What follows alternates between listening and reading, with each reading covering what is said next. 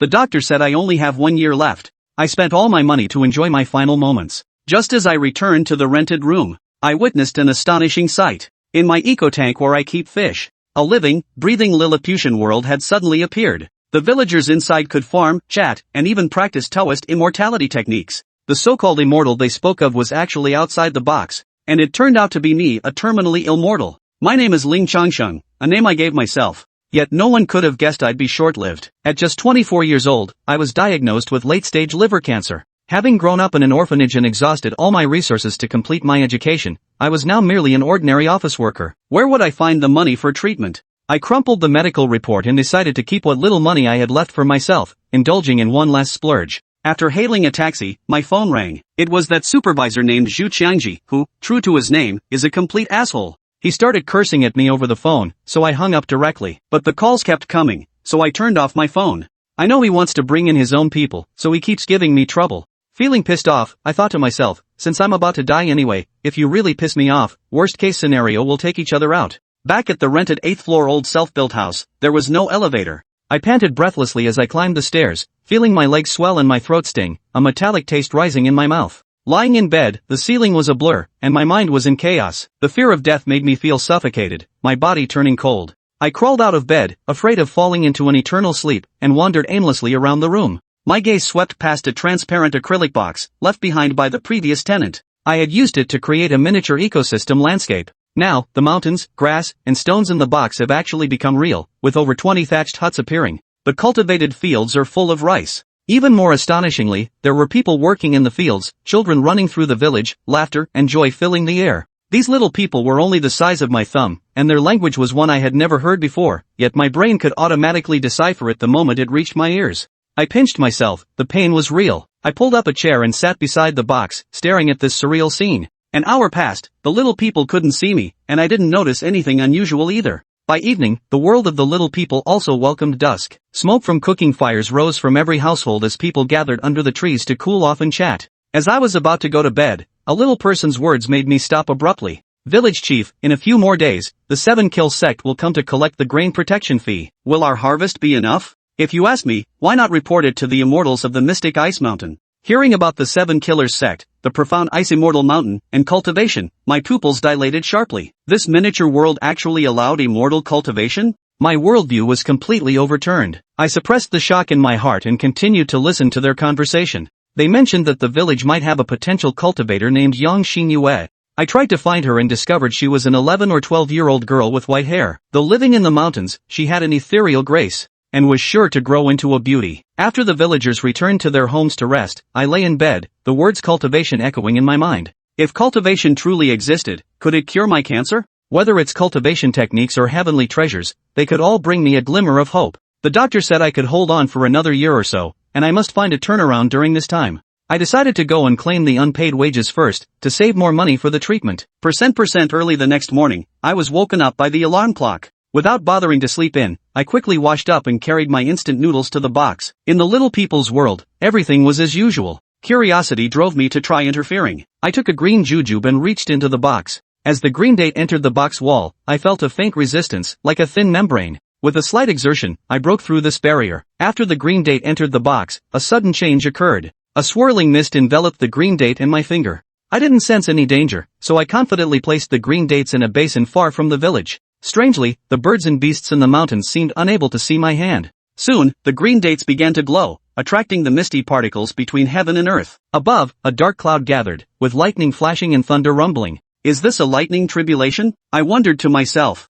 Sure enough, a crimson bolt of lightning struck, splitting the green jujube open with a crack to reveal its gleaming, luminous flesh. I smelled a peculiar fragrance, and my body instinctively longed to devour it. I used a wooden box to disperse the thunderclouds, while the green dates continued their siphon. Soon, over a dozen beams of light flew in from all directions, cultivators drawn by the anomaly. They exclaimed in awe, declaring that a rare treasure had descended upon the world. The villagers of the small mountain village also knelt down and kowtowed. The little figures scrambled to fight, their dazzling array of fantastical moves lighting up the scene. When the green date ceased absorbing the light, I reached out and took it away. The fighting little figures sensed an immense pressure descending like a collapsing sky, and they scattered in panic. I easily obtained the green date. As I pulled it out from the box wall, I felt a sticky pulling force, as if some strange chain was tugging at it. but I still managed to pull it out with force. The green jujube had shrunk by half, becoming even more emerald green and enticing, with a refreshing fragrance wafting from it. Without a second thought, I swallowed it whole. A surge of warmth blossomed from my abdomen, swiftly spreading throughout my entire body. As it passed through my liver, I almost moaned with pleasure. The entire process lasted only about 10 seconds, lifting my spirits and sharply reducing my pain. The warmth seemed to have a healing effect, but most of it dissipated. I immediately got up and went to the hospital for another examination. The doctor looked at my report with a hint of surprise. Good news, your cancer cells have decreased slightly, and their activity has weakened. Hearing these words, I was overjoyed. Not only could this solve my terminal illness, but perhaps I could also seize this opportunity to explore the extraordinary and truly grasp the workings of the universe. Live long and prosper. Chapter 4, Mutation, Small World Depletion. Before long, Ling Changsheng returned home. He flung himself onto the bed, burying his face in the pillow, and let out a muffled, unrestrained laugh. It took him quite a while to calm down. He returned to the box to take another look. At this sight, Ling Changsheng's brow immediately furrowed. Something was wrong. The mountains within the box whirled, the trees and flowers had changed. They were a dull yellow, devoid of vitality, and no matter how he looked at them, they gave Ling Changsheng a withered and lifeless impression. Just hours ago, they had been lush and green. Could it be that the fruit I took out drained the energy from this realm?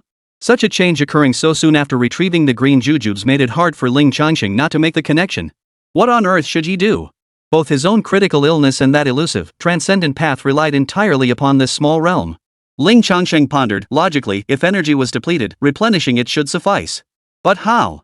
His gaze fell upon the dozen or so remaining green dates, and an idea began to form in his mind. There was no other option. He had to try. He picked up the green dates, washed them, then chopped and crushed them. If the whole fruit absorbed energy, surely it wouldn't continue absorbing once crushed. After grinding them all, Ling Changsheng approached the box and gazed at the mountain range where he had previously placed the green jujubes. The mountain range was eerily quiet now. The Foundation establishment immortals drawn to it dared not linger, nor did the animals.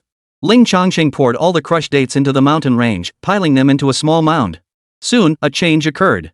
The faint mist he had seen earlier reappeared, enveloping the green jujube fragments. The jujube fragments rapidly transformed, shrinking from large to small, then from small to microscopic, before vanishing entirely. The withered plants and trees around them visibly gained a faint glow. Ordinary jujubes, like some high-energy substance, greatly replenished the deficiencies of this small world. It actually works, and the effect seems quite good. Ling Changsheng exhaled in relief, his mind racing with new thoughts. It seems creating refined green jujubes might not be the best approach after all. After all, green jujubes are just green jujubes, not some miracle cure for cancer. The heat generated after consuming the green jujube dissipates almost entirely. A more righteous and effective approach would be to obtain cultivation methods and verify the possibility of cultivation. Then, while replenishing energy to this realm, create substances like the green jujube things imbued with extraordinary energy to aid cultivation, enhance physical constitution, and even elevate one's life level. He nodded, affirming these thoughts to himself. He didn't idle afterward. He rummaged through the refrigerator, pulling out vegetables, meat, and other ingredients. He chopped them all up, mincing them as finely as possible. Then, he placed them into the box. The same scene unfolded as before. Everything was rapidly decomposed. The plants visibly turned lush and vibrant before my eyes. It really works, though it's a bit of a hassle. Ling Changsheng nodded. He had considered that light was also a form of energy. But with such a miraculous substance, Ling Changsheng didn't want others to see it and steal it before he had fully developed his own capabilities. He didn't want even the slightest chance of exposure. So for now, he'd stick with these clumsy methods. Half an hour passed and he'd chopped up everything in the refrigerator. Not bad, not bad. Looking at the mist-shrouded mountain range radiating an ethereal aura, Ling Changsheng felt deeply satisfied and finally relaxed. With the fridge empty, he headed downstairs for a meal and to restock the energy supplies for his little world. As he paid, he remembered that his idiot supervisor Zhu still hadn't settled his wages. TSK. So he really was planning to delay payment and let it slide, huh? Ling Changsheng thought to himself, just as he expected. It came as no surprise. Zhu Xinyue was precisely the kind of wise boss everyone despised. And the worst part? He actually had a bit of clout, which he relished using to torment people. From minor tasks like fetching tea, running errands, or grabbing takeout, every trivial chore became an order. They relentlessly trample your dignity, cultivating your obedience and compliance. On a larger scale, they'd abuse their petty authority, double-crossing everyone and engaging in petty, underhanded schemes. A few months ago, Ling Changsheng witnessed a female colleague arguing with Zhu Xiangji. Colleague said she used to be an employee, Zhu Xiangji's secretary, who took maternity leave. Rumors swirled about their relationship. The truth was unclear, but it certainly seemed like something Zhu Xiangji would do. After all, Ling Changsheng had witnessed him using work as an excuse to make inappropriate advances. In the past, such behavior would have thoroughly disgusted Ling Changsheng. But now, Ling Changsheng's mindset had shifted. Originally, since I have cancer anyway, I even considered taking extreme measures to make it a one-for-one exchange with you. But now, Ling Changsheng's gaze grew cold. If there's still no movement in a few days, don't blame me for becoming your ancestor and giving you a lesson you'll remember for life. The next day, at dawn, Ling Changsheng awoke feeling remarkably energetic. The pain of his cancer seemed to vanish, replaced by a long-lost sense of vitality. His first move was to head straight for the box. All was well. After a brief glance, he went to prepare breakfast and also grabbed something to eat for that little world. Something felt off, like I was nurturing a miniature world. He shook his head, dismissing the peculiar thought. After finishing breakfast and feeding the little world its energy, Ling Changsheng took out a whole grape. He had long since fed it to satiety, even overfed it. It was time for a return on that investment. Cancer remained a sword of Damocles hanging over his head.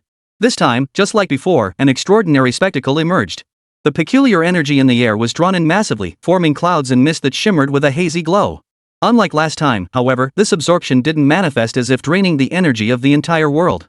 Perhaps Ling Changsheng had replenished it sufficiently. Additionally, more tiny figures flew out from the edges of the box. More than before, likely because the repeated anomalies had drawn more people to this place. This also made Ling Changsheng realize that the box revealed only a fragment of its true nature. Much more remained hidden, though he had no idea how to bring it forth. The flying dwarves who had arrived last time had revealed their cultivation levels when trading trash talk. They were chi cultivation practitioners, seeking items to aid their foundation establishment. This time, however, there were powerful little people who had surpassed chi cultivation, those at the foundation establishment realm. Ling Changsheng had heard a flying chi cultivation dwarf shout loudly, "Foundation establishment!" This term foundation establishment corresponded to three beings. The first was an old man, humanoid in form, looking quite aged, as if one foot was already in the grave. Yet his speed was remarkable, the fastest among the three foundation establishment beings. The second was a tiger. It dwarfed the little man by several times over scale proportionally. It must have been dozens of meters in size. Majestic and imposing. The third was a white sparrow, equally massive. With wings spread, it was half a body length larger than the tiger. These three foundation establishment great beings remained remarkably composed, silent and unreadable. Ling Changsheng observed them, and an idea began to form in his mind. What if I interact with these so-called foundation establishment little people? Use the refined grapes to trade for cultivation methods? It was indeed a promising idea, worth a try. Having made up his mind, he waited patiently for the grapes to ascend. Chapter 5, Great Immortal, Spare My Life. This time, with three foundation establishment cultivators present, the scene remained remarkably quiet. The chi cultivation minions dared not approach, or even glance at the scene. They had practically fled the area entirely. Only three foundation establishment powerhouses remained, standing side by side in a triangular formation. As the grape gradually slowed its absorption of energy, the three remained silent, yet the atmosphere grew noticeably more tense. Before long, in the dead of silence, dazzling light erupted, a roar like a tiger, a cry like a bird. The battle erupted. The three foundation establishment cultivators appeared to be of the cold-blooded type. They fought without much talk. A diminutive figure unleashed hundreds of tiny swords from his body, their icy glints flashing as their shrieks filled the air. The tiger roared, its sound waves crashing like thunder. The white sparrow flapped its wings, sending feathers flying like arrows, cutting through the air with a piercing whistle. Though the scale seemed small to Ling Changsheng's eyes, it didn't diminish the sheer awesomeness of the display. As they fought, Ling Changsheng reached out, his hand pointing directly at the grapevine. For the grape had ceased absorbing energy, it was time to retrieve it. Within the miniature realm. Oomph. The withered, aged foundation establishment cultivator paused, lifting his head toward the sky. The other two also stopped fighting simultaneously, all gazing toward the sky. Their long experience in the struggle between life and death made them keenly sense something was amiss. But they couldn't see it. But soon, they all sensed it. Above the heavens, it felt as though an invisible giant hand was crushing down with immense force. Enormous pressure squeezed the space, solidifying it into tangible form as it descended with crushing force. Boom! Boom! Boom! The three foundation establishment cultivators offered no resistance whatsoever.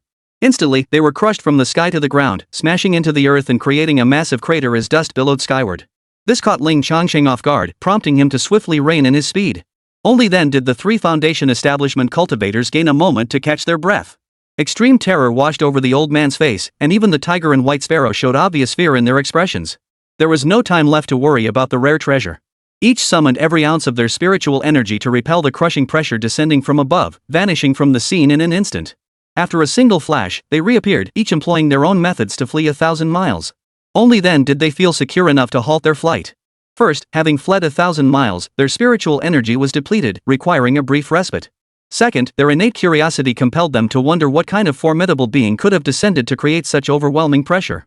Alas, they were all disappointed. Nothing descended from the sky. All they saw was the enormous, strange treasure, the grape, being lifted by an invisible force.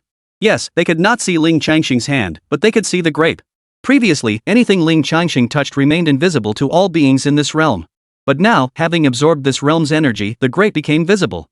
Returning to the matter at hand, the grape halted mid-air. Immediately after, a series of thunderous booms, like the crack of heavenly lightning, erupted across the sky. The sound seemed to target the 3 Foundation establishment cultivators, shaking them to their cores. Even though the rumbling possessed peculiar tonal fluctuations, not being true thunder, the 3 Foundation establishment cultivators dared not linger. They hastily swallowed pills to trigger their breakthroughs and fled the scene.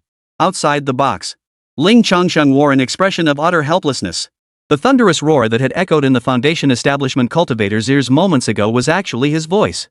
Alas, they seemed utterly unable to comprehend it. Moreover, they couldn't seem to see his own hands either. This was a real headache. Without communication, how could he obtain the cultivation techniques? And Ling Changsheng couldn't see beyond this mountain range. Exchanging items for communication won't work. I'll have to think of another way. Ling Changsheng sighed and withdrew the grapes. Now the grape had become crystal clear, untouched by dust, emitting an enticing fruity aroma. He didn't hold back, popping it straight into his mouth, chewing it twice before swallowing it down. Just like last time. A warm current spread from his stomach throughout his body, pausing briefly in his liver before finally dissipating through his skin. His body still absorbed very little of it. He needed to find a way to make this energy truly his own. Well, it was still useful, and far cheaper than taking medicine. So he wasn't disappointed. He cheerfully got up to gather some materials to repair his little world. Before long, the day slipped away. No solution was found, but he did eat a few more grapes. The first couple of times, people dared to come, but after that, no one dared to show up. Even those who dared to come couldn't see Ling Changsheng and couldn't understand his words. Hopefully tomorrow will bring a change. Ling Changsheng thought to himself as he closed his eyes to sleep. The next day, a major event occurred. Ling Changsheng, barely awake, didn't even have time to wash up or eat breakfast before he was glued to the box. A group of uninvited guests had arrived in the small village. From the villagers' whispers, it became clear these were the 7 fiends mentioned earlier. They had come to collect protection money, grain, cash, and other valuables. By the time Ling Changsheng awoke and saw them, the 7 Slasher Sect members had already been there for some time. In the open space surrounded by houses, several villagers lay injured, their blood staining the ground crimson. It was unclear whether they were unconscious or already. Several members of the 7 Calamities sect were holding young village women captive. Though they did not tear their clothes in broad daylight, the incessant filthy insults reduced the women to fearful sobs. Their faces were etched with terror, and their eyes held the glimmer of death. Other villagers knelt on the ground, pleading desperately. Sir, we have already paid the grain as you demanded. Please spare us. Sir, in the past, grain was all that was required. Why this violence now? Yes, sir. Please spare my wife. Spare her. Fine. After I've had my fill of pleasure, I'll make sure she's returned to you. And you filthy woman, hand over that white-haired brat now. Don't make me come for her myself. Who'd have thought you'd hide such a beauty so well? You. Oh? You want to curse me? Come on. Go ahead. A bald man who seemed to be the leader held his sword across the village woman's neck. For every word you curse, I'll chop off a pig's head. Go on, curse me. The scene fell deathly silent. The villagers were frozen in terror by such brutality, not daring to utter a word. This was the scene Ling Changsheng witnessed upon arriving to investigate. After a quick glance at the injured, his rage intensified. On the ground lay a little girl with white hair, clutched tightly by her parents. Her hair was stained with blood, suggesting she had been struck on the head. Her condition was unknown, while her parents wailed heart-wrenchingly, a sight that tore at the soul. This was the little girl known as young Xinyue. It was clear these villains had intended to abduct the child. In her struggle to resist, she was struck in the head by a punch from a burly member of the Seven Killers Sect. As for what they intended to do, well, that goes without saying. How could anyone bear to watch this? He swiftly grabbed a chopstick. After all, if he had used his bare hand, not only would the bald man have been crushed, but at least 7 or 8 villagers would have died. The tip of the chopstick was barely half the size of a person's head, allowing for precise strikes. Within the miniature realm, the bald man remained oblivious, still spewing trash talk with a menacing expression. Ha! As the chopstick descended, he suddenly sensed something amiss, feeling a force pressing down on his entire body. No! No! Baldy forced his power to surge, crying out in alarm, "He's here! He's attacking! Save me! Save me!" No response came, only an inexplicable pressure closing in, growing heavier. Baldy panicked even more, his voice wrenching with anguish. You bastard. You promised to spare my life. Great Immortal. Spare me. Spare me, Great Immortal. I was acting under orders. Chapter 6, The Complete Convergence of Two Worlds, The Path to Immortality emerges. Ling Changsheng? There seemed to be more to this. But with the blade pressed against the woman's throat, there was no stopping now. Press down harder. Whether it was the pressure condensing or Ling Changsheng's focus solely on the bald man, this force did not harm the village woman. The bald man still screamed with heart-wrenching intensity. He ordered it to test whether an unknown powerful being has appeared here, and whether it's connected to Yangjia village. At that moment, the chopstick tip struck home. First, it deflected the blade pressed against the woman's neck. With a single deflection, the blade shattered into pieces, scattering with a hiss. Yesterday, Ling Changsheng had already realized his power was devastating in this small world, so he had restrained himself. With an upward sweeping force, all the blade fragments shot skyward, harming no one. The bald man's arm snapped clean off from the transmitted force, dangling limply. The sight was utterly terrifying. Immediately after, Ling Changsheng swiftly moved his chopsticks, unleashing a barrage of strikes toward all the Seven Calamities Sect disciples. Within the microcosm, from the perspective of the Seven Calamities Sect members, an invisible, unobservable, and unseen force struck with overwhelming power, leaving them utterly unable to dodge. One by one, they were flung hundreds of meters through the air, crashing into the mountains like torn sacks. There was no need to check for survivors. At the moment of impact, Ling Changsheng felt as though he were crushing withered leaves, utterly insubstantial. In a single breath, every single one of them except for the bald man who stood frozen in place met a violent end.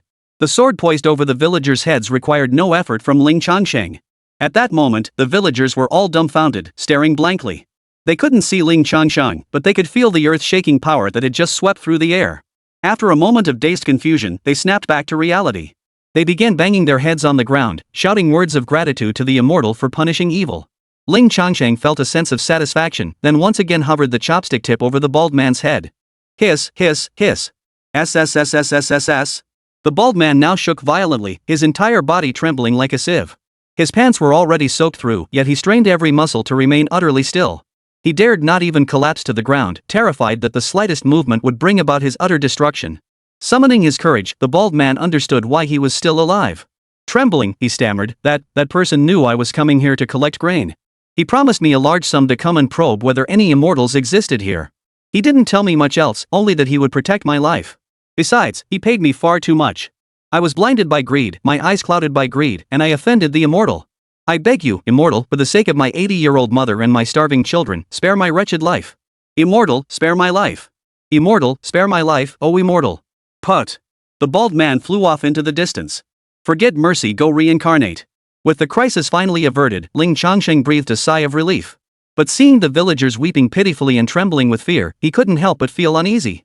The blood loss from those injured was likely fatal. These poor souls, working diligently day in and day out, suddenly struck by this calamity soon to be separated from the living world forever. Ling Changsheng's heart ached with pity, especially since this matter seemed somehow connected to him. Wait! As he frowned, a sudden flash of insight struck Ling Changsheng. The items he left behind would undergo refinement within the microcosm, imbuing them with a peculiar energy capable of suppressing cancer. Perhaps it could heal their wounds? Let's try. He selected a red date and placed it in the village's open field. The familiar transformation unfolded, stunning the villagers. Ling Changsheng remained vigilant, wary of any hidden threats. All was quiet. The lurking threat dared not show itself. Ling Changsheng felt rather disappointed. If that instigator from the Seven Killers Sect dared to show up now, he'd send them straight to the afterlife. Thanks to the energy he channeled into this realm, the red date's transformation accelerated. In just half a minute, the transformation was complete, releasing an enticing fragrance. The villagers had never seen such a miraculous sight.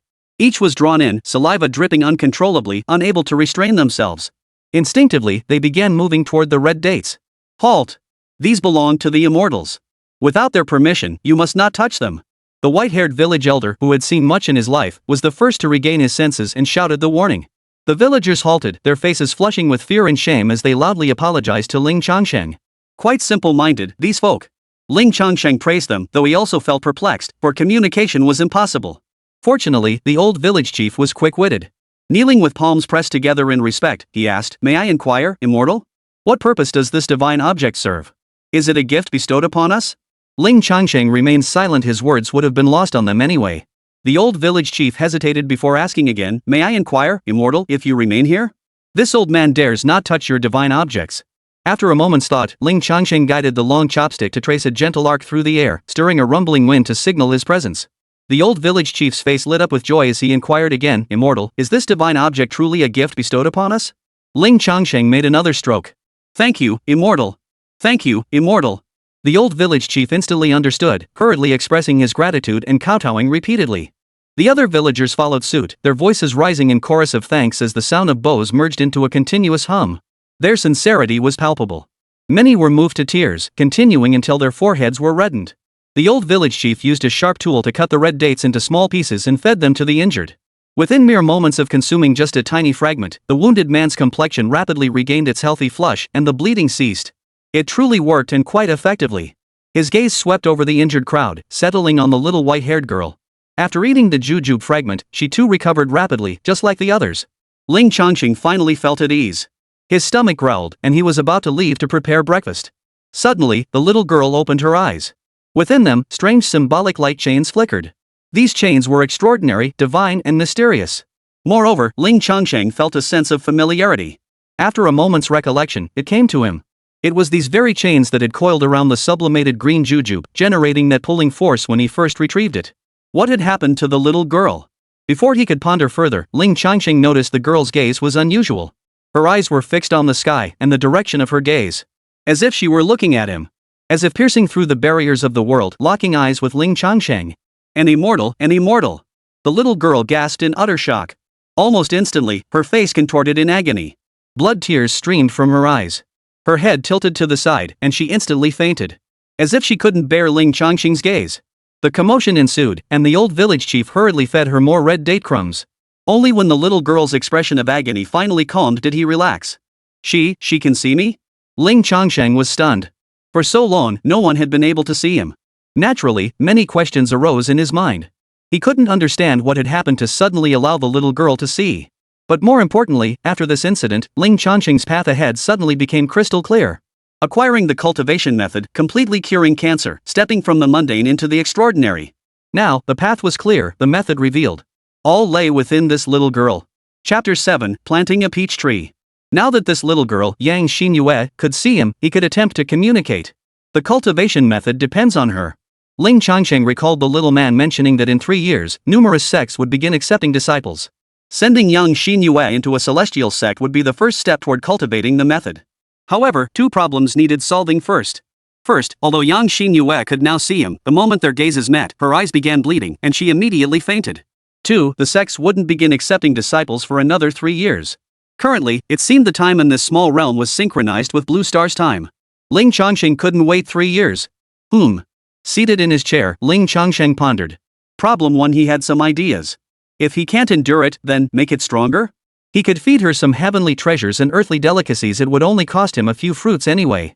As for problem 2, no clear solution yet. Let's tackle the first problem first. Yang Xinyue is unconscious, so we can replenish the energy in the small realm first. After making up his mind, Ling Changsheng rose, hastily finished breakfast, and then carried a pile of items over to the chest. Some of the smaller, thinner-skinned fruits would be used for Yang Xinyue's ascension once she awoke.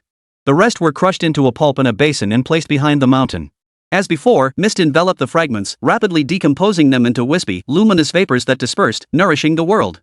Watching them decompose and be absorbed, Ling Changsheng pondered that this method of replenishing energy seemed a bit too limited. This microcosm wasn't a living being logically, it shouldn't only be able to consume these fruits. My understanding of this little world is still too shallow. Ling Changsheng mused inwardly, his mind filled with perplexities. For instance, why did the fruits of reality undergo sublimation upon entering? Was there some deeper connection? Then there was the question of the misty vapors, what were they? And what were those peculiar characters that appeared alongside the mist, flickering in and out of view within it, occasionally connecting? But the most fundamental, the greatest puzzle of all, was the very nature of this miniature world. How could it suddenly appear inside his own chest? Especially given the presence of divine power within this miniature realm, this question becomes even more perplexing. Though, this immortal power seems rather weak. After all, a chi cultivation practitioner could be killed with a single finger from Ling Changsheng, and even a foundation establishment cultivator couldn't withstand his voice. According to the concepts in novels, this likely stems from the different dimensional levels of the 2 worlds. His own world should be higher than the miniature realm, thus causing this phenomenon. Precisely because of this, objects from the larger world are high-energy substances relative to the microcosm, capable of replenishing its energy. But if that's the case, why did the fruit cultivated after the small world's ascension still yield such tremendous benefits for me? Couldn't figure it out. Never mind. After racking his brain for a while, Ling Changsheng gave up pondering. As the old saying goes, since you're already here, it's the holiday season, you're still a child, you're getting older. In short, he'd accept what he had and stop overthinking it.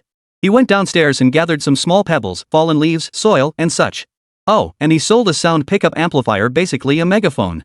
Since he couldn't keep constant watch, the entire amplifier would alert him immediately if anything happened. Back home, he placed the amplifier at the bottom of the box and connected headphones. Now he could handle any emergencies. Next, he placed the pebbles, leaves, and other items into the box. He also gathered some snacks, chocolate, candy, spicy strips, Binjo cola, and so on. He even added small metal objects like razor blades. In theory, all things in the world possess energy, which should be convertible and absorbable by the microcosm.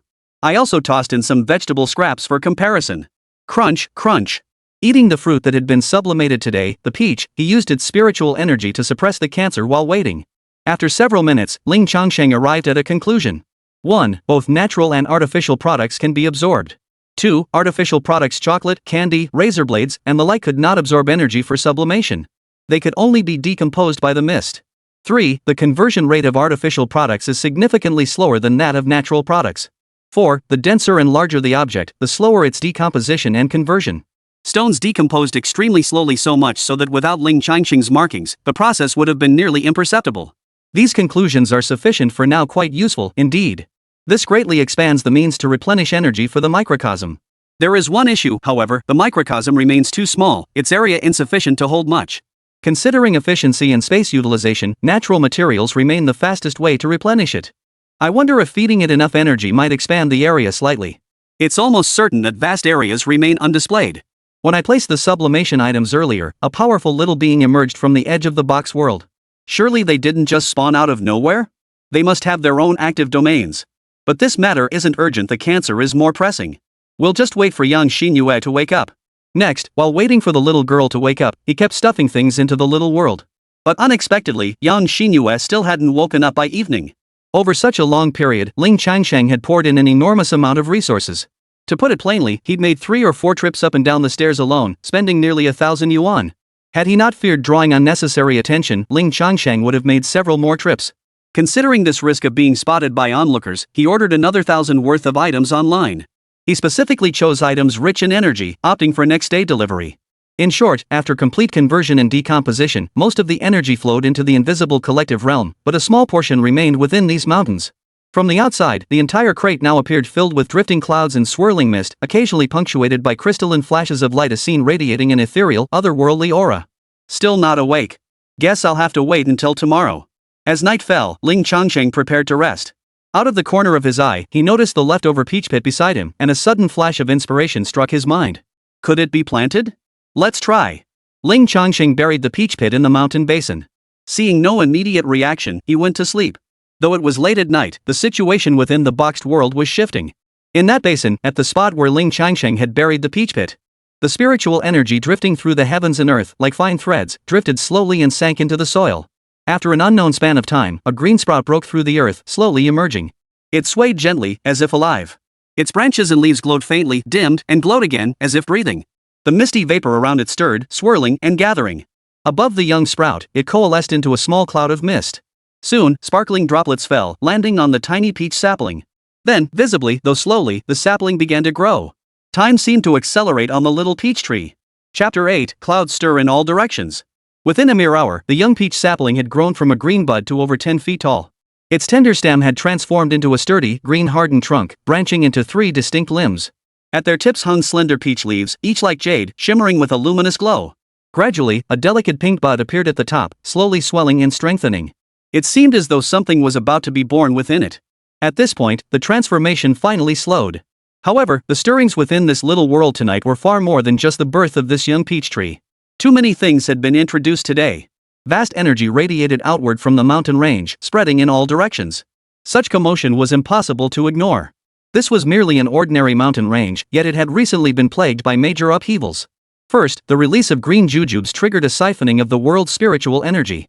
However, due to its remote location, only a few nearby chi cultivation practitioners came to investigate. The second time, the release of grapes drew 3 Foundation establishment cultivators, who were utterly terrified by the experience. And whenever energy was periodically infused into the small realm, surging spiritual energy would erupt. These successive events, coupled with the scattered remarks from the frightened Shi cultivation practitioners and the 3 Foundation establishment cultivators. Thus, a rumor began to spread. In the far eastern wilderness of the Shaoyan dynasty, within the Xinyue mountains, a mighty being of unfathomable power has descended. It seems they await the natural treasure destined to emerge from these mountains. Though the 3 Foundation establishment cultivators dared not speak openly, their unmasked fear and silent demeanor, combined with repeated spiritual energy fluctuations and other signs, were more than enough to solidify the rumor. Numerous factions had long kept watch on the Qianhuang Mountains, though many reservations held them back. Today, however, anyone aware of the Qianhuang Mountains' history could no longer sit idly by. The fluctuations caused by that dissipating energy were impossible to ignore, impossible to resist. This time, it wasn't just a minor affair for Qi cultivators and Foundation establishment cultivators. Sect masters dispatched flying vessels, carrying their disciples, racing through the night to arrive. Solitary masters surpassing the Foundation establishment stage had broken through the skies on flying swords from thousands of miles away, racing toward the mountains at breakneck speed. Clouds stir from all directions. All were drawn to the source of the surging primordial energy within the Thousand Wastes Mountains. Boom! Boom! Whoosh! Rumble! As the full moon reached its zenith, they arrived. In the sky, thunderous booms rolled like rolling thunder, interwoven with piercing whistles cutting through the air. Across the land, wild beasts stampeded, triggering earth-shaking tremors. At the edge of the Qianhuang Mountains, the villagers were roused by the commotion. They cautiously peered through their windows. Upon seeing the source of the commotion, their eyes widened in astonishment, hearts filled with dread and bewilderment. The Qianhuang Mountains lay in a remote, spirit energy-deprived region, a place of bitter cold and hardship. It was usually peaceful, which was one reason their ancestors had settled here. Yet never before had they witnessed such a grand spectacle, such a magnificent display. As the saying goes, anything out of the ordinary is a sign of something supernatural. The villagers were mostly gripped by panic, save for the children who shrieked with excitement. Well now! In this godforsaken place, there are quite a few fresh, pure-blooded youngsters. Ha ha ha! A massive sailing ship bearing the banner of the pure-blood holy sect approached from the sky. Its hull glowed like blood, dripping crimson liquid. As it passed over the village, though 1,000 meters above, the sounds from below were still audible. Several cultivators with sallow complexions and sinister expressions peered out, then erupted in wicked laughter. Crimson light flickered in their eyes as they extended long tongues to lick their lips, their movements betraying a restless, eager anticipation. They were the very embodiment of cultists. Fortunately, not only were demonic practitioners approaching, but righteous cultivators of the orthodox path were also present. Oomph! A cold, commanding voice rang out, carrying across the vast distance. Even so, the sound shook the demonic cultivators, causing their spiritual energy to churn violently. It was extremely unpleasant, and one of them even coughed up blood. 1,000 feet away from the blood-red sailboat, a group of dozens of cultivators approached, striding across the sky on their swords. At their head stood a woman as pure as snow. She wore a light, snow-white robe, yet her skin was even fairer than the snow. Her eyes resembled pools of clear water, luminous and spirited. With every glance, an air of refined elegance and noble grace emanated from her, captivating all who met her gaze. Standing with hands clasped behind her back atop a flying sword, her figure was gracefully slender, standing tall and proud. Shui Wantu, how dare you commit such atrocities in my presence? Her voice rang out, cold as ice. Her gaze fixed coldly upon the crimson sailboat, battle intent surging within her. Icy divine light blossomed around her form, radiating brilliantly. At that moment, an emaciated, hideous-faced old man clad in blood-red robes emerged from the cabin of the crimson sailboat. Tisk, tsk, tisk. Hunching over at the bow, he chuckled darkly. Cold girl, you spend all day holed up in that Xinbing hillock, sitting in your ice cave. How come you still have such a fiery temper? What? Is the environment too cold, causing your menstruation to become irregular? All right, you've cultivated a golden core. Your menstrual cycle should be. Choke. Before the blood-robed elder could finish, a piercing sword cry split the heavens. A flash of white light erupted as an icy-bladed sword pierced through space, pointing directly at the blood-robed elder. Its speed was blinding in the blink of an eye. It arrived, carrying a howling cold wind. You little! The blood-robed elder cursed furiously, but he was no ordinary man and had been on guard. With a flick of his thoughts, a crimson swamp surged forth beside him. The icy blade struck, only to be halted by the swamp's resistance, which sought to corrupt it. Hum!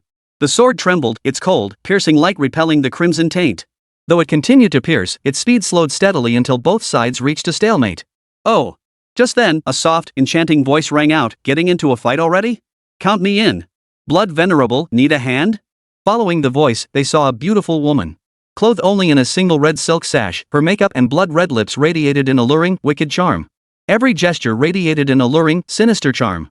Ling Shi recognized the beauty. The demon silk woman.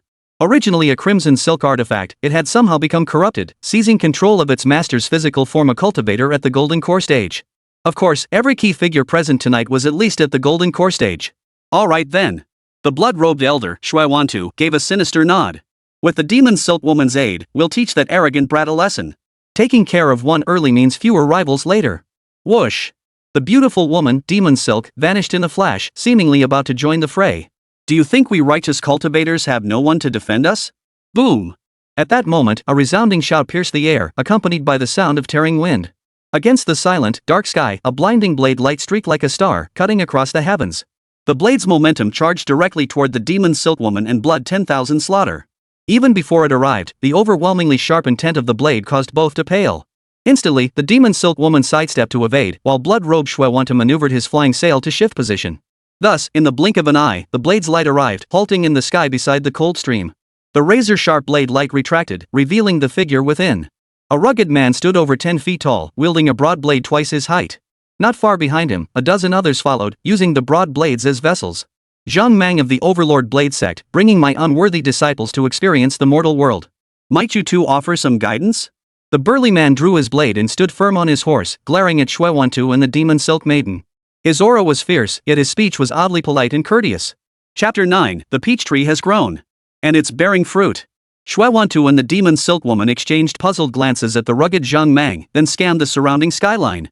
Because of the conflict here, many factions were watching, including some of the major righteous sects. Fighting was out of the question now. They needed to conserve their strength for the celestial treasure. Ha ha ha! Xinyue chuckled eerily, waving his sleeve to propel the blood-red sailboat forward. This old man has no desire to fight you. Even if we were to clash, it would only be once the heavenly treasure makes its appearance. Farewell. With that, the crimson sailboat erupted in intense red light and sped toward the basin. Giggle giggle, this servant did nothing at all. The demon silk maiden purred seductively, batting her eyes at Zhang. Her body swayed as if weightless in the wind, her curves bouncing seductively. Yet Zhang's expression remained utterly unmoved, even tinged with a hint of disdain. Seeing her advances had no effect, the demon silk maiden forced a seductive smile and drifted away, naturally heading toward the basin as well. No thanks, I'll take my leave. See you later.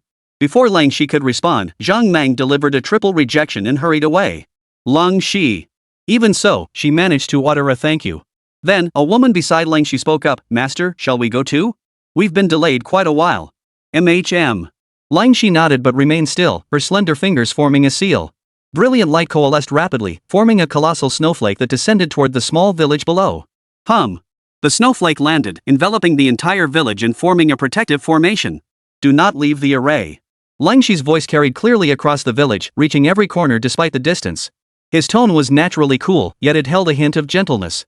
After setting up the formation, Ling Shi glanced at a particular thatched cottage. His gaze pierced through the barriers, landing on a little girl with white hair, Xinyue. Strange. Ling Shi felt a pang of doubt. With her formidable cultivation, she instantly discerned Xinyue's mediocre talent. Yet strangely, Xinyue seemed to possess a natural affinity for the Tao. Those possessing such a trait were invariably gifted prodigies. Even without formal cultivation methods, they should be able to enter the Tao on their own. Master? As Ling Shi stood frozen in confusion, a disciple behind her spoke up. Nothing. Let's go. Ling Shi shook her head, summoned her flying sword, and headed toward the mountain basin. The little girl could wait. The more pressing matter now was the innate treasure. Surrounding the basin, numerous factions and lone adventurers occupied the surrounding peaks. The skies were filled with flying vessels and demonic beasts. For now, things remained relatively calm. No conflicts had erupted, and no one dared approach the basin. Only whispers circulated. Is this the place rumored to harbor a great power and a natural treasure? It doesn't seem like it. Exactly. This terrain, surrounded by mountains on all sides, hollowed out in the center, is a gathering place for gloom and dampness. It's hardly fertile ground for a natural treasure to emerge. Yet strangely, the air here is thick with spiritual energy. Bizarre, truly bizarre. Also, I don't sense any traces of a great power. Could it be a top-tier cultivator capable of shielding themselves from our detection? Impossible. Absolutely impossible. No one knows detection better than me. If I say there's nothing, then there's nothing. Midnight. Ling Changsheng, wearing his headphones, simply couldn't sleep. It's so noisy. Half asleep, he kept hearing rumbling and whizzing noises. Just when it finally stopped, a cacophony of voices erupted as if a crowd were whispering right beside his ears. He was thoroughly woken up. After waking up, he checked the time past 2 a.m. Then I looked at the headphones where the sounds were coming from, and my groggy mind gradually cleared. These headphones were picking up ambient sounds, meaning those noises were happening inside the box world. What was happening? Ling Changsheng's heart tightened, and he sprang to his feet. He flipped on the light and approached the box. The first thing he saw was that towering mountain. No way around it, it was too conspicuous. The miniature world was shrouded in nighttime darkness, even with Ling Changsheng's rune light on. Amidst the darkness, the ring of mountains glowed with brilliant spiritual light everywhere. In the sky, he spotted numerous floating boats and some monsters capable of speaking human speech. Isn't this where I feed things? Ling Changsheng almost didn't recognize it. The transformation was too profound. Within the basin, the vast majority of trees and plants had undergone a dramatic transformation. Amidst the swirling mists, leaves and blossoms shimmered with dazzling radiance, a kaleidoscope of colors, utterly magnificent. Clearly, being so close to the water source, these plants had absorbed some of the transformed energy, causing them to undergo mutations. What caught Ling Changsheng's attention most was that peach tree. It sprouted? And it grew? Ling Changsheng was somewhat astonished. Had it grown in just one night? This is a mystical realm that defies ordinary logic. Additionally, for reasons unknown, the tree's stature had diminished. From Ling Changsheng's perspective, it stood only about half as tall as a dwarf. This new size was actually quite fitting, matching the scale of the miniature world. So, these cultivators and demonic cultivators must have come for the peach tree, Ling Changsheng deduced. He then glanced at the small village, fearing that the immortals' battle might drag the mortals into the fray. Fortunately, the village showed no signs of suffering. It was merely enveloped by a giant snowflake formation. Whatever it was, it seemed like an array, and it appeared perfectly normal. He decided to set that aside for now and focus on the situation within the basin. Though Ling Changsheng didn't consider this small realm his personal property. But that peach tree truly belonged to him, and it held significant research value. It mustn't be ruined. For now, they remained far from the basin, proceeding with extreme caution and avoiding any approach. Scanning the surroundings, he retrieved a bag of toothpicks as a precaution. Should any person or demon attempt to touch the little peach tree, he would project a warning. While things remained calm, Ling Changsheng surveyed the assembled cultivators, a growing sense of bewilderment rising within him. Come to think of it, this world really does resemble my own. Never mind the diminutive beings, but even the beast-type demon cultivators bore a striking resemblance. A quick glance revealed over a dozen demon cultivators present. Some had wings, but their bodies were primarily tiger-like. Some bore a single horn atop their heads, their bodies covered in scales like serpents. Others were as large as small mountains, covered in black fur, resembling apes. They all looked familiar. At a glance, at least a dozen seemed strikingly recognizable. Strange. Could it be that this small world has some connection to the world I come from? Ling Changsheng couldn't help but think this, yet he had no way of knowing. Shaking his head, he turned his gaze toward the human cultivators. The humans were the most numerous, clearly divided among themselves, allowing one to roughly distinguish their factions. There should be over a dozen major factions, each led by 1 to 3 individuals. Then there were 5 independent cultivators. All told, there were well over 100 people. After a broad survey, his gaze settled on a striking blood-red sailboat. A banner proclaiming Pure Blood Holy Sect flew high upon its hull. Not only did the ship's color resemble blood, but crimson liquid dripped from its surface. It was truly unsettling. Chapter 10, When I reach the underworld, I shall claim this name. Swoosh. That design, it's definitely a demonic sect. Ling Changsheng declared. It wasn't just the appearance that gave it away. Many factions and individuals present showed unusual reactions upon seeing that blood-red sailboat. Those at the golden core stage mostly frowned with disgust and cautious apprehension. Those below the golden core stage, fear to see the world, showed fear mixed with disgust and indignation. Whispered murmurs seemed to discuss the blood-red ship, though the words were indistinct. Fragments of conversation drifted through the air, words like blood offerings, plunder, young boys and girls, destruction of cities, and more. They were likely denouncing the crimes of the blood purification holy sect. Though incomplete, the implications were enough to make Ling Changsheng frown. Never mind that for now. If you cross me later, I'll do heaven's bidding and send you all to the cycle of reincarnation. Ling Changsheng averted his gaze for the moment. His gaze shifted to the demon silk maiden draped in crimson satin, and he couldn't help but marvel. Was this world so open-minded that one could walk about wearing nothing but a piece of red silk? His gaze shifted again, landing on a woman clad in snow-white robes, holding an icicle sword upside down. His eyes lit up. Long black hair, straight down, and she's got that aloof, icy vibe. A chill aura radiates from her. That beauty, that aura, she outshines all the internet celebrities and stars. A beauty like jade just admiring her was a feast for the eyes, prompting him to linger his gaze a few moments longer. Truly befitting a fantasy realm. Her skin was as smooth and white as jade, tempting one to take a bite. Her aura was extraordinary, a serene yet unshakable presence of commanding composure, coupled with extraordinary beauty. Just as I was gazing, a chilling voice suddenly echoed, "Whether the existence of great beings is mere rumor remains to be seen, but today, quite a crowd has gathered. But this bud, there's only one." Ling Changsheng turned to see the speaker was none other than the figure aboard that glaring crimson sailboat. It was an old man clad in a blood-red robe, his face gaunt and withered, looking as if he had only a few days left to live. After his words fell, the clamorous murmurs subsided slightly, until an oddly eerie silence settled over the crowd. Indeed, as he had stated.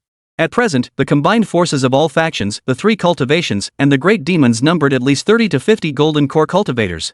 Yet there was only one flower bud, clearly not enough to go around. Everyone understood this implicitly, though none had voiced it openly. Now, blood-robed Xinyue had made it explicit he clearly had plans. Standing at the bow of the blood-red ship, he chuckled darkly, "Red Silk Maiden and fellow disciples, there are quite a few unsavory characters present here. Why not join forces to deal with these troublemakers first, then discuss the rest? Or rather, if we don't unite now, we may well face a united attack later." The direction he faced, the people he addressed, and those reacting to his words all were a group of sinister, demonic-looking individuals.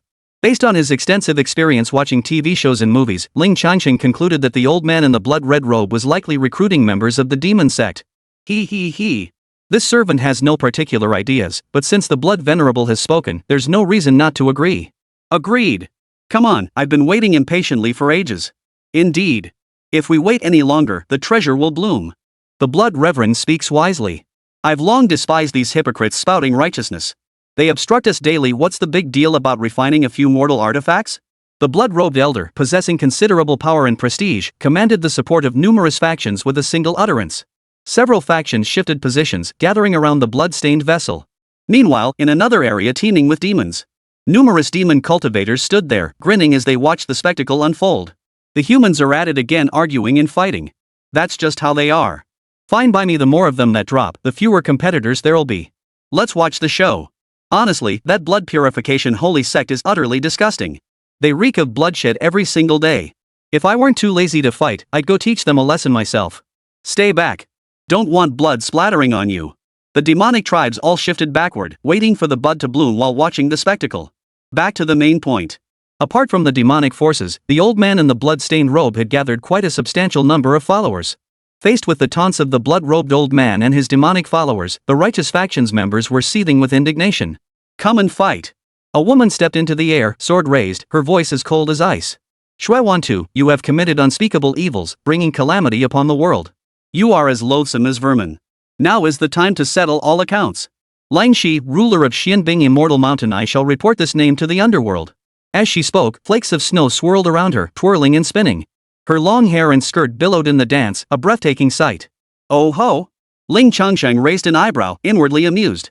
This girl had an icy demeanor, a cold name, yet her words carried quite the domineering aura. So cool. Love it. Besides, it was now clear that the giant snowflakes in the village were her doing. So that must be the protective formation. Feeling slightly reassured, I continued watching. It's like watching a fantasy blockbuster now. Though the scale is vastly smaller, the sheer realism and the myriad tactics displayed by these tiny figures are something movies simply can't replicate. Soon, following Langshi's lead, another figure stepped forward. A burly man twice the height of an ordinary figure, wielding a broad sword, spoke with surprising courtesy. You all have long violated heaven's principles and human harmony. Now you dare bare your fangs first? I am Zhang Mang. Let's see what you've got. Immediately after, several gold core cultivators from various factions stepped forward. You vile scum of the demon sect, cease your insolence. Does the blood purification holy sect even deserve the title holy? To cultivate their bloodline, they raise young boys and girls as sacrificial offerings. Spit. They deserve death. You've been causing chaos everywhere like slippery rats, hiding your heads all this time, yet now you dare show yourselves? And you vermin, all of you shall meet your end. If you want war, bring it on. What is there to fear? I've had my eye on you lot for far too long. A series of thunderous shouts erupted, rolling like a rumbling roar, their momentum piercing the heavens. Clearly, numerous factions harbored long-standing grievances against these cultists, previously kept in check. Now, provoked by Xinyue's deliberate challenge, they erupted in a thunderous explosion. Each faction unleashed their formidable power, their spiritual energy radiating outward, illuminating the dark sky brightly. The atmosphere was explosive, ready to ignite at any moment. Soon, the battle erupted with a thunderous roar. Xinyue charged forward, thrusting his hands to unleash a torrent of crimson waves that swept toward Langshi's faction. The only red silk draped on the red silk woman's body shot out, straight as a sword. Her body, now completely bare, left many inexperienced onlookers stunned and flushed crimson. The other demonic sects also employed their own methods, too numerous to recount. The righteous factions, naturally, did not stand idly by, each responding in their own way. The ice-crested sword multiplied into myriad blades, snowflakes drifting through the air seemingly slow yet blindingly swift, meeting the crimson tide and freezing the blood-red waves solid. A broadsword cleaved through the sky, slicing apart the crimson silk that blanketed the heavens. Flames surged skyward in a raging expanse, the air warped by their intense heat. Wailing specters swirled, their piercing cries shaking the soul. Great bells tolled in response to the wails, scattering the specters. Some split into countless duplicates, others summoned mountain-sized treasures, while one palm descended from the heavens. A dazzling array of techniques unfolded. Chapter 11, Strike. This object must not be taken. Though numerous, it all happened in the blink of an eye. In that instant, towering trees were felled, and entire mountain ranges were sheared away. Even those not struck directly trembled under the colossal shockwaves, mountains quaked, and boulders tumbled down. Ling Changsheng watched in stunned silence. Slicing through mountains and cleaving peaks. Sword energy swept across the vast expanse. A single hand obscures the heavens. Damn, that was so cool. His heart surged with excitement, impossible to contain. But though the fighting is fierce, the situation is growing tense. Only golden core cultivators are participating, those below that level are staying safely in the rear. They were merely brought along by their elders to witness the spectacle and maintain appearances. This isn't a situation they can get involved in. Precisely because they were all golden core cultivators, both their combat prowess and survival skills were formidable, making the stalemate all the more intense. But Ling Changsheng's gaze settled on the snow-clad woman, Long Shi. She seemed to be deliberately targeted by concentrated fire. Ling Changsheng remembered only two names from the demon cult, Blood-robed Shuewantu and the Red Silk Woman. Both were now attacking Ling Shi, drawing the other demon cultists into the fray as well. Even with fellow cultivators assisting her, Ling Shi was struggling to cope. Her willow brows furrowed tightly, an unusual flush coloring her cheeks as the snowflakes swirling around her grew chaotic. Ling Changsheng felt a surge of restlessness. Whether it was her beauty or something else entirely, he found himself quite taken with her. After all, it would be as effortless as flicking a toothpick, a task requiring no exertion whatsoever. But just as he was about to make his move, the situation shifted once more. The combatants' expressions abruptly shifted. Almost simultaneously, they halted their attacks and retreated to a safe distance. Meanwhile, the demonic beings who had been watching from afar advanced closer. All eyes refocused on the peach tree within the basin. The sudden silence allowed Ling Changsheng to hear it too. Splash. Rustle. It was a series of gentle, tidal-like sounds. Within the small world, the scene grew increasingly quiet. The expressions on every face gradually shifted from confusion to shock, then ecstasy, and beyond. Peach tree branches swayed without wind, leaves rustling softly. The misty clouds permeating the heavens and earth stirred, rolling in layer upon layer like the tides. The bud radiated a dazzling light, voraciously absorbing spiritual energy. With each wave of mist absorbed, the bud grew slightly larger. Simultaneously, their power grew, drawing another wave of mist from the four corners of the world. This very motion produced a faint, rhythmic murmur. Spiritual energy tide. A gasp of shock erupted, reverberating through the mountains like a thunderclap. Even the seasoned golden core cultivators, despite their vast experience, lost their composure at this sight. All eyes fixed intently on the solitary bud atop the peach tree. It grew at a visible speed, rapidly expanding. From Ling Changsheng's perspective, it had grown from the size of a mung bean to that of a fingernail. Was it about to bear fruit? This was far beyond Ling Changsheng's comprehension. After all, it had only been planted overnight, and the season within the microcosm should be autumn. Not to mention, there were no other peach trees nearby. How could pollination occur? Unable to comprehend it, Ling Changsheng could only accept that the mystical world truly operated differently. Within the miniature world, as the buds swelled larger, the cultivators grew restless. A whirlwind of thoughts churned within each cultivator. With so many gold core cultivators present, yet none of the legendary great beings have appeared. Now, as this heaven-born treasure is about to descend, there's still no sign of them. It seems these great beings are nothing but rumors. To refuse heaven's gift invites calamity. To neglect this moment invites disaster. Enough hesitation. Such a rare treasure, merely sensing its fragrance stirs the spiritual energy within me. It must surely aid me in achieving the nascent soul stage. Even now, no trace of the so-called great being's aura has been detected. The rumors must be false. Once I obtain this treasure and present it to the immortal maiden, she will surely accept me. A multitude of thoughts swirled through their minds. But clearly, the intent to seize it was already manifest. Burst after burst of intense spiritual light flared, their momentum surging relentlessly, declaring their owner's unwavering intent to seize it. Even before the clash began, the mere collision of their powerful spiritual energies sent thunderous booms echoing through the mountains. At this moment, Ling Changsheng could no longer sit still. Having witnessed the power displayed in this mystical realm, he knew it was truly terrifying. Who knew what mystical tactics might emerge that Ling Changsheng couldn't handle? If he were to lose it, wouldn't that be a huge loss? No, I must warn these scoundrels first. Ling Changsheng prepared to issue a warning. However, instead of flicking out the prepared toothpick, he prepared to call out. The little people present were all quite powerful, perhaps they could understand him. It was worth a try. The only problem was he didn't know what to say. After a moment's thought, his inner teenager suddenly kicked in. His expression turned stern as he spoke in a deep voice. Step back. Ling Changsheng's voice echoed within the box's miniature world. Yet within that miniature realm, it was far from an ordinary sound. Originally, all cultivators had been restless, simultaneously gathering strength and guarding against others. The temporary alliances that had formed had naturally dissolved. All awaited a single spark to ignite the explosion. At that very moment, a colossal roar erupted from the heavens above and beyond. Its magnitude was like thunder shattering the heavens. Yet it was also profoundly deep, causing the very heavens and earth to resonate and tremble. The earth shook violently, trees swayed wildly, and even the clouds and mist were scattered by the shockwave. All cultivators felt a deafening roar in their ears, their blood and spiritual energy resonating with the sound. Their momentum drained away, leaving them utterly miserable. Flying vessels swayed wildly, great demons crouched low. When the sound finally subsided, the solemn aura and atmosphere vanished completely. Every person and great demon stared skyward in horror.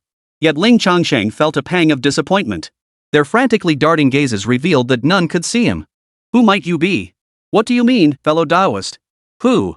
Why not step out and meet me, fellow Taoist? Soon, the little people spoke up. From their words and puzzled expressions, Ling Changsheng could tell they still didn't understand him. He silently lamented the missed opportunity, gripped the toothpick firmly once more, and aimed precisely. He gathered a little strength and flicked his finger. Whoosh! The toothpick pierced through the clouds and crashed down onto the earth. From the perspective of the miniature world, it appeared as a sharp wooden stake, as tall as a person, accompanied by a roaring thunderous sound as it slammed down. Its speed was blindingly fast, plunging into the earth in the blink of an eye. Boom! Amidst the thunderous roar, the earth shook violently, splitting open several meters wide. The wooden pillar was embedded halfway into the fissure. But it wasn't over. Ling Changsheng pinched another toothpick and flicked it downward. Whoosh! Whoosh! Whoosh! A series of booms followed as a ring of toothpicks formed a circle around the peach tree. Such a commotion was no small matter. What's more, none of the onlookers sensed any spiritual energy fluctuations, nor did they notice where these wooden stakes had come from. They hadn't fallen from the sky, but rather, as if they had descended from beyond the heavens. This thought, this possibility, truly startled the cultivators present. Yet what made their faces turn even paler was the meaning behind Ling Changsheng's actions. Forming a circle to shield the peach tree within the meaning could not be clearer. Warning! This object must not be coveted. Chapter 12, Can You Run? The scene fell temporarily silent. They looked at each other, exchanging bewildered glances. Ling Changsheng couldn't be bothered to speak further, his words would fall on deaf ears anyway. He hoped they'd get the hint. After a few breaths passed, someone spoke up surprisingly. It was the old man in the blood-red robe. He bellowed toward the sky, May I inquire, fellow cultivator? Would you care to step forward and show yourself? Ling Changsheng naturally ignored him.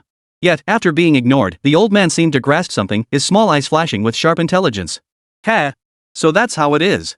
Xinyue wore a look of certainty, smiling calmly. This wooden pillar is nothing more than ordinary timber. Its display is rather unimpressive. When it fell, there was no fluctuation of spiritual energy. It must be nothing more than some sort of formation. What he said was largely correct. The microcosm showed little reaction to man-made objects, and toothpicks were no exception. And the absence of spiritual energy fluctuations was perfectly normal. You really are a walking billboard, aren't you? Ling Changsheng grew weary of watching and listening. He plucked a toothpick and aimed it at Xinyue. Finger flick. Whoosh! The toothpick sliced through the air, hurtling toward Xinyue. Its speed was indeed remarkable. Even among golden core cultivators, it was exceptionally swift. But he was, after all, a golden core cultivator. His reflexes and techniques were incomparable to those of a Foundation Establishment cultivator. Xinyue's expression shifted slightly as he activated his crimson sailboat, evading the attack with composed ease. The toothpick whizzed past, plunging into the mountain peak. Ha ha ha ha! Xinyue, having evaded the attack, burst into laughter. Amidst his cackling, he declared, Nothing special. Nothing special at all. I wondered what kind of powerhouse this was. Nothing more than this. With that speed, you think you can kill this old man? This heaven-born treasure is mine, blood one choose to claim, I say so. Laughing wildly, Xinyue propelled his blood sailboat forward, racing toward the peach tree. This is getting serious. Instantly, all parties grew frantic. Though they might harbor reservations about the unseen great power, they could not tolerate Xinyue stealing the peaches. They all sprang into action, each deploying their own methods. Outside the box, Ling Changsheng arched his eyebrows, a flicker of irritation stirred by Xinyue. He stopped fiddling with his toothpick. He could see that while these petty figures were still relatively weak compared to him, he wasn't particularly strong either. The toothpick's speed was limited, too easy to dodge. Think it's too slow? Here, try this. Ling Changsheng pulled a slingshot from his storage cabinet. As a kid, he'd been quite the troublemaker, loving to make slingshots and shoot at sparrows. Though he never actually hit anything, the hobby stuck with him. As an adult, he'd bought a quality slingshot and developed a respect for animals, so he'd just shoot at bottles for fun and honed his aim into something impressive. He pinched a gelatinous pellet, no bigger than a fingernail. He drew back the slingshot, steadied his breath, and aimed at Xinyue. The blood 10,000 slaughter's path was now blocked. Though it still moved, its range was limited. For Ling Changsheng, dealing with a moving target of this caliber was a sure thing. Creak, creak. The bowstring stretched to its limit, emitting a strained creak. Then, he released. Whoosh. Propelled by such force, the bullet flew into the box faster than the blink of an eye. Given the dimensions of the miniature world within the box, this velocity seemed poised to outpace even thunder. Inside the box, Xinyue, who was fending off attacks from all sides, felt his heart clench sharply. An inexplicable sense of impending doom erupted. The terror of life and death felt incredibly real and intense. Xinyue roared, unleashing his full power without hesitation.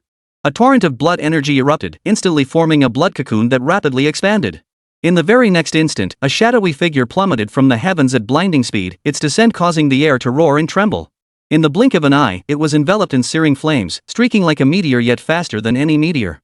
Before anyone could react or get a clear look, the fiery shadow collided with Xinyue's blood cocoon. Boom! Blood old dog. In that instant, the massive blood cocoon exploded with a thunderous roar. Strangely, a piercing, vengeful female scream was intertwined within the blast. In short, the blood cocoon was instantly obliterated, blinding crimson light erupting before rapidly fading. It transformed into a pool of dark blood, pouring down like a torrent. Once the blood had completely fallen, a figure emerged.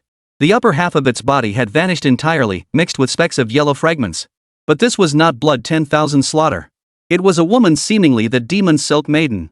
No wonder that piercing scream had echoed earlier. Question mark. Ling Changsheng scanned the area with his gaze. Thanks to his commanding vantage point, he quickly spotted Xinyue's location.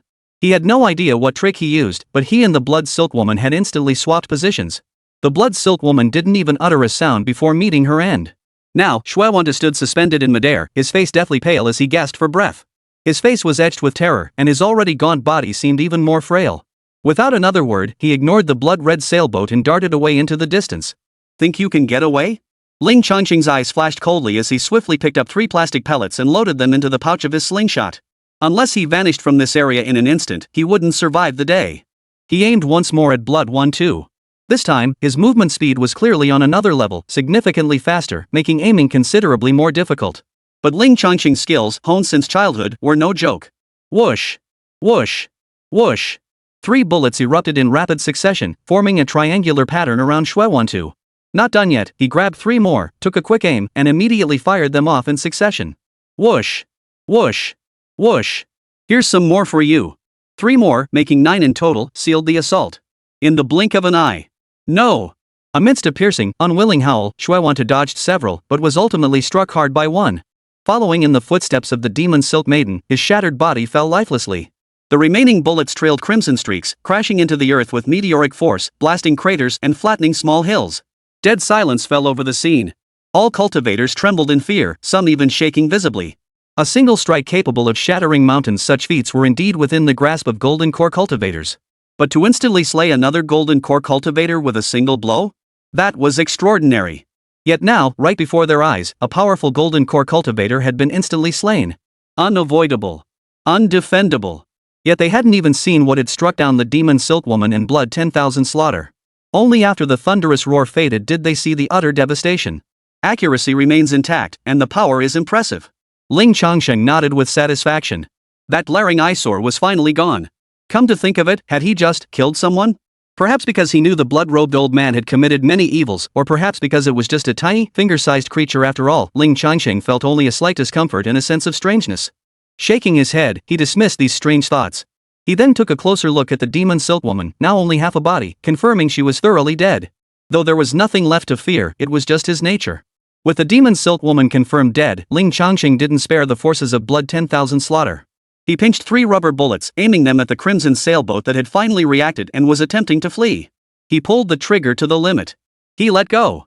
Whoosh! Whoosh! Whoosh! The rubber bullets plummeted from the sky, igniting fiery trails like a celestial conflagration. Even Blood Massacre couldn't evade them, let alone these cannon fodder. Boom! Boom! Boom! The sailboat instantly exploded, and every single disciple of the Pure Blood Holy Sect aboard was wiped out. Not a single one survived. Chapter 13, True Immortals Beyond the Heavens? Done. Ling Changsheng nodded with satisfaction, then turned his gaze toward Huabao. After all that commotion and delay, it was finally time. The flower bud had long since slowed its absorption of spiritual energy, now trembling gently. It seemed ready to bloom. Numerous eyes stared intently, yet dared not move, instead retreating. The corpses of Shuewantu and the demon silk maiden hadn't even cooled yet. Who would dare make a move? Ling Changsheng couldn't be bothered with them anymore. Watch if you must, but don't try to take it. Steal it, and you lose your life. After about 10 breaths, the petals trembled, slowly unfurling and blooming, radiating a dazzling light. At the core of the light sat a peach the size of a fingernail. The moment it bloomed, an enticing fragrance swiftly filled the air. Wherever it reached, the surrounding plants swayed and seemed to grow even more vibrant. The cultivators stared in awe, some even swallowing hard. It's finally bloomed. Ling Changsheng reached down, his hand moving straight for the tiny peach. To the cultivators watching, his hand remained invisible, and they sensed no movement whatsoever. Yet the very absence of movement only deepened their hesitation and dread. Could he be baiting them? Thus, under the weight of apprehension and the lingering shock, Ling Changsheng successfully claimed the peach. The cultivators watched helplessly as the peach was plucked by an invisible hand, then soared toward the heavens until it vanished from sight. What a pity, what a pity. Ah, what's meant to be mine will come to me, what's not meant to be mine is beyond my grasp. Forget it, forget it. Let's head back. What's the point? We're still alive without it. Let's get out of here. Who knows what mighty being sits cross-legged beyond the heavens? It's fine, it's fine. At worst, the parting gift for the fairy will surely move her. Too powerful, unmatched. What kind of master strategist is at work here? Once matters here are settled, this place will surely become extraordinary. The cultivators' despondent murmurs completely extinguished their resolve. Gazing at the peach tree with regret and a mix of awe and apprehension, they prepared to depart. Some sought to vent their frustration on the demon sect disciples. But as they turned, they realized the demon sect disciples had vanished without a trace. They'd vanished too quickly. After the peaches were plucked, they vanished without a trace, showing no lingering attachment whatsoever. Outside, Ling Changsheng, who had pulled a short all-nighter, was now wide awake. This peach, its unexpected emergence and the twists and turns of its acquisition. Thankfully he'd bought a pickup beforehand, otherwise he would have missed it. At least nothing major went wrong. But back to the matter at hand. The moment Ling Changsheng held the miniature peach, he was enveloped by its rich yet refreshingly sweet aroma, a fragrance that was both intense and utterly captivating. Suppressing his excitement, he examined it closely. Its shape resembled that of a normal peach, but its color was exceptionally fresh and vibrant. The white parts were like fresh milk, slightly translucent. The blush was cherry pink, the peach hue shimmering and exceptionally beautiful. People always rave about jade, jade like jade feet, jade feet, jade feet. But before this peach, all jade pales in comparison. Moreover, there is one crucial characteristic. This peach can be considered native to this land. Perhaps because of this, after being brought into the present world, it shows no signs of decay. Unlike items placed inside for refinement, it hasn't dissipated energy or withered. Should I eat it now? Ling Changsheng gazed at the small peach in his hand, hesitation rising in his heart. He hasn't cultivated any techniques yet. If he consumes it now, the vast majority of this peach's energy would inevitably dissipate. It was precisely this hesitant delay that alerted Ling Changsheng to the anomaly. Within the microcosm. Ah! At the summit of a mountain peak, Langxi's brows furrowed slightly as she let out a soft sigh. Then, her normally rosy complexion suddenly paled slightly before rapidly turning crimson. Master? A disciple beside her noticed something was amiss. Nothing to worry about. Langxi shook her head and ordered, prepare to return to the mountain. Oh, right. First, we'll stop by that small village. Understood, sect leader. The female disciple piloted the large flying sword beneath them toward the small village. They arrived swiftly. After landing, Langxi headed to a farmhouse, the very dwelling where Yang Xinyue resided. Earlier, she had sensed something unusual about the little girl Yang Xinyue. Previously, she hadn't had time to investigate further, but now was the perfect opportunity to take a closer look. Her snowflake protective formation had blocked any detection, so no one else had noticed. Before she could knock on the door, a couple, both visibly aged and weathered, opened the door with trembling hands. Immortal. Immortal lady. MHM. Ling Shi nodded and said softly, I've come to see your child. The couple froze for a moment, then their faces gradually lit up with joy. Could it be their daughter possessed innate talent for the immortal path? Please come in, please come in. The immortal lady, please enter. The middle-aged man excitedly stepped aside, then suddenly realized, no. You come out quickly to greet the immortal. The commotion had awakened young Xinyue. Her injuries had fully healed, and upon hearing her father's call, she hurried out. She looked up at Ling Shi, but her gaze quickly shifted elsewhere up toward the sky. An immortal. Such a magnificent immortal. Yang Xinyue's pupils contracted as she gasped in astonishment. Then, she swiftly closed her eyes, clearly realizing she must not look directly at Ling Changsheng. Ling Shi's face was filled with question marks. She couldn't help but look down at herself. She couldn't see her feet. But soon, she too grasped the meaning. Though young Xinyue had closed her eyes, the direction of her small face clearly wasn't toward her. Confused, she lifted her head to gaze at the sky. As the cultivators departed, night fell silent once more. The sky held only mist and the dazzling stars beyond, nothing else. She glanced at young Xinyue's parents. The two elders were equally baffled. Little girl, what are you talking about? Why are your eyes closed? Ling Shi couldn't help but frown and ask. Yang Xinyue, her eyes still closed, replied, Immortals. Such magnificent immortals. In the heavens. I can't look at them, it's too dazzling. Ling Shi pondered, his mind racing with possibilities. Could it be that powerful being who intervened in the basin and took the heavenly treasure? In the sky. I can't even see it. Could it be beyond the heavens? Whoosh!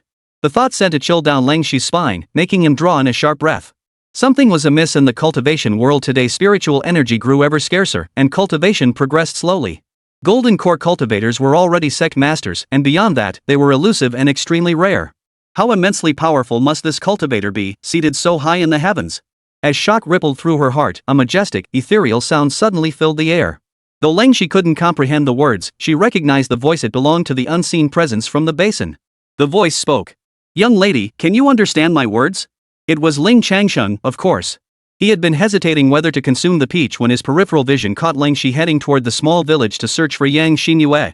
This piqued Ling Changsheng's curiosity. Seeing Yang Xinyue emerge and confirming once more that she could see him. Having long awaited the girl's awakening to test whether communication was possible, he naturally acted immediately. But the little girl, Yang Xinyue, was acting a bit strange. She didn't say she didn't understand, but she wasn't bewildered either. Instead, she furrowed her tiny brow, looking deep in thought. Ling Changsheng stood at a distance and lacked any perceptive abilities. Yet, before Yang Xinyue, Ling Shi's expression abruptly changed. Chapter 14, the cultivation method, finally in hand. Something's wrong. Something was very, very wrong. Ling Shi's heartbeat nearly skipped a beat. Beneath the formidable power of the Golden Core realm, she sensed an arcane and mysterious aura emerging. It emanated from Yang Xinyue. This aura was the Tao. The essence of laws, the essence of the Great Way.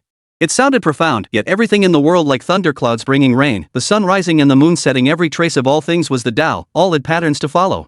Yet for it to manifest in a little girl was still utterly beyond comprehension. Yet this aura did not linger long. After 2 or 3 breaths, it vanished. Ling Shi even wondered if his spiritual perception had failed him. It couldn't be an illusion. This little girl was definitely no ordinary child. What connection could she possibly have with the immortal she mentioned in the heavens? Ling Shi's thoughts churned wildly, yet she said nothing, merely standing there with a frown. The celestial being from beyond the heavens was speaking. Who knew what it meant or what purpose it served? Just as the Tao energy Ling Shi sense dissipated, the confusion vanished from young Xinyue's face. Nodding her little head, she said, Immortal, I understand. She truly understood. Though it was sudden and somewhat perplexing, Ling Changsheng couldn't suppress his excitement. Observing Ling Shi standing silently nearby, appearing somewhat dazed, Ling Changsheng instantly conceived a method to acquire cultivation techniques. He swiftly rummaged through the refrigerator, finally plucking 5 grapes at random. Judging by Ling Shi's demeanor, she must be ice attributed. Grapes are considered cold in traditional Chinese medicine theory. Well, who knows if it'll work? But nothing ventured, nothing gained. He hoped it would entice Ling Shi. He hurried to the box, placed the grapes inside, and set it right before Ling Shi, Yang Xinyue, and the others. Question mark. When the grapes suddenly appeared, everyone looked utterly confused. What is this? It looks like grapes? So big. Ordinary people like Yang Xinyue merely thought the grape was unusually large. But Ling Shi, his disciples, and the other cultivators noticed something different. They could all sense the surging energy contained within these grapes, each as large as a human head. Not only that, the grapes began to transform. The vital energy of heaven and earth was drawn in vast quantities, sinking into the grapes. The emerald grapes emitted a luminous glow, and their crisp, fruity fragrance wafted through the air. Merely catching a whiff of the fragrance stirred the spiritual energy within one's body. This fluctuation. So the spiritual energy ripples appearing throughout the mountain range were caused by that great being from beyond the heavens. Ling Xi's previously composed expression cracked. Her eyes widened, and her tightly pursed lips parted. The remaining disciples could all see it too, their realizations dawning. At that moment, aside from the ordinary villagers who remained oblivious, every cultivator present was stunned, their faces pale with shock as they sucked in cold air. Who could have imagined that the very thing sparking the fierce competition among all factions, the object coveted by the righteous, demonic, and demonic paths alike, was man-made? It smells so good. Amidst the ensuing silence, it was the young and inexperienced young Xinyue who broke the stillness. Her face lit up with a greedy expression as she swallowed her saliva. Adorable. Ling Changsheng smiled softly, lowering his voice. Little girl, open your eyes. Ha! To everyone's surprise, young Xinyue gasped, Immortal, my eyes hurt so much. Seeing her still tilting her head back as she spoke, Ling Changsheng found himself both amused and exasperated. Lower your head, open your eyes, and don't look up. Ling Changsheng could only instruct her thus. Okay. Yang Xinyue obediently lowered her head. When she opened her eyes again, they widened in astonishment, her face filled with confusion and bewilderment. So big, so many, they looked so beautiful, smelled so sweet she wanted to eat them. Her little face was a map of pure desire. Seeing this, Ling Changsheng felt a surge of affection and said, You may take two. Do with them as you wish. As for the rest, I need you to convey a message to the woman beside you. I wish to exchange items with her. Yes. Just tell me, Immortal. Xinyue will deliver the message perfectly. Yang Xinyue's eyes sparkled as she nodded eagerly. Listen carefully. You must tell her exactly this. Soon, Yang Xinyue relayed Ling Changsheng's words. Fairy sister, the Immortal from the heavens says he wants to trade something with you. Ling Xi, huh? Yang Xinyue walked over to the grapes that had ascended to the heavens, reaching out to gesture. The Immortal says he can give Fairy Sister 3. Ling Xi, ah. And what they want in exchange is cultivation techniques. Yang Xinyue finished speaking, blinking her eyes as she watched the stunned Ling Xi. She thought to herself, this sister is truly beautiful, and so much fun. She was so cold-faced just moments ago, yet now she's completely spaced out. How fascinating. Ling Xi, huh? After several consecutive AHS, Ling Xi was genuinely bewildered. A cultivator of that caliber actually wants to trade with me, a mere golden core cultivator? And trade cultivation techniques? Unfathomable. Truly unfathomable. Cultivation methods are the very foundation of the path. How could such a being possibly lack the most fundamental element of cultivation? No matter how she pondered it, she couldn't make sense of it. But it didn't matter. This deal was too good to pass up. Coldstream recognized these items before her. Grapes.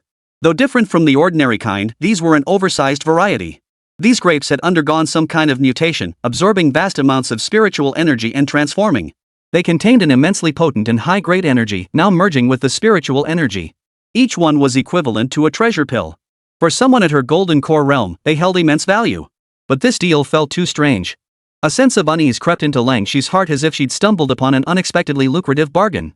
Could the great power from beyond the heavens have some sinister plan for this world? But quickly, upon second thought, she realized there seemed to be absolutely no need for such a thing. That being possessed terrifying power even without a transaction, outright plundering would pose no difficulty whatsoever. Thus, though still perplexed, Ling Xi nodded. Agreed. I'll exchange. What kind of cultivation method does that immortal require? Ling Changsheng, unsure how to differentiate them, simply replied, the finest cultivation method and the most potent combat technique. After Yang Xinyue relayed the message, Ling Xi pondered briefly. Thoughts swirled within her mind. After a moment, the jade ring on her wrist flashed with light, revealing 3 palm-sized jade fragments. A woman beside her suddenly gasped in alarm, Master, this is unthinkable. Clearly, whatever Ling Xi had produced was of immense value and preciousness. No need to say more. I have my reasons. Ling Xi shook her head, cutting her off. This exchange involved more than just the 3 large grapes. There were other intentions at play. If she could establish a favorable relationship with this mysterious powerhouse, perhaps it could resolve that matter. Pausing his wandering thoughts, Ling Xi addressed young Xinyue, young lady, please convey my message. Yang Xinyue blinked her eyes and said, no needy mortals can understand what fairy sisters say directly. Fine then. Unexpected, yet somehow fitting. Then, Ling Xi focused her voice into a single thread, shielding it from those present, and directed it toward the heavens with all her might, reaching as high as she could. Chapter 15, I made it. Her voice drifted upward, reaching the heavens. Unknown Venerable, these 3 jade fragments contain cultivation techniques. One is the foundational scripture of our sect, the Tai Frost Heaven chapter. In secular rankings, it is rated as a heaven-grade lower-tier technique, the finest cultivation method in my possession. Currently, I possess only the techniques up to the Golden Core realm. Should the revered one deem them worthy, you may journey 1,000 li westward to a place called Xianbing Immortal Mountain to seek me out and obtain them. The second is its companion combat manual, the Frost Heaven Combat Treasure Techniques Collection, also ranked as Heaven Grade, lower tier. It records a total of 81 treasure techniques, each possessing extraordinary power. The third is a collection of minor techniques and insights I've gathered and developed myself, which I've named 100 Minor Miscellaneous Arts. It holds no specific grade. With these 3 jade tablets, your reverence need only connect them with your spiritual perception to access their entirety. With that, Ling Shi propelled the 3 jade tablets toward the heavens with his spiritual energy. As they reached the air, an intangible force enveloped them. Almost instantly, his spiritual energy was extinguished, severing the connection entirely. The 3 jade fragments vanished as well. How powerful! Ling Shi's expression remained composed, though his pupils contracted and his heart stirred with turmoil. Though it wasn't a direct clash, it offered a glimpse of the beast's power. Without warning, he had severed her control over her spiritual energy in an instant. He had taken the jade pieces right before her eyes, yet she hadn't sensed any fluctuations in spiritual energy. It was incomprehensible. How could this be done without any spiritual energy fluctuations? This mysterious powerhouse was truly formidable. The immortal has left, vanished, fairy sister, Yang Xinyue suddenly said as her heart raced. Then, she excitedly scooped up a great cluster larger than her own little head. Clearly, her craving was too strong to resist. Ling Shi watched the excited little girl, lost in thought. The thought of taking her as a disciple began to take root in his mind. This little girl, living in a place barren of spiritual energy, had resulted in her innate talent being rather ordinary. Yet for some reason, something extraordinary had already begun to manifest within her. Moreover, she could see and communicate with immortals from beyond the heavens. Some of the thoughts in her heart might require the aid of those immortals. Master, shall we return now? After waiting a moment, the disciple beside him asked when Ling Shi still showed no response. No. Ling Shi shook his head slightly and spoke slowly. You may return to the mountain first. I shall remain here for the time being. I have my own plans. Outside the box, Ling Changsheng had lost all interest in the affairs within the microcosm.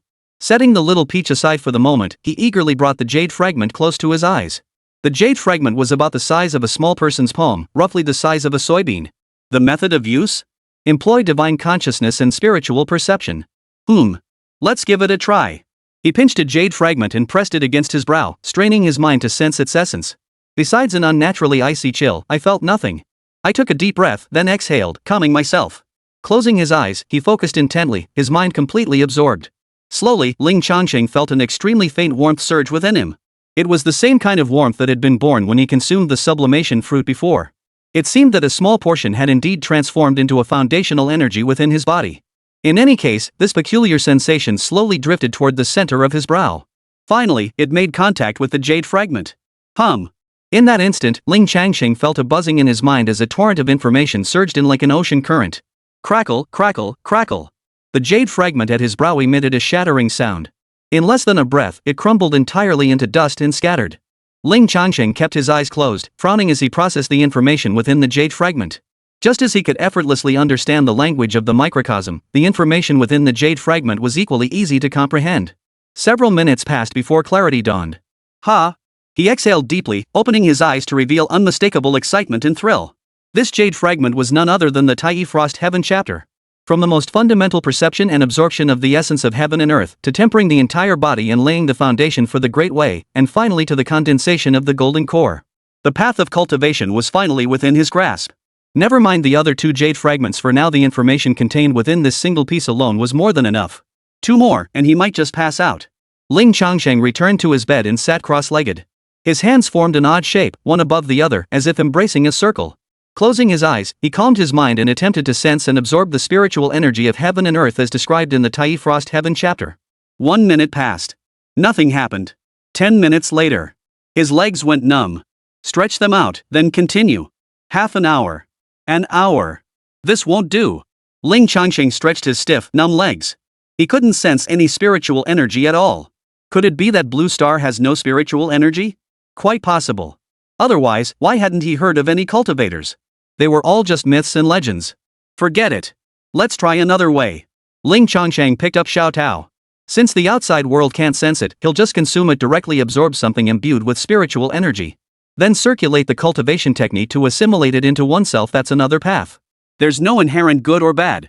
Besides, even if there were, one must first address the question of availability before worrying about quality. Ah! Xiao Tao was perfectly smooth, devoid of any fuzz. Ling Changsheng tossed it straight into his mouth, holding off on swallowing for now. The moment it touched his tongue, his taste buds instantly detected an intense, sweet fragrance. He felt a surge of energy begin to release, as if he were holding a warm jade in the shape of a peach. This warm current spread spontaneously, and with each passing sensation, Ling Changsheng felt a wave of comfort. Gulp! Though his stomach wasn't hungry, it made a sound. Saliva flowed abundantly, as if every instinct in his body yearned for more. He quelled distracting thoughts, returning to his previous state. He concentrated his spirit, carefully sensing the warm current and guiding it with his will. This was an incredibly difficult task. It was like trying to grasp a puff of air with your mind utterly devoid of feedback or tangible sensation. But, strangely, the moment Ling Changsheng began, he sensed his intent subtly connecting to something light and ethereal, like mist or cloud. Am I some kind of genius? The thought flashed through his mind, but Ling Changsheng quickly suppressed it and pressed on. He guided his consciousness, pulling this cloud-like mass to descend slowly into his lungs. In cultivation texts, this step is called inhaling qi, entering the lungs. The next task was to circulate the energy through his spiritual veins, using his lungs as the center. Using his body as a great furnace, he refined the spiritual energy, merging it with his own being. This step is called tempering the spirit, entering the inner furnace. The cultivation method provides a detailed circulation path for this step, with precise annotations of the spiritual meridians. But to be honest, Ling Changsheng wasn't entirely confident. After all, do spiritual veins truly exist within the human body? And if they do, could they possibly be comparable to that miniature world? But there was no time for such doubts now. Gritting his teeth, Ling Changsheng guided the ethereal mist with his intent and stepped out of his lungs. Ugh! An immediate, stabbing pain shot through his lungs, causing him to involuntarily suck in a sharp breath. Despite the agony, Ling Changsheng pressed on, sensing something unusual. The mist had precisely entered a place that felt like a passageway. It was highly unusual. That stinging sensation felt more like a blockage being forcibly broken through. No time to think, grit his teeth and push on. Soon, sweat drenched his entire body, and his limbs trembled slightly. With every inch the spiritual mist advanced along the meridian, excruciating, tearing pain surged through him. Had it not been for sheer willpower, had it not been for the constant warning of his liver cancer, Ling Changsheng would have found it nearly impossible to endure. Time ticked by, bit by bit. Half an hour later, Ling Changsheng finally opened the last acupoint. Spiritual energy now flowed unimpeded through his body. Though the channels were narrow and the flow slow, it had indeed completed a full cycle. The stabbing pain from opening the spiritual veins gradually eased as the energy circulated. But it wasn't over yet. The final step, channeling it into the Dantian. Known as Spirit Return, entering the Dan Palace. If all went according to plan, the Dantian would likely undergo its own opening pain. Guided by Ling Changsheng, as the refined strand of spiritual energy entered the Dantian, an intense pain erupted just as expected. In that instant, Ling Changsheng felt as though a firecracker had exploded inside his stomach. Immediately after came the excruciatingly intense burning pain of consuming that death-defyingly spicy dish. Fortunately, the spiritual energy had finally been refined. And it was ice-attributed spiritual energy. With a single thought, that solitary strand of energy began circulating endlessly within his Dantian. A chill emerged, and the intense agony began to subside. A cool, refreshing chill spread throughout his body, not cold, but invigoratingly refreshing. So refreshing, in fact, that his heart brimmed with bliss. Every ounce of pain felt worthwhile. Thud! Ling Changsheng collapsed onto the bed, gasping for breath. Beads of cold sweat formed on his body. Exhausted, yet Ling Changsheng's eyes still shone brightly. I did it! I succeeded! Ling Changsheng murmured silently to himself. Finally, it was done. The path of cultivation, the first step, had been taken. After resting for a moment, he continued. The spiritual energy contained within the peach hadn't been fully absorbed yet. The hardest part is always the beginning. Having completed the process of opening the spiritual vein, refining the spirit, and finally entering the Dantian, he now retraced the steps. The speed was greatly accelerated, and there was no discomfort whatsoever. This house has no air conditioning on hot days, one must endure the heat.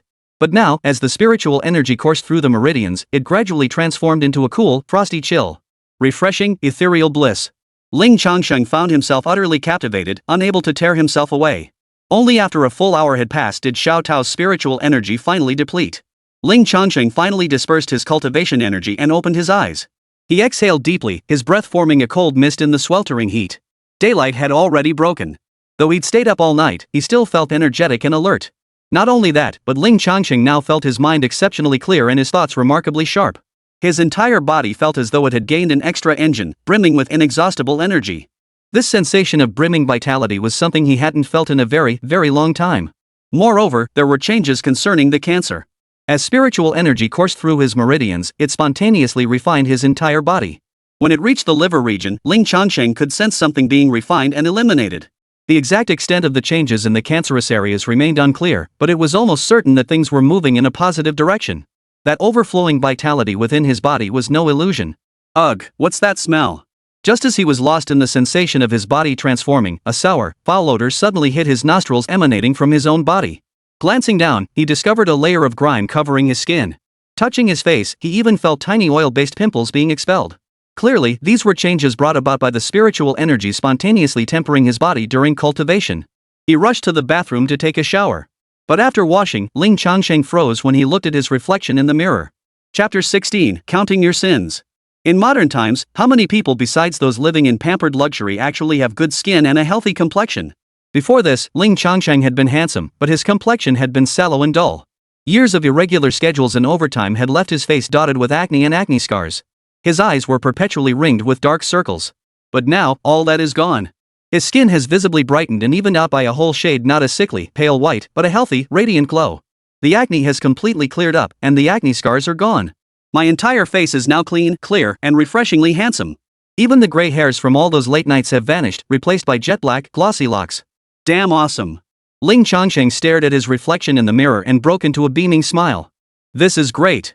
He put on his clothes and decided to test his newfound power. He picked up a hardcover book and channeled his spiritual energy. Rip! The hardcover book, half a palm thick, was effortlessly torn in two.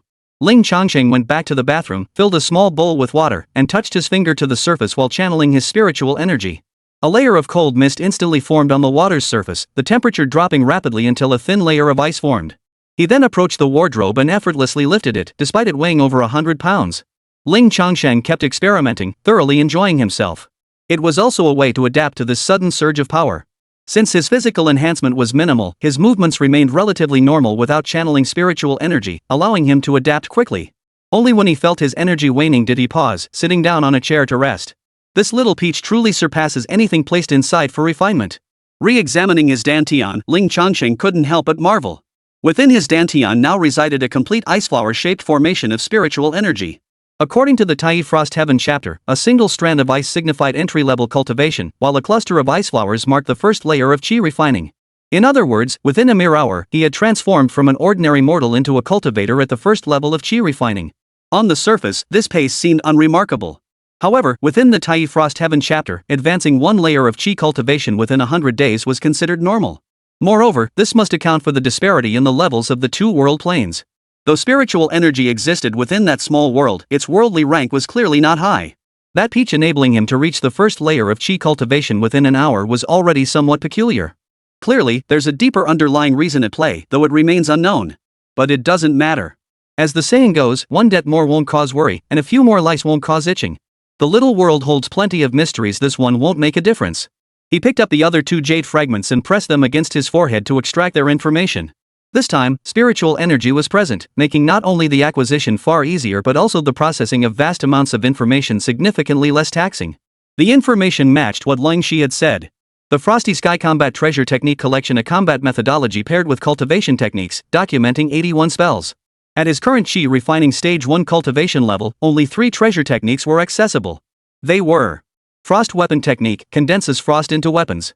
Instant Freezing, freezes targets or areas, with the area's size fluctuating based on spiritual energy and cultivation level. If powerful enough, freezing 1,000 miles is no problem. Ice Crystal Defense, a defensive technique that crystallizes ice flowers to block and resist attacks. These 3 are relatively easy to master at qi cultivation stage 1, with sufficient spiritual energy to fully utilize them. More advanced techniques aren't impossible to learn, but one might lack sufficient spiritual energy to unleash them. Ling Changsheng wasn't in a hurry. After all, in the real world, he likely wouldn't need to resort to such methods. Continue. The 100 minor arts contained a hodgepodge of small spells: purification, water condensation, swift movement, and so on. It also contained numerous cultivation fundamentals and experiential insights. Though diverse, it was comprehensive, perfect for Ling Changsheng, who had only scratched the surface of cultivation. Once he'd absorbed it all, he was done. He intended to rest, but dawn had broken and he felt refreshed. He decided to head downstairs for breakfast instead. Honestly, he was ravenous. It seemed that during his cultivation, he had not only consumed the peaches but also drained his own energy reserves. Before leaving, he glanced at the box. A quick scan revealed nothing out of the ordinary, no incidents, no anomalies. Relax and head out. Just 2 steps down, I bumped into a woman in her 40s opening her door. The owner of this building, Ling Changsheng's landlord. Good morning, I greeted her upon seeing her.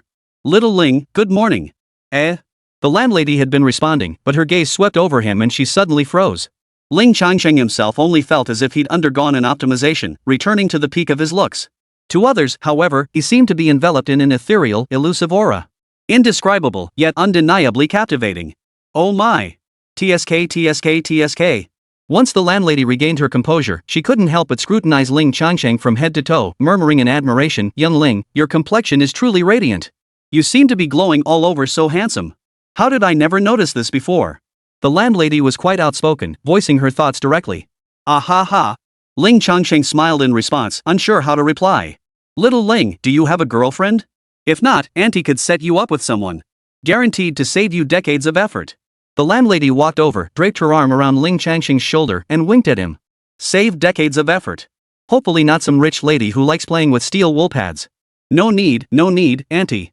I'm off to grab breakfast. Gotta run. Ling Changsheng's eyebrow twitched as he gave an awkward smile and shook his head. Without waiting for the landlady to respond, he quickened his pace down the stairs.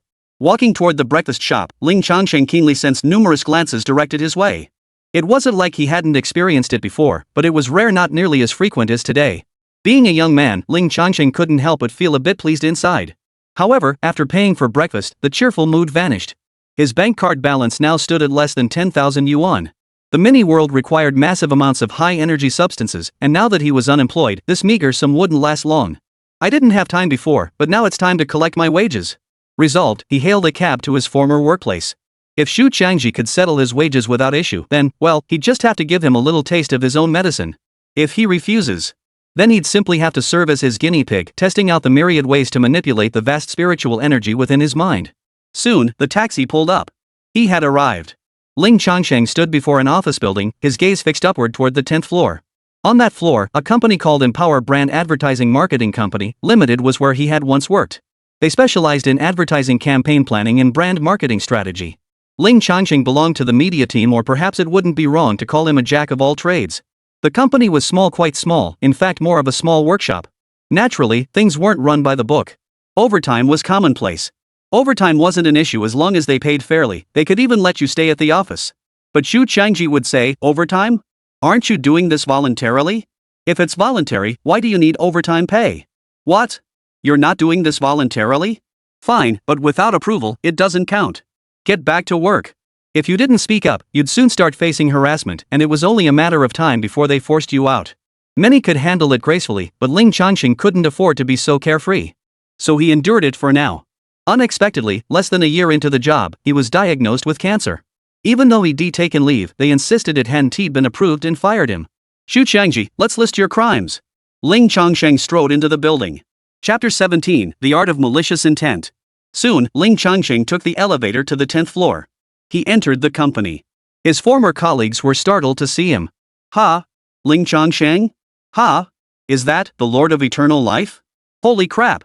Ling Changsheng, it's only been a few days, did you go get plastic surgery? No. It's still the same face, but something feels so different. Wow. Changsheng, how did you suddenly get so handsome? Some familiar colleagues were joking about Ling Changsheng's name, while female colleagues' eyes sparkled.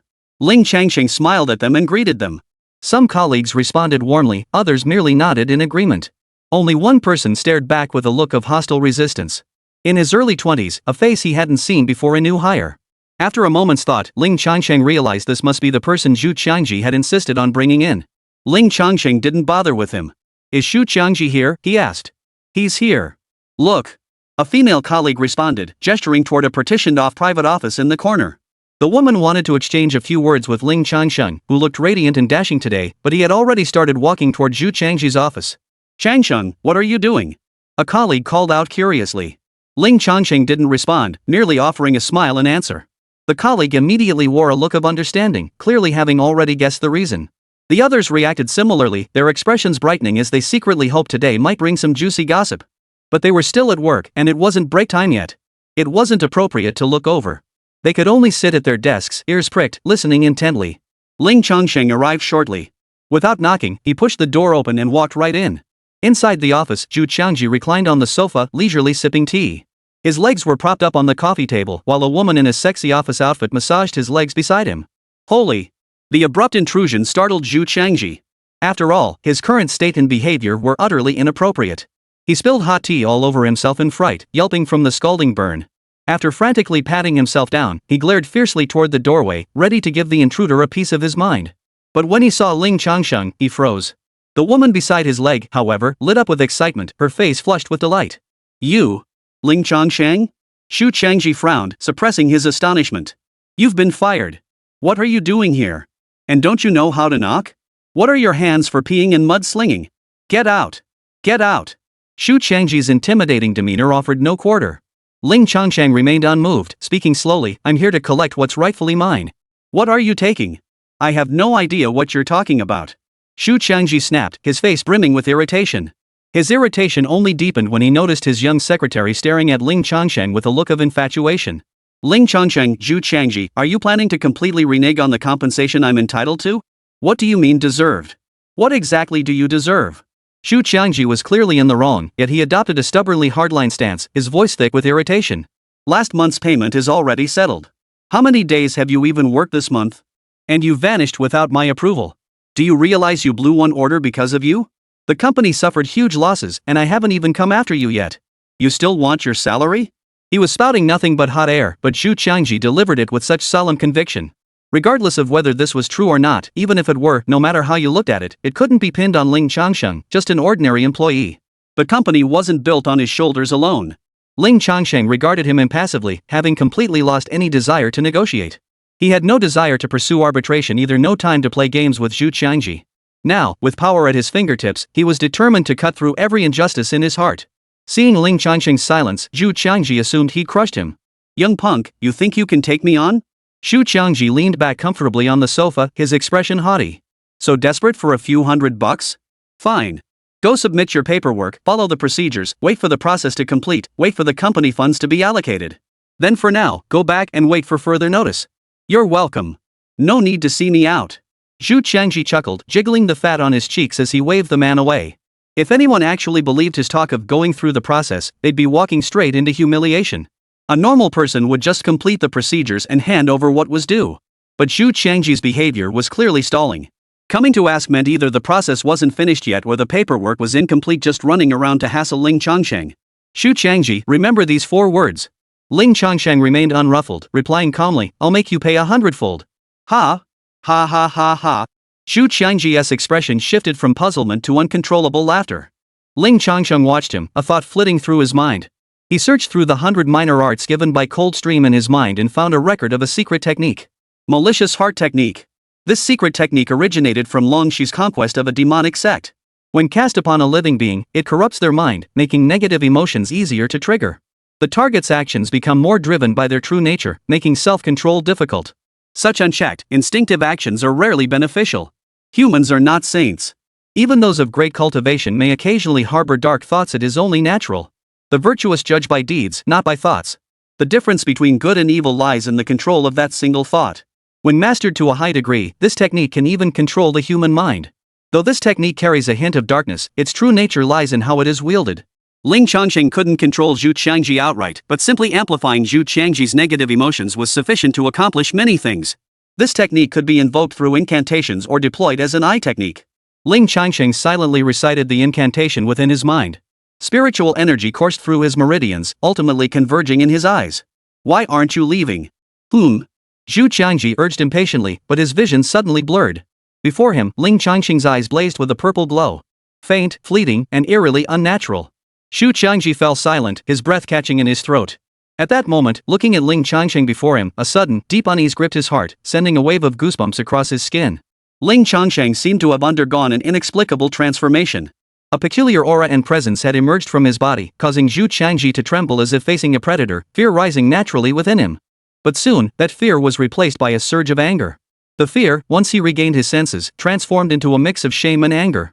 The earlier pleasure of effortlessly handling a young upstart turned into extreme impatience upon seeing Ling Changsheng still standing there. Then, as he stared at Ling Changsheng's face, it evolved into envy and jealousy.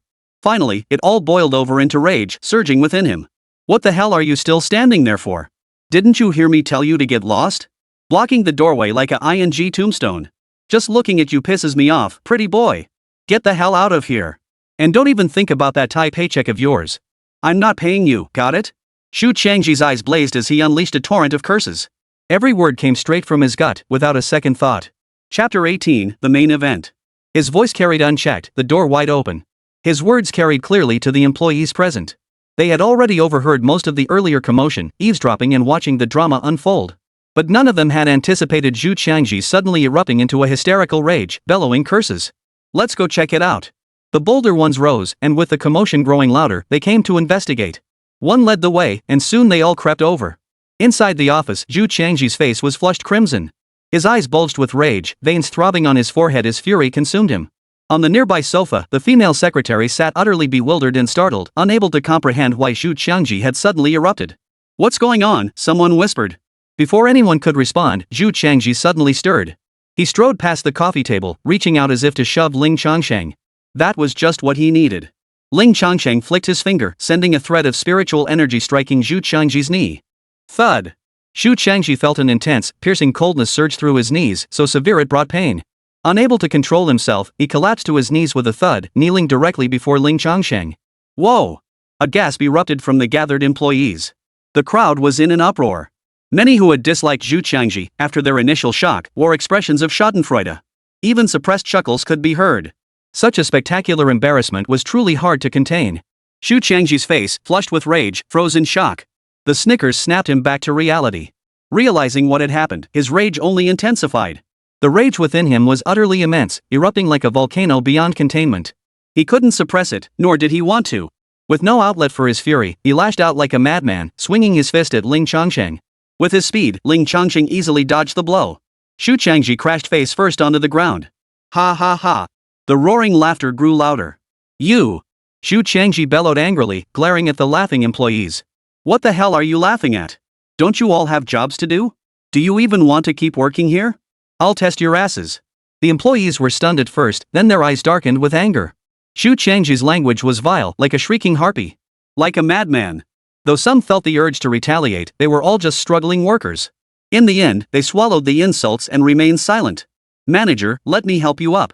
The secretary came to help Xu Changji up. Uncle. Supervisor, are you okay?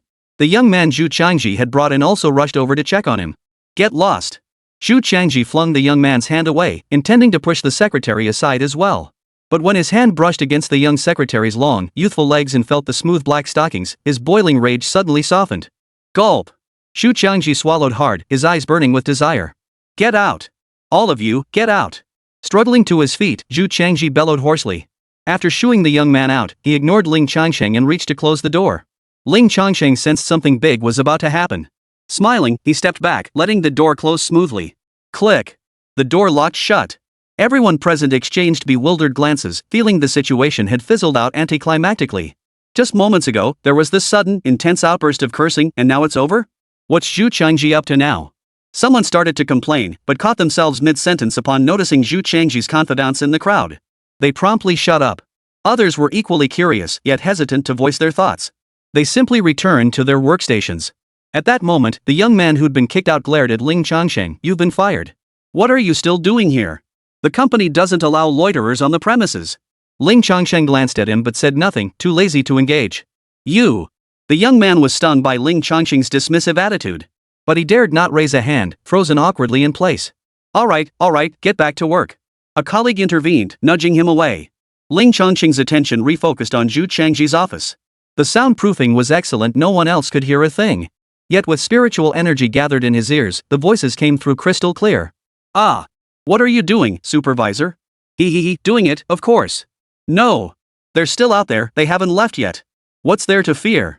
This partition is one way, and the soundproofing is top-notch. Even if you scream your lungs out, they won't hear a thing. Besides, doesn't that make it even more thrilling? Ah. Mum. TSK. Ling Changsheng couldn't help but chuckle inwardly. This was his first time using the malicious heart technique. Given his mastery of the art, he truly hadn't expected such remarkable results. It could only mean that Zhu Qiangji was someone whose negative emotions were more dominant and held greater sway. The malicious mind technique nearly suppressed Zhu Qiangji's already scarce rationality. As for Ling Changsheng, he intended to fan the flames. He extended his spiritual energy, flicked inside the lock cylinder, then gave it a gentle push. Click! The tightly shut door opened a crack. The airtight soundproofing instantly failed, letting out the sultry sounds of passion from within. Zhu Qiangji's pent-up rage transformed into a savage fury. The scene was bold, wild, and thrilling.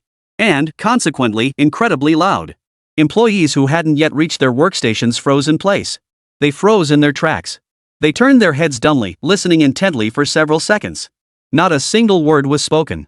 They exchanged bewildered glances, then their expressions quickly became a riot of emotions. Shock, curiosity, gossip, awkwardness, excitement, you name it. For now, it was awkward. No one knew whether to step closer for a better view or what to do. Even Zhu Qiangji's trusted young aide froze, hesitating to step forward and knock on the door. He could only pull out his phone to call, but Zhu Qiangji let the ringtone play endlessly, refusing to answer. After listening for over 10 seconds, he couldn't sit still anymore. This was utterly absurd and unbearably awkward. How could anyone work under these circumstances? And Ling Changsheng had made his move again. But ordinary employees overhearing it wasn't enough. Within the 100 minor arts, there existed an amplification spell named sound transmission. A straightforward and clear name. Its ability was to amplify sounds utterly straightforward. After a few attempts, he succeeded. Ling Changsheng projected his voice to the depths of this level where the boss resided. That distinctive, syrupy voice carried remarkable clarity and penetrating power. Even amidst a cacophony of noise, it remained as clear as a firefly in the night. Coupled with Ling Changsheng's use of the sound transmission technique, it soon. In the lavishly decorated reception room, a middle-aged man sat across a tea table from a woman in her early 30s, both dressed and bearing serious expressions. They were engaged in lively discussion, negotiating plans, and exploring collaborations. In a moment of silence between their words, both heard faint moans. What's that sound? The middle-aged man's expression shifted slightly. Though he hadn't quite caught the words, a sense of foreboding rose within him. Smiling, he said, "Mr. Liu, please wait here a moment. I'll go check." "No need. Let's go together. It'll give me a chance to learn more about your company." The woman rose to follow. Though neither could make out the words, both sensed something was terribly wrong. Chapter 19, if you say 100-fold repayment, not even one less. Ah, well. What? Is that a problem? Sure. Of course it's fine. Xinyue could only smile and welcome him, boasting, "Mr. Liu, I'm not bragging, but though our company isn't large yet and is still expanding, but. Xinyue trailed off, his mind going blank. That delicate cry made his head buzz. That voice. That voice? Holy. Who's watching porn at the office? Turn off the sound immediately. The woman's brows furrowed tightly, her expression far from pleasant. This. Come on, Mr. Chow, let's see what your company looks like. All right. Xinyue forced a bitter smile, gritted his teeth, and reluctantly led the way. Soon. The flustered crowd watched as two figures approached. On the right was Xinyue, looking around 50, the owner of this advertising company. Ling Changsheng recognized him, of course his name was Xinyue. His character was unknown, as Xinyue rarely came by, and when he did, it was to discuss business with Zhu Qiangji. But judging by how he indulged and tolerated Zhu Qiangji, his character couldn't be much better. On the left was a woman in her 40s, whom he didn't recognize. She was likely a client here for negotiations. Great. Things just got more interesting. The two pushed open the door and stepped inside. Before they could speak, a voice rang out. "I'll kill you. Manager, you're amazing." Xinyue froze in place. Dazed, his face filled with bewildered disbelief. Just moments ago, he'd heard faint sounds and assumed someone was watching videos. But this? Holy, a live drill? In an instant, Xinyue's face turned dark and sullen. Rage visibly piled up, his eyes turning red. The stern-faced woman, however, remained coldly indifferent. "I have other matters to attend to, Xinyue. We'll discuss the advertising campaign another time." Without giving Xinyue a chance to stop her or explain, she turned and walked away. With such an incident occurring at the company, staying any longer would be unbearably awkward. And a company like this. TSK, an incident like this during work hours. With such sloppy management, how much real capability could they possibly have? Hey! Mr. Liu. Xinyue chased after him for a few steps but couldn't persuade him to stay. Then he returned, face ashen, eyes blazing with fury. He practically ran to Zhu Qiangji's office door. All composure gone, he delivered a powerful kick. Crash! The door slammed hard against the wall, reverberating with a thunderous crash. Inside, the two men piled on the sofa were startled awake. Holy! Zhu Qiangji shuddered violently before letting out a startled cry. "Aha!" The secretary shrieked, covering her face with both hands. Damn it! Xiao Liye cursed out loud, furious beyond words. Zhu Changji, you're asking for it. Having sex in broad daylight, and you didn't even close the door? Fine. Fine. Fine. Xiao Liyue trembled all over with rage. This sort of thing wasn't uncommon, he did it too. But he always kept the door shut. You bastard, not even closing the door, disgusting, absolutely disgusting. And it just so happened a major client was here to discuss business. The client walked right out. Especially since that client had extensive connections. This kind of thing is bound to become a laughingstock. Xiao Liyue didn't even need Ling Changsheng to use his mind-corrupting technique, he was already boiling over with rage. Ah. B boss. How could you? Zhu Qiangji was also dumbfounded and flustered. You what the hell are you talking about? Xiao Liye continued his tirade, you've got some nerve. Knowing I was bringing a client today, you still dared to do this and didn't even close the door. Nice try, huh? Trying to get my attention, are you? Xiao Liye strode over to Zhu Qiangji, who was still sprawled on top of the secretary. Unable to contain his rage, he delivered a hard kick to Zhu Qiangji's body. Get the hell up! Stunned by the kick, Zhu Qiangji's panic quickly gave way to rising fury. Get up now and get out. You're fired. Xiao Liyue roared. Fired? Yes. Now. Immediately. Get out of my company. Off. Zhu Qiangji muttered under his breath before erupting, off my ass. Can you be civil for once? Speak properly, for s sake. I've had it with you for ages. Firing me? I'm the one firing you. If I quit, I quit. Get out. I need to get dressed. You. Xiao Liye was stunned into silence by the barrage of curses. Pointing at Zhu Qiangji, his face flushed pale, unable to utter a word. Humph. Zhu Qiangji was utterly arrogant and defiant. Get the hell out already. What, you wanna dress me yourself? Damn it. I've been too lenient with you. Xiao Liyue completely lost it, abandoning all pretense of composure as he erupted in fury. He lunged forward, landing a straight punch squarely on Zhu Qiangji's face. You bastard. How dare you hit me? Under the influence of the malicious intent technique, Zhu Qiangji felt no need to suppress his true nature. How could he possibly tolerate this? He sprang up from the young secretary and countered with a punch of his own. Thud thud thud. Boom, boom, boom. The two began wrestling fiercely. The employees who had been hesitant to come over for a look now swarmed over in droves. Holy! Holy! This! The moment they saw the scene, gasps and exclamations erupted non-stop. Everyone was utterly stunned. Today's drama was truly mind-blowing. After a moment of stunned silence, people rushed to break up the fight. A female colleague handed some clothes to the secretary crouched nearby to cover herself. Don't hold me back. I've had it with this Xiao Liye for ages, I'll beat him to death. You wanna beat me to death? Fine. Zhu Qiangji, you've forgotten who pulled you up by the collar, haven't you? Promoted me? Don't think I don't know you got me in bed with that from my family, that's why you put me in this position. You. The two men exchanged blows while hurling insults at each other. They were hard to separate. Some even got hit by Zhu Qiangji's two punches. The chaos instantly escalated. First, Zhu Qiangji had started cursing him out for no reason, insulting his family. Now, while trying to break up the fight, he got punched a few times. He couldn't hold back anymore. Suddenly, someone slipped in a few punches to Zhu Qiangji while trying to break up the fight, sending him howling in pain. After several minutes of this back and forth, they were finally pulled apart. Zhu Qiangji's face was red and swollen from the beating, and he was still half naked, looking utterly miserable. Yet he stood there defiantly, puffed up with pride, convinced he'd won big. Hiss. Ha! Hiss. Ha! Xiao Liye gasped for breath, looking so enraged he might have a heart attack. Get out.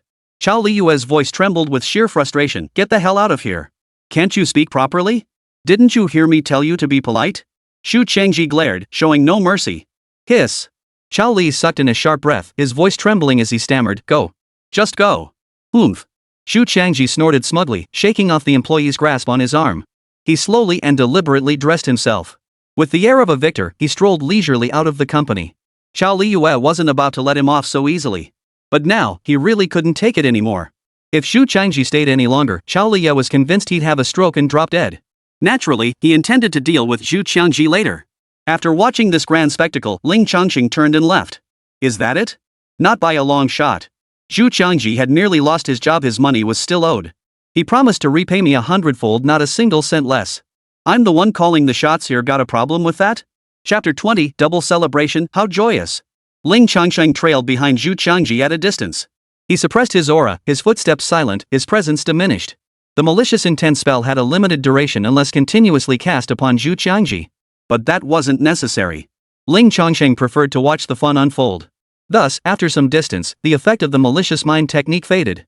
Zhu Qiangji's suppressed rationality gradually resurfaced. His leisurely stride slowed, and the arrogant smirk faded from his face. Standing still by the roadside, Zhu Qiangji's expression shifted constantly. Confusion, bewilderment, shock. He muttered to himself, cursing the boss, openly trading cryptocurrency. The company's contracts are gone. I've been fired. What the hell have I done? A sudden, furious shout erupted as Zhu Qiangji raised his hand and slapped himself hard across the face. A red, swollen handprint quickly appeared, clearly showing his deep regret. Zhu Qiangji felt like he was about to crack open, questioning his entire existence. He questioned whether his brain had malfunctioned, driving him to commit these utterly absurd acts. Damn it! It's all that pretty boy Ling Changsheng's fault. It's all because he showed up that this whole mess started. Zhu Qiangji was both panicked and furious. With nowhere to vent his fury, he blamed Ling Changsheng. And you know what? He wasn't exactly wrong. What do I do? What do I do? After a tirade of curses, Zhu Qiangji paced frantically in circles. Unable to think of a solution, he decided to call Chao Liye first to apologize. Beep. The call was hung up after just one ring. When he tried again, it went straight to voicemail. Blocked. How could I have done something like this? Damn it! Zhu Qiangji cursed under his breath again, furious and distraught, thinking to himself that he was finished. His job was definitely gone. In fact, he'd never be able to work in this industry again. After getting into such a fight with Chao Liye, the dismissal reason would surely be written as harshly as possible. How was he supposed to find another job now? And at 50-something, finding work would be even harder.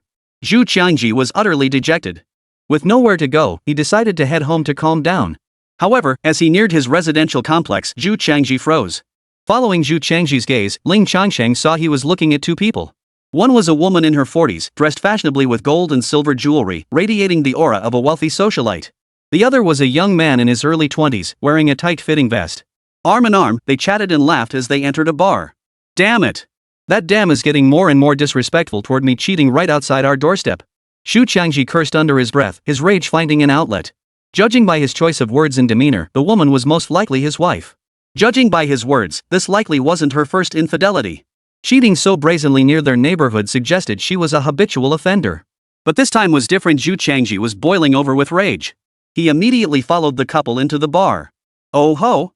Watching this unfold, Ling Changsheng chuckled inwardly. Wasn't this a double blessing?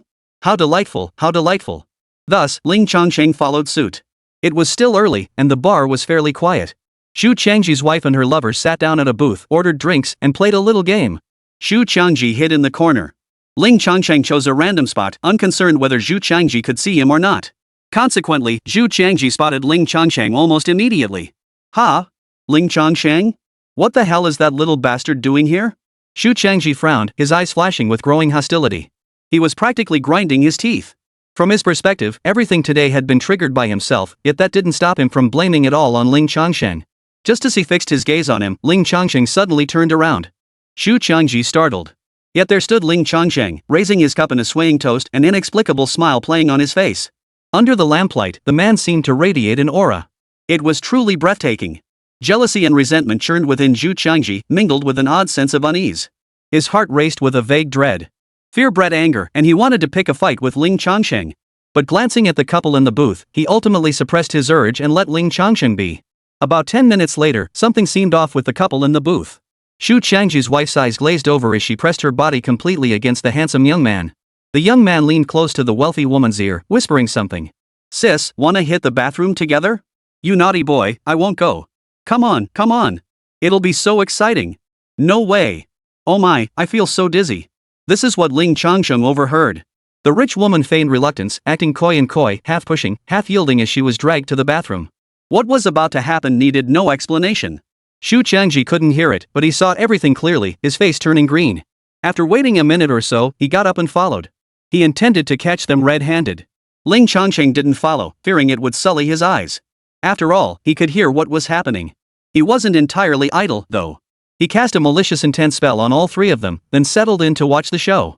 Soon, a clanging sound echoed. Clang! The bathroom door was kicked open, followed by two shrieks. Immediately after, Zhu Qiangji's furious voice bellowed, Zhang Tsuilan. You! You! Cheating on me behind my back? I'll kill you today. Bang! Bang! Bang! Boom! Boom! Thud! The sound of a fight erupted. Inside the bathroom, all three had their rationality suppressed by the malicious mind technique. As soon as Zhu Qiangji entered, he kicked the door open, cursed furiously, and immediately swung his fists. But what could he do? His fat, bloated body was no match for the young, strong man. To make matters worse, even his own wife joined in, beating him alongside her lover. Before long, Zhu Qiangji was pounded to the floor, his hands and legs bound with his own clothes, left only to groan on the ground. The two naked figures looked extremely displeased. Zhu Qiangji's wife, Zhang Suilan, had long been emotionally estranged from him, each pursuing their own affairs. Because they had a son, they never made it official, preserving a last shred of dignity for each other. Now that everything was exposed, they had to face reality, and it wasn't going to be easy. Zhang Suilan's lover didn't need to think about how to handle the situation. After beating Zhu Qiangji, he surveyed the scene and grew even more arrogant. This is the X something's X something. This is ing awesome. Anyway, the bathroom door was shut tight when Zhu Qiangji came and he even locked it. What the hell was there to fear? So he said, "Sis, ignore him. Let's keep going." Zhang Suilan watched Zhu Qiangji's relentless tirade, her own anger boiling over. And so, spurred on by all sides, "Let's keep going."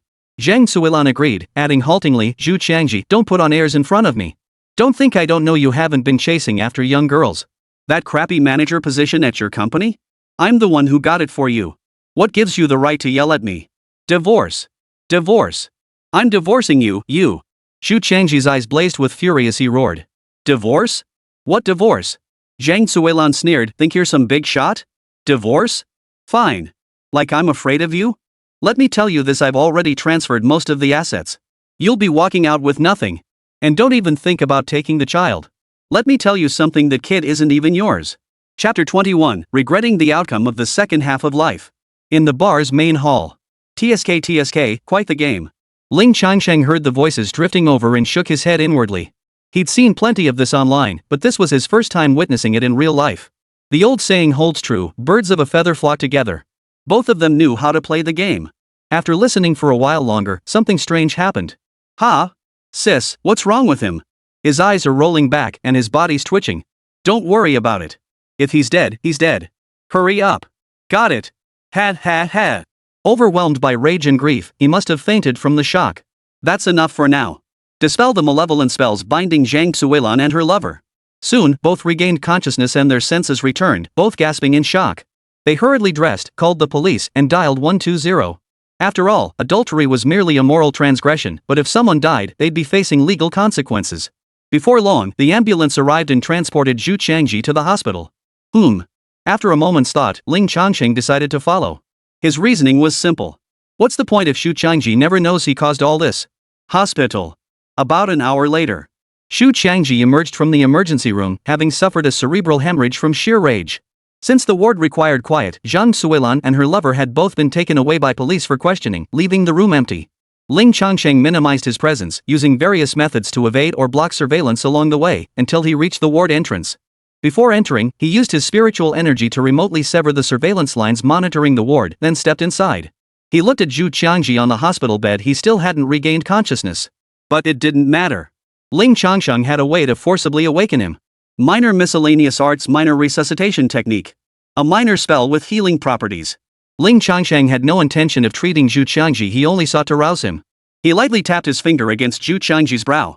Ice spirit energy surged through his spiritual veins into his fingertip, then flowed into Zhu Qiangji's brow. Hiss. After a few breaths, Zhu Qiangji shivered violently from the cold, trembling as he awoke. His first sight was the snow-white ceiling, and the scent of disinfectant filled his nostrils. He was disoriented, failing to notice Ling Changsheng immediately. As clarity returned and he grasped what had happened, a grown man broke down in tears. Wah! Rage followed grief. Everything that had happened today was too much to bear. First, he lost his job, humiliated in front of a crowd. Then his wife cheated right before his eyes, even doing it to him. Divorce wasn't the real issue was his wife transferring assets. Finally, in her rage, she revealed the child wasn't biologically his. He'd been raising another man's child for over 20 years. Job loss, infidelity, impending bankruptcy, a child not biologically his, every possible debuff was piled on him. It was beyond unbearable. They say cutting off someone's livelihood is like killing their parents. Now, seeing his enemy suffer so terribly, Ling Changsheng couldn't help but feel a sense of satisfaction. But his crying was too pitiful, too ugly. Quiet down. Just as Zhu Qiangji was wailing, a soft voice suddenly cut through the air. Blinking through his tears, Zhu Qiangji froze. Ling Changsheng? What was he doing here? Why did he show up again? Why is it always you? Zhu Qiangji.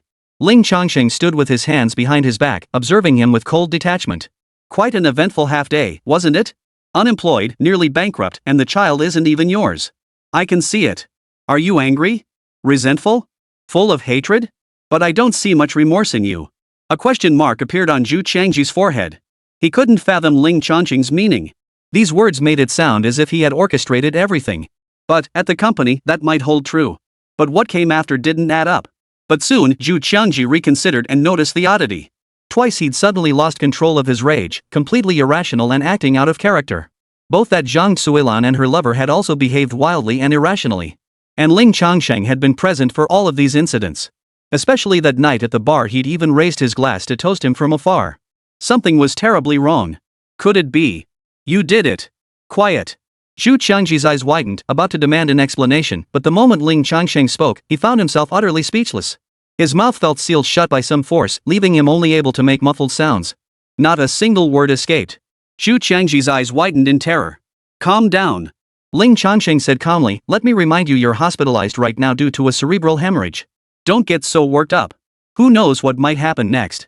Zhu Qiangji clenched his fists tightly, his face twisted with a mix of terror and rage. What kind of trick was this? How could it render him speechless? And what he said, was that a threat? There was no one else in the ward. Ling Changsheng wouldn't try to kill him, would he? In these high-pressure, fast-paced times, such incidents weren't unheard of. Zhu Qiangji was genuinely terrified. Regret welled up inside him. But his regret wasn't about how he'd treated Ling Changsheng. It was about not realizing Ling Changsheng was this extreme, this ruthless. If only he hadn't provoked him. Of course, if Ling Changsheng hadn't been so ruthless, Zhu Qiangji would still have dared. At that moment, Ling Changsheng spoke again. Zhu Qiangji, do you remember the last words I said to you at the company? The last words. Zhu Qiangji's mind retraced the past, gradually recalling Ling Changsheng's final words. 100-fold repayment. Seems you've remembered. Ling Changsheng nodded, then asked, so, former supervisor Zhu, are you ready to pay back? 100-fold. Zhu Qiangji couldn't utter a word, only roaring inwardly. Ling Changsheng's monthly salary was around 7,000 yuan, and he had worked for over half a year. After being fired, not only would he have to settle the current month's wages, but he'd also have to pay N+1 severance.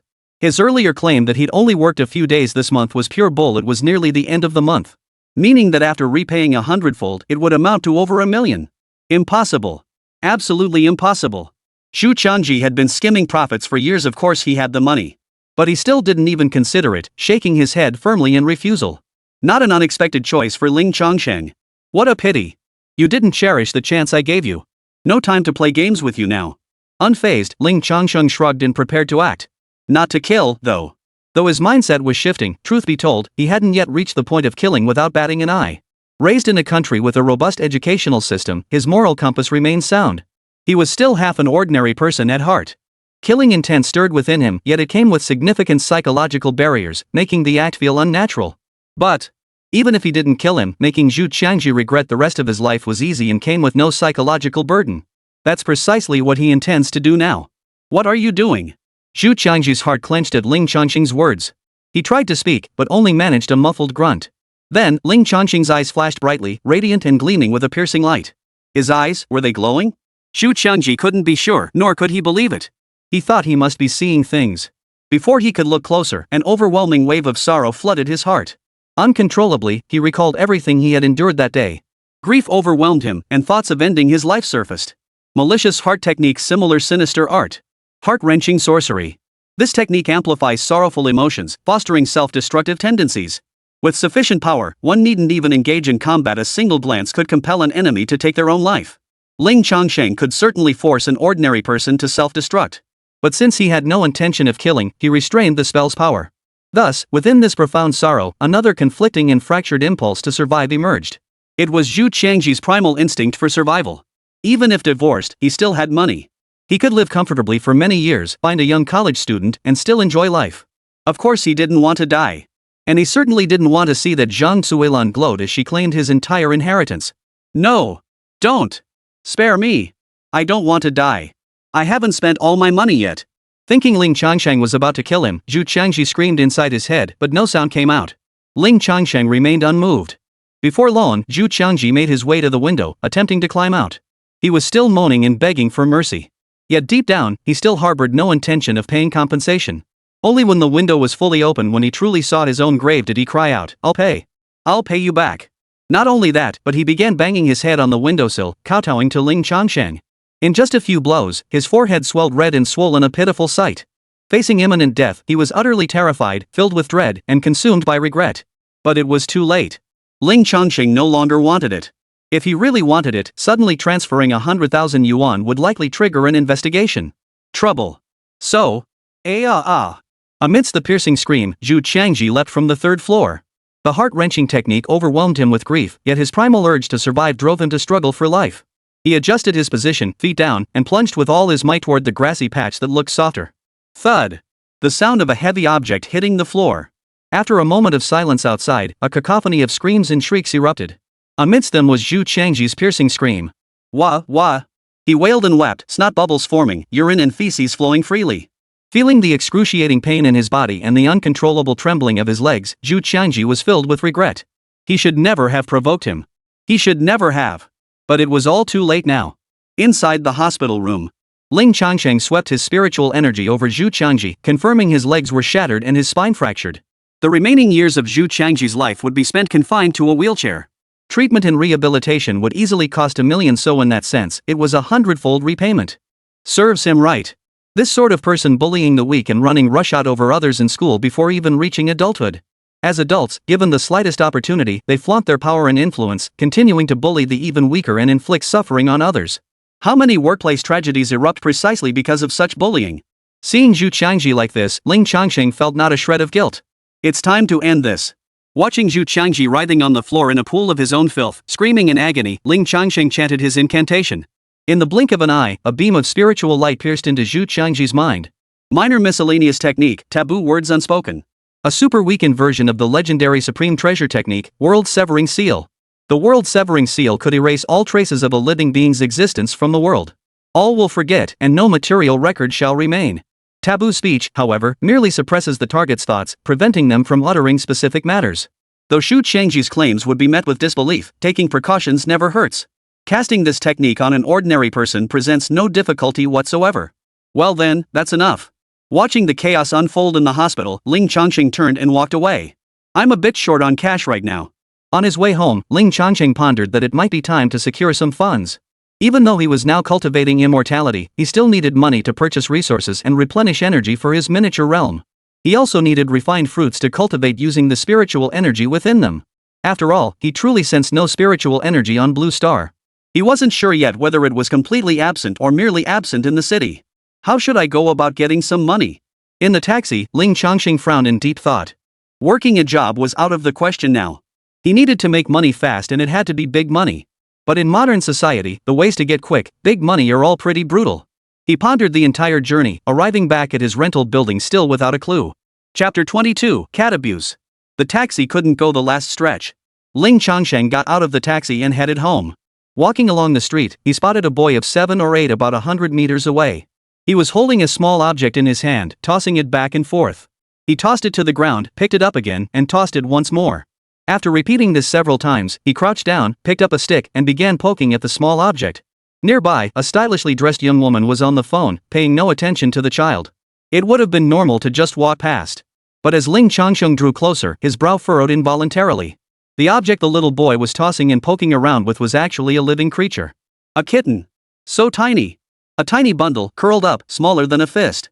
Bloodstains and soil dust clung to its fur, making it appear grayish and filthy. Additionally, there were remnants of what seemed like amniotic sac on its body. Perhaps it had just been born. Its fur was torn in many places, with scrapes and puncture wounds. Even when the little boy poked it, even when the skin broke and bled, it didn't make a sound. No movement, no cry. Spiritual energy surged into his eyes, focusing his vision, allowing him to detect the faintest rise and fall of the kitten's chest. Its breath and heartbeat were as fragile as a flickering candle in the wind, faint and nearly imperceptible. Had Ling Changsheng not undergone spiritual energy purification, enhancing his perception, he would never have detected this faint breath and heartbeat, convinced it was already dead. Just watching it, Ling Changsheng felt his temper flare. Truly, a child of 7 or 8 is despised even by dogs. The little boy was actually tormenting this kitten. If this continued, the little kitten would soon be tortured to death. Though he wasn't exactly a fanatical cat lover, he possessed empathy. Unable to bear watching any longer, he approached the boy. But unexpectedly, the moment he stood beside the boy, before he could speak, the boy looked up. After 2 seconds of staring, the boy blurted out. "Why are you staring at my mom?" Question mark. Facing the boy's defiantly defiant expression and the sound that reached his ears, Ling Changsheng was momentarily stunned. He was a bit stunned. But it wasn't over yet. The woman beside him finished her call, heard the commotion, and turned to look. Though judging by appearances is unwise. But she, with her triangular eyes and prominent cheekbones, her bone structure did indeed give off a fierce and aggressive vibe. When she looked up, she saw her son poking the little kitten. She gave Ling Changsheng a cursory glance without lingering, then said, "What do you want?" Her gaze remained fixed on her phone, swiping endlessly. The speakerphone was left on, blasting waves of that nauseating laughter that had flooded the airwaves years ago. Something? Her own son cursed at someone, and she didn't even bother to apologize. He didn't even intervene when he saw his son mistreating a small creature, treating it as nothing at all. Alright, Ling Changsheng understood. He'd stumbled upon the classic online pairing of wise parents and a bratty kid. When the upper beam is crooked, the lower beam follows suit. No wonder the little boy spewed profanities without hesitation. He didn't bother arguing further, instead scanning the surroundings. Just one camera. Simple enough. A gust of spiritual energy lifted a black trash bag, sending it floating upward to block the camera. Then he reached out to grab the crouching little boy. The boy muttered a curse at Ling Changsheng before trying to jab him. But he couldn't get the jab in. His scalp tightened, and excruciating pain shot through his head. Ling Changsheng yanked him up by the collar and flung him aside with brutal force. Thud! The boy lost his balance, tumbling head over heels and rolling twice. My knees and hands were scraped raw, blood seeping out. He lay sprawled on the ground, covered in dust and dirt. He froze for a moment, then burst into tears. That sound. Sharp and piercing, it grated on the nerves. But at this moment, it actually brought Ling Changsheng a bit of satisfaction. Back in the day, calling a kid a little bear was just a neutral term for being mischievous. But now, the term had taken on a deeply derogatory meaning. Ling Changsheng couldn't do much about it before, but now? He'd speak his mind. The sudden burst of crying shattered the calm of the woman scrolling through her phone. Her eyes widened, her face betraying both heartache and fury. Her eyes narrowed in fury as she glared at Ling Changsheng. Then she paused, likely taking a moment to truly register his appearance. But the little boy's wails quickly snapped her back to reality. "You little brat!" She shoved her phone into her pocket and lunged forward, clawing wildly. His long, manicured nails slashed viciously at Ling Changsheng's face. "Oh!" Ling Changsheng raised an eyebrow, flexed his wrist, and slightly adjusted his grip. Then, he swung his arm out in a perfect arc, landing a solid slap across the woman's face. Thud! Not a slap, a thud. A cloud of powdered dust, likely her makeup, popped off her face. Without so much as a sound, her eyes rolled back instantly. She was sent flying with a whoosh, crashing headfirst into the roadside flower bed and disappearing into the small shrubbery. That place wasn't exactly clean. Dog poop, trash, weird colored liquids, and more. Now, the woman lay sprawled on top of it all, not moving. Of course, she wasn't dead. She was just knocked unconscious after all. Ling Changsheng had restrained his strength. Now it was time to deal with this little brat. Right now, he was rolling around on the ground with his eyes closed. Covered in dirt and dust, he looked utterly disheveled. Because his eyes were shut, he hadn't seen what happened and was still wailing loudly. No words were spoken. Speaking would only make him cry harder. If action could speak louder than words, why bother with speech? Ling Changsheng reached out and grabbed him. His palm was coated with spiritual energy to avoid contamination, and then... whoosh! Smack! A loud smack echoed through the air. A large, crimson handprint now stood out on the little boy's face. Before he could cry out, Ling Changsheng's palm smacked across the boy's face, covering nearly his entire cheek. Then he yanked him up. MMMPH. Suspended in midair, the boy's eyes widened in terror. He tried to cry out, but his face was contorted from Ling Changsheng's grip, leaving him unable to speak. He sought his mother, now hidden in the small thicket, completely still. Finally gripped by fear, his face turned pale, his eyes filled with terror. That's a good look. Ling Changsheng nodded, dragging him over to the kitten. You nearly tortured it to death, you know? Judging by the faint shake of his head, the boy was denying it. You don't know? Ling Changsheng frowned, tightening his grip. His entire face was racked with agony. Tears streamed down the little boy's face as he frantically mumbled and struggled to nod. Ling Changsheng nodded in satisfaction, then asked again, do you want me to treat you the way you treated it? No. The boy visibly grew agitated, thrashing wildly as his legs kicked frantically. Ling Changsheng lifted him high, still keeping his feet off the ground. Oh? You want it? Ling Changsheng asked with a sly smile. His spiritual energy scanned the surrounding 100 meters. No one was around. So he leisurely tormented the boy. Chapter 23, Come find trouble, but you'll face the consequences. Ugh. The little boy was terrified, his body shaking violently. Soon, his pants were wet. The pungent odor filled the air. Ling Changsheng certainly didn't want to smell it, so he swirled his spiritual energy around him like a breeze to dispel the stench. Still, he couldn't help but feel a bit disgusted. Stop crying. Stop screaming. Or else. Ling Changsheng spoke, then casually tossed the boy into the flower bed.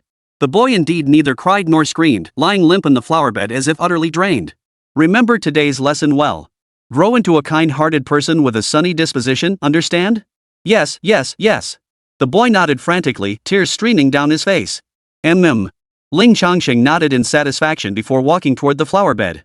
He intended to warn the boy's mother to avoid future trouble, but the child, thinking he was about to be punished, cried out in fright. Shut up. Not wanting to waste time, he sealed the boy's mouth with spiritual energy. The cry caught in his throat, unable to escape. Even more terrified, he curled up into a tight ball. Ling Changsheng looked at the woman, disgusted by her filthy appearance. A burst of spiritual energy shot out, striking her body. Ah! The woman jolted awake from her unconsciousness with a pained cry. Her head buzzed, her face numb. Her skin burned with a fine, dense prickling pain like needles, and saliva flowed uncontrollably from her mouth. The pungent stench of dog excrement, the physical discomfort, the sensory overload, and her dizzy, foggy mind left her reeling for a long moment. Confusion set in, she had no idea what had happened. After a moment, she finally saw her son beside her, looking pitiful and utterly terrified. The woman snapped back to reality, fragments of scenes flashing through her fragmented mind. Soon, the entire sequence of events became crystal clear. Son! My precious son, what happened to you? She asked frantically, turning her head to look around. Naturally, she spotted Ling Changsheng standing calmly outside the flower bed. You! Her eyebrows shot up, ready to unleash a torrent of scolding, but the fear of another slap kept her senses intact. She knew the man before her was truly ruthless, truly someone not to be trifled with. In the end, she could only bark out a hollow threat. What do you want? Don't come any closer. If you take a step, I'll scream. There are people everywhere, and surveillance cameras, you won't get away. Ling Changsheng responded with measured menace, finding out where you live isn't hard. You know that, right? When dealing with such bullies, you have to be even tougher. Make her afraid outright, or else you'll be stuck with a whole mess of trouble. You. The woman was so terrified she couldn't speak. If an ordinary person had said that, she might not have been so afraid. But Ling Changsheng's hand never hesitated when it came to action. The sheer force and intensity of his blow showed no sign of restraint whatsoever. She was genuinely terrified, afraid she'd provoke the kind of extreme individual she'd seen in the news. Ling Changsheng bent down, picked up a pebble the size of a date, weighed it in his hand, and spoke slowly. Teach your son well. And teach yourself well too. Finally, I welcome you to come looking for trouble with me. But... The stone shot from his hand. Whoosh! Crack! A whistling sound followed by an explosive crack. Several stone fragments splattered out, causing both the woman and the little boy to cry out in pain. The fragments struck their bodies with tremendous force, causing intense pain. They looked in shock to see that in the flower bed, a stone the size of a pomelo. Now it had exploded, shattered into pieces. Embedded within its center was the small stone that had been in the villain's hand moments before. This. Both of them were dumbfounded. Could a human possess such force? This ing. If that fist landed, it'd blow your head off? Just be prepared for the consequences. As they stood frozen in horror, the villain finished his sentence. Then, the villain turned, picked up the kitten from the ground, and strolled away. The two remained trembling in fear, still lying in the flower bed. Not just the little boy, even the woman was scared out of her wits. It took them a long while to slowly recover, trembling as they crawled out of the flower bed. Oh my, oh my. Just then, a woman passed by. Seeing the disheveled state of the woman, she first looked curious, then immediately laughed mockingly. Why, isn't this Sister Wang? What a sorry sight you're in. It seemed this woman, who doted on her child, treated others just as poorly, making many enemies. None of your damn business, none of your damn business. The woman had been about to unleash a torrent of abuse, but suddenly, the image of that violent man flashed through her mind, along with his words. Unconsciously, she reined herself in considerably. After speaking, she had no intention of revealing her ordeal or calling the police. Grasping her son's hand, she propped up her limp body and hurriedly left. Weird, she didn't curse at us? TSK, both of them wet their pants?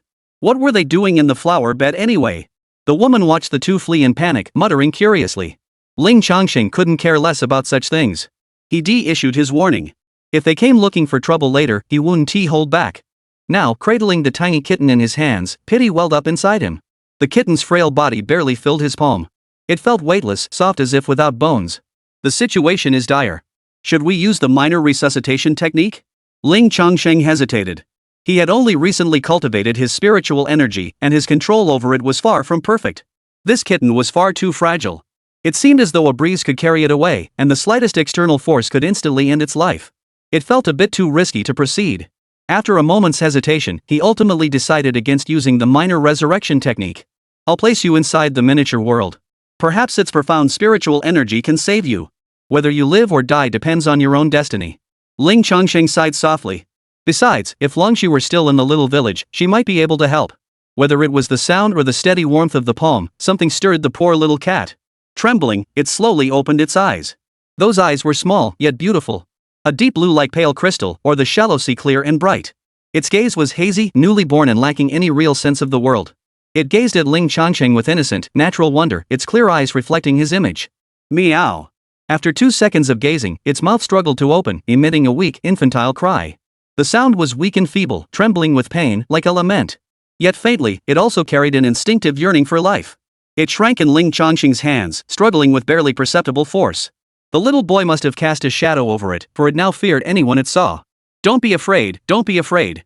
Ling Changsheng didn't know what to do either, so he could only offer gentle reassurance. His fingers gently stroked the kitten's fur, conveying kindness as best he could. Perhaps sensing the kindness, or perhaps simply too exhausted, the kitten ceased its struggles. Following instinct, it gently nipped at Ling Changsheng's finger, yet lacked the strength to suckle. Of course, it couldn't suck anything out anyway.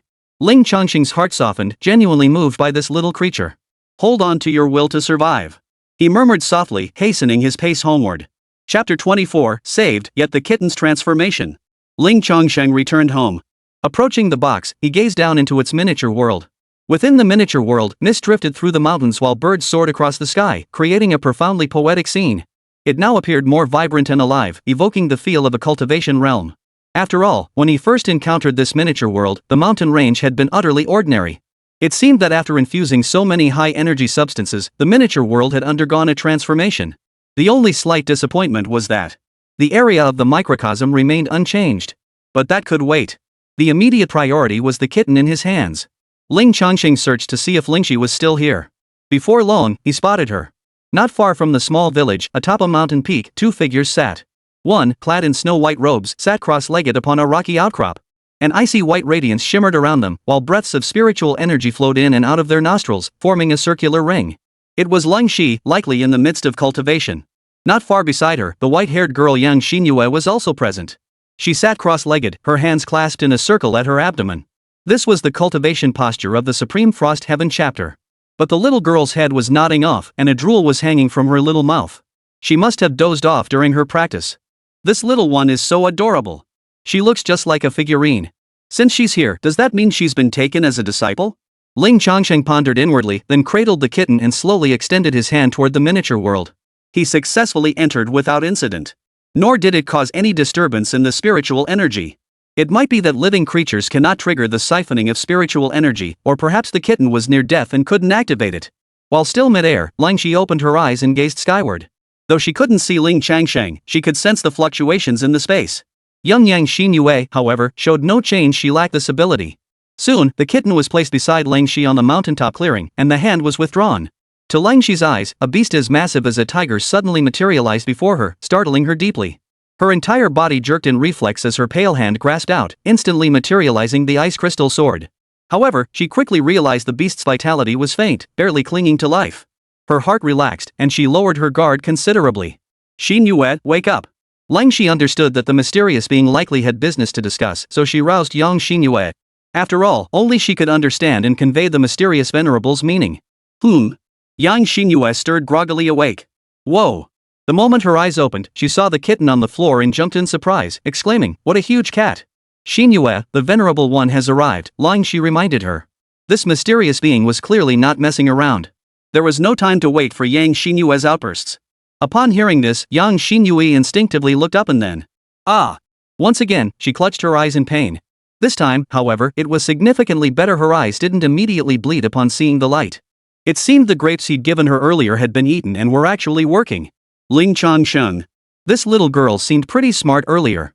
Why is she acting so scatterbrained now? It was truly a situation where one didn't know whether to laugh or cry. Fortunately, Lingxi was nearby and placed her fingers over Yang Xinyue's eyes. Before long, the stinging pain in Yang Xinyue's eyes subsided, replaced by a soothing coolness. Xinyue, this kitten is in critical condition. Ask her if it can be saved, Ling Changsheng instructed. Fairy sister, the great immortal says. Yang Xinyue obediently relayed the message. Let me see. Ling Shi nodded. She then flew over to the kitten and observed it closely for a moment. Only then did she release her spiritual energy, gently touching the kitten to assess its condition. After a few breaths, she withdrew her spiritual energy, her willow-like brows slightly furrowed. Honorable one, this big cat was born prematurely. Its primordial essence is inherently flawed, and it has suffered severe injuries. Its condition is extremely critical. I know that, of course. Let's not waste time on a moment like this. Ling Changsheng cut straight to the point. Can it be saved? Yang Xinyue relayed the question. Yes. Ling Shi nodded with certainty, but his tone shifted. However, in my examination, though this great cat's primordial essence is incomplete, strangely, its physical body remains exceptionally robust. To restore it and compensate for the deficiency will require vast quantities of rare treasures and premium elixirs. This did not surprise Ling Changsheng. For those from the small world, even a premature cub possessed an extraordinary physical form. What do you want? Ling Changsheng asked. I need nothing. Ling Shi shook his head. I have a matter I wish to request your assistance with, or perhaps your guidance. Of course.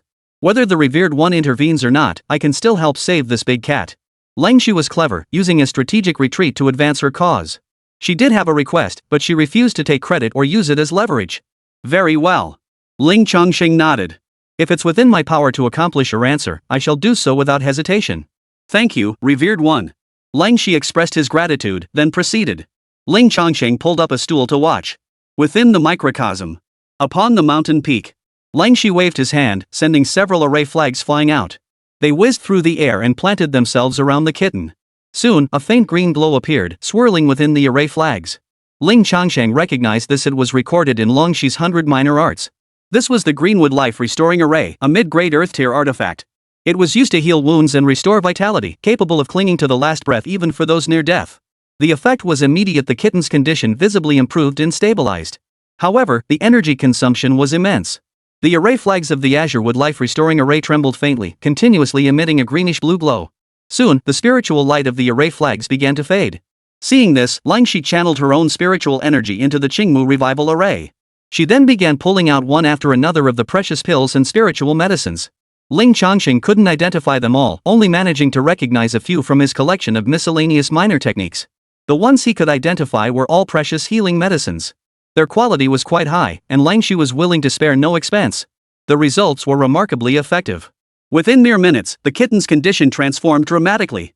Its breathing became distinct, its tiny chest rising and falling steadily and normally. Listening closely, one could hear faint purring sounds, a reassuring comfort. With this improvement, it seemed the kitten was on the mend and would likely survive. Ling Changsheng felt a slight sense of relief. Yet, after another few minutes, a sudden change occurred. As if crossing a critical threshold, the spiritual energy atop the mountain peak began to stir.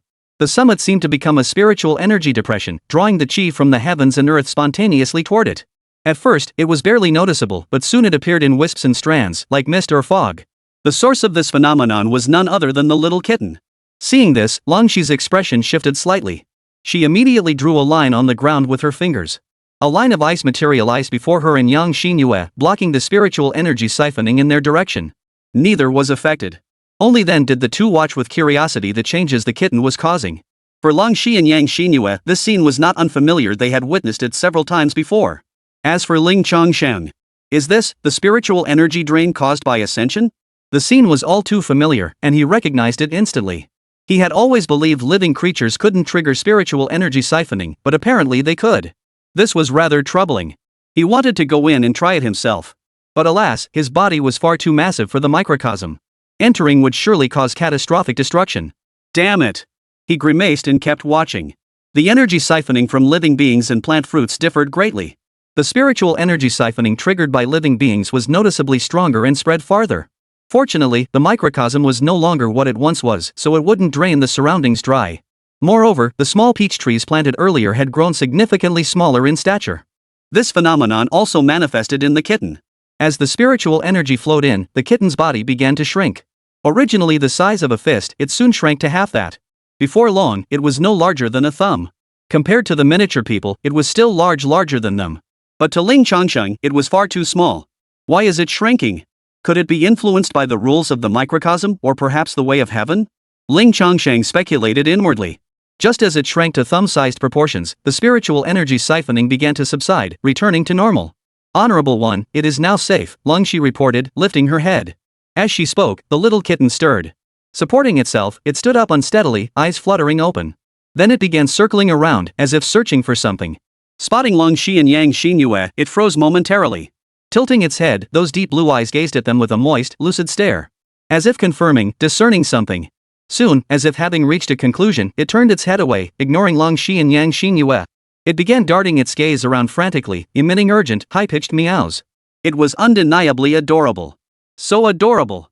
Even though the kitten was bigger than herself, Yang Xinyue was utterly charmed. Fairy sister, is it looking for the celestial immortals in the sky? Call him master. Ling Shi's expression turned stern as her voice dropped slightly. I don't know either. Why don't you point it in the right direction? Oh, okay. Yang Xinyue nodded, then called out softly. After catching the kitten's attention, she raised her hand and pointed upward. The kitten, confused, followed her gaze. Then, its gaze clearly fixed on Ling Changsheng's face, pointing directly at him. It was obvious the kitten could see Ling Changsheng too. Meow. Upon seeing the huge Ling Changsheng, it froze for a few seconds before bursting into joyful meows. Its meows were clearly filled with delight. It stumbled and tripped its way toward Ling Changsheng. Upon reaching the cliff's edge, it leaped without hesitation. It was quite a high leap by the standards of the small world, easily dozens of meters. Then it plummeted off the cliff. Though the little kitten had undergone changes, it still couldn't fly. Fortunately, Ling Changsheng didn't need to intervene. Ling Shi had already reacted. Spirit energy shot out like a rope, swiftly descending to catch the kitten and pull it back to the mountaintop. The kitten was startled, panicking, and struggling frantically. It struggled incessantly, meowing frantically at Ling Changsheng outside the miniature world. It was clearly terrified by the unfamiliar surroundings, feeling utterly insecure. As for why it only recognized Ling Changsheng, it was likely because when he found it earlier, the kitten opened its eyes and saw him, imprinting that image in its mind. Ling Changsheng scratched his head, unsure what to do. He could only reach out and take the kitten into his hands. Once nestled in his palm, the kitten's pink little nose twitched, sniffing the air. Then it visibly relaxed. It spun excitedly a few times before curling up in Ling Changsheng's palm, growing lazily drowsy. Meow. Snore. Before long, it had actually fallen asleep, truly a case of hit the bed and out like a light. Chapter 25, Terrifying Illusion, the universe collapses. Ling Changsheng gazed at the tiny kitten nestled in his palm. It had changed dramatically. When he first found it, it was covered in dirt and blood, its fur so matted and stained he couldn't even make out its color. Now, the kitten was clean and fresh, its wounds fully healed. Its baby fur had shed and regrown, now a pure, jet-black color. However, all four paws were adorned with white gloves, giving it a rather playful look. It sleeps soundly now, emitting soft purring sounds. Additionally, a faint spiritual glow swirls within its body. After absorbing spiritual energy, it seems to have undergone an unknown transformation, one that is still ongoing. After a moment of contemplation, Ling Changsheng attempted to extend his spiritual sense. He intended to investigate what was happening inside the little kitten, hoping to study it. Having reached the first layer of chi cultivation, he was now capable of projecting his spiritual sense. Though it sounded somewhat mystical and hard to grasp, it essentially represented his own spiritual power. When released, it spread outward like rippling water. Like a scanner, it swept everything visible and invisible around him into his mind, forming a spiritual perception landscape. This wasn't his first time using it. At the hospital and on his way back, Ling Changsheng had used his spiritual sense to observe the surrounding surveillance cameras. But this was his first attempt to use his spiritual awareness to enter the small world. And it was precisely this probing of his spiritual awareness that triggered a colossal upheaval. Buzz. The instant his spiritual sense entered the microcosm, Ling Changsheng felt as though a heavy hammer had struck his forehead. A thunderous shock reverberated through his mind, leaving it buzzing. Externally, his eyes transformed, shrouded in darkness before flickering with starlight. Within his mind, in the spiritual landscape constructed by his consciousness, Ling Changsheng entered a realm of utter void. Here, it was dim and desolate, with nothingness stretching in all directions. It resembled the vacuum of the cosmos. In the distant expanse, countless points of light shimmered like a sea of starlight. Ling Changsheng stood within the void, surveying the scene. Countless stars shone brilliantly, vast and magnificent beyond compare. No one spoke, nor were any words visible. Yet, an overwhelming flood of information erupted, its origin unknown. It surged chaotically through Ling Changsheng's mind, causing his brain to throb painfully, as if it might shatter. It felt as though the inherent information within these scenes themselves was being deciphered, interpreted, and released at this very moment. And Ling Changsheng absorbed it all. Too much. Too immense. Beyond anything a human mind could comprehend. Gradually, he began to hallucinate, feeling as though the entire world was spinning and swaying wildly. The starry sky began to tremble, undergoing terrifying distortions as vast regions were crushed flat. The once shimmering, boundless celestial bodies began to crack apart inch by inch. Stars bloomed like fireworks, brilliant yet desolate. It was unclear whether some force was spreading or if this was the universe's own annihilation. Additionally, brilliant beams of light shot skyward from some stars, blasting beyond the planet. Yet, they were but ants shaking a tree, vanishing in an instant. No matter how many beams pierced the heavens, they perished in an instant. As the stars perished, the universe dimmed like a light being snuffed out, gradually fading into obscurity. In the blink of an eye, vast swaths of the starry sky perished and withered. At that moment, the illusion abruptly shifted. An incomprehensible sensation descended upon him. Though it was merely an illusion, Ling Changsheng found himself losing control. A tremendous fear arose within him, his instincts screaming frantically. Yet he couldn't move. He sensed that unimaginable, imperceptible void rolling toward him. Boom! His location contained a vast sea of stars, spanning an immense region.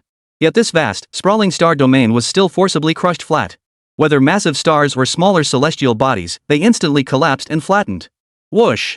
It seemed the pressure had reached an extreme limit. This vast, expansive universe was directly torn apart and vanished. For reasons beyond comprehension, it plummeted. It plummeted into a most bizarre and fantastical space. It was filled with countless dazzling colors, a vast expanse of bubble-like worlds. This universe continued its relentless descent, its duration unknown. Ling Changsheng followed its descent. It felt like 10,000 years, yet also like a single second.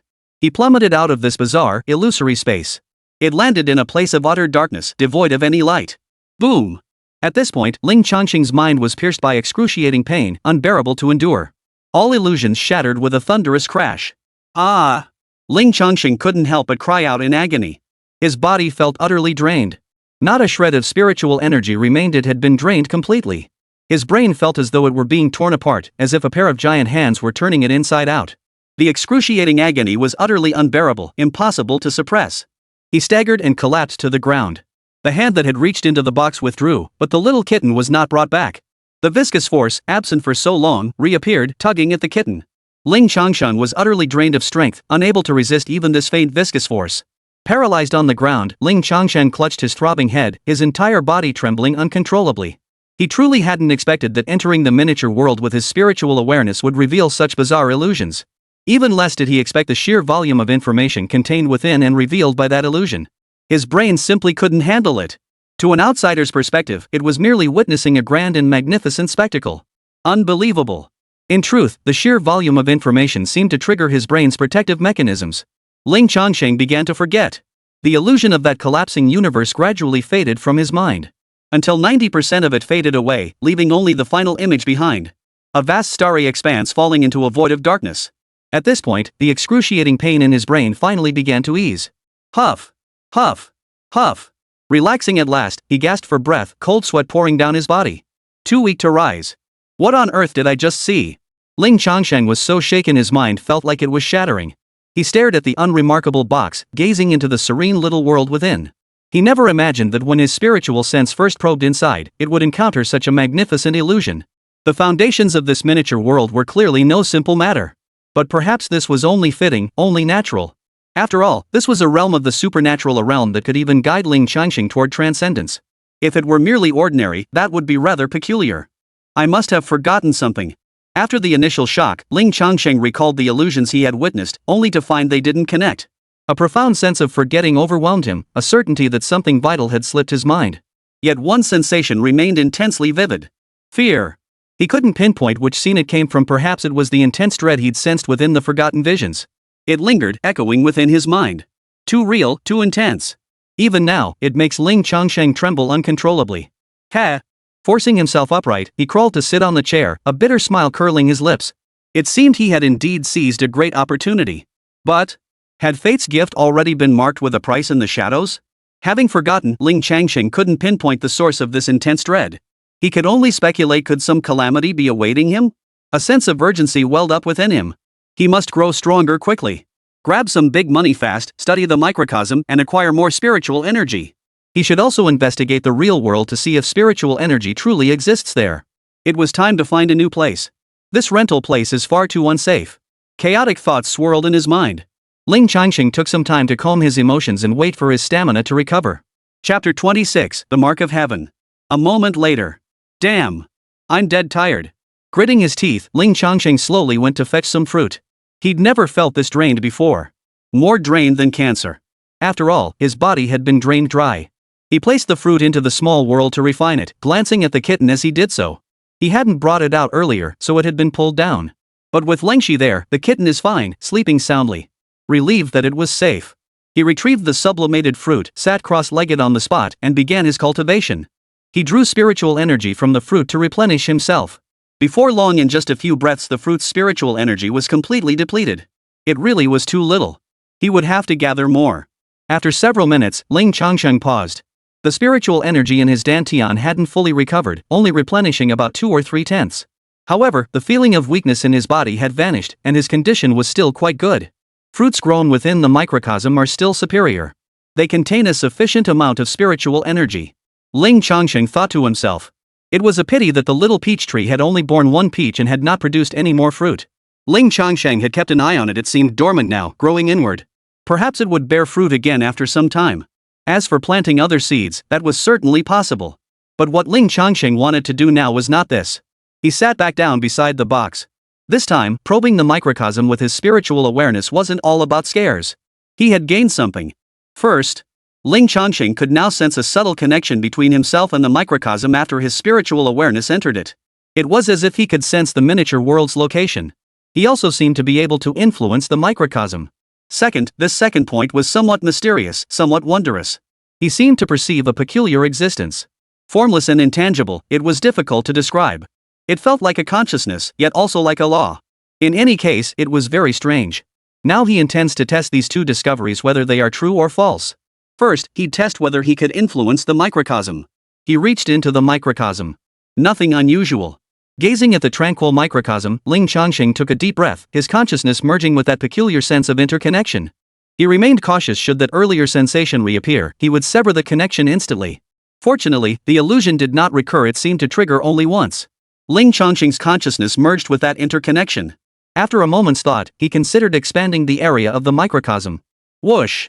Like a grand painting, it expanded and unfolded at that very moment. The miniature world within the box, which had previously shown only a mountain range, suddenly opened up. Areas previously hidden rapidly came into view. As the area expanded, Ling Changsheng inexplicably felt a mental exhaustion. Soon, a headache forced him to halt his thoughts. The expansion of the microcosm halted. The miniature world now spanned roughly 3 times its previous size. A larger village appeared, and at the edge of the area stood a large city. He even spotted 2 mountain-nestled settlements that appeared to be the strongholds of cultivation sects. Because the box was only so big, they appeared somewhat smaller. Yet, one could still examine them closely if desired.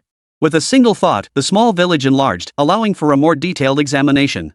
Moreover, it didn't drain his mental energy. It seemed only the initial expansion required such expenditure. For now, the map was still a bit small. But now that he had a solution, there was no need for concern. Next, Ling Changsheng intended to see if he could sense that mysterious and peculiar presence again. His spiritual awareness probed inward.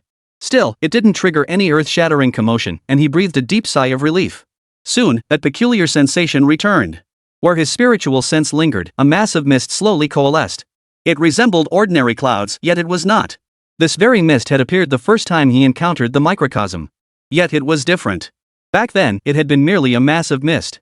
Now, the mist swirled in chaotic, hazy swirls, ever shifting, interwoven with swirling, brilliant symbols.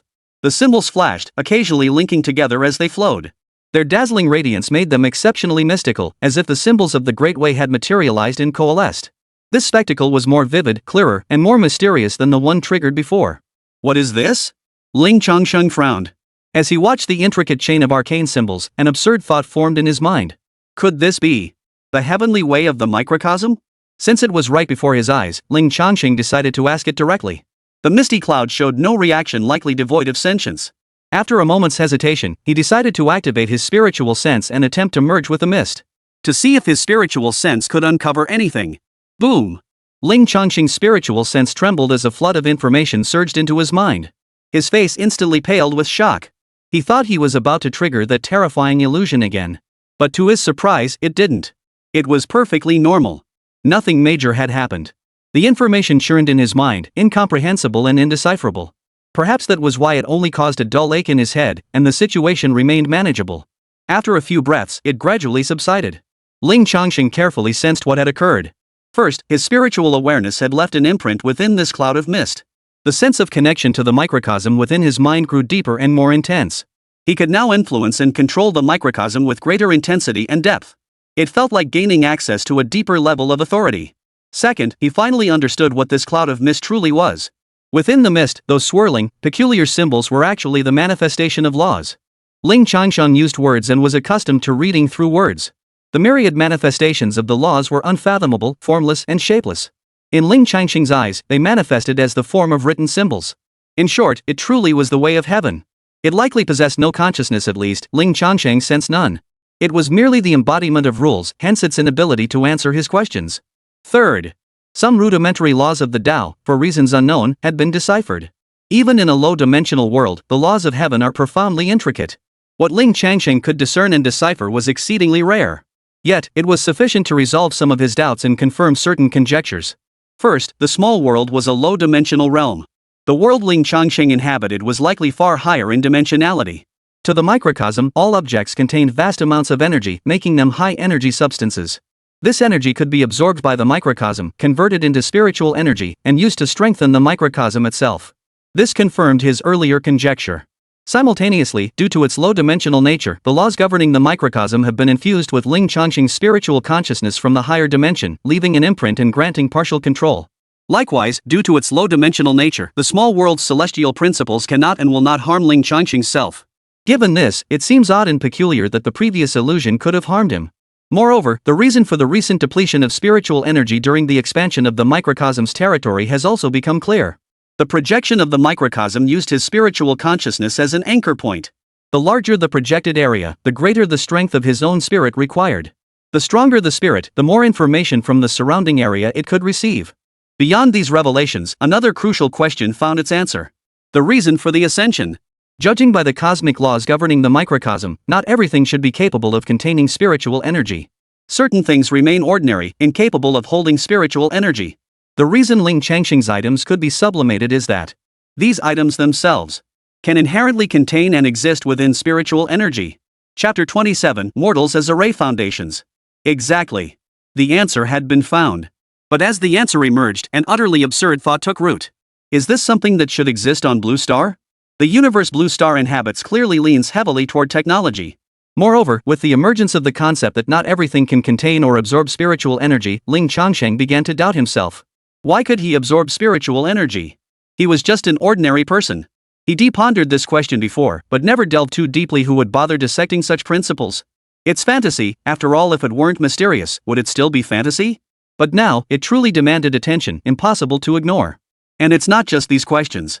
Why the microcosm is reflected within the box that remains unclear. Why he can decipher the language and culture of the microcosm, even partially unravel its cosmic laws, remains a mystery. Perhaps because he's a higher dimensional being, able to grasp lower dimensional matters at a glance? There are no answers, only conjecture. The laws of heaven are ultimately just that, laws, mere patterns governing the movement of all things in the universe. It's not like it's a book of 10,000 whys that can answer every question. It's also possible the answer lies within the laws themselves, just in the part Ling Changsheng couldn't decipher or perceive. There's no way. Ling Changsheng shook his head helplessly. He'd set it aside for now, refusing to dwell on it. He continued to commune with the heavenly Tao of the microcosm, seeking further answers. Bearing the mental exhaustion, another puzzle was solved. Regarding the commotion caused when his spiritual awareness penetrated the microcosm. Previously, he had always forced his physical body across the boundary barrier. The small world's natural laws couldn't breach his physical barriers, but they could interconnect with his consciousness. When his spirit entered, it was as if he opened his consciousness interface, naturally triggering a flood of information.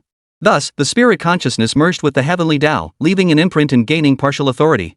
As for the illusions perceived in that first instant, and the intense terror felt within them, there was no answer. It remains unknown where the illusion came from, why it arose, or why it manifested at all. One more problem? Bring it on. He kept it in mind and moved on. By this point, Ling Changsheng was utterly exhausted. Engaging with the laws of the sympathetic microcosm drained his spirit immensely. Even in a low-dimensional realm, the laws were vast and innumerable. He grasped but a fraction of them. Forcing himself to comprehend the rest only brought a throbbing, splitting pain to his brain. It felt like another glance would cause his mind to explode. Ling Changsheng paused to take stock. For now, he had grasped only the most fundamental questions. The deeper principles and hidden mysteries remained beyond his grasp for now. Having grasped these insights and established a connection with the microcosm's heavenly way, Ling Changsheng felt an urgent drive surge within him. The urgency stemmed from the fear, as one might say in a fantasy novel, that he had incurred some karmic debt. The overwhelming terror he had sensed within that forgotten illusion still gnawed at him. The motivation, well, motivation is also a form of karma. But today had truly been exhausting. Expanding into a larger area earlier had already drained a great deal of his energy. Not to mention the effort of resonating with the microcosm's heavenly Tao to decipher and comprehend its rules. By now, he was utterly exhausted. Things having come to this, I'll sleep first. He collapsed onto the bed, swaying slightly, and the moment his eyes closed, he fell into a deep slumber. Within the microcosm. After sensing Ling Changsheng's absence, Long Shi and the young girl Yang Xinyue felt puzzled, but could only suppress their confusion for now. The young girl Yang Xinyue returned home to rest, while Long Shi remained seated in meditation on the mountain peak, continuing her cultivation. Unbeknownst to her, far away over 1,000 miles from the mountain village, a group of people were watching this place. Their numbers were considerable, several dozen strong. They had set up an array here, with blood-red flags sealing off a small space. Most wore uniform blood-red garments, but 2 men and 1 woman stood out in distinct attire. The woman was slender, her age impossible to discern. Large thorn-like patterns covered her body, and what she wore wasn't clothing at all, it was blood-red vines and plants that twisted around her form, leaving little to the imagination. The 2 men included a middle-aged man wearing a simple robe so red it appeared black, his entire figure exuding affluence. The last man had a pale, gaunt complexion. He wore a white robe and fanned himself with a blood-stained fan, affectingly pretending to be cultured. They appeared to be the leaders of this group, as the others in blood-red garments showed them great respect. Surprisingly, there were also dozens of ordinary-looking individuals with simple, unassuming faces. They were divided into 3 groups: elderly, young adults, and children, each consisting of 9 men and 9 women, totaling 54 individuals. All lay unconscious on the ground, blood seeping from their bodies. Their state was unknown, dead or alive, as they were haphazardly piled together, utterly neglected. At that moment, the portly middle-aged man among the trio formed a hand seal, projecting a scene into the air. It was the mountain basin. At its center stood a peach tree radiating a faint spiritual glow, while the cold stream flowed along the scene's edge. The woman watched the image, furrowing her brow as she asked the middle-aged man, "Fat Qian, is this the place? Isn't this a barren wasteland? Could a natural treasure truly emerge from this godforsaken place?" "Hualanji, you shouldn't speak so lightly." The white-robed youth fanned himself leisurely. That mountain range held considerable mystical renown thousands of years ago. Legend says within those mountains lies the path to ascension. "Put. You'd say nonsense for 10 oxen. Hualanji scoffed with contempt. "Thousands of years ago. I could just as easily claim I was a man a dozen years back. For millennia, countless factions have dug 10,000 feet into the earth, not a single hair's breadth of progress." Swish! The blood-stained fan retracted as the white-robed youth's face darkened. "I told you my name is Gumao. If your brain can't remember, I can write it right on your forehead. Cut the chatter." The rotund middle-aged man named Qian Pang barked, cutting off their bickering. "You all felt the spiritual energy fluctuations erupting days ago. And when Shuaiwanta died, the sect's secret techniques revealed what befell him in the end. With all this evidence, what's there to argue about? So this group was actually from the blood purification holy sect. Their purpose in coming here must be that peach tree." Qian Pang watched the scene unfold, his brow furrowing. His gaze was fixed primarily on Ling Shi. Qian Pang recognized this woman.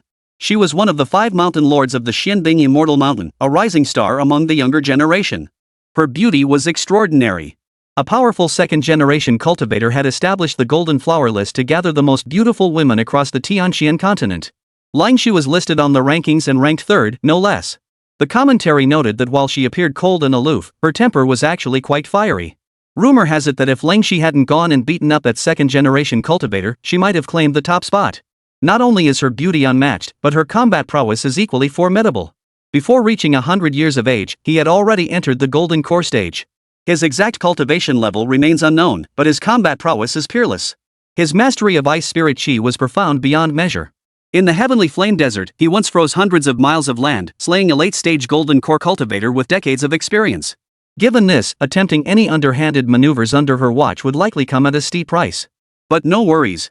The 3 of them, all at the peak of the Golden Core stage, had come together and prepared these mortals to be deployed precisely at this moment to activate the formation. Chapter 28, The Blood-Purified Holy Sect, Undeterred by Guilt. Qian Pang then declared, "Cooperate with me. Deploy the Hui concealment array. Prepare to act. Now." The white-robed youth frowned, his ancient eyes narrowing. "Shouldn't we confirm the existence of that legendary mysterious powerhouse first? What's there to wait for? We've been waiting here for 2 or 3 days already. Just do it and get it over with." Hualanji was extremely impatient. Exactly. We strike now. Xianpeng nodded, analyzing. Over these past few days, I'm sure you've all noticed. That mysterious being only appears in one specific spot within the mountains. Moreover, shortly after appearing, it vanishes for an extended period. Therefore, this mysterious entity must be bound by some constraint. While that mysterious presence remains hidden, let's act swiftly, remove the peach tree and retreat deep into our sect. Let's take a chance. As he spoke, Xianpeng couldn't help but grow excited. From the final scene transmitted by Shuewantu before his death, it was clear that the peach fruit was extraordinarily special. The aura it emitted seemed to transcend this world. Such a thing must be immensely beneficial for cultivation. Perhaps it could even enable a direct breakthrough to the great perfection of the Golden Core realm, stepping into the nascent soul realm. After hearing his words, the white-robed youth pondered for a moment before saying, in that case, why not wait until that mysterious presence descends again, then depart, before taking action? After all, it's been quite some time since its last appearance. What if he happens to descend again while we're making our move? This reasoning made sense, causing the other two to fall into deep thought. After a moment, Xianpeng made the decision. Alright, we'll wait until that mysterious being appears again before we make our move. Blinked once, blinked again. Hey, it was already daylight. On the bed. Ling Changsheng stretched lazily with his eyes closed, his body twitching violently like a cramp. What a sound sleep. Checking the time, it was already noon on the second day. After waking up, he felt refreshed and alert. In the past, after pulling an all-nighter like this, even after sleeping for 10 or more hours, he would still feel somewhat unwell. Though he'd gotten himself into trouble, cultivating immortality truly had its perks. That little boy had no dreams of flying on a sword. After all, Ling Changsheng was only 8 years and 100 months old. He washed up and grabbed a quick bite to eat. Ling Changsheng approached the chest. His spiritual sense entered the miniature world, instantly granting him a sense of effortless control. With a slight shift in his thoughts, the area where the small mountain village was located rapidly enlarged and appeared before his eyes. It was far more convenient than before. Before, if the view was unclear, he'd have to squint or use spiritual energy. He surveyed the scene. Coldstream remained seated cross-legged atop the mountain peak, quietly meditating. The shrunken kitten slept soundly beside him. For now, it couldn't be brought into the real world. Judging by the laws of the microcosm, the kitten had absorbed spiritual energy, which was why it had managed to survive. Significant changes had occurred within its body, though the nature of these changes remained unknown. The kitten couldn't cultivate, and if brought into the real world, its spiritual energy would dissipate. Then, it would perish. It was nearly brought out before, but fortunately Ling Changsheng drained its strength. The laws of the microcosm, striving to prevent the spiritual energy from escaping, generated a viscous force that kept it bound within the small world. The little girl, Yang Xinyue, was also present, her face solemn as she diligently cultivated. As for how she suddenly gained the ability to see herself, there was actually an explanation. The inhabitants of the microcosm could be considered low-dimensional beings. To them, Ling Changsheng from the higher dimensional world was invisible indeed, impossible to look upon directly. The power that allowed Yang Xinyue to see Ling Changsheng was, of course, the force of the rules. When the little girl first saw him, peculiar symbolic light chains flickered in her eyes. This was the manifestation of the law. So how did she acquire it? Perhaps it was an innate, formidable talent within her bloodline so powerful it bordered on the Tao that had been activated at some unknown point, enabling her to receive high-dimensional information related to Ling Changsheng. She scanned her surroundings meticulously once more, searching for any anomalies. The blood purification holy sect had been cautious enough to set up an array beyond Ling Changsheng's immediate sight, preventing him from detecting it immediately. After confirming all was quiet, Ling Changsheng mentally mapped out his plans for the day. First, he would gather some sublimation fruits and plant seeds to see if he could cultivate fruits with richer spiritual energy. Second, he hadn't previously had the chance to obtain the native treasures of the small world. Now he could exchange with Lang Shi to see how the spiritual energy content measured up. Finally, Lang Shi had mentioned needing assistance with something, time to find out what that entailed. Once these 3 tasks were completed, he would turn his attention to the real world. Make money. Find a quieter place to live. One step at a time. Ling Changsheng first fetched a pile of materials, grinding half of them to replenish the energy of the miniature world. The reason why this real-world substance decomposed and absorbed energy became clear. To the microcosm, real-world matter was high-energy substance, containing immense power. For the microcosm, it was a powerful tonic. However, if left intact, it couldn't be absorbed and would instead undergo sublimation, hence the need for pulverization. The other half was reserved for sublimation for his own cultivation and for exchange with Lang Shi. Soon, preparations were nearly complete. Nibbling on an apple in his hand, he placed both the sublimated fruit and the crushed substance inside. At the usual spot, in the mountain basin, he placed them around the peach tree. On the mountain peak. Lang Shi opened her eyes, sensing the movement of that colossal entity within the space. She knew the mysterious venerable one had come again. She was still puzzled about what had happened yesterday, when he suddenly vanished. She hadn't even had a chance to tell Ling Changsheng what she'd intended to discuss. Still, she remained remarkably composed. Though she had dispersed the energy of her cultivation practice, she did not rush to speak. Instead, she motioned for Yang Xinyue beside her to stop, and the two sat cross-legged in silence, waiting together. Outside, Ling Changsheng naturally saw the two of them halt. Setting that aside for now, he turned his attention to his own affairs. His gaze returned to the mountain basin below. To his eyes, the cloud-like mist enveloping and pulverizing the high-energy substances was no longer mere mist. Countless symbols swirled within, driving the rapid transformation of these high-energy substances. Having left his mark within the microcosm's natural laws, he had gained considerable control. His thoughts could influence the conversion rate, slowing it down. Or accelerate it. Acceleration required greater participation of celestial and terrestrial chi, though some loss would inevitably occur. Anyway, there's plenty of high-energy matter to spare wasted if you must. Driven by Ling Changsheng, the transformation was soon complete. Next came the sublimation fruits, equally susceptible to influence. Spiritual energy surged from all directions, as if summoned at will, converging into the mountain of sublimation fruits. Before long, the fruit mound began radiating multicolored spiritual light. Its brilliant radiance painted the clouds in the sky with rainbow hues. At the mountaintop, Ling Xu watched this spectacle, speechless. Though not the first time he'd witnessed this, the awe remained profound, perhaps even greater than before.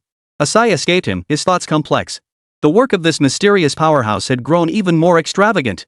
Had she not personally sensed that the celestial and terrestrial spiritual energy was not depleted but rather replenished to excess, she might have truly suspected the mysterious Venerable One intended to drain this planet's spiritual energy dry, severing the path to immortality. Chapter 29, Clouds Gather. Thunder Strikes. This scene was also witnessed by a group of people at the blood-purifying holy sect, thousands of miles away. Their eyes nearly popped out of their sockets. Such power, such power. Isn't this harnessing the power of heaven to cultivate celestial treasures? And at such blinding speed. This is beyond belief. How on earth did they manage it? The three were stunned, murmuring among themselves. Soon, Bai Lanshi spoke, bringing the scene to a hush. Shall we continue? Bai Mao and Xian Pang both fell silent, their expressions torn.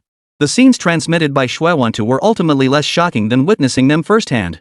Moreover, after waiting a day or two with no retaliation, the members of the blood purification holy sect had let their guard down.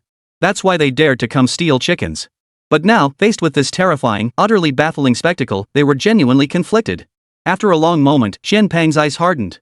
Forget it. We'll strike the moment he leaves. Bai Mao and Hua Lanji, confident in their own escape skills, steeled their resolve and agreed. Agreed. Seeing their nods, Xian Pang quickly added, start the blood ritual, cast the blood concealment array.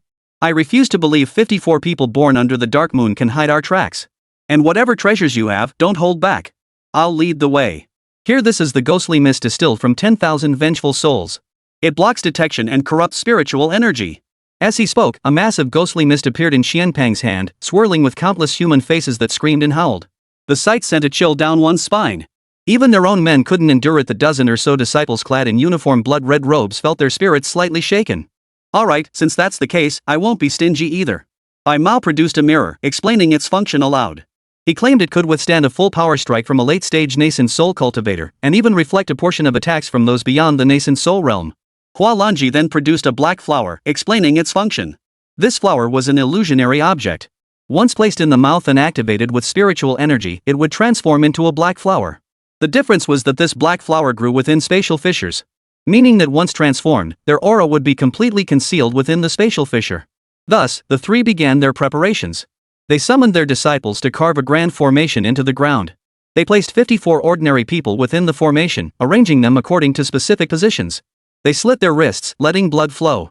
The crimson liquid trickled along the intricate array patterns. Gradually, a foul wind began to stir in the air. A dim crescent moon appeared within the formation, radiating an aura of wicked and foul energy. Outside. While waiting for the fruit to transform, Ling Changsheng finished eating the apple, saving the core to plant later.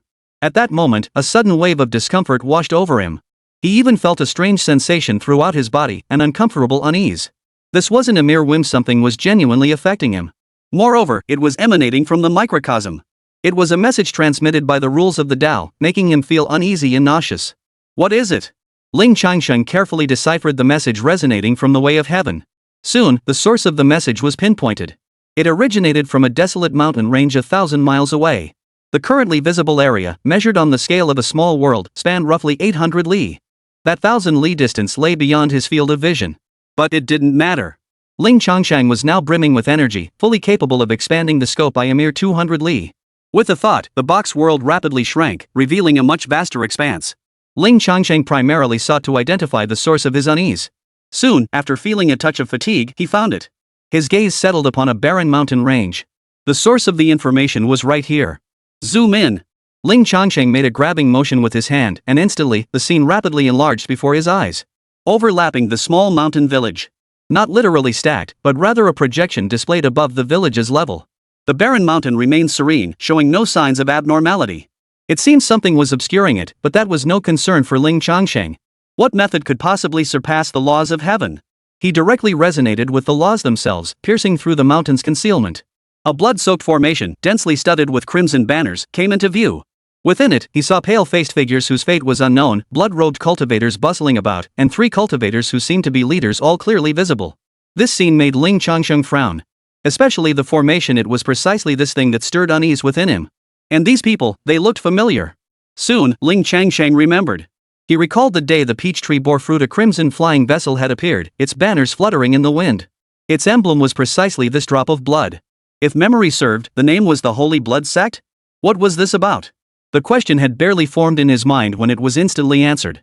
For I saw the portly middle-aged man gazing at the peach trees reflected in the mountain valley, his eyes gleaming with greed. His purpose was obvious. He's got some nerve. Ling Changsheng was truly impressed. Last time, the Netblood Holy Sect sent a withered old man. His strength was on par with Lang Shi both at the Golden Core stage. At that level, he should have been either the sect master or a supreme elder. To lose such a key figure and still dare to come back, one has to give them credit. What nerve! What nerve! This Holy Blood Sect is utterly disgusting, as bothersome as flies. Still clinging to their thieving schemes, still scheming. Right under our noses, they still try to steal. Ah, they've been thoroughly underestimated. Without a moment's hesitation, he acted. He even channeled his own spiritual energy to ensure these flies didn't escape. Clouds, gather! At his command, Ling Changsheng's spiritual energy surged, and the laws of the heavens moved with his intent. He employed the techniques of the microcosm rather than his own methods, primarily to avoid accidentally annihilating the ordinary people caught in the crossfire. Whoosh! Whoosh! Whoosh! The wind howled, and in an instant, a thick, heavy cloud gathered over the barren mountain. Clouds, gather!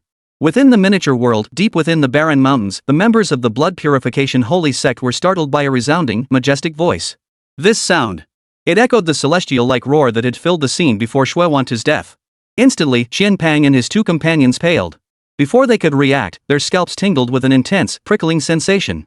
Each looked up. When they saw the dark, oppressive thunderclouds gathering overhead, they were all stunned. A thunder tribulation. How could there be a thunder tribulation? Xianpang and his 2 companions cried out in unison, their voices choked with terror. For practitioners of dark arts like them, if there was anything they truly feared, the thunder tribulation was undoubtedly a heavyweight threat. For demonic cultivators, survival rates were extremely low when confronting such a tribulation. However, being demonic cultivators, they naturally possess demonic arts to evade the tribulation. But this thunder tribulation was clearly summoned by that mysterious presence. That voice. That mysterious being has discovered us. Run! Xianpang screamed at the top of his lungs, ready to bolt immediately. Yet another thunderous voice boomed across the heavens. Thunderfall! As the words left his mouth, bolts of thunder crashed down. Boom! Boom! Boom! Over a dozen bolts struck in rapid succession, almost in an instant. Each strike found its mark on every member of the Pure Blood Holy Sect. Not a single mortal was harmed. Not a single soul escaped. Chapter 30, The Third Decline Tribulation of Divine Transformation. Divine Sovereign, spare my life. Boom! Boom! Boom! Boom! The disciples of the Blood Purification Holy Sect, clad in their uniform crimson robes, offered no resistance whatsoever. They were merely Foundation establishment cultivators, brought along as support.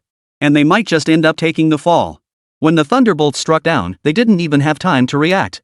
In an instant, they were obliterated into wisps of smoke. Their cultivation was refined by the fiery, yang-infused thunder, returning to nourish the heavens and earth. The 3 leaders, however, showed some reflexes. Clang! Clang! Clang! In the barren mountains, a blood-red mirror light shone, attempting to block the heavenly thunder. Yet the might of heaven was terrifying indeed. Not only did it fail to block the strike, the mirror itself cracked and shattered with a series of sharp snaps. And this was merely the first bolt. From the thunderclouds above, explosive bolts of lightning descended relentlessly, offering no respite. They fell relentlessly like a torrential downpour, fierce and violent. Boom! Instantly, the exquisite treasure mirror shattered completely, leaving no barrier behind. The white-robed youth's eyes widened. Though he was at the golden core stage, he was still no match for the heavenly punishment. He was slammed to the ground, his body engulfed in scorching flames as lightning threads sizzled around him. Even when he mustered every ounce of strength for a desperate last stand, he could only endure the beating. The other two reacted as well. The portly middle-aged man, Xinyue, was enveloped in a shadowy mist, attempting to escape. Alas, he was still too slow. Much less when this heavenly might contained Ling Changsheng's consciousness, driven by his spiritual energy. The thunderous strike descended, the heavenly might sweeping away all demons and spirits. The shadowy mist ripped apart and dissipated, revealing Xinyue's figure. The heavenly punishment naturally fell upon him. Put! He immediately coughed up blood in great gulps. The blood was dark and foul, and as it stained the earth, it emitted a hissing sound. This land was defiled. But soon, blazing lightning erased the filth from the ground. It continued to strike down fiercely upon Xinyue. Hua Lanji activated her peculiar blossoms, attempting to shapeshift and conceal her presence to evade the thunder's punishment. If this were an ordinary heavenly tribulation, she might have evaded it. But this was no ordinary tribulation. Her every move was clearly seen by Ling Changsheng. Boom! Thunder crashed down, shattering the peculiar flower into oblivion. Hua Lanji weakened further, immediately coughing up blood as she collapsed, exhausted, onto the ground.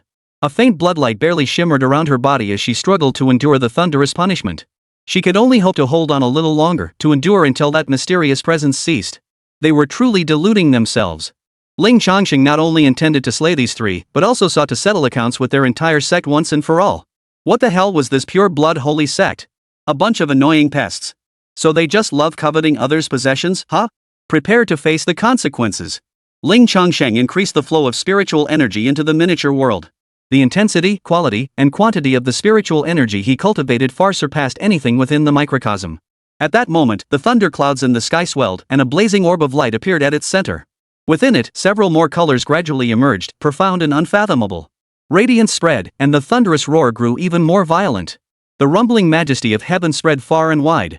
The world fell silent, devoid of any extraneous sound, as if fearing that loud noises might provoke the wrath of the heavens. Tricolor. The third decline tribulation of transformation into spirit. On the ground, Xinyue stared at the thunderclouds overhead and let out two piercing, agonized screams. His eyes bulged wide, streaming blood tears. His heart felt like it was shattering. The tribulation of transformation. He was only at the golden core stage. To reach the spirit transformation stage, he still needed to cross the vast chasm of the nascent soul realm. Is this really necessary?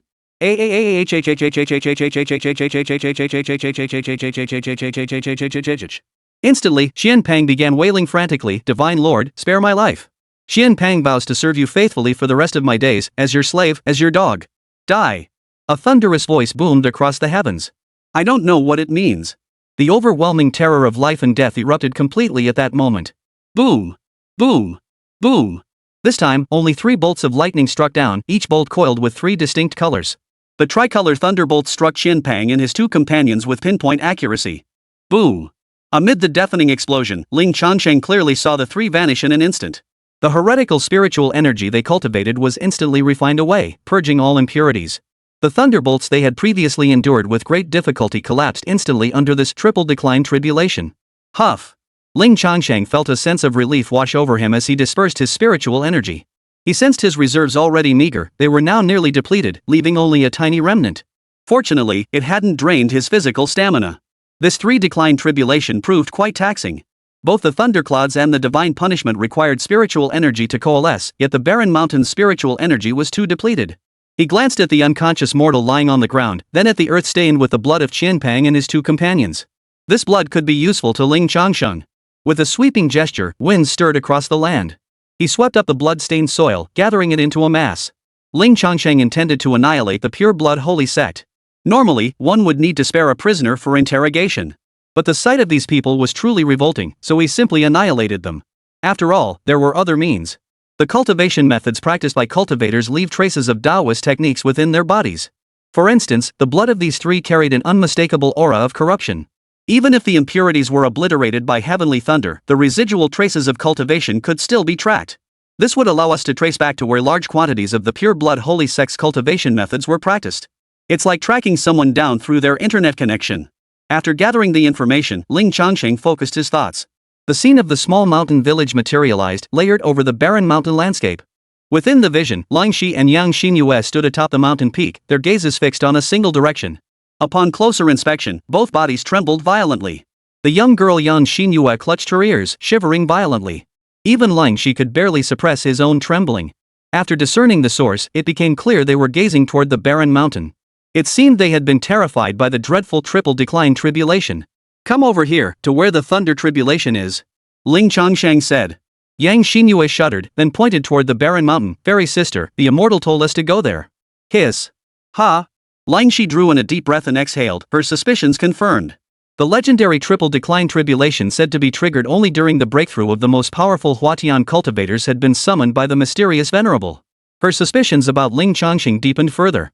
She had initially thought he might be a nascent soul cultivator surpassing the golden core stage, seated in meditation beneath the heavens.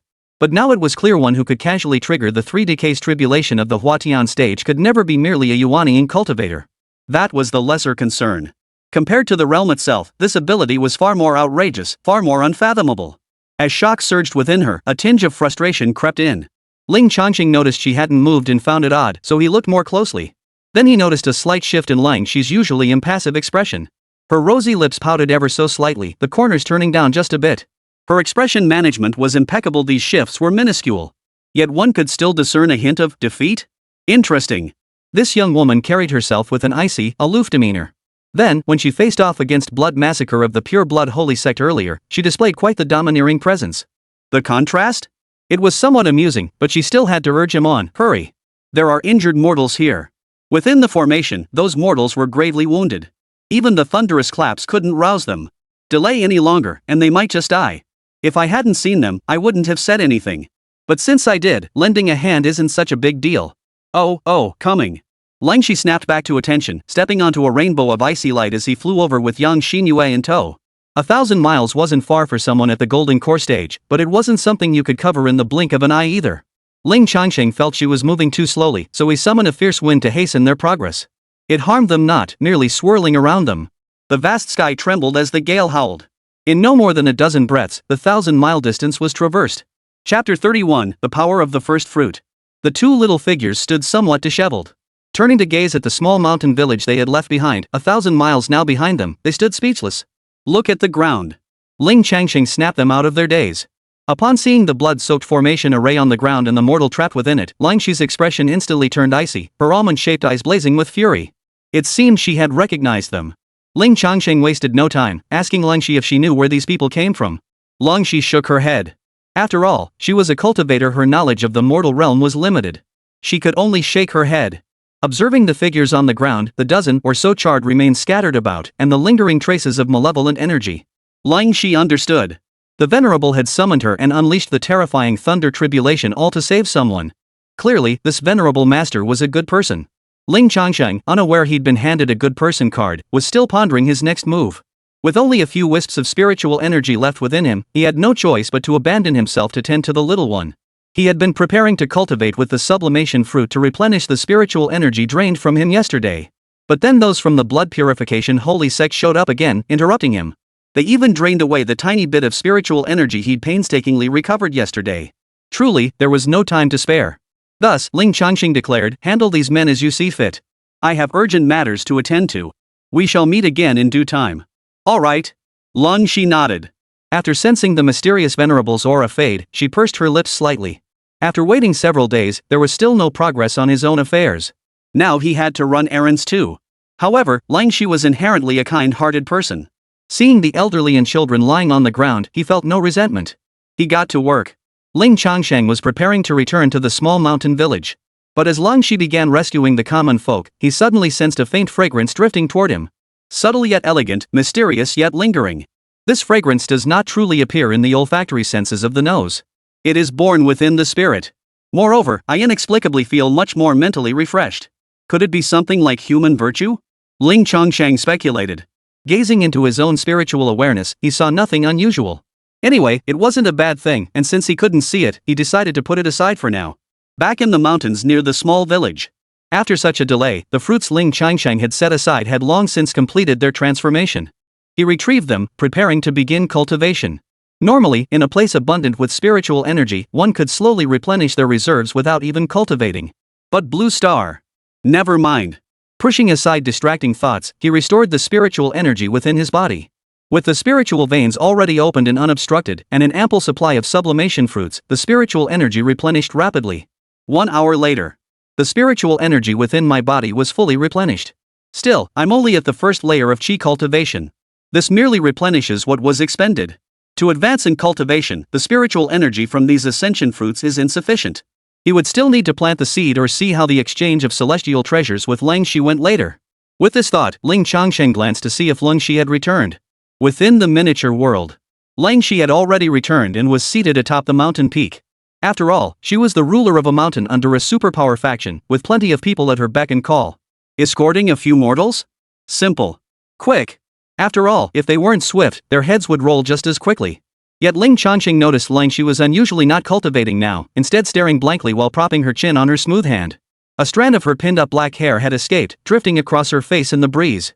Her ice-white gown billowed in the breeze. She radiated an ethereal aura. As if lost in thought, her eyebrows curved slightly, and the corners of her mouth lifted in a faint smile. Her demeanor was no longer icy cold, but slightly softer, giving off a next-door girl vibe. Ling Changsheng found her utterly breathtaking. But soon, the little girl beside Ling Shi nudged her, whispering mischievously in a hushed voice, "Fairy sister, the great immortal seems to be looking at you. He's been staring for quite a while." Ling Shi? Ling Changsheng? Ling Shi froze, then a faint blush spread across her fair cheeks. Once she caught on, a flash of wit lit her eyes as she suppressed the blush. Quickly composing herself, she sternly rebuked, "You insolent fool! How dare you be so disrespectful to the venerable master? Damn it! You little brat!" Slightly flustered. Forcing himself to move past it, he pinched a sublimation fruit and placed it on the open space atop the mountain peak. "Exchange this for something imbued with spiritual energy." Ling Changsheng spoke, and Yang Xinyue relayed the message. Currently, there was no way to replicate Yang Xinyue's condition onto Ling Shi. After hearing Yang Xinyue's explanation, Ling Shi nodded. He produced several pieces of purple, translucent crystals emitting a hazy purple glow. Each was roughly the size of her fist. These are spirit essences, formations born only at the core of spirit stone veins, containing vast quantities of spiritual energy. They are among the most precious treasures in my possession.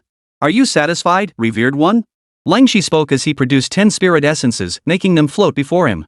In terms of energy content, the grapes held more. Ling Shi was after the energy within the grapes, which she could refine into spiritual energy. Though the process entailed significant loss, it served a crucial purpose. Ling Changsheng, however, sought pure spiritual energy. The spiritual energy content within the fruit of ascension was extremely limited. For him to use them, he could only absorb the mere traces of spiritual energy within the grapes. Thus, there was little more to say. With a flicker of thought, a gust of wind roared, sweeping 10 spirit essences skyward. Outside the microcosm, Ling Changsheng began absorbing the spirit essences.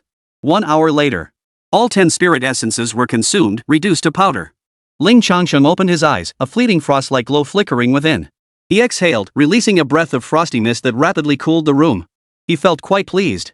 At this moment, he had advanced, reaching the second layer of chi cultivation. Within his dantian, spiritual energy swirled like mist, forming 10 frost blossoms. According to the Supreme Frost Heaven chapter, this was the manifestation of the second layer of chi cultivation. Thus, the results were clear. In terms of spiritual energy content, spirit essence truly surpassed sublimation fruit by several tiers. A single spirit essence roughly equaled dozens of sublimation fruits. However, compared to the peaches cultivated by the peach tree, it still falls short. Those peaches were originally high-dimensional products, undergoing mutations as they were cultivated from scratch within the microcosm. They are neither sublimation fruits nor native treasures. After consumption, it not only helped Ling Changsheng break through his blocked spiritual veins but also propelled him directly into the first layer of chi cultivation. Though the cancer hadn't been medically tested, within the vision of his spiritual perception, it had diminished by over 70%. This essence truly contained abundant spiritual energy. Yet for Ling Changsheng, it was barely equivalent to a peach fruit. Still, it's not bad. After all, peach trees only bear one fruit during their initial growth phase. Who knows when the second one will appear? To distinguish it from the sublimation fruit, let's call it the first fruit. It can serve as a substitute until other first fruits are harvested. Ling Changsheng was quite satisfied. Then, he hurriedly gathered a pile of fruits suitable for planting and harvesting, crunching away with gusto. After stuffing himself, he used spiritual energy to speed up digestion and ate some more. After gobbling down another round, he collected nearly 100 fruit seeds. That should be enough. He let out a small burp and scattered the pits into the mountain basin. He also scattered some crushed material as spiritual energy soil. Alright. With that settled, it was time to ask Ling Shi what exactly was on his mind. Ling Changsheng looked at Ling Shi and asked, "I'm free now. What is it you need?" Fairy sister, the great immortal asks what you desire, the little girl young Xinyue obediently relayed. Finally. Chapter 32, Thousand Islands Sea, Ascension's Divine Radiance. Ling Shi took a deep breath, stood up, and spoke earnestly, I wish to journey to a secret realm to seek out someone. But that realm is too hidden, I cannot find its entrance. I only have a few clues. Therefore, I thought perhaps you, revered one, might know its location. I only need a few clues. There was nothing wrong with what Ling Shi said. The problem was, as she spoke, her gaze grew increasingly resolute, and Ling Changsheng actually saw a dark aura gathering between her eyebrows. What is this? This black mist was invisible to the naked eye, discernible only through attunement with the way of heaven. Mysterious and unfathomable, ever-shifting and unpredictable, it was no simple matter. Ling Changsheng couldn't fathom it in the moment. But that was only natural. Though he had grasped some of the heavenly way's power within the microcosm, one must first strengthen oneself. Without sufficient personal strength, one could only comprehend a minuscule fraction of the laws. It was no wonder he couldn't see through it. Still, it felt eerily similar to what the fortune teller on Blue Star had warned, darkness gathers between your brows, great calamity approaches. Setting that aside for now, Ling Changsheng said, tell me everything you know. Whoosh! On the mountaintop, Ling Shi unleashed his spiritual energy. It intertwined in the air, weaving three images. The first depicted a vast ocean dotted with countless islands. At the center of this scene now formed a massive whirlpool. It resembled an entrance, as if leading deep into the abyss of the ocean. The second was a gateway. Enormous, it seemed to connect heaven and earth. Intricate patterns adorn its surface, dim and ancient, their material indistinguishable. It appeared sealed shut. The third image showed a multitude of inverted, bizarre, and alien symbols. Unintelligible. These were certainly not ordinary characters, perhaps not even writing at all. They must conceal some profound secret. After displaying it, Ling Shi said, decades ago, the ruins suddenly appeared in the Thousand Islands Sea, shocking the entire Sangling Star. At that time, brilliant divine light shot forth, piercing straight into the heavens. Those living in the Thousand Islands Sea even claimed that immortals ascended to divinity alongside the divine light. Countless great beings rushed there, yearning for the path to immortality. My master went too, but within days, every great power who went vanished into that sea. Decades have passed, yet not a single living soul has emerged from those waters. At this point, Ling Changsheng understood her meaning. It was clear she intended to rescue her master. The look of longing on Ling Shi's face earlier must have been for her master. Quite filial of her. After speaking these words, Ling Shi paused. A flash of light appeared in her hand, revealing a large crystal stone. The crystal was roughly diamond-shaped, with distinct layered textures. At its very core lay a rusted iron plate the size of a fist. This crystal seals the lock. What lies within is the clue. Ling Shi pointed to the rusted iron plate within the crystal. I didn't accompany them on that journey. This iron plate was secretly transmitted to me by my master before she vanished. Alas, she left me not a single word, vanishing for decades. Later, neither I nor any other cultivators who ventured to the Thousand Islands Sea could locate that ruin. As if it had vanished completely from Sangling Star. Ling Shi finished speaking. Ling Changsheng stared at the dark red, rusted iron plate, his brow furrowing slightly as a chill crept into his heart. It was faint, yet utterly baffling. He attempted to deconstruct and analyze the origins of the fragment through resonance with the Tao, seeking to trace the source of that chill. Unexpectedly, something unexpected happened. The iron fragment seemed to exist outside this world, holding no trace of information. No matter how intensely he focused his spirit, there was no response. Perhaps my power was insufficient to break through its defenses. Interesting. In any case, Ling Changsheng found himself growing curious. He had originally only intended to find the secret realm mentioned by Ling Shi and then inform her of its location. He hadn't intended to get involved himself after all, he was quite busy. But now, getting involved might yield significant rewards. Descending into a secret realm, right? In novels, didn't they always descend into secret realms, obtain great treasures, and then boom level up like crazy? With his mind made up, he refocused his attention on the three-act diagram Ling Shi had drawn. With detailed topographical maps in hand, locating the site would be straightforward. By expending mental energy, one could pinpoint the sea area's location. After feeling slightly weary, Ling Changsheng saw a tranquil stretch of sea. Just as Ling Shi had depicted, it was beautiful, yet ordinary, nothing out of the ordinary. Ling Changsheng attempted to extract information about the second image, the massive gateway from the heavenly Tao resonance. Nothing. Just like the iron plate, no information surfaced. With no other choice, Ling Changsheng projected the sea area into the air, allowing Ling Shi to see it as well. That's at this very sea area. Ling Shi nodded. Ling Changsheng stated, I must personally visit this sea area. Perhaps by physically reaching the sea, he could grasp the finer details. Ling Shi nodded. Very well. I shall accompany you, revered one. Fairy sister, and me too. Young Xinyue blinked her eyes, her expression brimming with curiosity.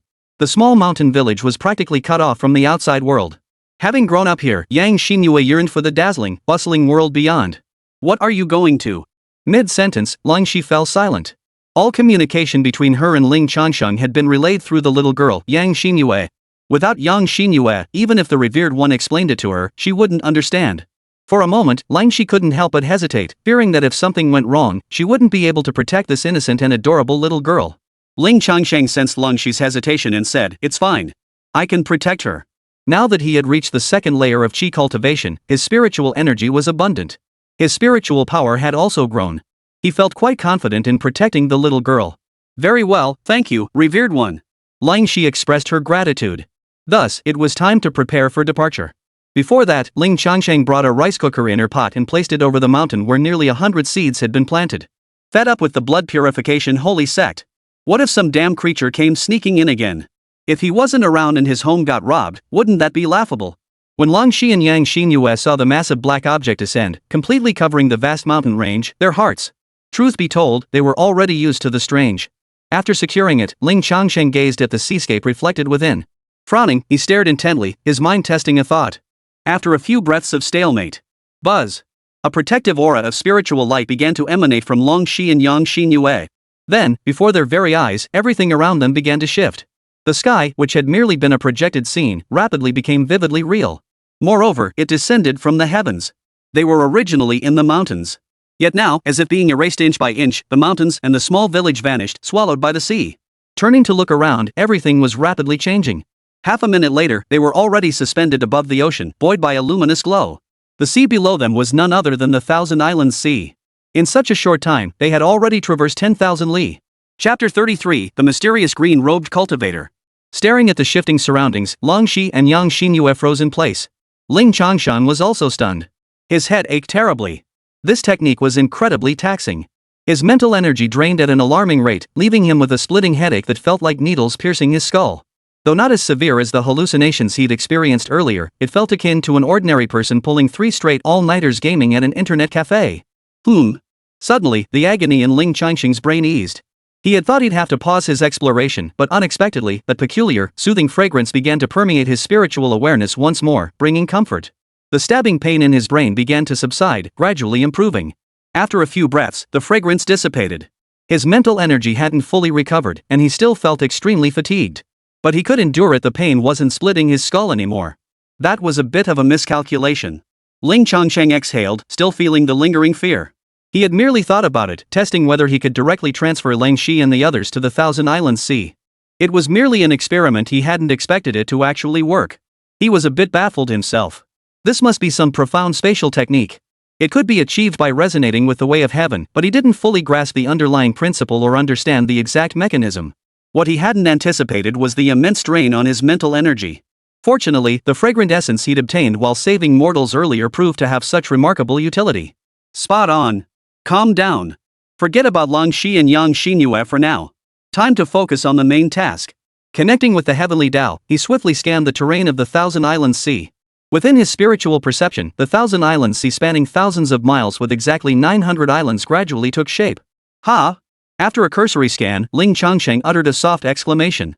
The earlier projection of the sea had been too coarse to reveal every detail, preventing him from noticing that this stretch of water was far from tranquil.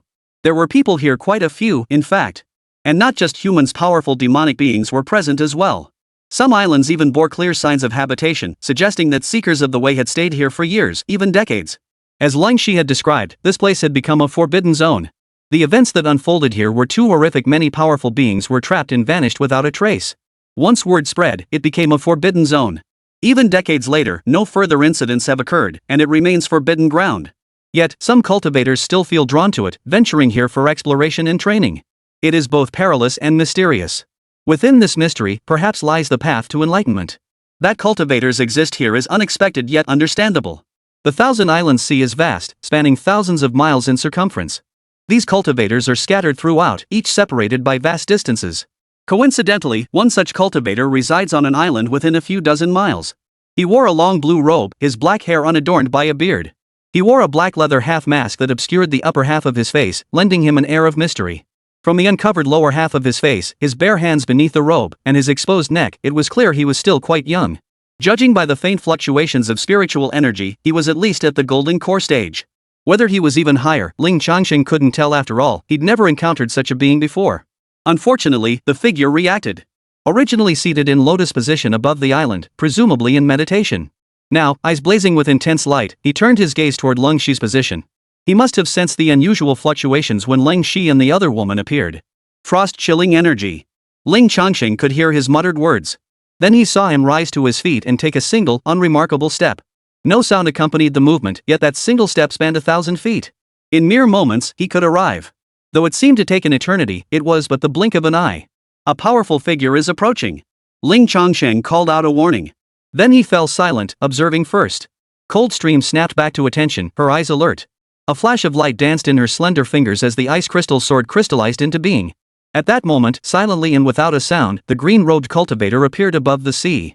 Standing with hands clasped behind his back, he surveyed Long Shi and Yang Xinyue. His gaze first swept over Yang Xinyue. Bringing a mere mortal to this place was indeed unexpected. After a fleeting glance, he found himself unable to look away. This girl?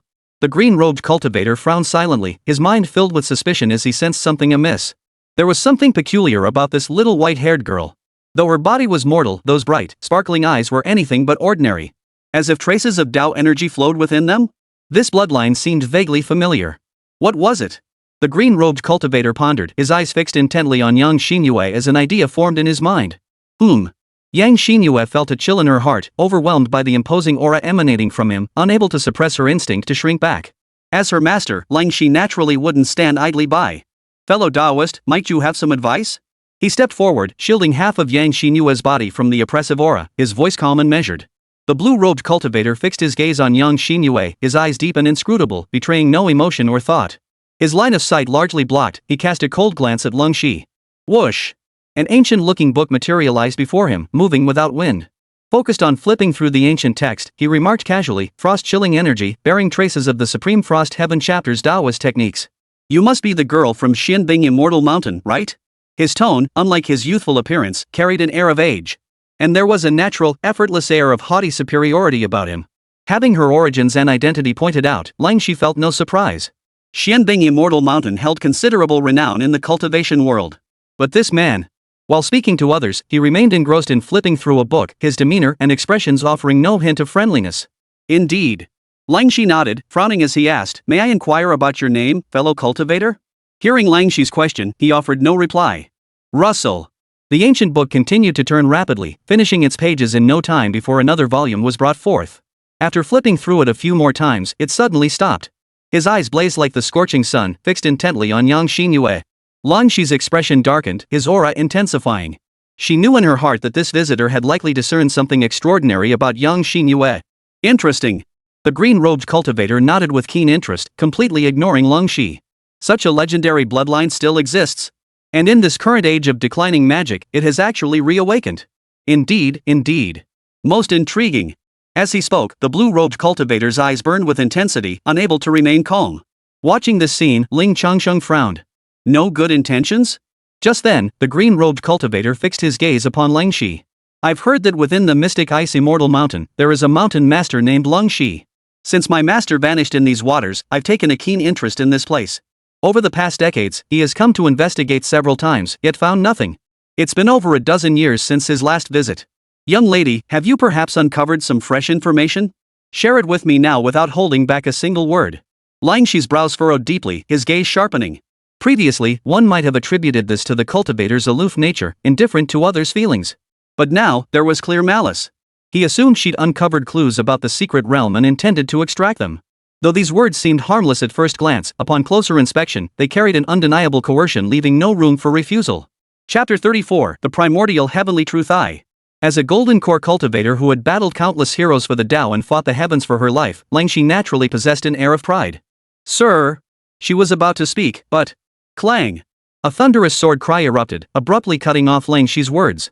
In the azure sky, a spirit light sword coalesced, its icy glint piercing the eyes, its ringing clear and resonant. And it didn't stop there. Clang! Clang! Clang!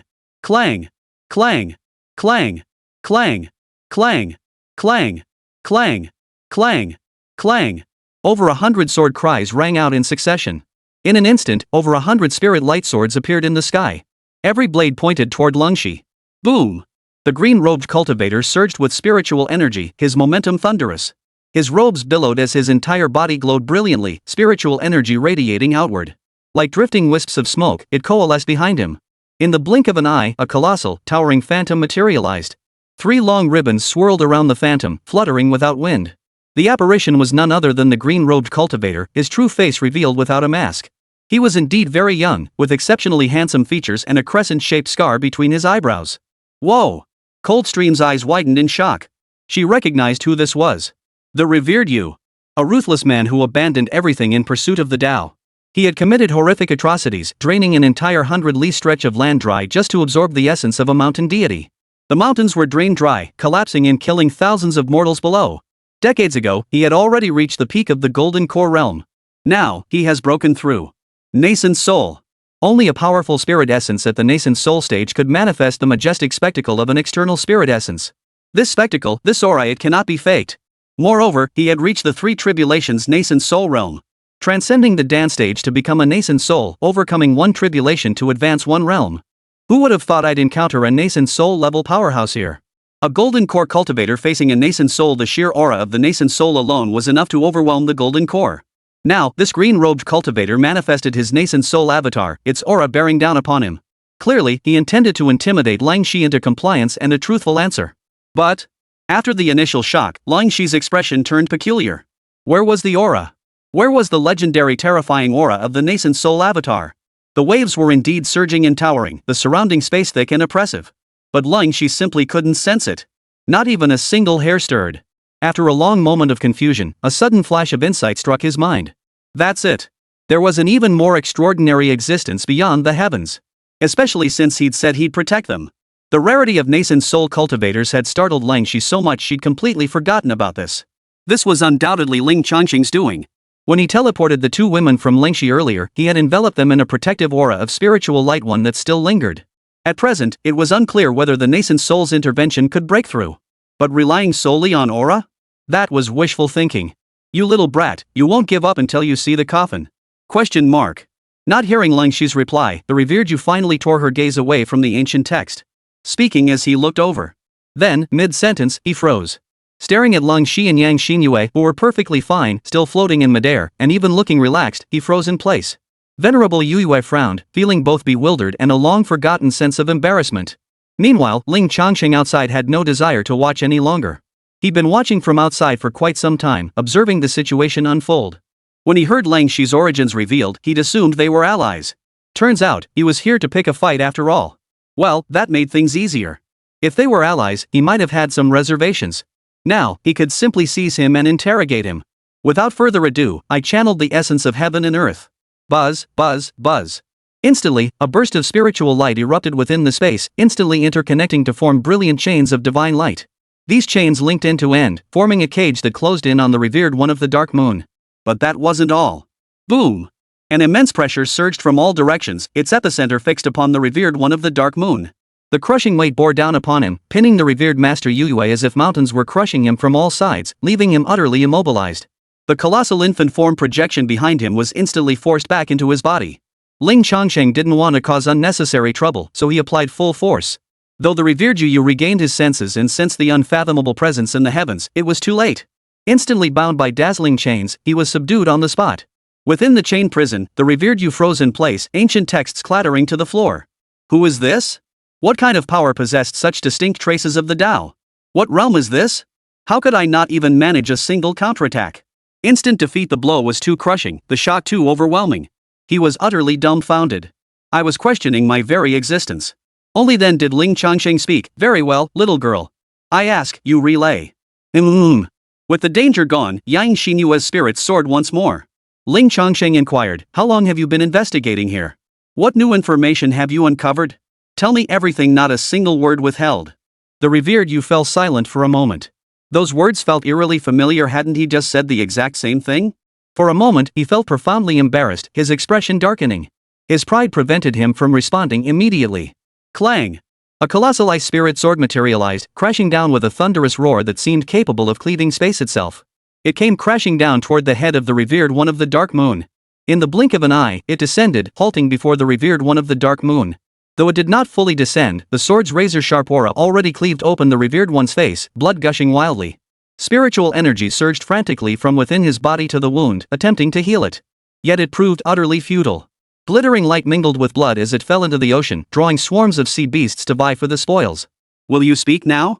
Ling Changsheng demanded again. Silence hung for several breaths. Feeling the icy sword suspended above his forehead, yet to fall, and sensing the formidable chains of the Tao binding his body, he knew he stood no chance. His pride shattered, he yielded. He began, I have been here for 10 years, but the traces of the Sea Realm's secret domain are too scarce. I haven't discovered much. Tell me everything you know, and I may spare your life. Hide even a single word, and your soul shall not survive my blade. Ling Changsheng warned. Through the sympathetic heavenly way, he could discern whether the revered one of the Dark Moon was lying. The Honorable Yu's face darkened, his eyes flashing with anger, but the situation left him no choice. He said nothing, but instead produced a book and declared, "This contains every discovery I've made over the past decade." Whoosh! With a flick of Ling Changsheng's thoughts, the book shot into the sky. Its pages fluttered rapidly. Within mere breaths, its contents were fully imprinted upon his spiritual awareness. He set the records aside for now. Ling Changsheng pressed on, "You looked at that little girl earlier, then searched through your books. What did you discover?" "Her eyes are extraordinary," said the revered Yu. "They seem to manifest a divine power of ancient bloodline." "What bloodline?" "I haven't investigated yet." Clang! The ice blade at his brow suddenly pressed downward, splitting his brow bone further, forcing the revered Yu to halt mid-sentence. Creak, creak! Gritting his teeth in frustration, realizing he'd been seen through, the revered Yu could only say, "Preliminary suspicions point to an ancient bloodline known as the primordial heavenly principle divine pupil. Once activated, this bloodline causes the pupils to mutate, naturally cultivating divine abilities.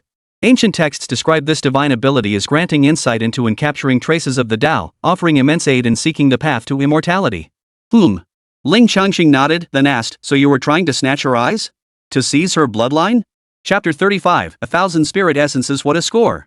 The venerable Yu's pupils contracted sharply. His thoughts had been read.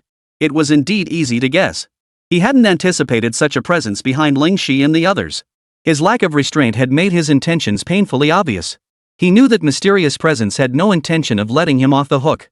In that instant, the man who had just been compliant and showing no signs of resistance erupted. Ha! With a thunderous roar, surging spiritual energy erupted from his body like a volcanic explosion. A dark, glossy tortoise shell materialized, blocking the icy sword. His nascent soul avatar manifested, straining against the Tao chains binding him, desperate to break free. Clang! Clang! Clang! The chains of the Tao rang out under his strain, showing signs of cracking and snapping. But when Ling Changsheng poured more spiritual energy into them, the chains blazed with even brighter light. Reinforced, they suddenly contracted. They shackled the Yuanling avatar of the revered Yu, forcing it to shrink, seemingly about to be forced back into its body. The revered master of the Dark Moon roared, his voice thunderous enough to send waves crashing across the sea. From within his dantian, an intensely brilliant light erupted. Exclamation point. Coldstream couldn't hold back, exclaiming in shock, "Infant spirit self-destruction." Indeed. Venerable Yu was actually triggering his nascent soul to self-destruct. Though they had exchanged only a single blow or two, it was already clear they were not on the same level. Struggling on was futile. With remarkable decisiveness, he immediately gambled everything on a desperate last stand. "That guy's pretty ruthless." Ling Changsheng was startled too. This was too decisive. A truly ruthless individual.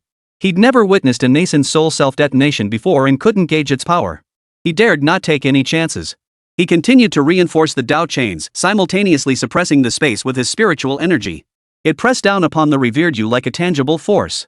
Simultaneously, he raised towering waves before Long Shi and Yang Xinyue, isolating them. No sooner had he completed these actions than the revered one of Dark Moon's nascent soul exploded. Boom! An intensely blinding light erupted violently, like a miniature sun exploding in that spot. The sound was so deafening that even Long Shi and Yang Xinyue couldn't bear it, feeling only a dull, throbbing pain in their ears as blood trickled out. Even Ling Changsheng found it deafening. The spatial pressure had been shattered by the infant soul's explosion. Shockwaves radiated outward in concentric circles, forming a massive tidal wave. Waves surged 100 meters high, crashing into the seawall before Ling Shi and the other woman. Fortunately, the chain prison remained intact, preventing the shockwave from shattering the seawall. However, the Tao chain's prison cage had been stretched to its limits, expanding to 100 meters in size. Within it, spiritual energy surged like a blazing fireball. Had Ling Changsheng not continuously infused it with spiritual energy, it would have burst. In fact, cracks had already appeared on the chains, forming hollows. And within this dazzling, explosive light, a faint, barely perceptible glimmer shot out. No larger than a palm, its shape resembled that of the revered dark moon, swiftly escaping into the distance. Line Shi failed to notice, and Yang Xinyue certainly didn't either. Even Ling Changsheng nearly missed it, his attention fully absorbed by the infant soul's self-detonation. Fortunately, once the faint light escaped the blast radius of the infant soul's explosion, it stood out conspicuously against the calm sea surface. Even if Ling Shi remained oblivious, Ling Changsheng sensed something amiss. The aura of that faint light was clearly connected to that of the revered Yu. How could he let such a threat return to its lair? Instantly, Ling Changsheng focused his thoughts on maintaining the Dao chains, preventing them from shattering and causing their power to spiral out of control. Simultaneously, he channeled the Dao to seal off the space surrounding the light. Preventing its escape, he then unleashed immense pressure to crush it. No! Amidst the furious, unwilling roar, the ray of light was utterly ground to dust. Only after meticulously inspecting everything and confirming no remnants remained did he relax. He then manipulated the chains of the Dao to form a cage, flinging out the lingering spiritual energy from the self-detonating infant soul. Boom! Unconstrained, another explosion erupted. Wave after wave of shock rippled outward, spreading vast and wide, the thunderous roar echoing endlessly. Clouds in the sky were shattered by the blast, while the ocean below was churned for kilometers, leaving countless dead fish floating on the surface. And this was after the Dao chain had already absorbed some of the force. Ling Changsheng marveled inwardly. The destructive power of this nascent soul self-detonation was truly immense. Converting the scale, if unleashed fully, it would likely surpass a nuclear bomb. Good thing my dimension is a notch above yours. He exhaled, giving the two women time to recover. Then, he manipulated the spiritual energy to retrieve a bracelet. This belonged to the revered Xinyue. It should possess storage capabilities. After all, she was at the nascent soul stage. There should be quite a few valuable items inside, right? The storage bracelet was sealed with restrictions, but its owner was dead. Moreover, Ling Changsheng had attained heavenly sympathy. The restrictions weren't entirely absent, but they were practically nullified. A surge of spiritual energy eroded the restrictions away. Ling Changsheng sent his spiritual sense inside to investigate. The space was substantial, easily the volume of a 3-story house. He spotted some garments and books, along with numerous medicinal herbs and treasure pills preserved in jade boxes. Unfortunately, Ling Changsheng's knowledge was insufficient. He couldn't identify the vast majority of them. But it didn't matter. Ling Changsheng recognized spirit essence. And the quantity of spirit essence within this ring. Enough to form a small mountain. A sweep of his spiritual sense revealed the count over 1,000. Truly befitting a nascent soul cultivator, wealthy indeed. I'll gladly accept them. Truly, a horse doesn't grow fat without night feed, nor does a man become rich without windfall. Regardless of what I might find in the secret realm Cold Stream intends to explore, this haul alone, just these spirit essences, is a fortune beyond measure. 1,000 spirit essences should be enough to propel him to the mid-stage of chi cultivation. Now, Ling Changsheng even wished there were more people like this. Of course, not like those from the blood purification holy sect good-for-nothings who rely solely on plunder to get by. Pushing aside distracting thoughts, he set the bracelet aside. This item couldn't be brought into the real world either. The moment it was exposed, its inherent spiritual energy would rapidly dissipate. The internal storage space would collapse. What good would the items inside be then? Ling Changsheng began examining the notes of the revered Master Xinyue. From the notes, it was clear that the revered Master of the Dark Moon had indeed made tremendous efforts. He had meticulously mapped all 900 islands of the Thousand Islands Sea, adding numerous lines. It seemed he suspected connections between these islands. However, he likely failed to uncover the truth. Many conceptual diagrams were marked as discarded. After a short while, Ling Changsheng finished reviewing them. The usable information was limited, but 2 points were particularly noteworthy. First, the revered Yaya had discovered a convergence point among the islands where spiritual energy became turbulent annually, manifesting in a chaotic state. This phenomenon lasted only briefly, approximately half a minute. Second, several years after the catastrophe in the Thousand Islands Sea erupted, he unexpectedly received a memento. The owner of this memento was his elder. It was extremely fragmented, disjointed, and difficult to decipher. Respectable people don't keep diaries, but the revered one of the Dark Moon did. He recorded these fragments, taking precautions by employing a special method. Of course, Ling Changsheng deciphered it. The gist is as follows. 1,000. Immortal way. Consume. Stellar chi. Ascend to immortality. This century, hasten, conceal, ascension. Do not probe. Though the warning "do not probe" was stark and clear, the 2 lines above it seemed undeniably alluring. Thus, the revered Yu remained here for decades. These fragmented memories are too disjointed to make any sense. Yet the island mentioned in the first message was worth visiting. It lies not far away, merely 1,000 miles distant. Chapter 36, The Heavenly Path's Vision, the number 99. 1,000 miles is no great distance. Conserve your energy. Let Lingxi fly there herself. To prevent any powerful figures from detecting them and wasting time by interfering, they used the power of Heaven's Way to isolate themselves, sealing off their aura. Though the green-robed cultivator delivered some information, only one piece was truly useful. It was still insufficient. It only indirectly confirmed that the secret realm was truly mysterious and deeply concealed. Ling Changsheng must personally investigate. His spiritual sense resonated with the Tao, meticulously scanning the entire Thousand Islands Sea. Communing with the Tao currently manifests in two states. First, the spiritual awareness only establishes a superficial connection. In this state, it consumes a small amount of mental energy. It greatly enhances Ling Changsheng's perception, allowing him to sense areas spanning thousands of miles. It enables rudimentary feats like summoning wind and rain, or effortlessly commanding the essence of heaven and earth. Second, the spirit consciousness is deeply integrated, consuming both mental energy and spiritual energy significantly. At this level, the effects become profoundly evident. The laws governing the world are fully absorbed into the spiritual awareness. The operational principles of all things in the world, the information they emit, all become visible to the eye. A single thought could cause flowers to bloom or wither, another could summon the heavenly tribulation of thunder. If one were to name it, the first, more common method could be called heavenly resonance. The second approach should be called heavenly vision. Of course, due to limited cultivation, one can only perceive relatively superficial things. Yet it remains quite powerful and sufficiently effective. Currently, he has entered the heavenly way vision state, using this state to survey the Thousand Islands Sea. Thus, Ling Changsheng did indeed detect an anomaly. The green-robed cultivator's conjecture was correct. He had mapped all 900 islands and connected them with lines, seeking to uncover patterns and connections. Yet he failed. No matter how he deciphered it, it remained a tangled mess, nothing but a worthless scrap of paper. But Ling Changsheng saw it. Hidden between the 900 islands lay connections as delicate as silk threads.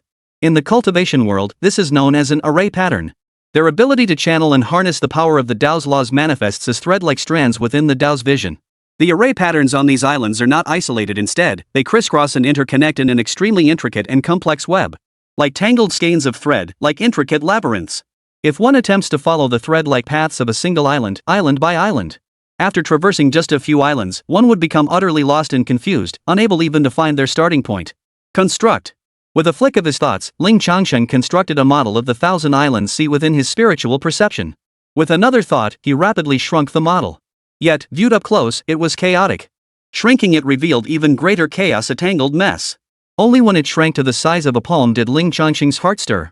Before him, the Thousand Islands Sea formed a chaotic, barely circular disk. Some islands were large and towering, while others were small and low, creating a staggered arrangement that gave the disk a distinct sense of depth. It resembled a nest, with its outer layer protruding high and its inner part recessed. The central void was filled with azure seawater, resembling an embryo incubating something. It was just a dark void, unsettling to look at. Beyond this discovery, there was more. Upon zooming out, one could see that within the disk formed by these 900 islands, there were numerous gaps where the islands failed to connect. So, the original number of islands wasn't 900? Ling Changsheng pondered, then swept his spiritual sense across the gaps to count them. 99. 99 islands were missing. How convenient. 999. The Thousand Islands Sea just one island short of a full 1,000. And the missing number, 99, that figure feels rather peculiar too. Disengaging from the heavenly path's gaze, maintaining only a sympathetic connection to avoid excessive energy drain. His gaze fell upon Lang Shi as Ling Changsheng asked, "Is the number 9 the ultimate number?" Lang Shi was hurrying along with Yang Xinyue, nearly at their destination. Hearing Yang Xinyue relay Ling Changsheng's question, he felt a bit suspicious. Why would the revered one ask such a question? On Sangling Star, any ordinary cultivator would know such a fundamental question. Could it be, he's not from this world? The thought made Ling Shi's heart skip a beat. Absurd.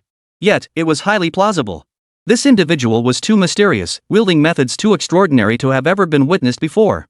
No such figure has ever been heard of in the current cultivation world. If anything, what was even stranger was that just days ago, he hadn't even demonstrated the ability to wield spiritual energy. After exchanging the Supreme Frost Heaven chapter, he soon unleashed the treasure technique from the Frost Heaven battle method. In that brief moment, Lang Shi's thoughts raced like lightning, yet ultimately, there was no way to verify it. Moreover, this mysterious being seemed benevolent, so Lang Shi decided to stop dwelling on it. Overthinking was merely a waste of time. Indeed, 9 is the ultimate number, Lang Shi nodded in agreement. Indeed, it was the ultimate number. Then this 99 was clearly no coincidence.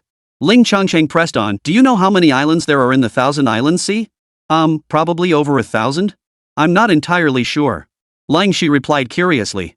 She had never paid attention to such details. The islands within the Thousand Islands Sea were scattered haphazardly, some barren, others lush. None showed any signs of abnormality. Not only did she pay it no mind, but neither did most cultivators. There are exactly 900 islands in this sea. Ling Changsheng shared his discovery with her. They bear a faint connection to one another, yet it remains chaotic and difficult to discern. There are also gaps, with islands disappearing 99 in total. If we include the gaps, the total should be 999 islands. Ha! Upon hearing this, Ling Shi frowned and slowed her pace. Like Ling Changsheng, she sensed something peculiar about these two numbers, feeling they held a strange mystery. Honorable one, I cannot fathom it. But based on just these two figures, he couldn't make sense of it. Then do you know if any islands were destroyed in the catastrophe decades ago? Ling Changsheng inquired. Ling Shi replied, I was too young at the time and didn't accompany them, so I have no knowledge of the specifics. But I have heard from others that terrifying magical battle ripples erupted in the sea, shattering islands and causing them to collapse. Upon hearing this, Ling Changsheng understood. The gap in the 99 islands was caused by that event. Following this line of reasoning, there must have been a great power who knew the true nature of this Thousand Islands Sea and its purpose. But to verify this, they must find the vanished cultivators of that era or their relics. Thus, he hoped they had left something behind for posterity. There was nothing more to ask. Ling Changsheng said to Long Shi, speed up. The location in the Qingshan cultivators notes is a gap. Understood. Ling Shi nodded, his spiritual energy surging more violently as his speed increased significantly. After roughly half an incense stick's time, they arrived. The location was a barren stretch of sea, devoid of any islands. Even extending his perception 1,000 feet beneath the surface revealed no trace of islands. Ling Changsheng once again entered the heavenly Dao vision state. Decades had passed, and over 90% of the traces had faded. The faint remnants could only cause spiritual energy to gather slightly here before becoming chaotic. Through the might of the heavenly Dao vision, Ling Changsheng deduced that this gathered spiritual energy was about to undergo some transformation. Then, it would be channeled along the array patterns toward other regions. Chapter 37, Restoring the Broken Path. With the island gone and the array patterns missing, the thread was severed. Thus, its destination remained unknown, likely the placenta at the core? In any case, this location held little further investigative value. Even a nascent soul powerhouse, immersed for decades, could uncover only trivial details. Truly mysterious. We must still head to the core embryo Ling Changsheng discovered himself. I'll guide you to the location. You proceed there. I need to recover for a bit. Ling Changsheng spoke as he sketched a spiritual energy sea map for Longxi, marking the next target location. Naturally, it was the core region within the Thousand Islands Sea. Understood. Though she didn't know what Ling Changsheng had discerned, Longxi chose to trust him.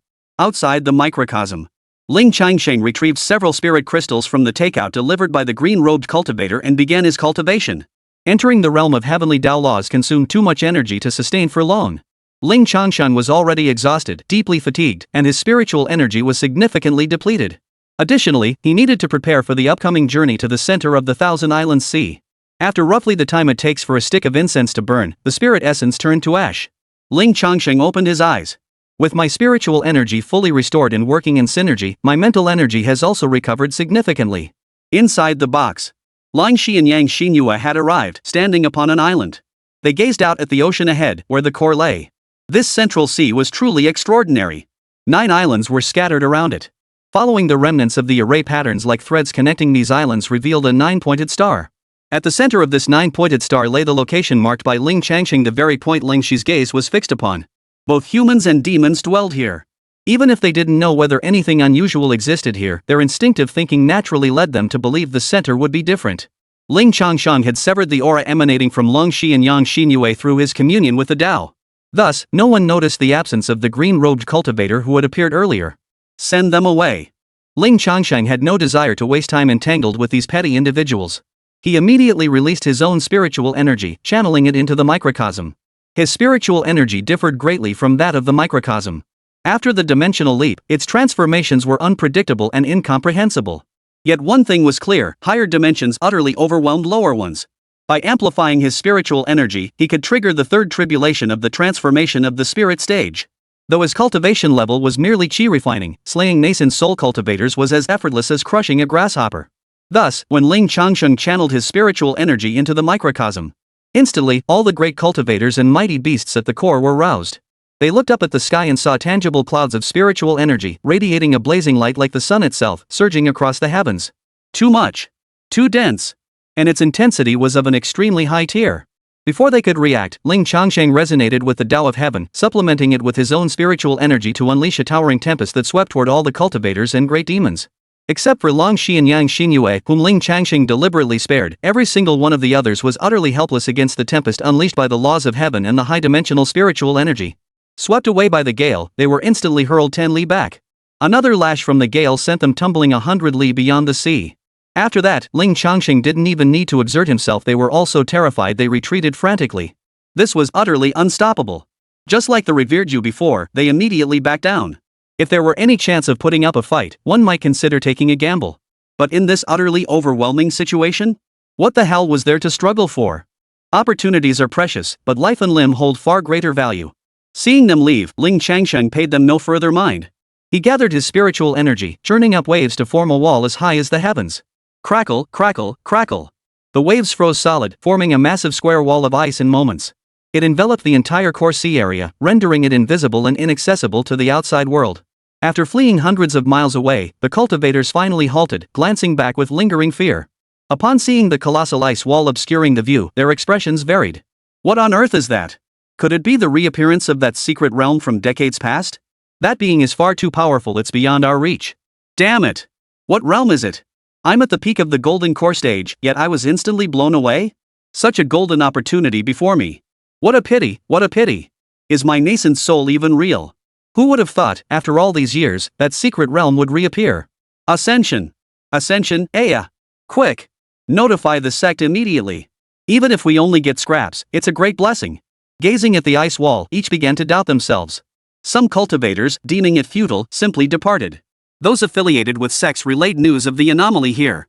Naturally, there were also the bold and reckless who refused to leave, though they wisely retreated farther away, clinging only to the faint hope of finding something left behind. Within the ice wall's domain, Ling Changsheng focused his spirit intensely, re-entering the heavenly Tao vision.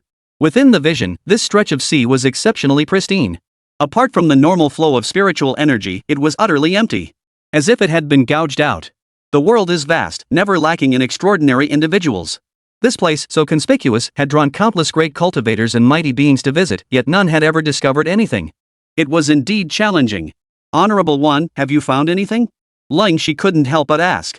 Not yet. Ling Changsheng replied, this place is utterly clean, as if it were forcibly carved out of this world, leaving only a chaotic mess with no clues. Let me take another look. Understood. Ling Shi nodded, then sighed helplessly, if we truly can't find any traces, perhaps we should just give up. Ling Changsheng remained silent. In his view, it hadn't come to that yet. The place was so clean it felt gouged out, the array patterns and circuits completely severed. But he could leverage the power of the Tao to reverse engineer it, forcibly reconnecting the fragments. Moreover, if something existed, traces must remain. Even if no trace remained in the world, it still existed within the Tao, only scattered and indistinguishable. And now, the Tao resided within Ling Changsheng's eyes. As his thoughts stirred, chaotic array patterns flashed rapidly within the heavenly Tao's vision, coupling and interlocking, attempting to reconnect. This was not an exhaustive search. Ling Changsheng knew his limits. Exhaustive enumeration would fry his brain before yielding results. He used the chaotic array patterns on the island as a starting point, drawing in and absorbing the wandering laws of the universe. This approach made the task considerably easier. Of course, the cost remained substantial. With each passing second, Ling Changsheng felt his mental energy drain away. Within half a minute, a headache began to set in. He forced himself to persist for 1 minute before pausing. At this moment, within the heavenly Tao vision, the chaotic lines on the island began to show a hint of order. Moreover, the missing sections had extended slightly. It was indeed useful. The progress was just too slow, though. Perhaps it would pick up later. Restoring his spirit with spiritual energy was taking too long. Suddenly, he remembered that the green-robed cultivator's bracelet might contain some useful treasures. I've expended a great deal of energy. See if this bracelet holds any treasures that could replenish my spirit essence and vitality? He took it out and passed it to Long Shi, instructing her to investigate. At this level of cultivation, a nascent soul cultivator is already a formidable force, possessing considerable wealth. And since the divine spirit is crucial, of course there was.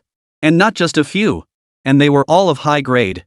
Soon, Ling Shi selected about 10 jade boxes. Among them were potent elixirs, precious pills, and a small piece of warm jade. Ling Shi explained to Ling Changsheng that these items were all heaven-tier treasures, with the lowest being of the heaven-tier lower grade. Ling Changsheng took out the treasure pills and began restoring his own vitality. Before long, after consuming 2 precious pills, his spirit surged once more. Chapter 38, Broken Sword, Sleeve, and Bright Blood. He pressed the small warm jade against his brow. This jade could nourish his spirit, indirectly reducing his energy expenditure. His spiritual awareness plunged back into the miniature world, entering the heavenly Dao vision to continue deciphering the chaotic array patterns of the Thousand Islands Sea. When his spiritual energy was greatly depleted, he would once again take pills to recover. This process lasted a full half hour. Only after exhausting all the resources Changsheng had cultivated did he finally achieve a rough completion. Ling Changsheng had interconnected the array patterns of the 9 islands and extended them toward the central sea area. Unfortunately, the central area was truly too empty. Progress reached about 90%. At this stage, it stalled. Currently, judging by the completed array patterns, it formed a funnel shape. The opening at the bottom of the funnel was the seabed of the central sea area. Let's go to the seabed, Ling Changsheng declared, simultaneously reinforcing the spiritual light shields protecting the 2 women. He once again employed the technique that had transported Ling Shi and the other woman from the small mountain village to the Thousand Islands Sea. The distance wasn't great, so the energy expenditure was manageable. It could also be that after enduring depletion and subsequent recovery, their spirits had grown stronger. 2 breaths later, the 2 were now in the deep sea, protected by the spiritual light barrier, their conditions stable. Despite the profound depths, Ling Changsheng's vision remained unobstructed. He sensed the depth roughly 10,000 zhang. Deep enough to be terrifying. Ling Changsheng detected no signs of life here. It was simply too deep, too dark, and vast beyond measure. Thus, no one could possibly probe this far down. Here, something truly existed. A ruin. It roughly formed a massive circle, resembling an array foundation, constructed from stones of a dark, somber hue. The array patterns had been heavily eroded by seawater, making them difficult to discern. Moreover, this array base is immense by the standards of this small world. It spans 1,000 zhang. Unfortunately, it has already crumbled. Numerous slash marks from blades and fist imprints scar its surface. Numerous shattered magical artifacts lay scattered about, likely smashed during the battle. Now, everything was dim and lifeless, devoid of any supernatural aura. No wonder the connections across the Thousand Islands Sea have shattered, plunging the region into utter chaos. The most crucial core was gone. What struck Ling Changsheng as peculiar was the complete absence of any corpse or remains here. Not a single human, not even a fish. In fact, the entire central sea area was devoid of any fish schools. At that moment, gazing at the massive stone formation, Ling Shi made a discovery. Honorable One, the array patterns on this circular disc seem to possess spirit-gathering capabilities, as well as a form of teleportation function. As for the rest, I cannot discern it. She could only discern and comprehend a fraction of the array patterns. And even that was mere conjecture, not certainty. After speaking, Ling Shi immediately expanded her spiritual sense to scan the area, searching for any trace of her master. Yet in these depths of the ocean, her spiritual sense was severely suppressed, making it difficult to probe far. She found nothing. Left with no choice, Ling Shi could only appeal. Honorable One, my spiritual sense cannot fully survey this area. I humbly request your assistance. Ling Shi will not be stingy with her reward. Ling Changsheng nodded. Even without her prompting, he was deeply intrigued by this place. First, he expended some effort to scan the entire seabed. Then construct a topographical map, sketched with spiritual energy. This way, Ling Shi could take in the entire scene at a glance, committing every detail to memory with a single sweep. Here. She made a major discovery, pointing sharply at a spot in the center of the spiritual energy diagram. What she pointed to was a corner of the stone disc array base. And here. And. Hearing her excited cries, Ling Changsheng simply channeled his spiritual energy like water to cover the entire stone array base. With a swift withdrawal, he extracted every non-array component. The seabed array base held a wealth of relics left behind by those who came before. Storage rings, storage bracelets, storage pouches, weapons, magical treasures, array flags, and mystical talismans were plentiful. Unfortunately, 80% of them were damaged or broken, having lost their spiritual essence. Weapons and such were all rusted beyond use. That was of little consequence, however. Even a random blade from Blue Star, while lacking spiritual essence, could be considered a divine weapon in terms of material quality. The main issue lies with the storage rings and similar items. Over 80% were destroyed, their internal spaces collapsed. Only about 20% remain somewhat functional, but the spiritual energy within them has largely dissipated. Though only 20% remained, Ling Changsheng was still satisfied. Because it was truly abundant. Over a dozen storage rings, just counting the spirit crystals he recognized, he'd gained a solid haul of over 10,000. Truly rich. This should ensure he wouldn't lack cultivation resources before reaching foundation establishment. Moreover, he discovered numerous well-preserved treasures, potent elixirs, rare alchemical pills, and even ancient spell manuals. His foundation had been greatly enriched. By this point in the journey, he could already consider himself thoroughly rewarded. Even if nothing else were gained from here on out, Ling Changsheng wouldn't mind. Glancing at Ling Shi, she had already gathered the master's relics. There were 3 items in total. First was a half-broken ice crystal sword forged from mystical ice. It must have been her master's personal sword. Second, a crystal-clear block of ice. Sealed within it was a single drop of liquid, radiant and lustrous, resembling blood. The light was trapped within the ice, unable to escape. Finally, a blood-stained sleeve fragment imprinted with a tiny ice crystal pattern. This ice pattern seemed to conceal something, and Ling Changsheng was employing a secret technique to sense it. For a while, there was no response. Ling Changsheng pondered for a moment, preparing to reconnect the array patterns of the surrounding 9 islands. Previously, within the Heavenly Dao vision, he had deduced and derived the array diagram. It couldn't be said that the array patterns had been fully restored. Now, he could attempt to truly reconnect the array patterns using spiritual energy and see what changes occurred. Before beginning, Ling Changsheng projected the entire Thousand Islands Sea situation onto a screen beside him. This allowed him to monitor the Thousand Islands Sea and prevent any uncontrollable incidents. Then, with a thought, celestial and terrestrial spiritual energy coalesced into threads. They connected through the damaged areas of the surrounding 9 islands, spreading and engraving their way toward the central sea. It worked! The etched spiritual energy array patterns showed no abnormalities, no disintegration, no conflicts. Consequently, the chaotic patterns began to organize, gradually emitting brilliant light. Spiritual energy from the sea began flowing toward the Thousand Islands Sea, affecting a vast area. Slowly, chaos gave way to order, and the fractures were mended. Once over 70% of the array patterns were restored, the array diagram grew increasingly brilliant, radiating an exceptionally dazzling light. Moreover, the array patterns now draw in spiritual energy at an accelerated pace, triggering a spiritual energy tide. The ocean waves stirred, rippling in waves. At this moment, Ling Changsheng sensed something amiss. Within the array patterns, he sensed a spatial force. Similar to when Long Shi and Yang Xinyue were transported earlier, it was the spatial laws being activated. Moreover, it seemed to operate on an even higher plane, one he couldn't comprehend, though he sensed a similarity. This spatial transfer likely extended far beyond the distance from the small mountain village to the Thousand Islands Sea. This array pattern. Ling Changsheng pondered inwardly, should he halt? After a moment's hesitation, he slowed down to complete the array patterns. When faced with something beyond his control and lacking sufficient power, Ling Changsheng preferred to err on the side of caution. However, the array patterns that should have slowed or even halted seemed to activate a self-repair mechanism. They extended, constructed, and repaired themselves. The tide of spiritual energy not only continued unabated but surged with even greater ferocity. Terrifying eddies churned within the waves, forming towering tidal waves. Chapter 39, The Black-Red Beast Claw Descends. Whoosh! Whoosh! Beneath the sea, dark currents surged with savage fury. The spiritual light shields surrounding the 2 women flicker and tremble incessantly. Ah! Coldstream's expression turned grave, while the young girl Yang Xinyue let out a shrill scream. Even with Ling Changsheng shielding them, the terrifying commotion was palpable. The commotion was far too intense. Ling Changsheng immediately scanned the projection of the Thousand Islands Sea beside him.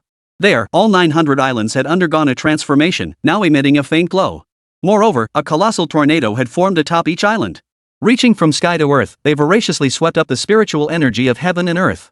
The surging spiritual energy bypassed the damaged array patterns, pouring directly into the core sea area. In just a moment, the array patterns at the sea's center had autonomously repaired to 80%.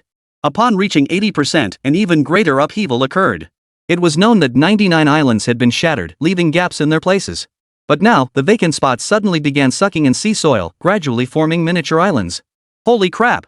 Ling Changsheng saw it, and Ling Changsheng was stunned. This technique is incredibly impressive. It even possesses a self-maintenance and self-repair mechanism. The projection didn't avoid Ling Shi and the others, so the 2 women witnessed it too. Shocked and stunned, Ling Shi felt an ominous foreboding deep within her, her instincts sounding the alarm. Combined with the fragment of information already deciphered from her master's relics, it made it even harder for her to stay calm. She immediately spoke up, "Honorable Elder, we must stop. I feel an overwhelming sense of unease." "I know." Ling Changsheng replied instantly. It was already over 80%, nearing 90%. "We must act immediately. Cut it off." Ling Changsheng's resolve hardened as he severed the spiritual energy transmission across the entire Thousand Islands Sea. He sealed this area off, preventing spiritual energy from flowing in. Such a vast area consumed immense amounts of spiritual energy and mental strength. Even with the warm jade in his brow assisting him, he still felt a stabbing pain in his head. The cost was immense, yet the results proved disappointing. The array patterns could still draw upon the spiritual energy they had previously absorbed to repair themselves, albeit at a slower pace. Damn it! If I can handle a nascent soul, surely I can handle you, array pattern. Ling Changsheng still had a solution. Within the Heavenly Dao vision state, he used the power of the Great Dao's laws to extract the spiritual energy from the array patterns. Including the lingering spiritual energy within the Thousand Islands Sea, all of it was drawn out. It created a spiritual energy storm, channeling and dispersing it entirely beyond the Thousand Islands Sea. The effect was immediate. The array pattern's repair rate slowed instantly, eventually halting. Thus, the repair progressed to about 89%, nearly 90%. With only a dozen or so newly formed islands, the impact should be negligible. At worst, we'll just have to wait for it to explode. Buzz. Just as Ling Changsheng exhaled in relief, the stalled array patterns suddenly burst into brilliant light. He sensed a force akin to a willful spirit descending upon this place. It completely surpassed any realm he had ever sensed before. Its origin was unknown, appearing abruptly. Its will was to repair the damaged array patterns. Thus, under this force's influence, the array patterns continued to be restored. In the blink of an eye, it reached 90%. Simultaneously, at the core of the array patterns, the very opening of this funnel-shaped formation, a blazing light gradually coalesced. Spinning and expanding, it formed a ring of light, its center hollow and serene. It resembled a gateway. As if something was about to cross over. Something is coming. At that moment, Ling Shi suddenly cried out, clutching the jade token. I've deciphered and received the message left by our master. A presence is about to descend from beyond that gateway. We must not let it pass. The calamity of decades past was born from this very cause. Before she could finish, two clawed hands reached out from the portal. Beast claws. Black-red in color, covered in scales, and shimmering with black and red light. Entwined with intricate runes, they were profoundly mysterious and otherworldly. The claws extended beyond the light circle, each grasping one side as if to tear it apart. Clang! Clang! Clang! Boom! Boom! Boom! As if the heavens and earth were being torn asunder, a terrifying roar erupted. The entire ocean floor trembled violently, waves surged chaotically, and chaos reigned. To protect the two women from the impact, Ling Changsheng swiftly waved his hand, sending them a kilometer away. At that moment, as the beast's claws moved, Ling Changsheng witnessed a massive surge of heavenly Tao energy erupting and surging autonomously toward the light gate. It was spatial energy. This portal should not exist. It disrupted the natural order of the sea. The rule-bound energies permeating this area spontaneously responded, seeking to seal the portal shut. But the beast's claw was immensely powerful. The light swirling around it was dazzlingly brilliant, intensely blinding, clashing fiercely against the heavenly Tao power. The intricate runes engraved upon the colossal claw are the very embodiment of the force of rules. It draws upon the power of space, forcibly expanding and stretching the ring of light. This must be the force of rules it wields autonomously. It had discerned and grasped portions of spatial laws, mastering them for its own use. Yet the heavenly Tao of this microcosm possessed no will of its own, merely maintaining the integrity of this maritime space without invoking any special measures. Thus, the light circle not only failed to shrink but continued to expand. At that moment, a brilliant light coalesced into a dazzling ice crystal sword, which came crashing down with fierce force. It's Ling Changsheng. The owner of this beastly claw meant no good. Its intent carried malice, an eager longing, a palpable excitement. Moreover, Ling Shi had mentioned that her master's message explicitly revealed the cause of the catastrophe decades ago. Under these circumstances, how could they wait for it to tear open the light barrier? A probing strike first. Seizing the sea's spiritual energy at will, she forged it into an ice crystal sword, slashing downward with all her might. With overwhelming force, the spiritual energy blade seemed tangible, poised to sever both massive claws in a single strike. At that moment, Ling Changsheng heard a faint, slightly muffled hum, tinged with confusion. As if the beast's claws themselves sensed something amiss. Yet it made no attempt to dodge. The spiritual energy blade struck down. Clang! Instead of severing the claws, it erupted in a deafening clash of metal against metal.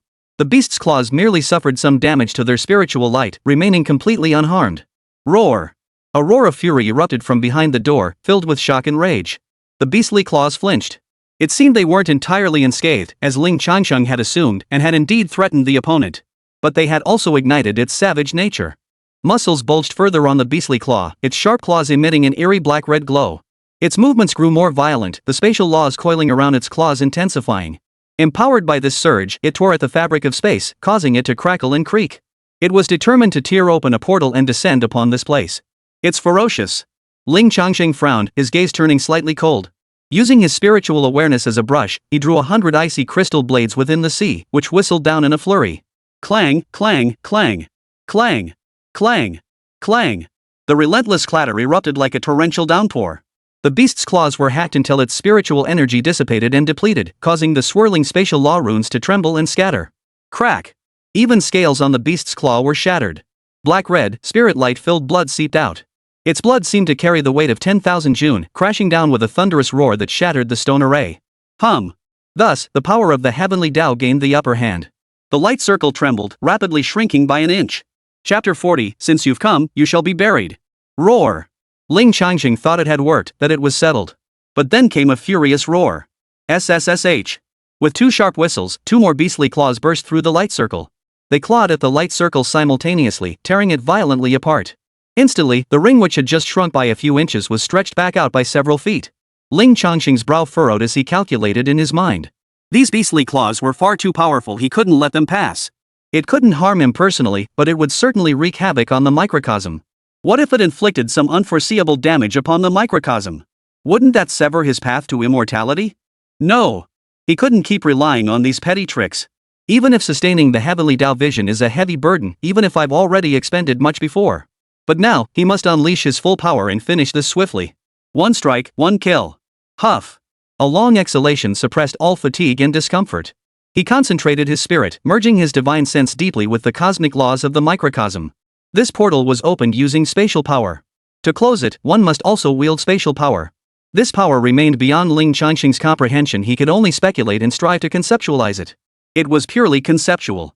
Yet, just as he had previously managed to transfer Lang Shi and Yang Xinyue, this time, he succeeded. Under Ling Changsheng's intense urging, the spatial laws manifested from the myriad Tao principles. The laws of heaven encompass all spirits and phenomena, the signs perceived by all beings differ.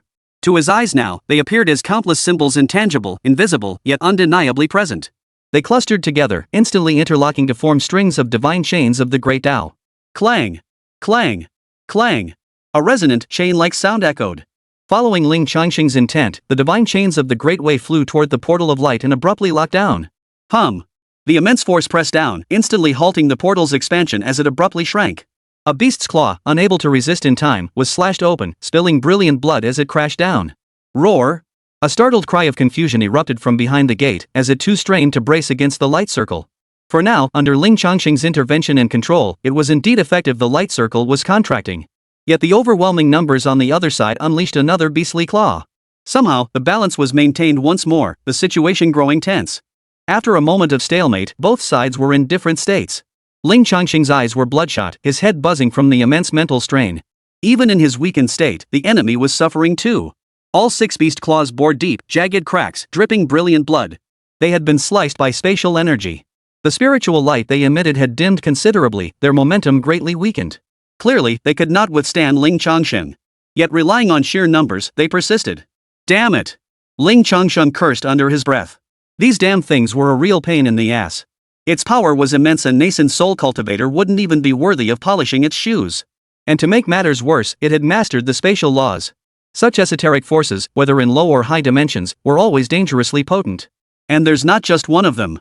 Cursing inwardly, Ling Changsheng retrieved several items into reality.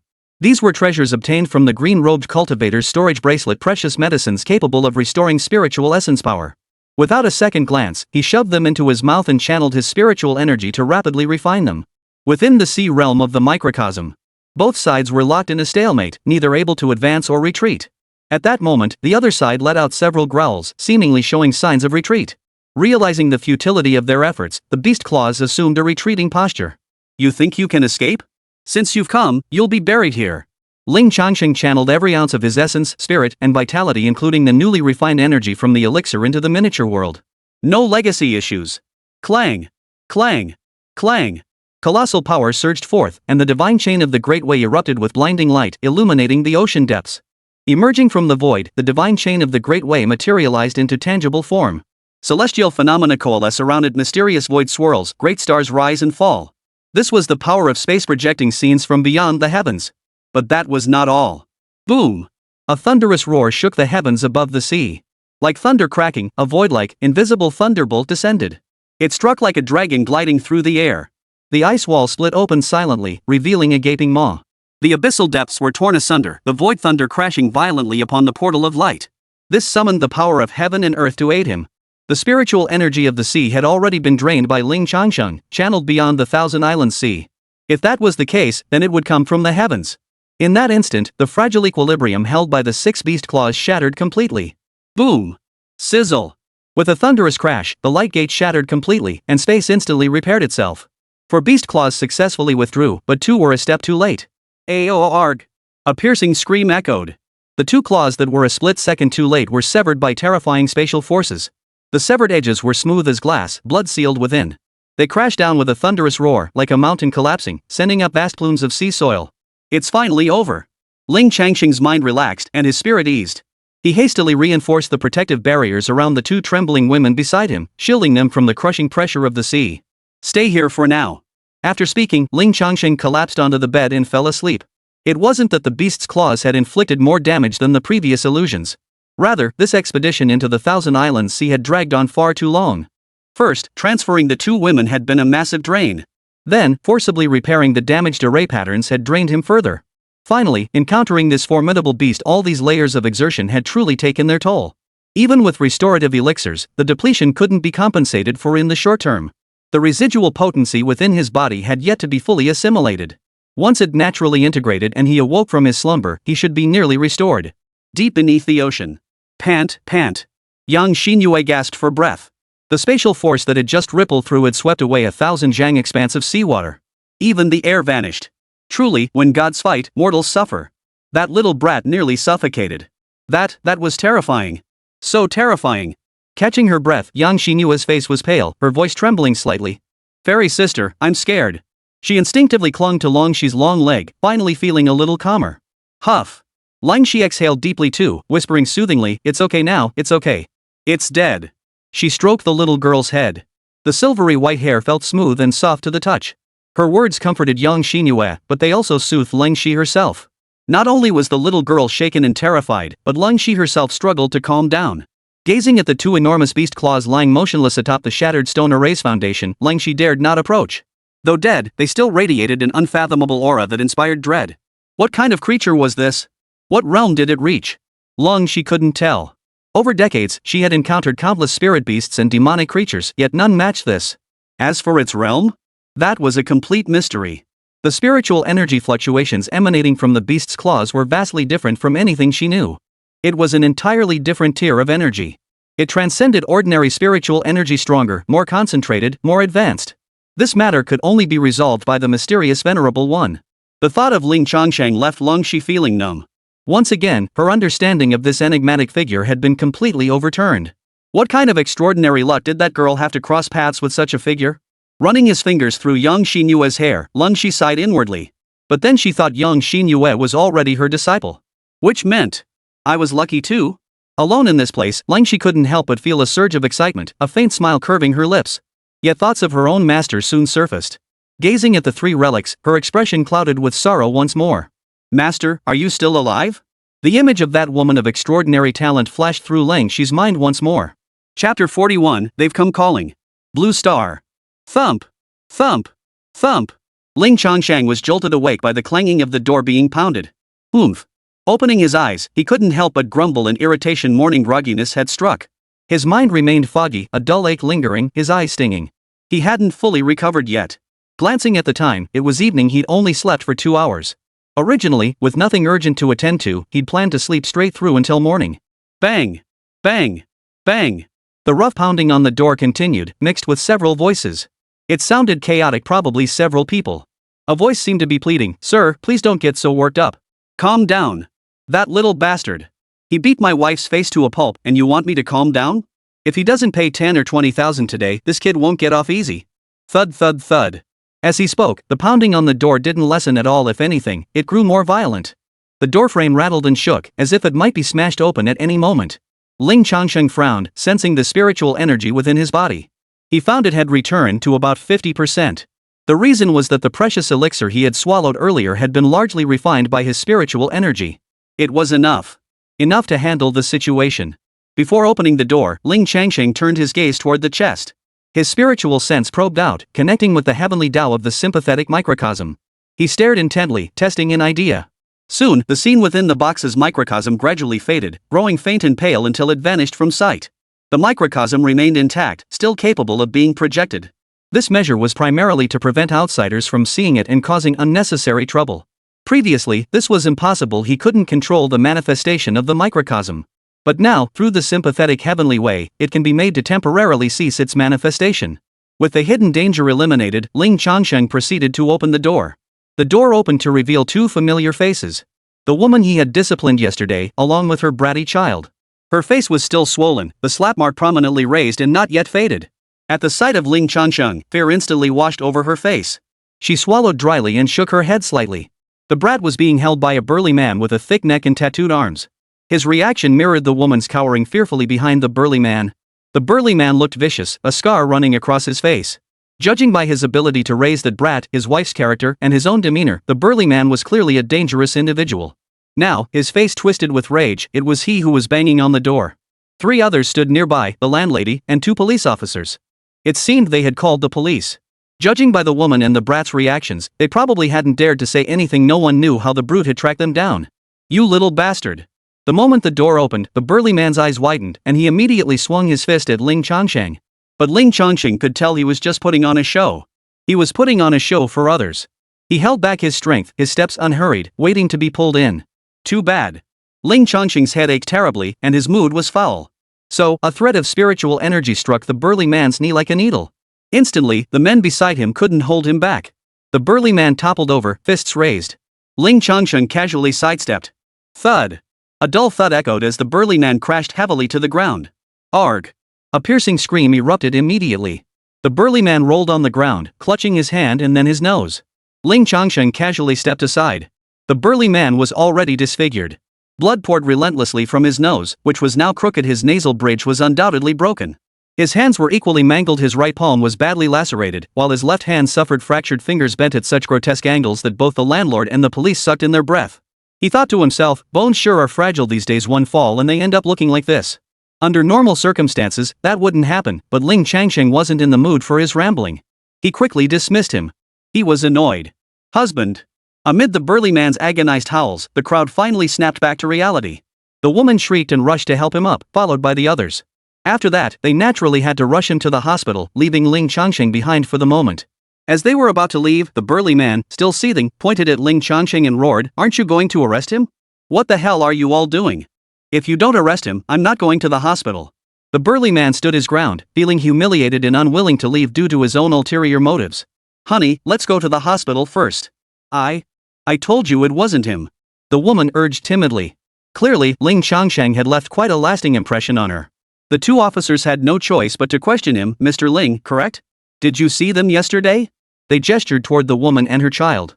"Yes, I saw them," Ling Changsheng replied flatly. "Her husband claims the injuries on their faces were inflicted by you." "How do you explain that?" the officer pressed. "Just nonsense. Everything needs evidence. Does he have any?" No sooner had the words left his mouth than the burly man bellowed indistinctly, "I saw the surveillance footage." "You were the only one passing by at the time. Who else could it be?" "Ah, so that was it. The surveillance didn't capture Ling Changsheng hitting anyone, but it did show him passing by. Hard to say. Couldn't it have been someone else?" Ling Changsheng shrugged indifferently, then turned to retrieve a medical report and handed it to the officer. The slap mark on her face, it took considerable force to leave that. "I don't have that kind of strength right now." "This, advanced liver cancer?" The officer glanced at the medical report, his face flushing with shock and sympathy. Such a promising young man, in the prime of his life, yet suffering from late-stage liver cancer. It was truly hard to believe. The burly man and his wife both gasped in shock. Especially his wife, her face twisted in utter disbelief. A slap sent him flying, and I passed out instantly. "What the hell is this? No, what the hell is this? Advanced liver cancer? What?" The landlady nearby gasped in shock, equally disbelieving. "Xiao Ling, you have cancer? And it's terminal?" "Yeah." Ling Changsheng nodded immediately. The truth, plain and simple. The test results were absolutely indisputable. Of course, yesterday was yesterday, and today is today. Absence makes the heart grow fonder, after all. The crowd outside the door fell silent. Looking closely at Ling Changsheng, they noticed his pale complexion and bloodshot eyes. His brow was slightly furrowed, as if enduring pain. For a moment, many believed him. After a few breaths, the police officer broke the silence. "All right, sir, you should go to the hospital first. We can discuss the rest after you're treated. After all, Mr. Ling is still here." The officer trailed off. At this stage, who knows when he might pass away? The burly man. "Damn it! Let's get out of here." The burly man cursed angrily, muttering under his breath, "Damn short-lived bastard. Can't get the money out of him, and I'm wasting my time. TSK. Seems he was banking on making a quick buck. Such people do exist, nothing but scoundrels. Though he did target the right person, he targeted the wrong one." As they prepared to turn and leave, Ling Changsheng made another move. The burly man stumbled, his left foot tripping his right. At nearly 200 pounds, he was impossible to steady. He slammed him hard onto the ground. Chapter 42, Third Layer of Qi Cultivation, 100 Frost Petals. Not only that. The woman supporting him, along with the little brat beside them, were dragged down in the fall. They all crashed heavily onto the aisle floor. Thud. Thud. Thud. 3 muffled thuds in quick succession. Ah. Wah. A shrill cry of pain mingled with the sound, and the little brat burst into full-throated wailing. Chaos erupted, the noise piercingly shrill. The landlord and police officer scrambled to help the 3 people to their feet. The burly man took an even worse tumble this time, his entire face scraped raw. Since his hands were cupped, his wrists snapped clean off. The woman and the little brat also took a tumble, leaving them battered and bruised, though thankfully only with scrapes and cuts. Ling Changsheng was still quite particular about things after all, they hadn't identified themselves. Though it was brutal, the landlady and the others were truly on the verge of losing it. This was just too much. First, they tried to beat someone up upon entering, only to fall themselves. Then, barely 2 steps out the door, they fell again. And he'd even brought his wife and kids along. They'd all ended up with bruises and scrapes. Watch where you're walking. Behind them, Ling Changsheng stood by the doorway, his voice calm. One last thing, I'd appreciate some peace and quiet. Don't bother me again. His words were perfectly reasonable, and everyone else heard them that way. But the woman heard something else in his tone. This was clearly a warning. She even began to suspect that the 2 falls were no accident. Could Ling Changsheng have been behind them? Terrifying. I won't. She nodded submissively, trembling and keeping her eyes downcast. Though it seemed odd, no one else bothered to probe further. What was there to probe with someone in the final stages of cancer? They just assumed he'd hurt himself in a fall. The officer went through the usual motions, took Ling Changsheng's phone number, and told him to keep an eye out for calls. Then they all left. Closing the door, Ling Changsheng sat on the bed. His head buzzed, and the ringing in his ears wouldn't stop. He'd gotten too little sleep, and now he felt wide awake. He decided against sleeping. He might as well cultivate and use the treasure pill to recover. In the depths of the little world's ocean, there were still 2 beast claws he hadn't had time to study. With this thought, Ling Changsheng approached the chest. His spiritual sense extended into the box, touching the heavenly Tao of the microcosm. Resonance caused it to manifest once more. Then, he found a cloud. This cloud contained numerous items, all storage treasures. Some were obtained from the green-robed cultivator, while others were relics found within the shattered stone formations at the ocean floor. Ling Changsheng had nowhere to store them and couldn't take them out. So he simply placed them upon the cloud. He rummaged through the green-robed cultivator's storage bracelet and retrieved several jade boxes. Each jade box contained precious pills. As determined by Lang Shi, they were all high-grade items worth 10,000 gold pieces, capable of replenishing and restoring the divine soul. Returning to the bed, he sat cross-legged. He opened one of the jade boxes. Inside lay a pill, emerald green and translucent as fine jade. It emitted an intoxicatingly potent medicinal fragrance, radiating faint streaks of rosy light. Yet, relative to Ling Changsheng's stature, this pill was no larger than a mung bean. Once removed, its spiritual energy and medicinal potency would dissipate, so he wasted no time. He quickly popped it into his mouth. The moment it touched his tongue, the spiritual energy activated it, transforming it into a cool, woody essence. Merely inhaling its fragrance brought a sense of relaxation.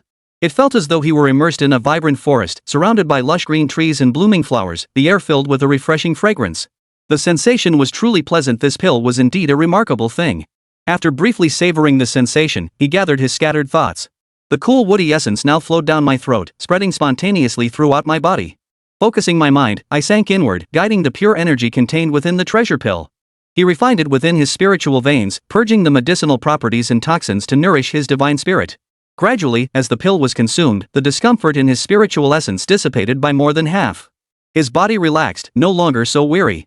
He picked up another pill and continued. After consuming several of these precious pills worth a fortune in the small world over time, the divine spirit recovered. His consciousness and thoughts became clear and agile, and all traces of fatigue were thoroughly washed away. Huff. Exhaling a breath of stale air, he opened his eyes. He felt a sense of lightness throughout his body, especially the refreshing clarity in his mind, which filled him with delight. His spiritual power had increased tremendously. If measured by the duration he could enter the heavenly path vision, Ling Changsheng previously managed only 1 minute at full power. But now, according to that vague sense within him, he should be able to sustain it for at least 3 minutes. A 3-fold increase. It must be understood that during the Qi cultivation stage, there are no safe methods for refining the spirit.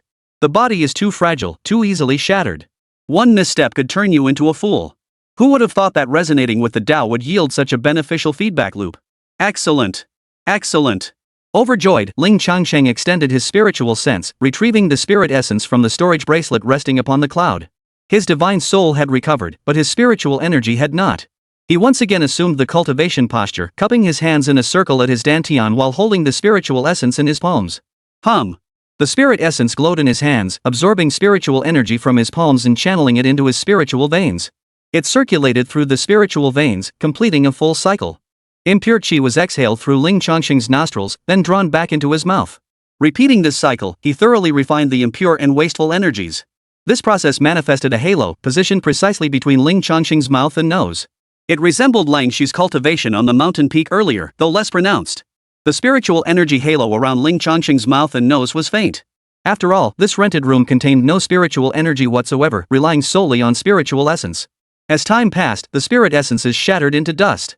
Within his dantian, frost blossoms grew one by one, and the spiritual energy increased.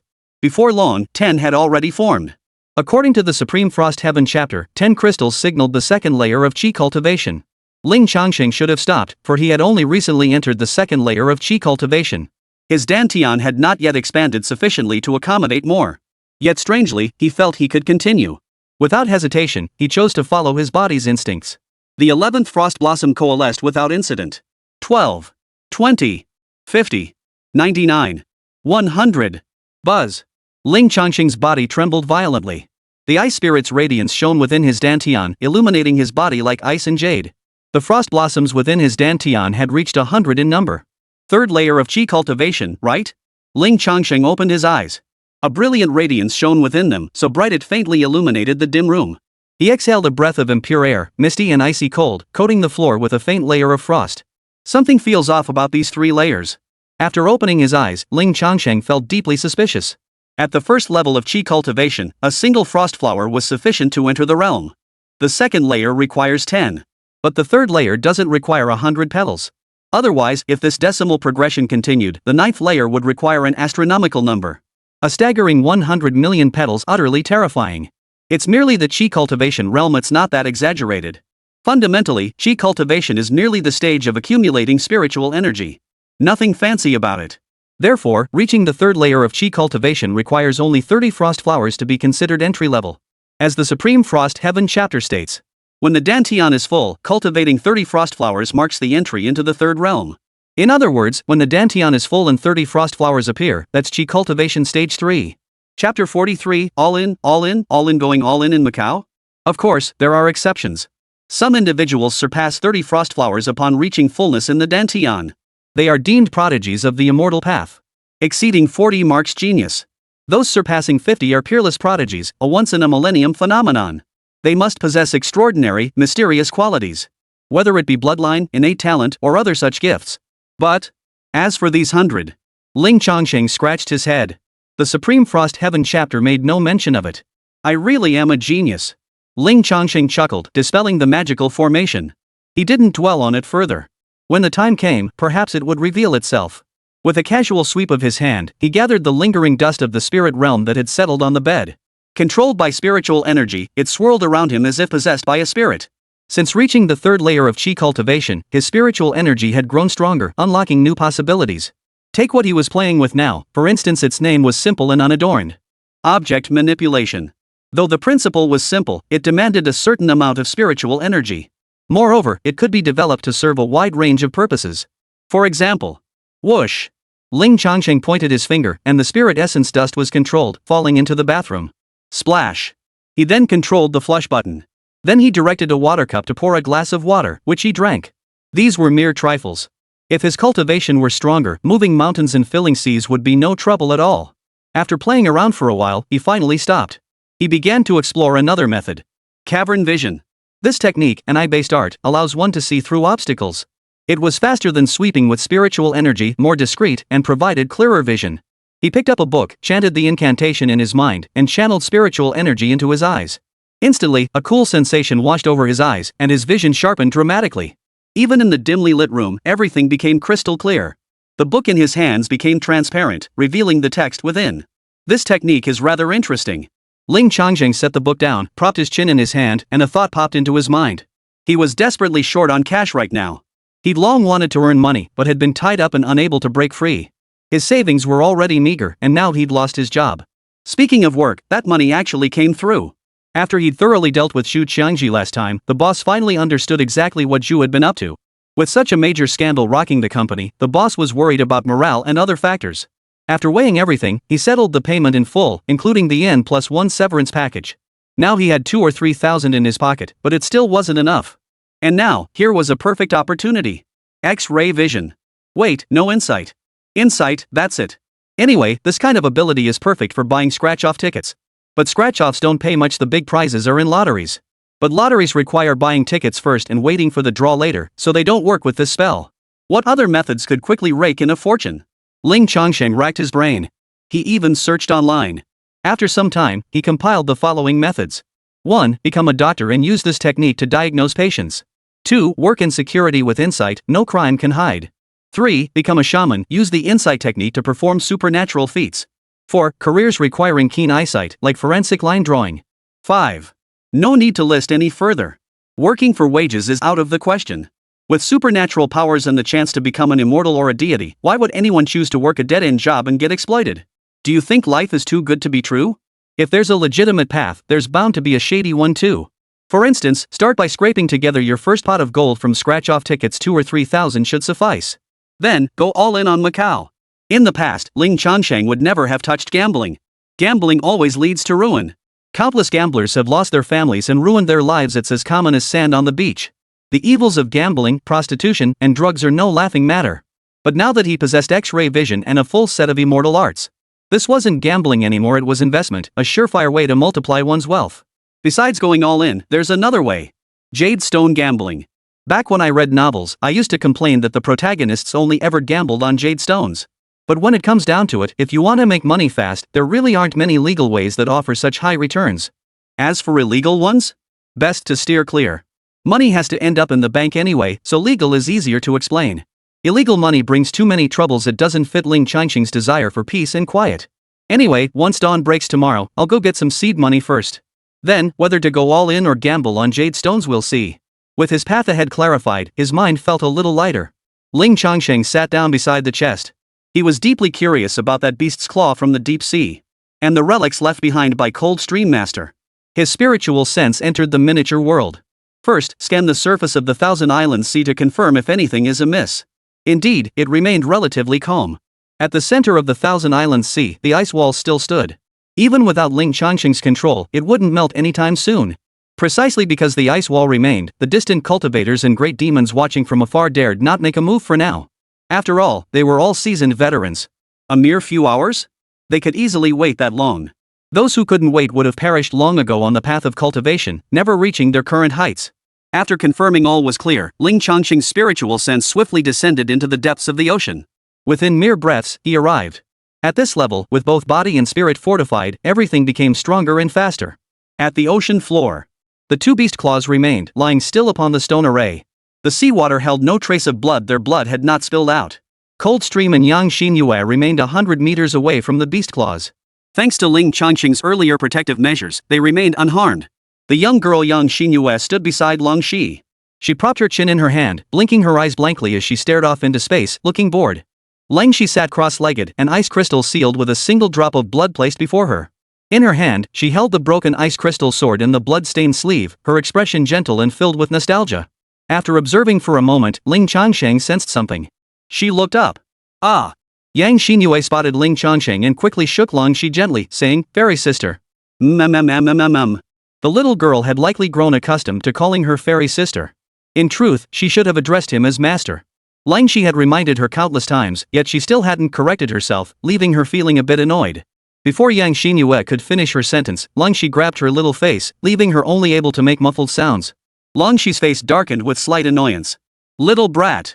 I told you to call me master, but you don't take my words seriously, do you? How exactly did you manage to treat your master's words like farts?" "Ha!" Ling Changsheng couldn't help but chuckle softly. This old-fashioned tone didn't quite fit Lang Shi. Could it be something she picked up from her vanished master? "Ha!" Lang Shi's expression changed instantly as she realized the mysterious venerable had arrived. "You brat! Why didn't you say so sooner?" She shot young Xinyue a reproachful glare.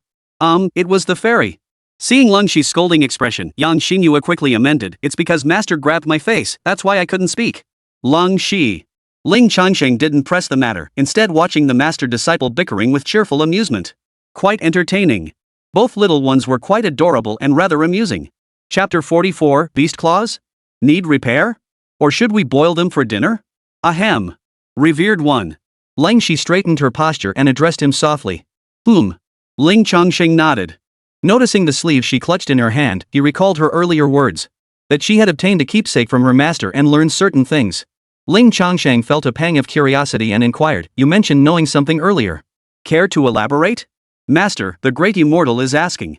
Yang Xinyue finally addressed him properly, pointing to the bloodstained sleeve as she relayed the question. I understand." Ling Shi nodded, running her fingers over the sleeve as she spoke slowly. "This is my master's treasured garment, known as the frost-scented jade thread robe. This treasure robe held profound significance for my master, who rarely parted with it. My master imbued the sleeves with his divine consciousness through a secret technique, which I have now deciphered and understood. Alas, it was brief and seemed hurried, only a few sparse sentences. These are my master's exact words." Having said this, Ling Shi simply sketched it out with spiritual energy. After all, the mystic reverend could understand. Below. Disciple, or whoever else may find this sleeve, stop searching blindly. Great calamity lies here. Great disaster. A calamity array lies hidden throughout the sea, luring cultivators seeking immortality. At the sea's center, an unknown being has crossed over the very source of calamity.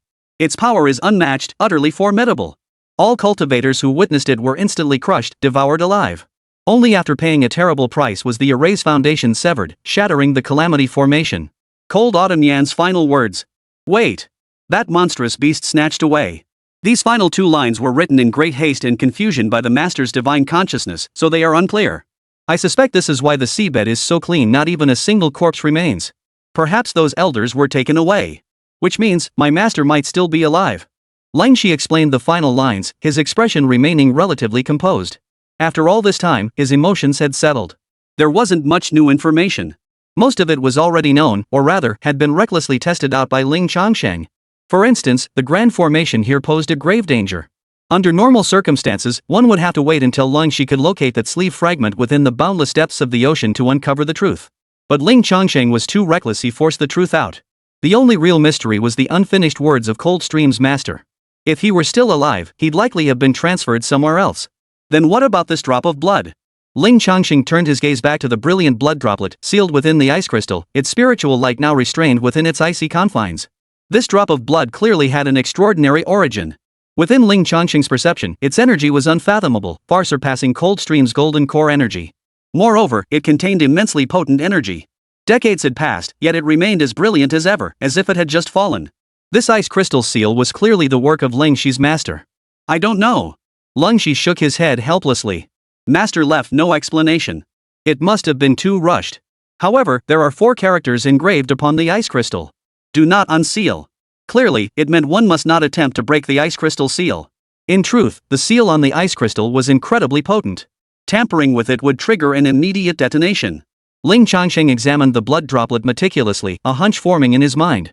This blood bore a striking resemblance to the blood dripped from the beast's claw earlier, likely from the same source. What do you intend to do? Ling Changsheng asked Ling Shi. If she intended to force it open, it could be done. If she didn't, that was fine too.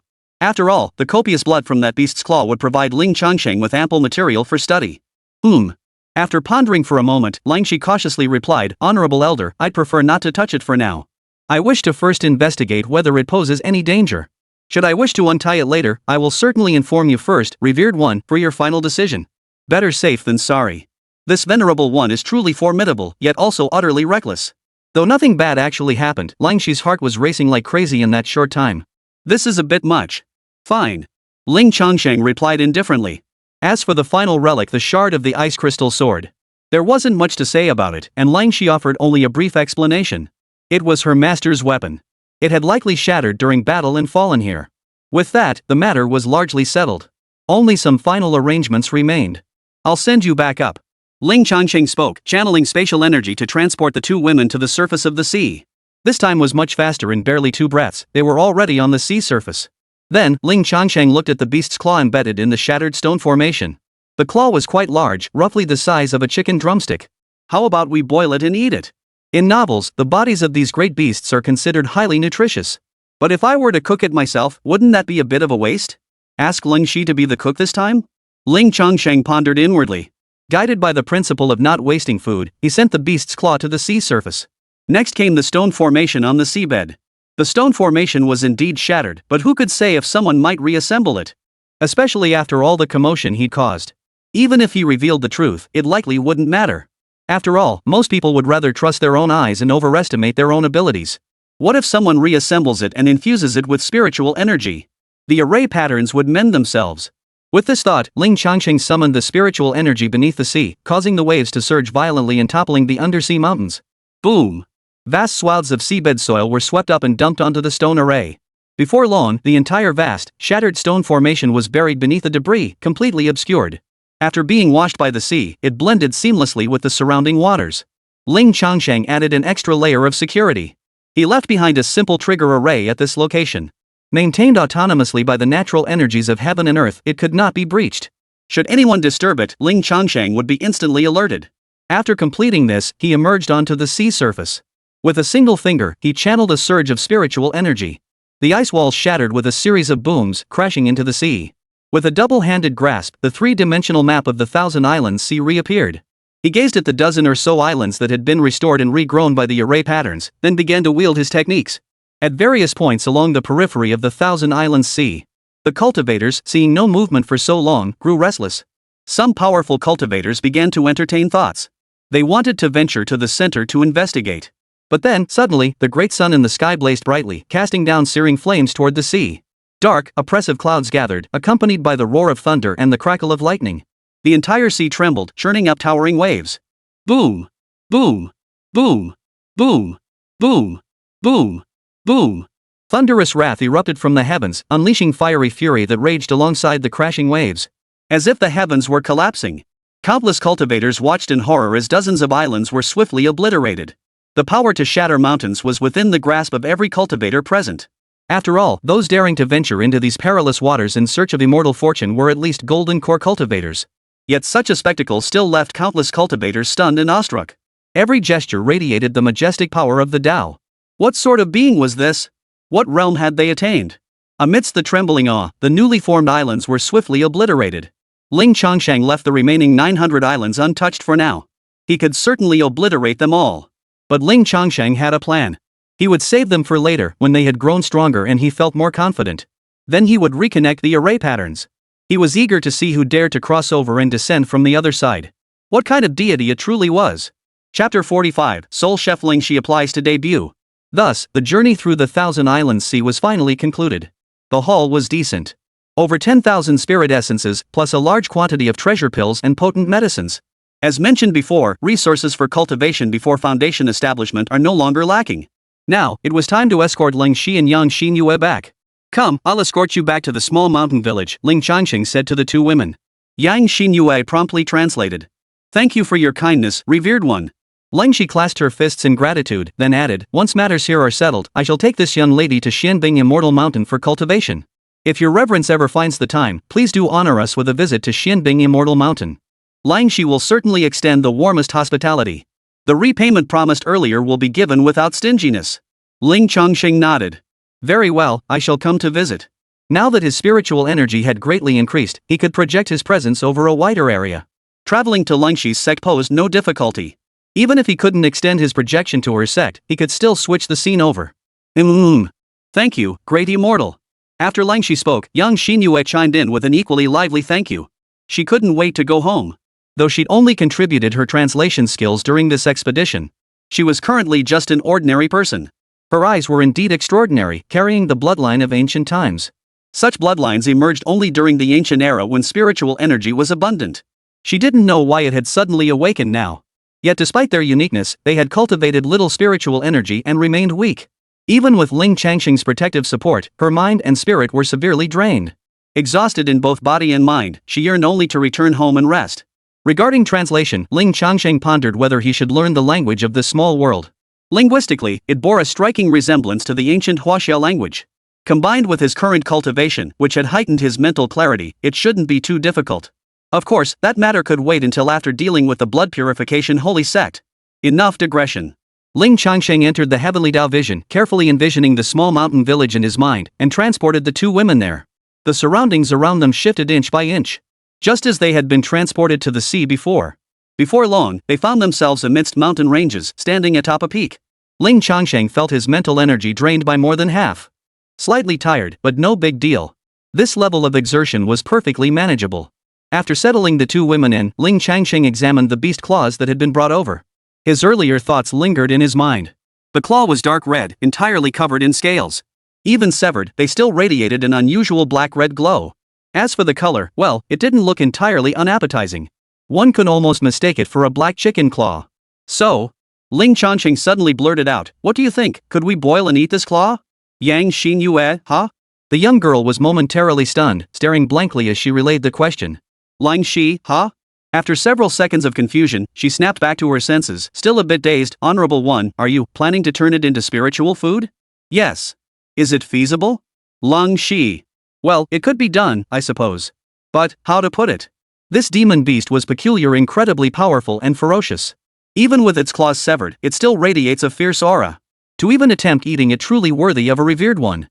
Well, I'll give it a try and see if I can extract the spiritual blood and essence from it," Ling Shi said. "Since it's a venerable being, there's no harm in trying. Besides, it wasn't for his own consumption, so no harm done. It just felt a bit odd. When did I transform from a golden core cultivator into a spirit food cook? If anyone saw this, they'd be shocked out of their wits." With a hint of unease in his thoughts, Ling Shi retrieved a furnace from his storage ring. It should be a pill refining furnace. With 3 legs and 2 handles, it bore a striking resemblance to ancient tripods. With a flick of his finger, he channeled spiritual energy into it. The furnace began to expand with a clang, soon growing larger than a thatched cottage. No choice that beast's claw was as big as a chicken leg in the real world. Ling Shi began. She tossed the beast claw inside, then poured in spirit-infused spring water. With a flick of her palm, a blazing inferno ignited beneath the furnace.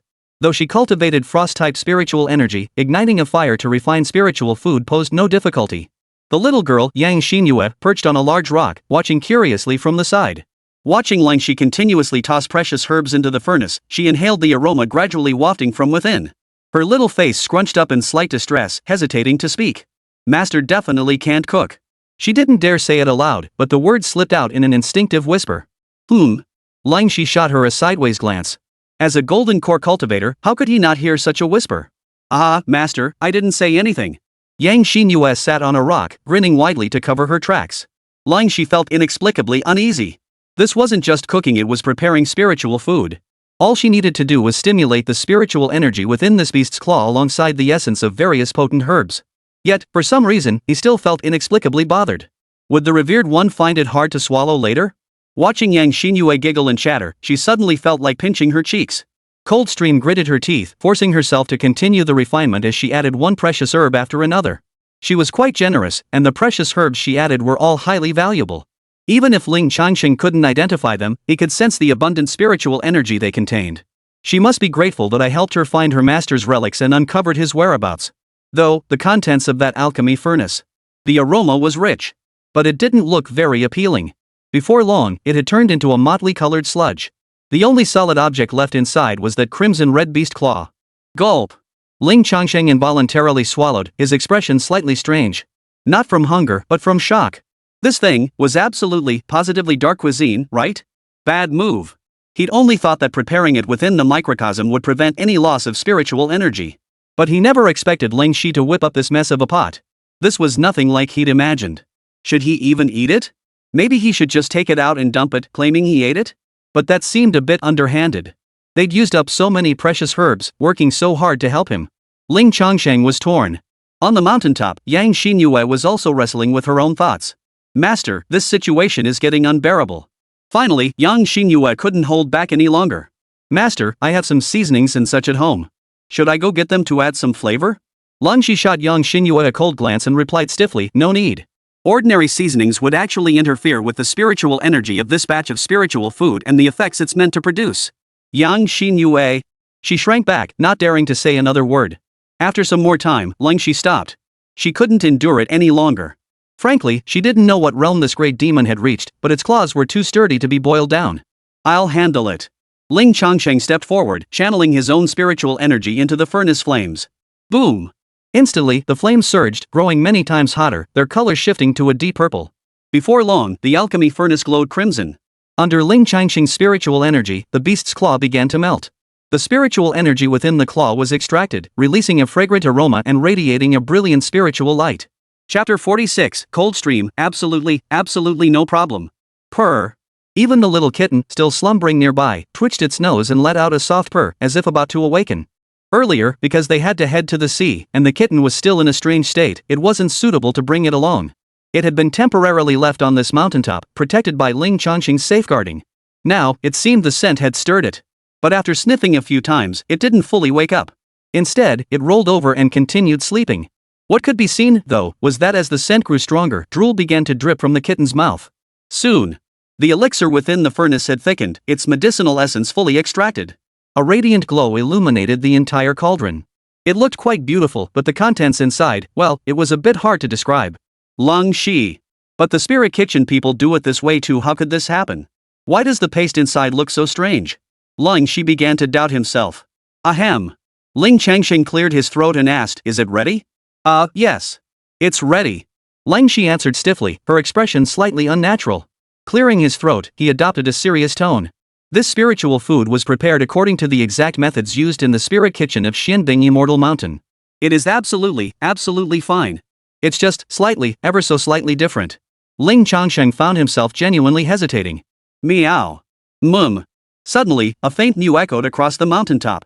Looking in the direction of the sound, they discovered it was the kitten. It had been half asleep, making noises, but now it was fully roused. Meow. The kitten let out a soft meow, blinking sleepily awake. Propping itself up, its little pink nose twitched incessantly as it followed the scent, stumbling dazedly toward the great cauldron. Meow meow meow. Its eyes still closed, it meowed incessantly, looking both sleepy and hungry. Ling Changsheng chuckled and said, looks like hunger woke it up. You give it something to eat. Oh. Was he asking her to taste it? Ling Shi grunted a dull O before condensing spiritual energy into a small ice bowl. To prevent the kitten from being overwhelmed, she drew only a tiny bit of broth and brought it to its mouth. Peering through a tiny slit, the kitten spotted the broth and began licking it up without hesitation. But after that first taste, the kitten's face instantly scrunched up in a grimace, its expression twisted with bitterness. Its sleepy eyes snapped wide open, reflecting Ling Shi's figure. In those eyes, there was a distinctly human-like look of terror. Meow. Meow. Meow. It meowed repeatedly, its body retreating steadily. It even made retching motions, as if trying to vomit. Ling Shi. Yang Xinyue. Ling Changsheng. The scene fell into an awkward silence. Ling Shi froze completely, standing there in a daze. A flushed blush rapidly spread across her cool, pale face, even turning her fair earlobes crimson. Yang Xinyue wore an expression that said, I knew it. Her small face wore a mature expression as she shook her head with all the authority of a seasoned veteran. Only her lips twitched, barely holding back a laugh. As for Ling Changsheng, was he poisoned or something? Ling Changsheng entered the heavenly Dao vision state with suspicion and gave it a cursory glance. The spiritual food within the alchemy furnace indeed contained abundant spiritual energy, clearly highly nourishing. The kitten was completely fine. Not only was it fine, but it was in excellent condition. The spiritual broth it had swallowed and couldn't expel had already begun to take effect. Rich spiritual energy circulated within her body, ceaselessly refining every part. Considering the kitten's condition and the vast quantity of herbs Ling Shi had tossed in, it must have been the bitterness. The kitten, unaware of what was good or bad, naturally wanted to spit out something bitter. After a moment of stillness, the kitten closed its eyes and collapsed, staring straight ahead. Oh my! Yang Xinyue gasped, her eyes widening in shock. Is my master's cooking that terrifying? Ling Shi was startled too. Doubting life itself. No way, did he poison the kitten? This won't do, it's the revered one's pet. Just as the two women were about to act, a voice rang out, don't worry, it's in perfect condition. Completely normal. The spiritual food you prepared is truly excellent. The kitten was still too weak. Or rather, the spiritual energy from that beast's claw and the various precious medicines was sufficiently potent and abundant. In any case, that single bite was enough for the kitten, and it fell back into a deep slumber.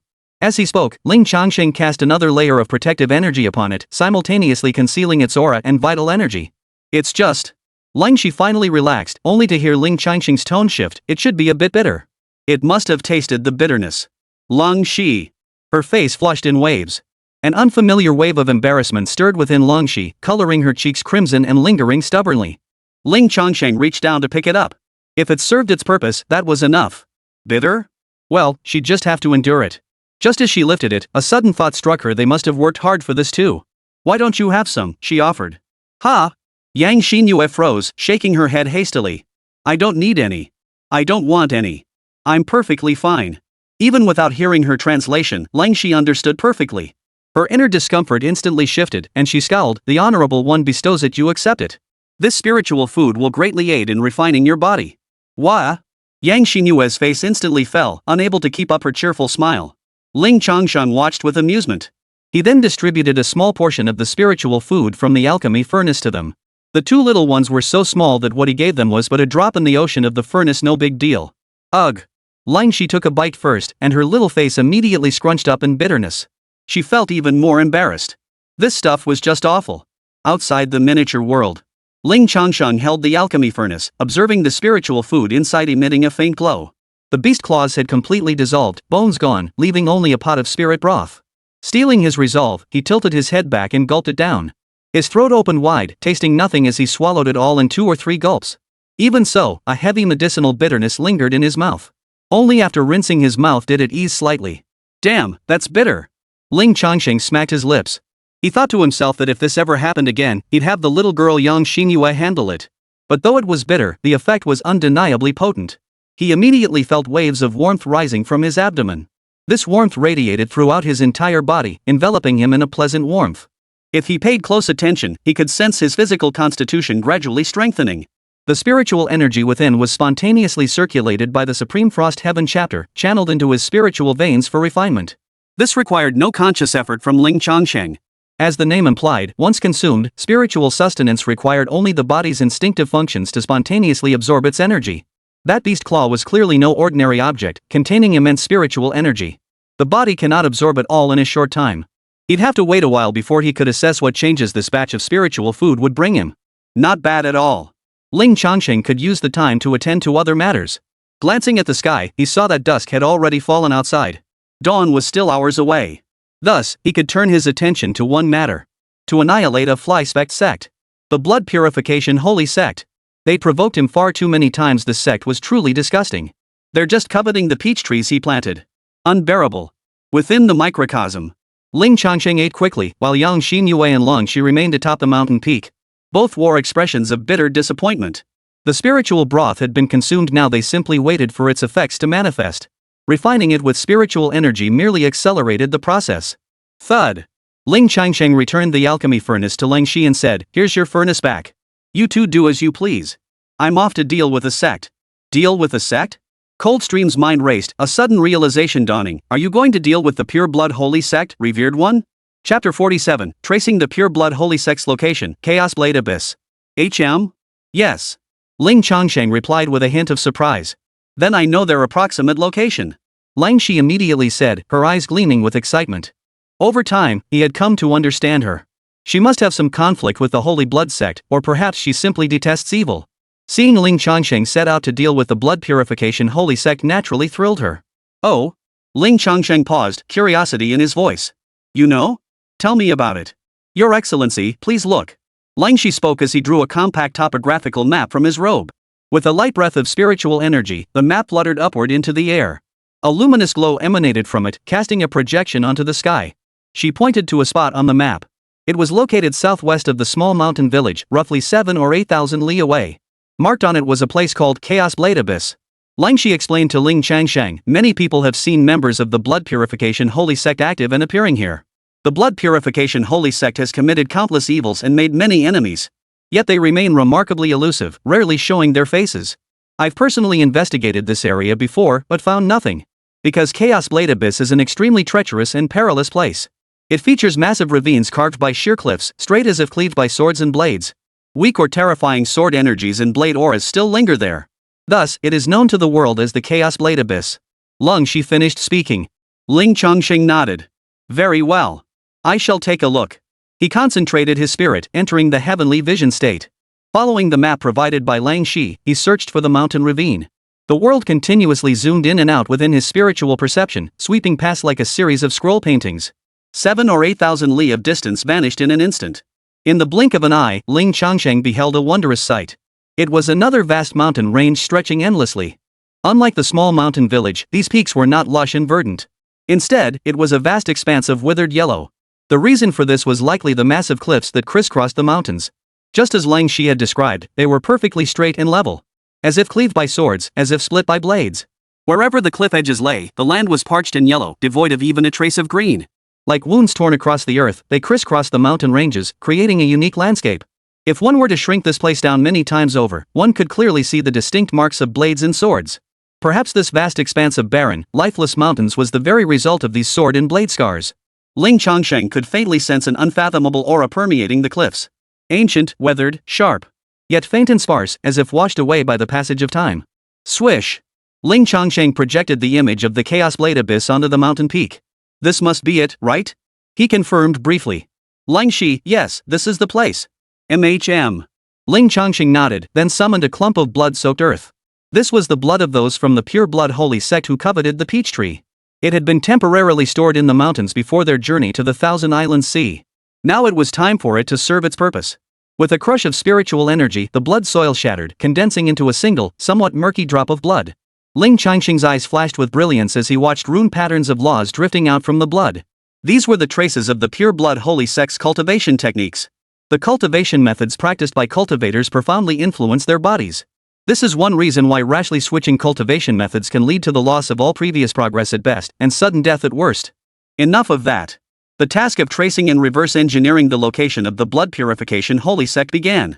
The method was both simple and not so simple. Ling Changsheng drew a deep breath, focusing his mind to the utmost. Instantly, the laws governing all things emerged, revealing the fundamental principles underlying every phenomenon. Everything before his eyes resembled an ocean of laws, surging and undulating ceaselessly. Too much. The sheer volume of information was terrifying, like the sands of a starry river. Another thought stirred. The dim blood droplet glowed, emanating law runes. Now, the task was to find within this ocean of laws the principles that resonated with this single drop of blood. This method was straightforward and brutal, yet absolutely precise. Calculations and deductions were too easily concealed. Previously, it might have been much slower and more troublesome. Because we were aimless, we could only wait.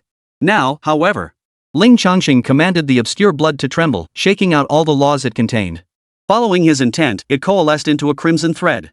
Ling Changsheng cast it into the Chaos Blade Abyss that manifested here, submerging it into the ocean of laws emanating from the abyss. In the understanding of the two women from Cold Stream, this was a scene projected before them. But in the state of heavenly Dao vision, it could easily be interpreted as two overlapping scenes. Ling Changsheng could directly cast the blood thread into it. The bloodline drifted within the ocean, branching into fine threads that spread out in every direction. It must be a rogue disciple of the Pure Blood Holy Sect, but that can wait for now. The most vital, thickest bloodline was surging toward the direction of the Chaos Blade Abyss. Before long, it descended upon a spot amidst the vast expanse of broken cliffs. This particular cliff seemed much smaller, only a few dozen jang wide. It appeared ordinary, showing no signs of anything unusual. No rush. The bloodline continued its descent along the steep cliff face. Until it reached the bottom, where chaos and filth reigned. It was a swamp, filled with mud and filthy water, black and murky. Numerous small demon beasts lived within, though they were all venomous creatures.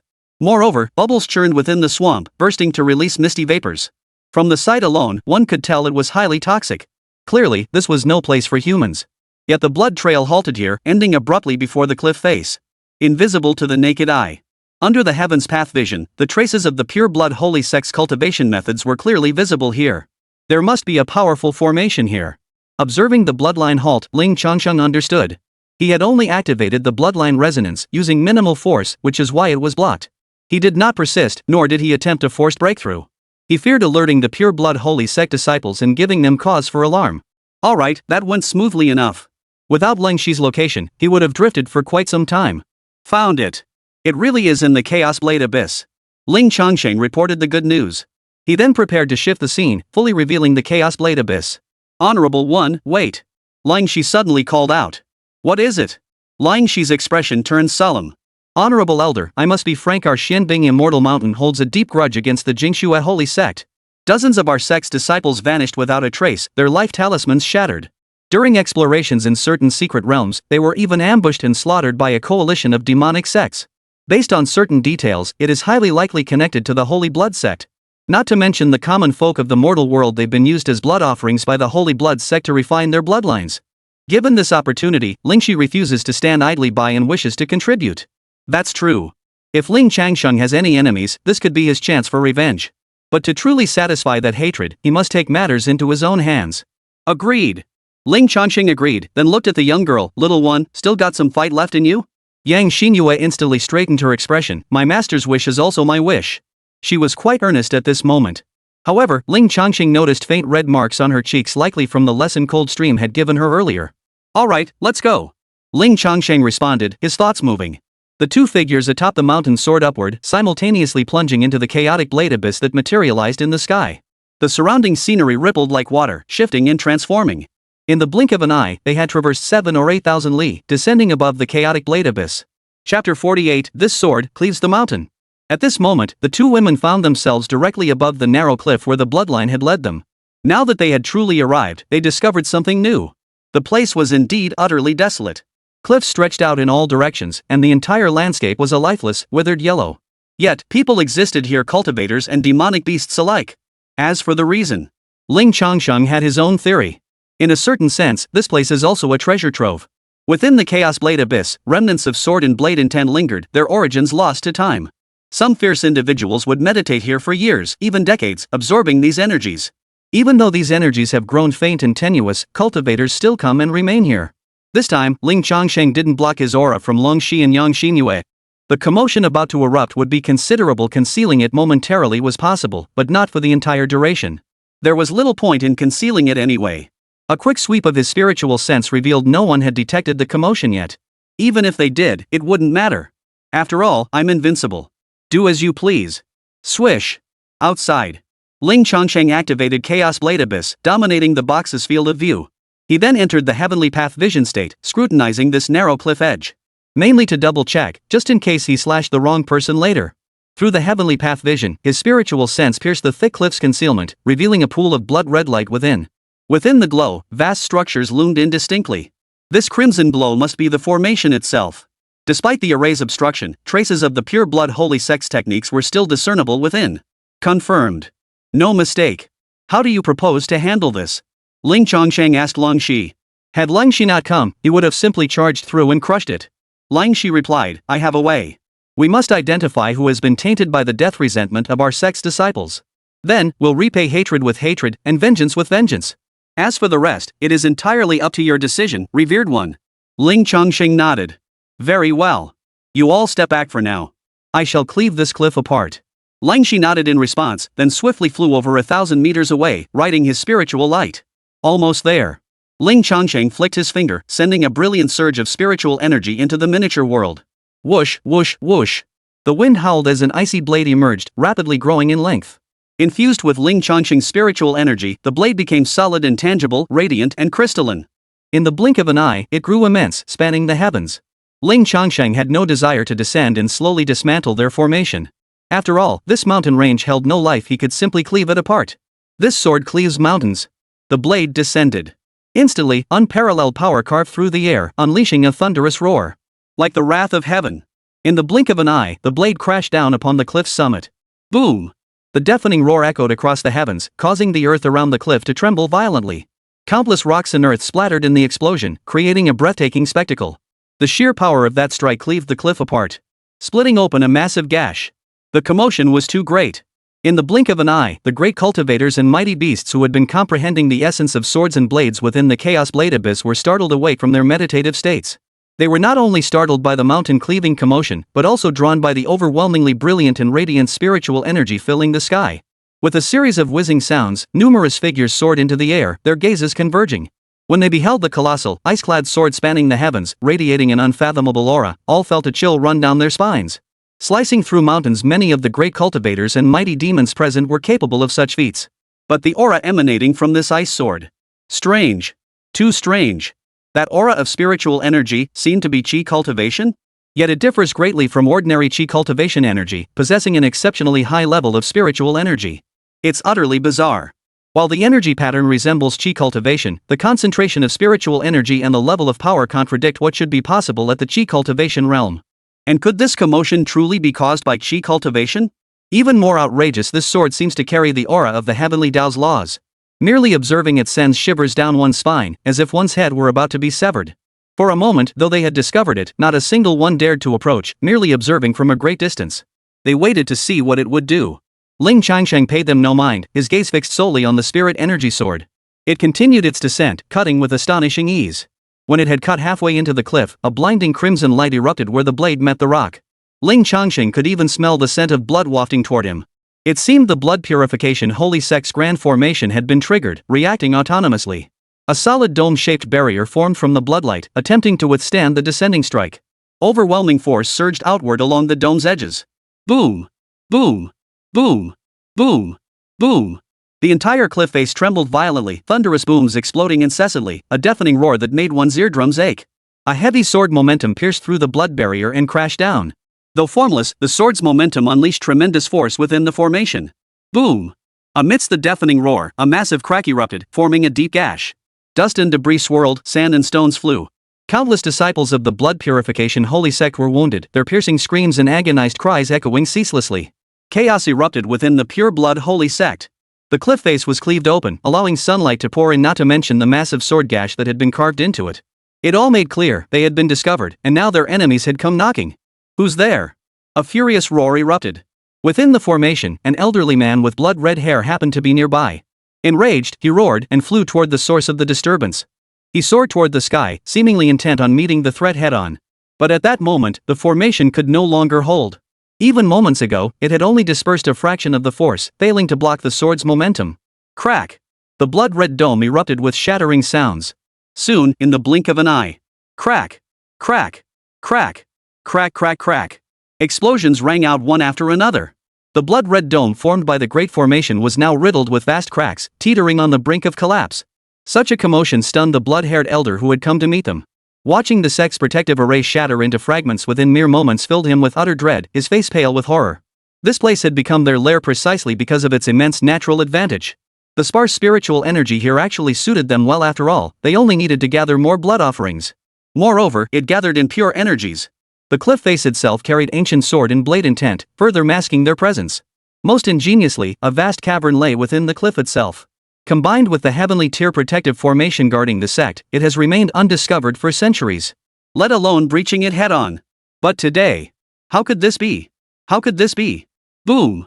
Before he could recover, the blood-red dome formed by the Great Formation shattered completely. The formation was cleaved apart by a single sword strike.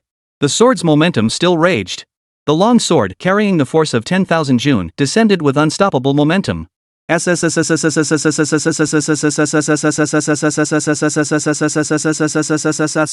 blood-haired elder sucked in a sharp breath, his expression shifting instantly from horror to sheer terror. He stood directly in the path of the descending blade. And it was he who had stepped forward to meet it. He tried to flee. But after the sword strike formation, the lingering momentum of the blade remained as heavy as a mountain. The sword's descent felt like a mountain collapsing. Feeling this terrifying might, the blood-haired elder's face turned pale with shock. In panic, he channeled his magic, summoning a skull bone from a human forehead to use as a shield. Chapter 49, Get out here, scum! Boom! A surge of spiritual energy erupted. The brow bone shattered instantly, sent flying. The blood-haired elder coughed up blood in great gulps, sent flying backward as well. He was still alive. He had barely managed to withstand the sword's momentum. But he had only blocked the sword's momentum, merely the descending force of its strike. What was far more terrifying was the colossal sword slicing down from the heavens. No! Get out of the way! Get out of the way, Aya!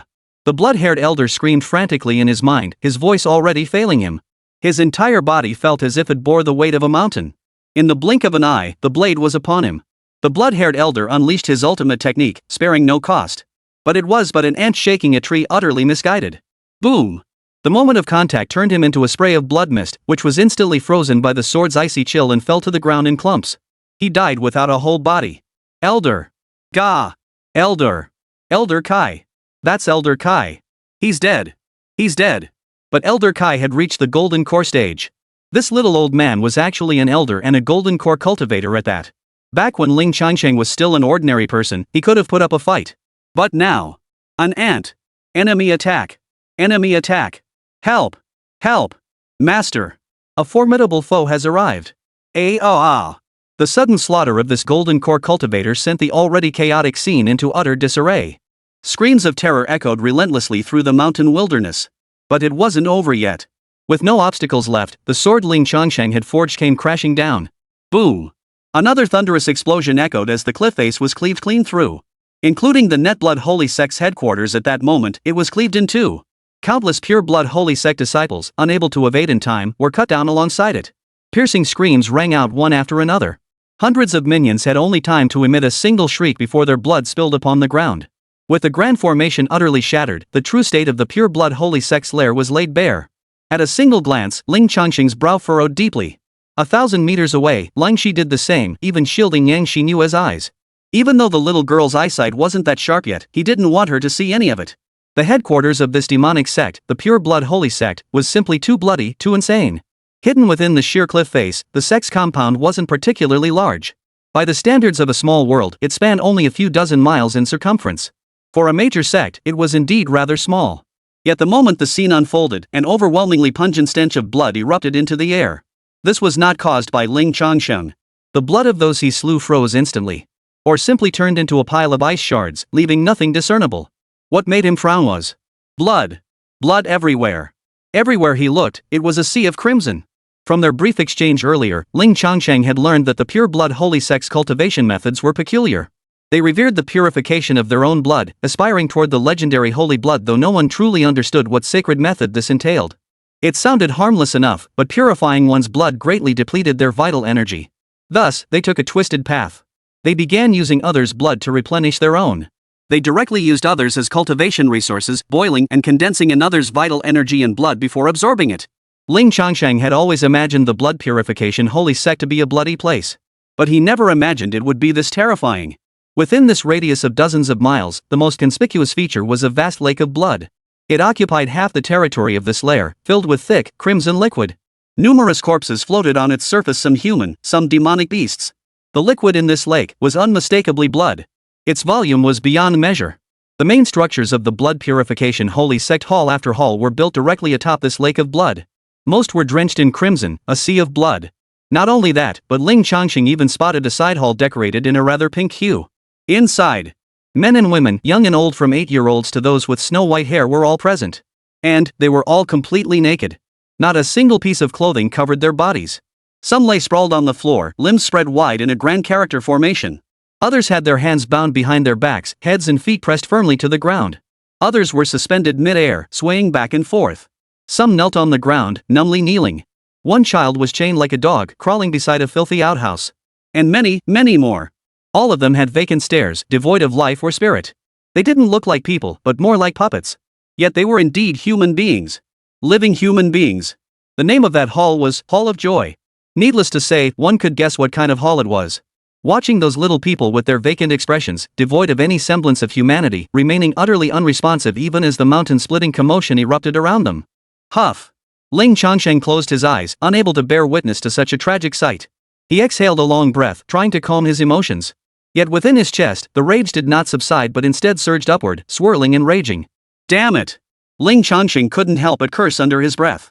This scene was truly too horrifying, too tragic, it was impossible not to be enraged. Whoosh! He channeled spiritual energy, casting a soundproof barrier throughout the room. The miner's sound blocking technique wasn't difficult.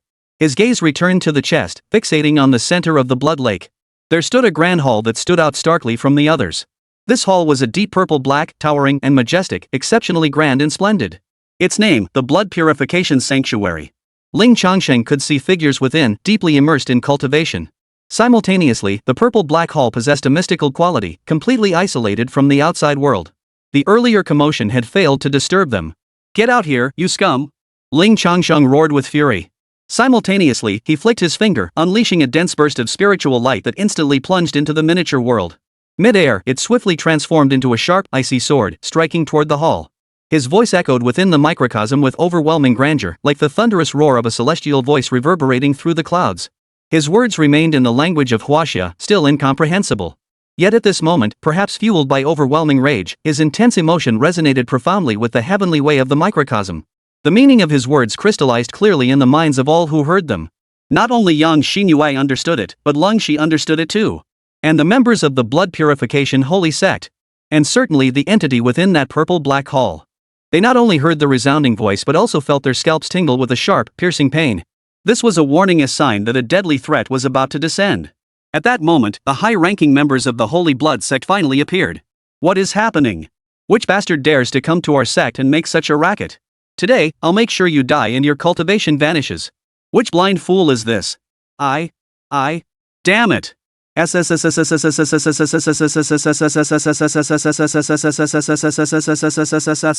series of fierce shouts echoed from the main hall.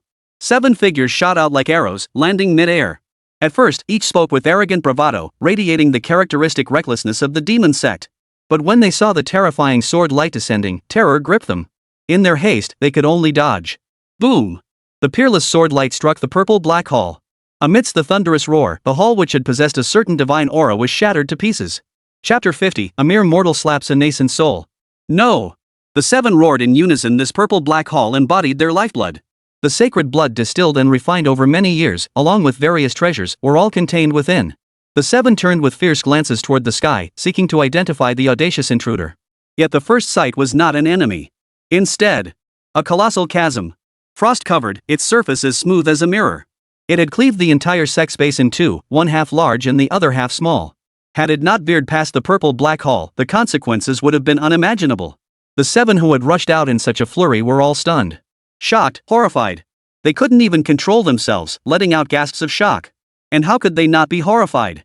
Their ancestral home, preserved for centuries, had been torn apart. The entire sect had been cleaved in two. They were still inside the main hall, feeling nothing. How could they not be horrified? How could they not be terrified? Ling Changsheng observed them. 7 people, 5 men and 2 women, all with youthful features. A colossal aura of blood energy radiated from them, swirling around their bodies with an extraordinary presence. 6 of them radiated the aura of late golden core cultivators, but the middle-aged man at the front was different. His appearance suggested he was around 30 years old. Dressed in a deep purple-black robe, his expression was solemn, radiating an intimidating aura of authority. His aura indicated the mid-stage of the nascent soul realm. From the shouts of the other members of the blood purification holy sect, it was clear he was the sect master. Even as a nascent soul cultivator, even as the sect master, his face was still frozen in utter horror. Amidst the terror, he immediately reacted, preparing for defense. Crimson spiritual energy surged from his body. The nascent soul cultivator directly manifested his divine spirit avatar, forming a 100-meter-tall divine form whose imposing aura spread out. Yet no enemy was in sight, leaving him bewildered. Just as he was about to investigate, a furious shout rang out. Kneel! The thunderous command reverberated through the clouds, its meaning striking every heart present. Before shame, shock, and anger could fully arise, they suddenly felt their bodies slip from their control. Compared to the Qingshan Yuanling cultivator he had encountered earlier, Ling Changsheng had undergone a tremendous transformation. His spiritual power had surged over threefold, while his spiritual energy had multiplied 100-fold. In the grip of extreme fury, he resonated profoundly with the Tao of his microcosm. His words now carried the weight of a decree from the heavenly Tao itself. They could not help but submit to his arrangements, all falling into place. Boom! Boom! Boom! The 7 figures crashed heavily onto the ground before the grand hall, their knees slamming into the stone floor and shattering it beneath them. For a moment, all 7 were stunned. A buzzing sensation filled their minds. Their first reaction was one of utter humiliation and seething rage. Each was a golden core cultivator, and one was even at the early stage of nascent soul. They occupied lofty positions and were held in high esteem. How could they have ever endured such profound humiliation? How could they not be enraged? But soon, an even stronger feeling overwhelmed their rage. Fear. How could this be? A single utterance, and we all fell to our knees? Among the 7, the cultivator clad in purple-black robes was seized by terror beyond measure. As both the sect master and a mid-stage nascent soul cultivator. Yet now, he couldn't muster even a shred of resistance. He couldn't. All 7 were pale with terror, their breathing labored. And it wasn't just them. Every disciple of the pure blood holy sect present felt as though their bodies were crushed beneath the weight of stars. The terrifying pressure was utterly impossible to resist. Thud, thud, thud, thud. The sound of thuds echoed as every disciple of the holy blood sect fell to their knees. Crushed by that terrifying will, they couldn't move an inch. Gasp. This. Far away, the great demons and great beasts who witnessed the entire scene were all paralyzed. Each of them was stunned speechless, their minds churning with overwhelming waves of shock. Unbelievable. Unthinkable. The blood purification holy sect was quite renowned, even if its reputation was entirely negative. Now, the great cultivators meditating here realized this place was actually the pure blood holy sect's lair. But what had just unfolded, that unknown entity? Too terrifying. Too horrifying. With a single utterance, it had subdued every member of the blood purification holy sect. What manner of being was this? What kind of power did it wield? But enough about them. Now, it is time for judgment. Come. At Ling Changsheng's signal, Ling Shi flew over. How do you wish to proceed? Ling Changsheng asked in a deep voice. Ling Shi did not respond immediately, his expression as cold as ice. Of course, her expression wasn't directed at Ling Changsheng, but rather at the members of the blood purification holy sect. Her gaze also fixed upon the Hall of Joy. Originally, she intended to find whoever had been tainted by the resentment of the Xinbing Immortal Mountain disciples and then kill them. But now, she had changed her mind. Lang Shi exhaled slowly, observing the pitiful, lifeless figures within the Hall of Joy. She spoke deliberately, perhaps, it's better to let them come. MHM. Ling Changsheng nodded, understanding her meaning. If that's the case. Watch them.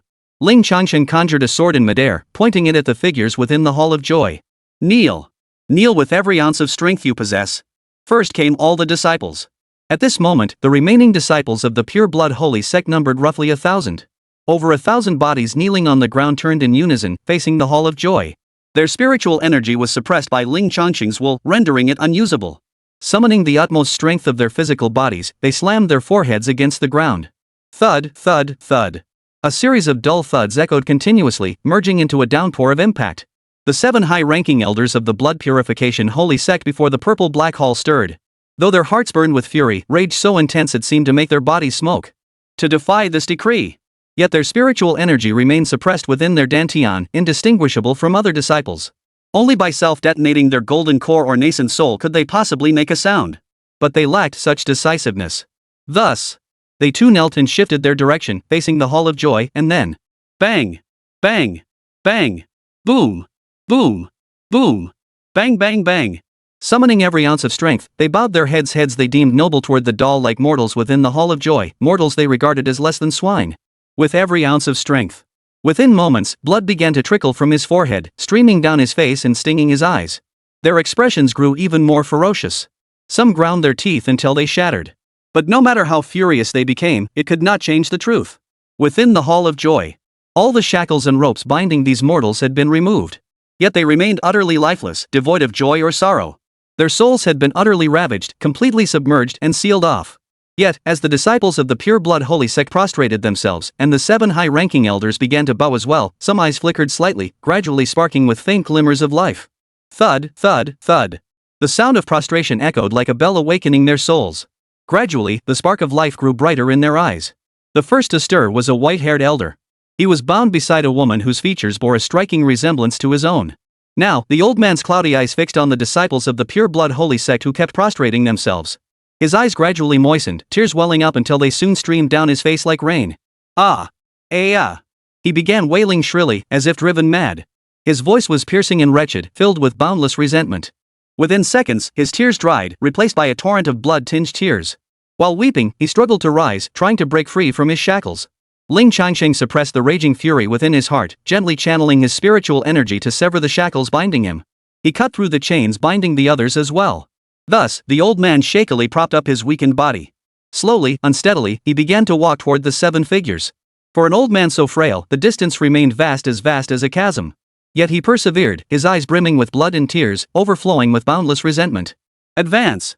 Ling Changsheng immediately gave the command. The laws of heaven and earth responded to the call, and an invisible force surged forth, teleporting over 1,000 disciples of the Pure Blood Holy Sect, including the 7 high-ranking elders, to the entrance of the Hall of Joy. The old man continued to stare fixedly at the 7, showing no reaction to any of this. With unwavering resolve, he approached the patriarch of the Pure Blood Holy Sect. With trembling, bony hands, he raised a withered, shriveled fist and lashed out at the face of the purple-robed Yuanling, the very patriarch of the Holy Blood Sect. You old fool, how dare you! The purple-robed infant cultivator erupted in fury, his eyes instantly filling with savage, murderous intent. How dare a mere mortal act so insolently? Dare to insult an immortal! Smack! A faint slap echoed, barely audible, revealing the old man's frailty. But he had indeed struck. That mortal's withered, filthy hand left a clear imprint. Chapter 51, Want to self-destruct? Watch closely. That feeble, powerless slap left the purple-robed nascent soul dazed and stunned. Though his face felt no pain, it seemed as though thousands of needles were piercing it. Rage. Shame. Raging fury flooded his mind, making it buzz and spin. A mere mortal, a mere mortal. Mere mortal. He abruptly suppressed his rage, muttering under his breath. As a nascent soul cultivator, before 1,000 disciples, he had been slapped by a mortal. By a mere mortal. And in the hall of revelry, no less by a commoner worse than swine. Arg! Suddenly, the purple-robed nascent soul erupted in a frenzied roar, his voice utterly hysterical. The spiritual energy within his body surged wildly, straining to break free from the constraints of the imperial edicts binding him. Seal! Yet, a majestic, thunderous voice resounded once more from the heavens. Colossal power manifested at the bottom of the precipice. Sparkling divine light filled the space, forming chains of divine law visible to the naked eye. Crashing down upon him, they coalesced into dazzling divine chains that bound him. Instantly, the restless spiritual energy was subdued, rendered uncontrollable. Huff! Huff! The purple-robed nascent soul gasped like a bull, his eyes bloodshot and ravenous. That terrifying gaze made the old man's body tremble uncontrollably, as if he could barely endure it. Yet, he held firm. He raised his hand again, delivering a faint slap. You! Smack! Me! Smack! Smack! Smack! Smack! Smack! Smack! The old man slapped faster and faster, a flush rising on his pale, frail body. He was dying. In a final burst of energy, he expended every last ounce of strength. Ha ha ha ha ha. Ha ha ha ha. Not a single word. The old man fanned himself, laughing wildly, utterly deranged. But soon, his voice began to fade, his strength drained away, and the crimson flush on his body rapidly dissipated. Soon, he collapsed lifelessly, lying on the ground. Ha ha ha. He laughed weakly. Summoning his last ounce of strength, he opened his mouth and spat a mouthful of saliva onto the face of the purple-robed nascent soul. Then, with a smile still on his face, he died with his eyes open. He did not die with regret. Even in death, he would witness the demise of the pure-blood holy sect. Rustling. The old man died. Yet within the hall of revelry, more figures slowly rose to their feet. Straightening their stiff, weakened spines, they took slow, deliberate steps, advancing resolutely toward the members of the holy blood sect. Fierce flames blazed in their eyes. At that moment, the purple-robed nascent soul's face was twisted with humiliation and fury. He couldn't take it anymore. This mortal dared to strike him. Dared to use those filthy hands to leave marks on his face. At the same time, he understood that the being in the heavens was unmatched and would certainly not spare them. If that was the case. The purple-robed nascent soul roared, his face contorted with fury, veins bulging. A blazing light erupted from his dantian, radiating a shattering aura. This was the Yuan infant's self-detonation. Master. Brother, you mustn't. No. Don't. We're still here.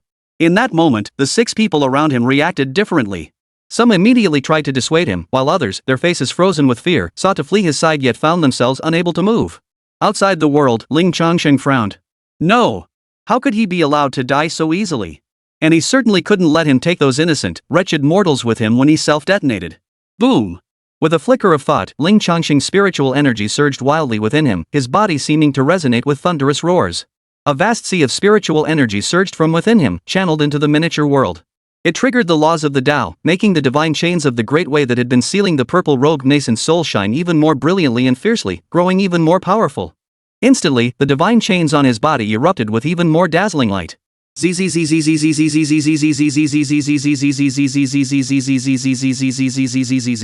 More brilliant divine chains coalesced beside him, binding him in shackles. They contracted relentlessly, tightening and binding toward his dantian. Ah! The purple-robed nascent soul screamed in rage, his voice filled with agony. These divine chains were unbearably heavy, like a massive star crushing him. Terrifying sealing power manifested, forcibly suppressing the restless spiritual energy within his body. Even chains of order appeared upon his infant soul, subdued. It withered. The violent spiritual energy extinguished, and the infant's self-detonation was forcibly halted. This forced halt to the self-detonation exacted a heavy toll. Within the dantian, the 100 frost flowers diminished by over 30%. Yet 70% remained, still formidable. Huff! Huff! The backlash of the exploding spiritual energy struck the purple-robed infant, collapsing it to the ground. Twitching violently, cold sweat poured from its body like a drowned rat, utterly disheveled. At that moment, the mortal from the Hall of Joy approached the 7 figures. A woman approached the female cultivator among the 7 high-ranking members of the blood purification holy sect, the red-haired woman. She was Elder Jux, a revered figure second only to the sect master. Once she had been the center of attention, with countless male cultivators hovering around her, craving her favor. But now, she was utterly wretched, unable to muster even a shred of spiritual energy. Her face was twisted into a hideous grimace, unable to maintain its usual elegant composure. Her eyes blazed with a savage ferocity, as if they could devour someone whole. No matter how fiercely she tried to kill with her gaze, it could not alter the truth. The truth was this: even nascent soul cultivators defied her, let alone golden core practitioners. Before Ling Changsheng, even a golden core cultivator was but a mortal. The pitiful little man, his face numb, raised his pale fist and swung it at her. Weak and feeble, yet resolutely aimed at the golden core woman's face. Her rage flared like sparks, and the overwhelming humiliation made her chest feel as if it would burst. A child of 10 or so staggered forward, dragging a bucket of foul water. He halted before a bearded man who appeared to be a gold core cultivator among the 7th-tier cultivators. Ho ho ho. Ha! His throat convulsed, emitting a sound. But it wasn't the clear, pleasant voice one would expect from a child. It sounded like a broken bellows. He spoke, trembling as he lifted the bucket of foul water, raising it to the bearded man's face. Wah! The bearded man, an elder of the Pure Blood Holy Sect, stared wide-eyed at the foul water, his face twisted with terror. More than anger, he felt disgust at this filthy, mundane thing. Shut your mouth, he struggled. Yet under the command of the divine chain, he could barely move at all. Open your mouth.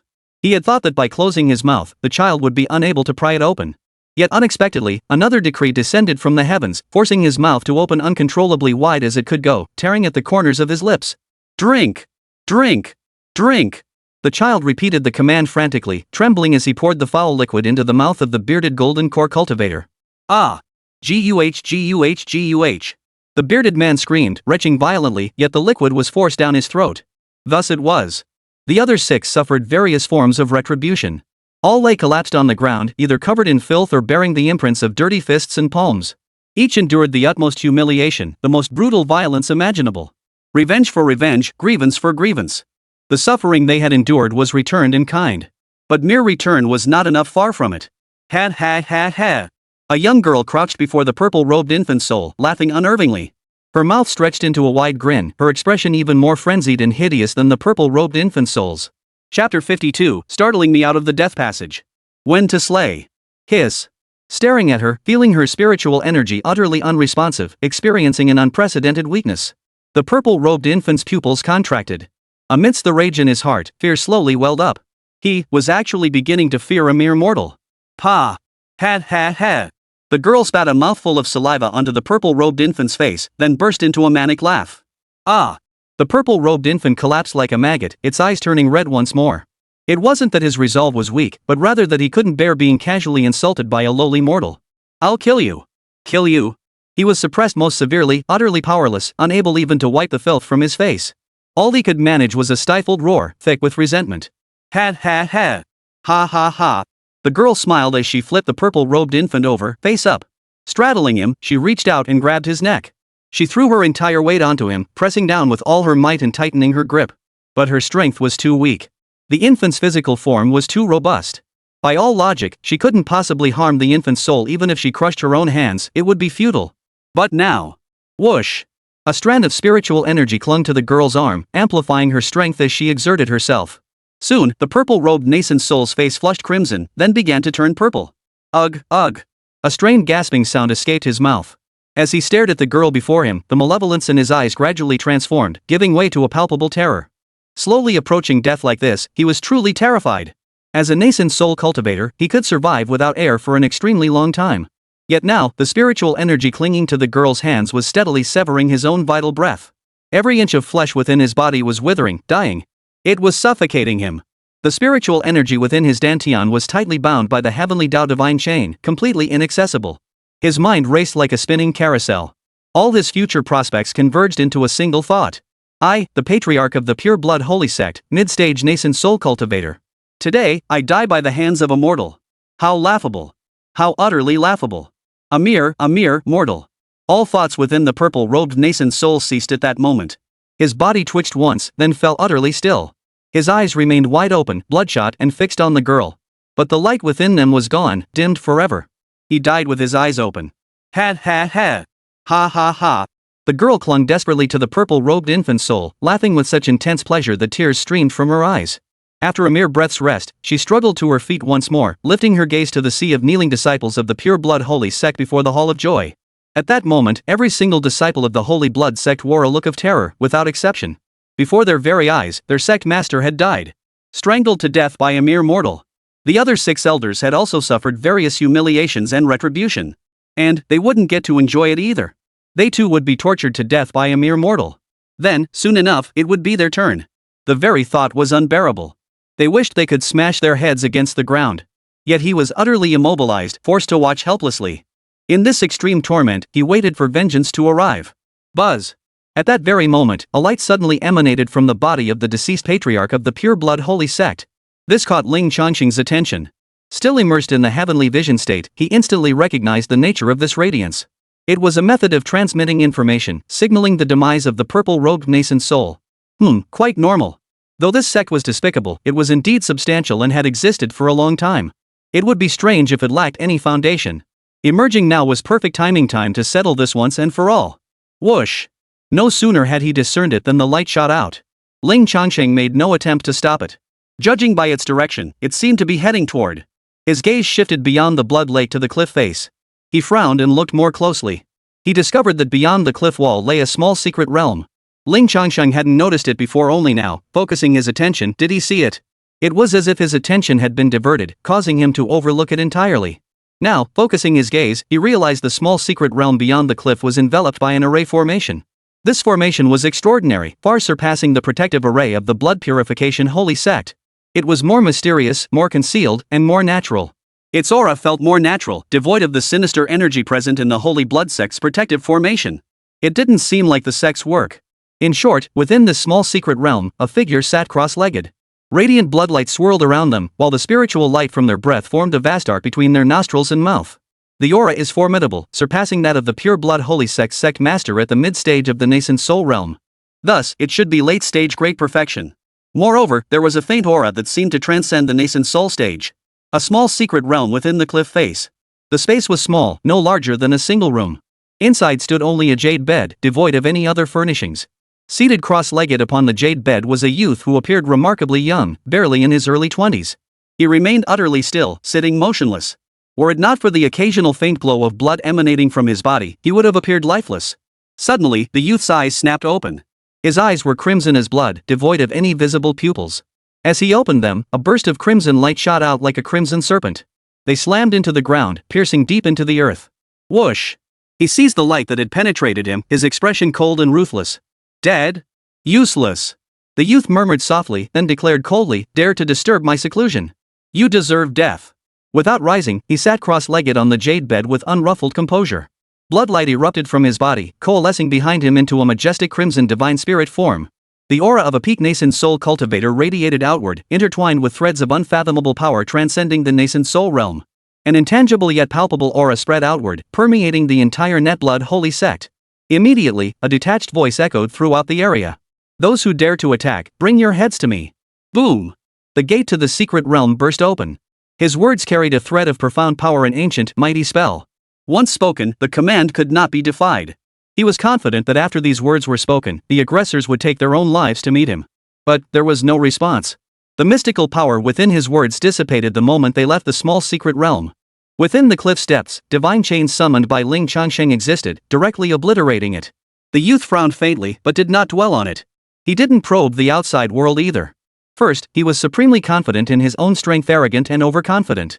Second, he couldn't fathom the sealing array inherent to this secret realm, a mysterious formation that severely obstructed divine souls.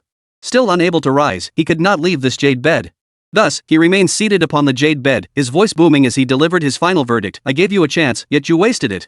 Your life, your kin, your friends all shall be buried with you, soul and body utterly destroyed." As the words left his lips, a blazing crimson light surged forth, coalescing into a blood-red oracle. Each character held unfathomable power, divine and extraordinary. Like issuing a decree, the elder projected the oracle forth. Chapter 53, Have you laughed enough? Get out here. Ling Changsheng, growing impatient, roared the command. He'd expected whoever was inside to come out willingly, but instead, they hid like a turtle in its shell, content to shout threats from within. Whoosh! With that, another finger shot a burst of spiritual light into the miniature world. Mid-air, it merged with the mandate of heaven, transforming into a luminous giant hand encircled by dazzling divine chains. He should have been able to cleave the small secret manual directly, exposing those within. But that miniature realm held peculiarities. The area where the person resided was merely the entrance. He seemed unable to penetrate deeper into the secret realm, and Ling Changsheng wished to probe further. With a thought, the brilliant spirit light hand flew down, heading toward the entrance of the small secret realm. Midway, the blood-red oracle scroll shot forth, swelling in the wind like a blood-red wall unfurling. Boom! Facing the crimson prophecy, the giant hand transformed into a fist at Ling Changsheng's command and slammed into the wall of blood. Crack! Boom! The crimson prophecy text instantly shattered, scattering into droplets of bloodlight that fell to the ground before dissipating. Within the miniature realm, sensing the prophecy text shattered, the youth could no longer maintain his composure. His expression froze, a hint of bewilderment flickering in his eyes. Soon, the spiritual light hand flying in from the entrance snapped him back to his senses. He was both shocked and enraged. Astonished by the killer's extraordinary power. Anger surged at how that worthless good-for-nothing had provoked such a formidable foe and allowed him to come knocking. There was no time for hesitation. He struck immediately. Clenching his fist, he charged forward, unleashing a massive crimson spirit light fist to meet the giant spirit light hand. Boom! In an instant, the two fists collided. Amidst the deafening roar, spiritual light exploded like waves, bathing the cave walls in brilliant light that illuminated every detail. Runic patterns emerged, preventing the collapse. The crimson fist held firm for a breath before suddenly disintegrating. The massive hand entwined with divine chains remained resplendent. Ling Changsheng's spiritual energy, combined with the edicts of the microcosm's celestial laws, rendered its power peerless. The youth's hasty punch was utterly insignificant. Immediately after, the luminous giant hand descended upon the youth. The heavenly mandate born from that command, "Get out," now descended upon him. No! No! Feeling the immense tugging force of the divine chains on his body, the youth let out a startled scream. A blazing crimson light erupted from his body as he fought back with all his might. The harder he resisted, the more Ling Changsheng poured in spiritual energy. The stalemate shattered instantly. The youth was seized by a massive, luminous hand and hurled toward the exit of the miniature realm. In the blink of an eye, he was hurled onto the ground outside. The youth lay sprawled on the ground, wailing in agony, which was odd. After all, Ling Changsheng hadn't actually done anything yet. But the reason soon became clear. Ling Changsheng watched as the youth's flesh began to rapidly rot and decay. Within moments, half his body had rotted away. A foul stench of rotting flesh filled the air, and his once jet-black hair had turned completely white. His features and once intact skin had aged beyond recognition. Gone was the youth. Now he was an old man with half his body buried in the tomb. It seemed the jade bed he had been seated upon held some extraordinary power, shielding him from the ravages of time. No wonder he was so arrogant, issuing commands from within, demanding intruders bring their heads to him. Yet now, he himself could not emerge. Him. Isn't this the blood-eyed demon lord who died 100 years ago? Blood eyes, half-rotted body. That's right. This is the blood-eyed demon lord. I've heard tales of his failed cultivation, where half his spiritual blood rotted, leaving one half of his body decayed while the other remained intact. He vanished a century ago. Who would have thought he still lived, hiding here? Wasn't he already at the late nascent soul stage 100 years ago? What realm has he reached now? Ling Changsheng, naturally, did not recognize him. Fortunately, among the ascetic cultivators peering from the distant periphery, one well-traveled individual recounted his origins. Huff! Huff! Only after half his body had rotted away did the blood-eyed demon lord begin to recover slightly.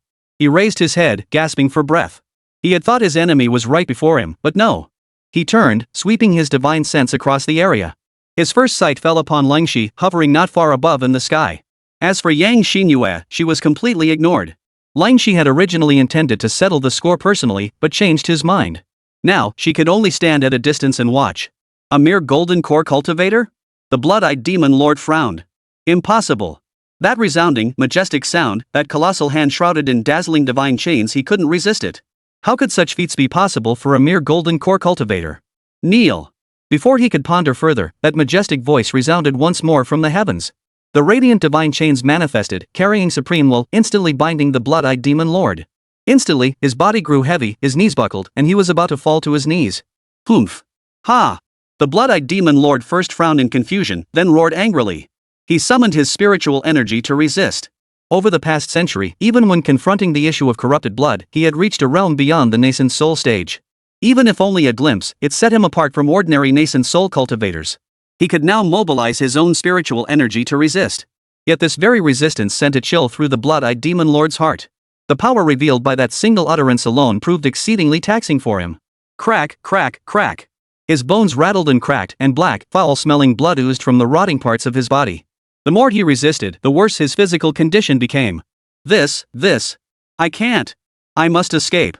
Thus, the thought of escape immediately took root in the blood-eyed demon lord's mind. Unable to resist even a single command, he felt compelled to kneel.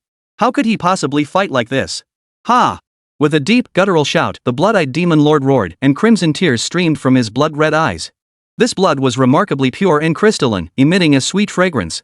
Moreover, his hands formed a mystic seal before him, unleashing his spiritual energy without restraint. Within the heavenly Tao vision state, Ling Changsheng could see the space beside him constantly rippling. This was a spatial escape technique. Ha! Trying to escape? Ling Changsheng sneered coldly. It's no coincidence. Though I don't understand this spatial technique. But I can use it too. He remained motionless, simply watching.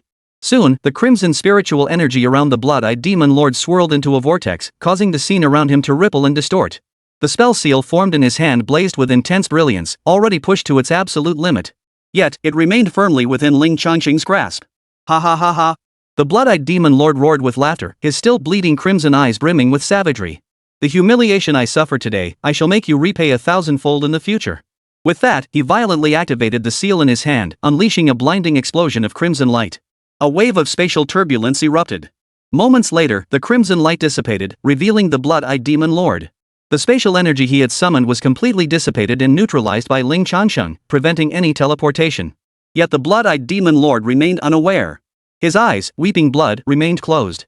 His face twisted with agony, yet a hint of relief flickered there as he burst into laughter. Finished laughing? Ling Changsheng said indifferently, flicking his finger to unleash a slash of spiritual energy. Ha! Gah! The blood-eyed demon lord's laughter abruptly halted, replaced by a strange sound as he opened his eyes in disbelief. Instantly, a streak of spiritual light shot forth from the heavens. Swift as thunder, it struck down, reaching its target in the blink of an eye. The blood-eyed demon lord's casting of that technique had clearly taken a heavy toll. Not to mention that after being dragged from the jade bed, he had already entered a weakened state. Now, his mind was reeling. Boom! Struck by the blow, he felt as if struck by lightning. He coughed up a mouthful of blood, half crystalline and half putrid. His knees could no longer bear his weight. He collapsed to his knees, crashing into the blue stone and sending a wave of dust rippling outward. Chapter 54, Ling Changsheng unchanged in name, unaltered in surname. Just like anyone else. Watching his own knees press into the ground, the blood-eyed demon lord's mind buzzed with disbelief. The mighty possess the pride and self-respect of the mighty. He, the blood-eyed demon lord, had lived for centuries, his life filled with glory and unrestrained power. Wherever he went, fear, reverence, or at the very least, loathing followed. Never before had he faced this. All his pride and self-respect had been shattered, trampled underfoot. Then, a scene with a strong sense of déjà vu unfolded. The blood-eyed demon lord, face contorted in fury, opened his mouth wide, gazing skyward. Seeing him like this, Ling Changsheng knew he was about to howl. He invoked the laws of the microcosm, condensing the divine chain of the Great Way. He locked him down, just as he had done to the purple-robed nascent soul cultivator before. Ah! Gah! The blood-eyed demon lord's roar choked in his throat after only half a sound. His chi and blood churned violently, and his half-rotted, half-intact face flushed crimson with fury. Silence! Ling Changsheng said coldly, watch closely. Witness how your filthy sect is utterly annihilated by a mere mortal. His attention then returned to the scene before the Hall of Joy. Those long-suffering mortals paid no heed to the blood-eyed demon lord's appearance. Their souls had been so deeply scarred they were no longer sane. Their sole thought now was vengeance-mad, unhinged vengeance and to vent. Their target, every member of the blood purification holy sect. The 6 golden core cultivators had now followed the purple-robed nascent soul cultivator into oblivion. Some were strangled to death, others crushed by mortal fists imbued with spiritual energy, or, in short, every single one died with eyes wide open. Next, naturally, came the disciples. They could scream in agony, but were utterly immobilized.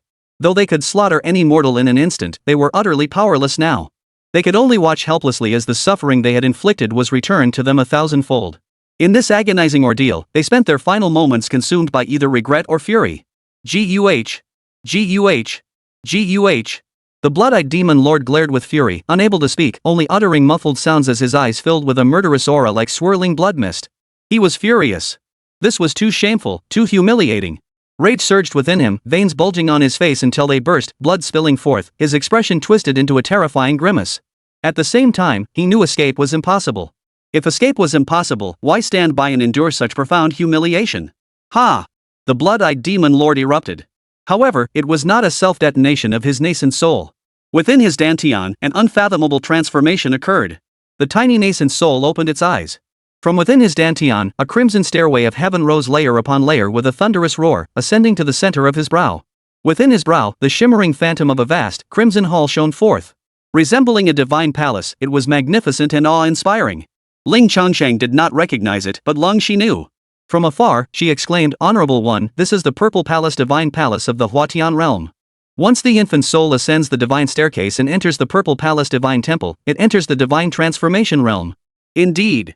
At this moment, the blood-eyed demon lord sought to forcibly break through his realm and step into the divine transformation realm. With this, he made his final gamble. Ling Changsheng snorted coldly. Attempting to advance before my eyes? Slash. As the word fell, a long sword materialized in the azure sky. Radiant with spiritual light, the blade was inscribed with dazzling Taoist scriptures.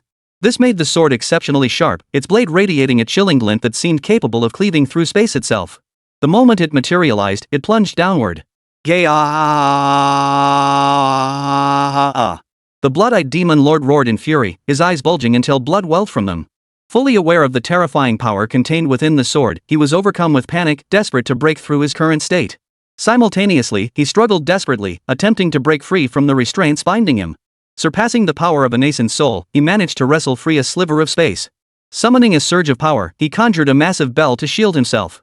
At that very moment, the icy sword in the heavens struck down, striking the bell squarely. Ding!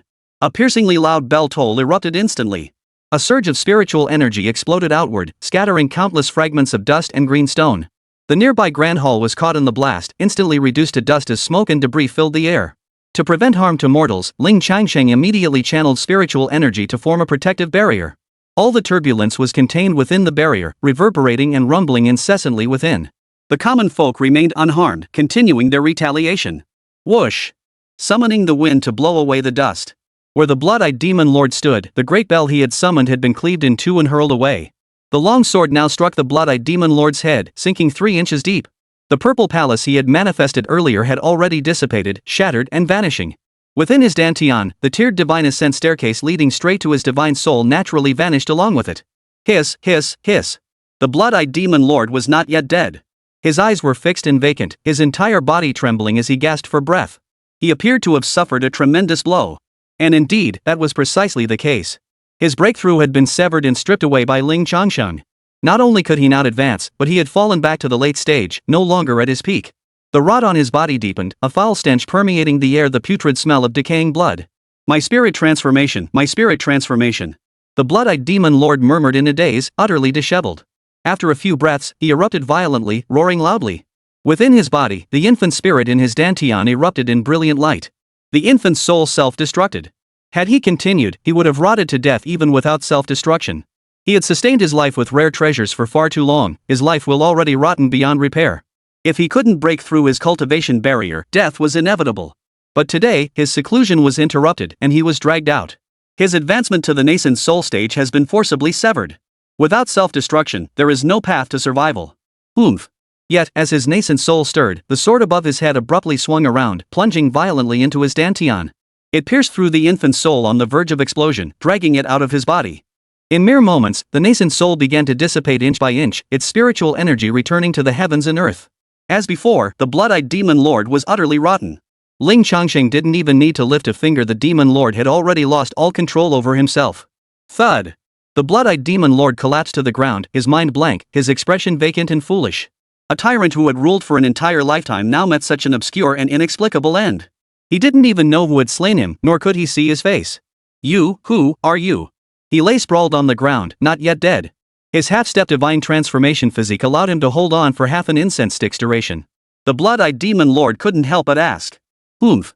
Ling Changsheng laughed coldly. I go by no other name, nor do I change my surname. Ling. Shang. Shang. Boom. Rumble. As Ling Changsheng uttered his name, thunder surged across the sky. As if answering his name, thunder rolled and roared. Across the entire sky, a magnificent and awe-inspiring aura spread out, vast and majestic. It seemed his name had been etched deep into the very fabric of the heavens.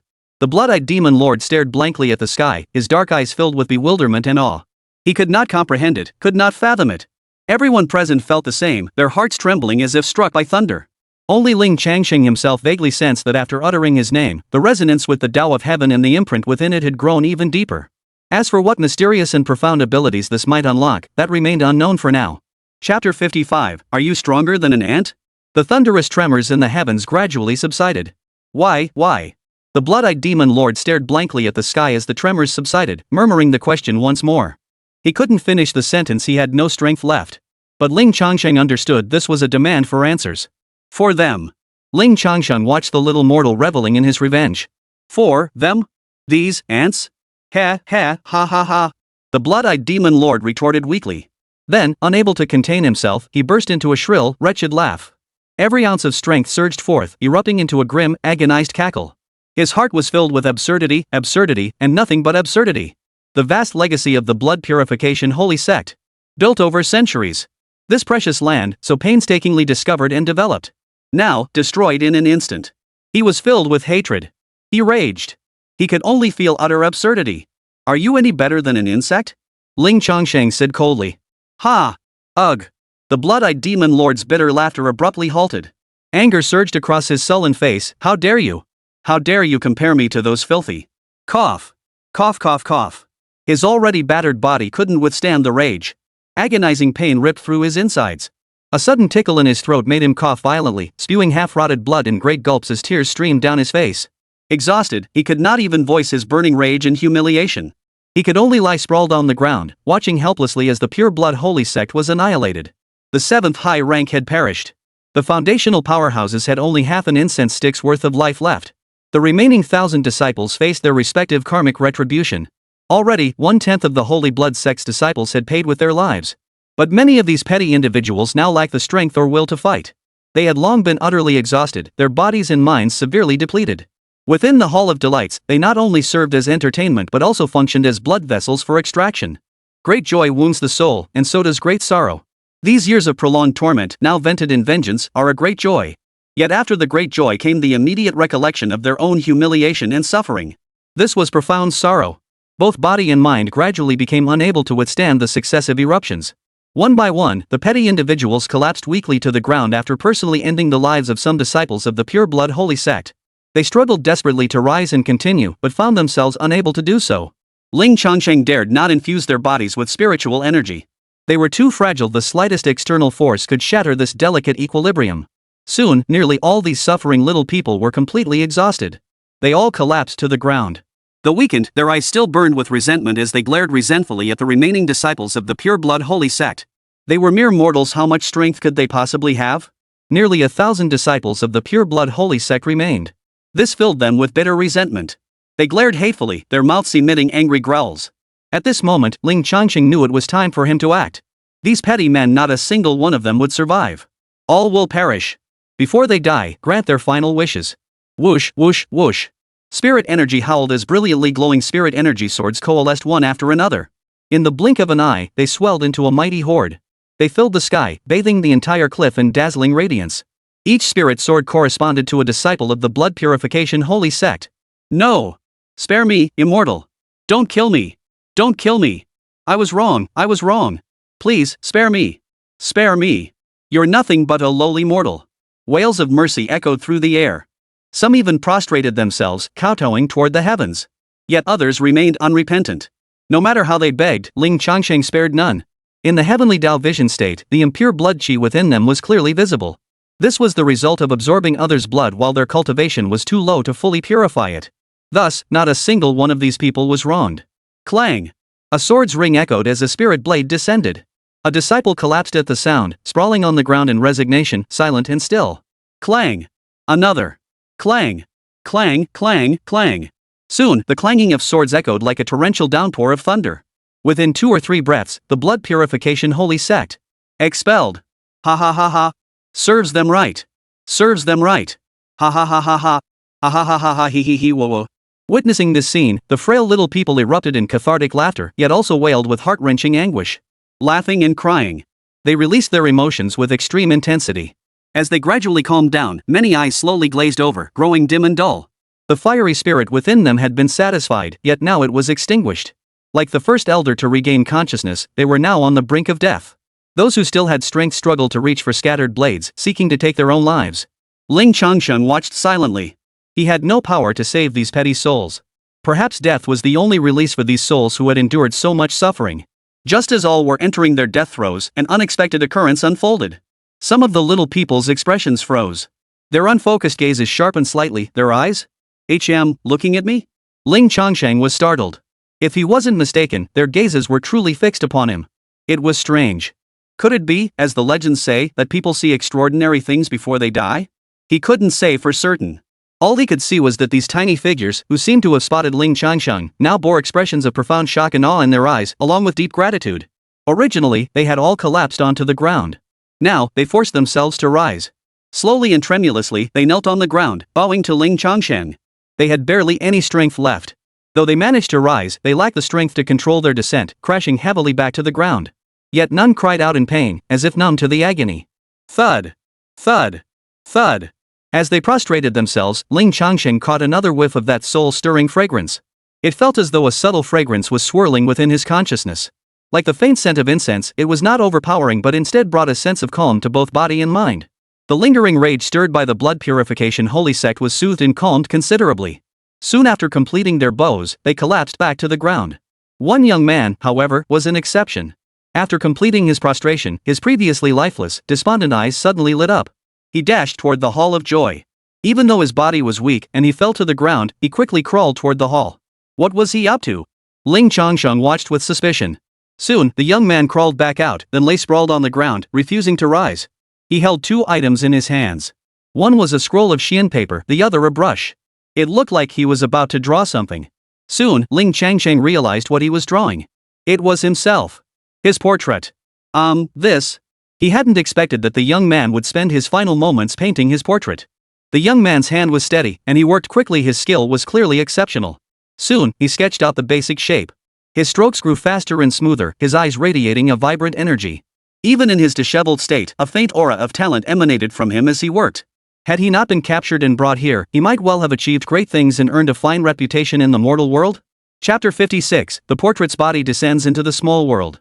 Before long, the portrait was nearly complete. It was the likeness of Ling Changsheng, capturing 90% of his features. Especially his eyebrows sword-like and arched, slightly furrowed captured both his anger and compassion with striking precision. Finally, the eyes remained unfinished, their pupils yet to be painted. The young man mustered his last breath, steadying his trembling hand holding the brush, and slowly began to paint the eyes. Gradually, a pair of lively eyes emerged. The luster within them, the pupils' every detail was exquisitely rendered. Even more miraculously, the young man captured the essence of the spirit. Those eyes held supreme authority, thunderous wrath, and compassion vividly alive. The moment those eyes were completed, something extraordinary happened. Buzz! The portrait suddenly began to vibrate and tremble, generating a suction force. Immediately, the spiritual energy within the cliff was swept toward it, sinking into the portrait. After absorbing the spiritual energy, the portrait began to float on its own, gradually glowing with a brilliant light, dazzlingly radiant. This was clearly just an ordinary piece of paper, yet it had triggered a spiritual energy siphon. The young man watched the portrait take flight, his pale face betraying utter astonishment. In this world, there exist great painters who have attained enlightenment through their art a single stroke, and the portrait becomes reality. But the young man knew he could never possess such power. His mastery was still far from sufficient. It could only be said that this painting had borrowed the visage of that reclusive immortal. It had transformed from an ordinary object into a spiritual artifact. It had become a magical artifact. Truly worthy of an immortal.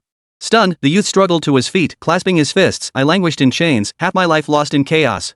The immortal rescued me from the mire, yet I possess nothing of worth to repay this debt. I humbly offer this painting as a gift to the immortal. I accept it. Ling Changsheng sighed inwardly and nodded. My deepest gratitude, immortal. The youth bowed again, but this time he could not rise, remaining prostrate on the ground. Ling Changsheng could see it, his life force had completely faded. He was dead. His final ounce of willpower had been poured into this portrait. He was neither the first nor the last. Before long, the little figures who had bowed to Ling Changsheng began to wither and die one by one. The entire valley was shrouded in deathly stillness. Every member of the blood purification holy sect, including the blood-eyed demon lord dragged out from the secret realm, perished. Mortals, too, perished. A desolate scene. Ah! Ling Changsheng shook his head and sighed. He felt the fragility and sorrow of life deeply. He felt even more keenly that truth resides only upon the edge of the sword. One must possess a sufficiently powerful sword. I may not use it, but I absolutely cannot be without it. Whoosh! In the stillness, a figure approached from the distance. It was Long Shi alone. She placed young Xinyue outside. The scene was too terrifying for the little girl to witness. Soon, Ling Shi came to a halt not far from the portrait. Her face remained as calm and aloof as ever, but her eyes, fixed on the portrait floating in the air, clearly betrayed a sense of inquiry and curiosity. Is this the appearance of the venerable one? Such short hair? It's a bit strange, yet rather handsome. Her thoughts raced, though her expression remained unchanged. As she watched, Lang Shi asked, Venerable one, what comes next? She'd been standing outside for ages without accomplishing anything. Truth be told, she couldn't help but feel a bit useless. Poof. Ling Changsheng took a deep breath to steady his emotions. Wait a moment. I'll examine this painting. Saying this, he turned his gaze to his own portrait. Immediately, he detected a faint, fragrant scent emanating from the portrait. It was the scent left behind by the mortals who had knelt in worship, now clinging to the canvas.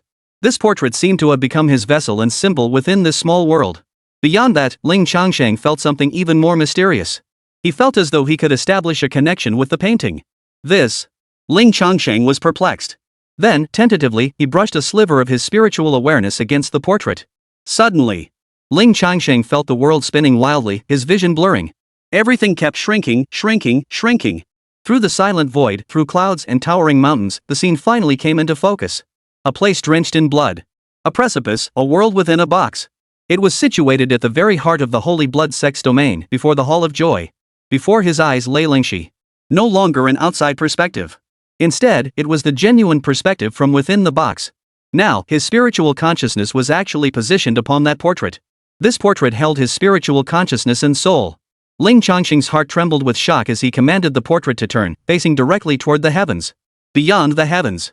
In reality, his physical body lay with eyes closed. Because his primary consciousness resided within the portrait. It was like uploading consciousness or the holographic virtual MMORPGs described in novels. The sensation felt odd yet somehow tolerable. It could be likened to looking in a mirror, except one was large and the other minuscule. Moreover, this wasn't a duplicate, just a sliver of spiritual awareness attached to the portrait, granting this peculiar perspective. Once he grasped this, he suddenly felt that viewing things through the portrait seemed oddly unsettling. A sudden impulse struck Ling Changsheng. He thought to himself, step out of the portrait. Soon, his thoughts became action. Ling Changsheng realized he could move. He tentatively took a step forward. Whoosh! A vast surge of luminous energy erupted, coalescing from the lowest point of his toes and instantly forming his legs. He took another step. A blazing, dazzling light blossomed, enveloping Ling Changsheng within its radiance. Every inch of his body materialized within the spiritual light. Within moments, his entire form materialized. The brilliant light faded. He had truly stepped out of the portrait. Turning back, he saw the painting still suspended in the air, emitting a faint glow. But the figure within was now blank, clearly a result of Ling Changsheng stepping out of the portrait. It actually worked? Ling Changsheng stared in astonishment at his own body. It was formed from condensed spiritual energy, not real flesh and blood. Thus, it appeared radiant and luminous, enveloped in a misty aura of spiritual light, as if a divine being had descended to the mortal realm. A black and white robe of ancient style draped over his form, faintly scented with ink, as if fashioned from brush and pigment. Ling Changsheng formed an ice mirror from spiritual energy to examine his appearance. Features like hair and eyebrows were jet black, glossy as ink. His facial features were identical to his true form, indistinguishable in any way. If anything, they appeared even more ethereal. Formed from spiritual energy, it radiated an intense brilliance, the entire body crystalline and translucent, shrouded in a hazy mist. Ling Changsheng never imagined he could descend into this small world in such a manner. He hadn't anticipated such an unexpected gain from this journey. After examining himself, Ling Changsheng turned his gaze to Longxi, who stood not far ahead. She still wore her light, snow-white robes, her skin as fair as jade, surpassing even the snow. Her posture was straight and dignified, like a snow lotus, exuding an elegant and noble aura that captivated all who saw her. His eyes resembled cold, clear pools, but now, those pools seemed disturbed, rippling with emotion. Now, both figures stood in perfect proportion. From this angle, Lingxi's features appeared even more exquisitely refined, and the aura emanating from her became more palpable. Ling Changsheng was watching Longxi. Longxi was also watching Ling Changsheng. The young apprentice was startled by the sudden shift in the portrait. When he saw Ling Changsheng emerge, radiant and enveloped in a shimmering aura, he was utterly stunned. Then, inexplicably, his gaze became fixed on Ling Changsheng's face. Chapter 57, This is truly terrifying. One glance was utterly breathtaking. The venerable figure radiated brilliant light from head to toe, like a divine being or immortal descending to the mortal realm. His posture was straight and tall, like a soaring pine, his bearing dignified and noble. Though clad only in a simple black and white robe, he still carried an air of effortless grace. An unfathomable aura about him made Lingxi feel profoundly unsettled. He seemed to be the very center of all existence in this world. As the spiritual light swirled around him, it resembled a great star with celestial bodies orbiting in its wake. It seemed as though all things in the world resided within his heart, obeying his every will. Every movement seemed to ripple through the surroundings. His joy could make others beam with delight, while his anger could strike fear into their hearts. Just as now, his brows were sharp as swords, his lips pressed tightly together. Judging by his expression, his anger hadn't entirely dissipated. Even though it wasn't directed at her, Lingxi couldn't help but feel a chill of fear.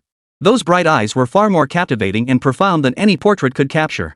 His gaze held a quiet, reserved calm that seemed at odds with his youthful face, as if he had endured countless hardships. And rightly so. Ling Changsheng had lived alone for over 20 years, supporting himself entirely. The hardships endured over those years were beyond the imagination of ordinary people. Gazing into those serene eyes, for some reason, Lingxi sensed a faint chill of loneliness.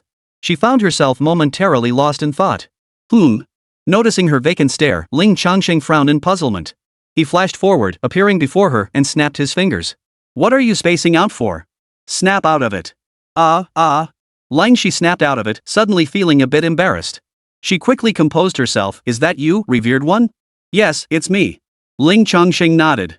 Seeing Lang Shi's expression of sudden understanding, he suddenly realized something. You can still understand my words now? Ha! Lang Shi froze, then nodded in surprise. Of course I can. She was a bit baffled. After all, from Lang Shi's perspective, she had always been able to understand him.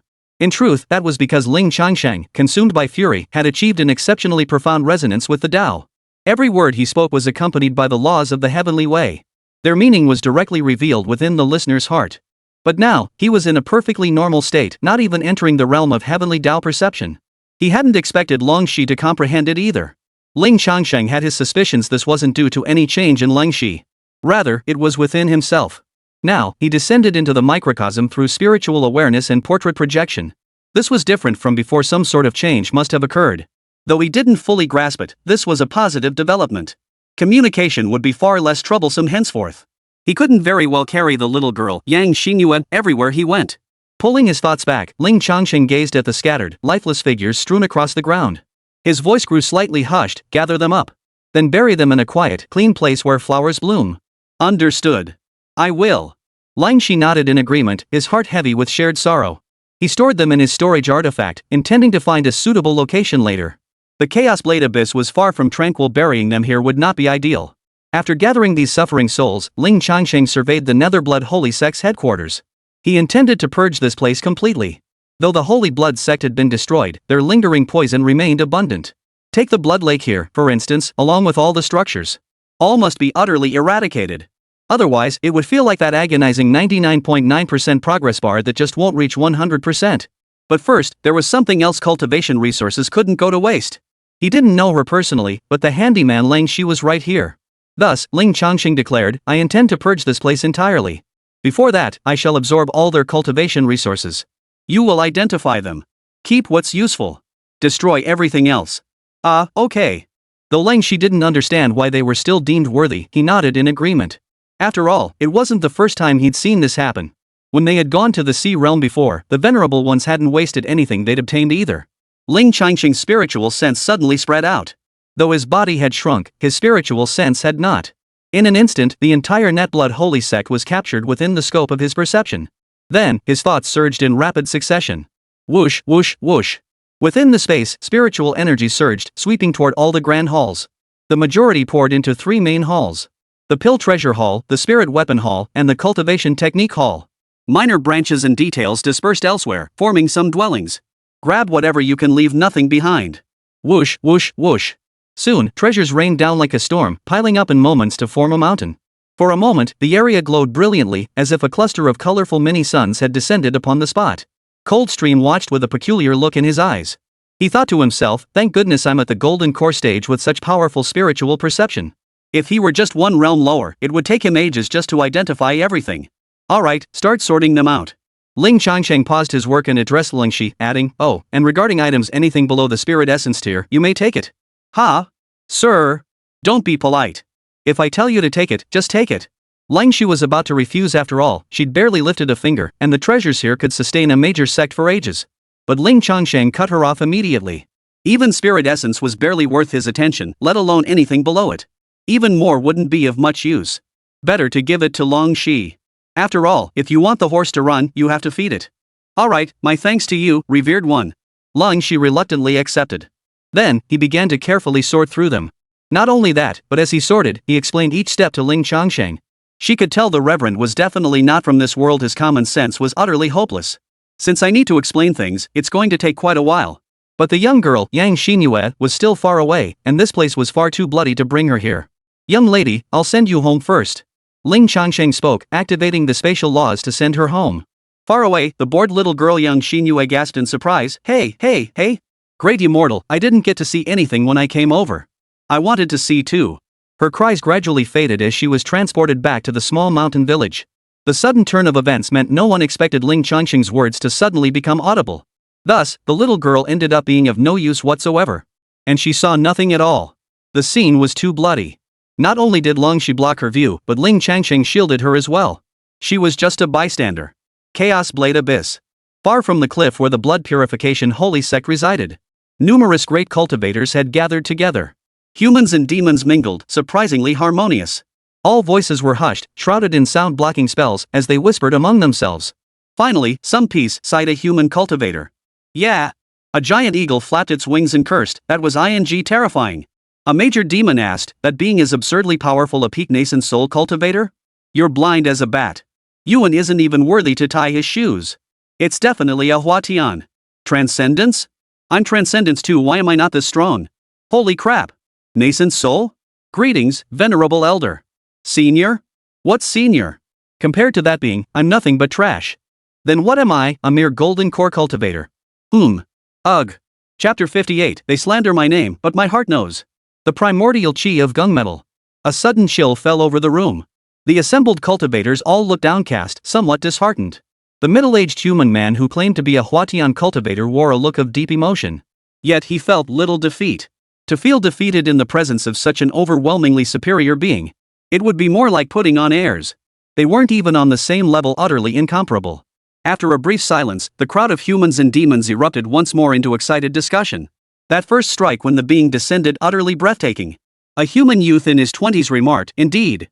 The laws of the universe seemed to coalesce around that blade. I felt profoundly moved. Oh? What insights did you gain? Fellow cultivator, please share so we may explore together. The crowd turned their gaze toward the youth. The youth replied with righteous conviction, I realized that sword strike could obliterate me without leaving a trace. Ha? If you could leave even a speck of ash, I'd consider your golden core cultivation complete, truly perfected. After a moment of stunned silence, a great demon sneered with a sideways glance. After the interruption, the discussion continued. The Netblood Holy Sect's grand formation has some tricks to it. Their site selection is also shrewd. Natural sword intent and blade intent serve as camouflage. The youth remarked, it's nothing special. It was still shattered by a single sword strike. True enough. The blood purification holy sect really hit rock bottom. The youth retorted, serves them right. Spending their days sucking and drinking blood, their demise practically purifies the air. Well, true enough. What I never expected was that even the mid-Yuanling stage patriarch of the blood purification holy sect was so easily defeated. And even less expected that the blood-eyed demon lord is still alive. Indeed. Especially since he seems to have touched upon the divine transformation realm. He can already visualize the divine ascension staircase within himself and manifest the purple palace divine sanctuary. Give him more time, and he'll surely reach the divine transformation realm. The youth added, never mind the nascent soul stage. Even if the blood-eyed demon lord is alive and stepping into the transformation of the spirit realm, what difference does it make? A mysterious powerhouse could slay him with a single sword strike. That's true. Why is it always you? I was just responding to your point. Besides, I didn't say anything wrong. It wasn't exactly nitpicking, but somehow it felt like they'd been stumped. The cultivators decided not to dwell on it. A pearly white red-crested crane spoke up, by the way, that being just now seemed to have revealed itself. Did you all catch it clearly? I saw it, but couldn't make out the details. Yes, it was too far away. The mystical being's aura was too brilliant and profound, utterly indistinguishable. The farther away, the fuzzier it gets, remarked the middle-aged man who claimed to be a Huatian cultivator. I could only vaguely make out its shape. The details were completely indistinguishable. Hearing even a Huatian stage cultivator speak thus, the crowd sighed in unison. One even sighed, what a pity. What's so regrettable? Think about it. If such a terrifying being appeared in the world, wouldn't you fear your clan or sect members getting involved? If we knew its face, we could at least warn them. This. Holy. Whoa. Exactly. The cultivators suddenly understood. They had witnessed and sensed Ling Changsheng's spiritual energy aura firsthand, certain they'd never provoke him. But they were so used to going it alone that none of them had considered their own companions. Now that it was pointed out, it made perfect sense. They all sighed in unison. What a pity we can't see his face. Soon, someone had a sudden flash of insight and exclaimed excitedly, even if we don't know his appearance, we know his name. That venerable one seemed to utter his name. Did you hear it? How could we miss it? It was utterly terrifying. The moment he spoke the name, the laws of heaven themselves thundered. Yes. Rolling thunder, the heavens trembling, all because of a single name. The young man immediately responded, I heard it clearly. I'll never forget those three characters for the rest of my life, Ling Changsheng. The words had barely left his mouth when the crowd of cultivators suddenly jolted in shock. For in that very moment, they felt an overwhelming sense of being watched. From some unknown place, a presence was fixed upon them. This eerie sensation began precisely after the young man uttered Ling Changsheng's name. It was so unnerving that it sent shivers down their spines. Fortunately, the gaze did not linger long, vanishing in an instant. As if it had merely glanced over without a second thought. Yet the cultivators remained frozen, holding their breath in terror. After a long while, someone finally murmured in a hushed voice, "Could that mysterious presence have heard our voices? It can't be. We're so far away, we've lowered our voices, and we've even cast a barrier. If it could hear that, then it must have heard everything we said. Well, since it hasn't come looking for us, it should be fine. The mysterious entity probably doesn't mind, right? Whoa. I'm a bit hesitant to discuss it further. Shoo. Better not say another word. One mustn't speak lightly of the great being." The cultivators were startled by the inexplicable gaze upon them, and for a moment, all discussion ceased. They even retreated a considerable distance, employing techniques to conceal themselves, fearing they might be targeted. At the cliff's edge, Ling Changsheng, who had been listening to Longshi's explanation, suddenly heard a voice. The voice belonged to a man, faint and barely perceptible. One might miss it entirely without careful attention. Moreover, it seemed to arise from within his heart. More precisely, it came from the resonance with the Tao. A question mark appeared over Ling Changsheng's forehead as he traced the source of the sound through his communion with the Tao. Soon, he vaguely saw a gathering of great cultivators and great demons. From the mouth movements of one youth, he recognized his own name being called. And just that single thought was detected. This, Ling Changsheng pondered thoughtfully. Through his connection with the Tao, a faint answer began to form in his mind. Is this the profound power generated after I utter my own name? Quite interesting.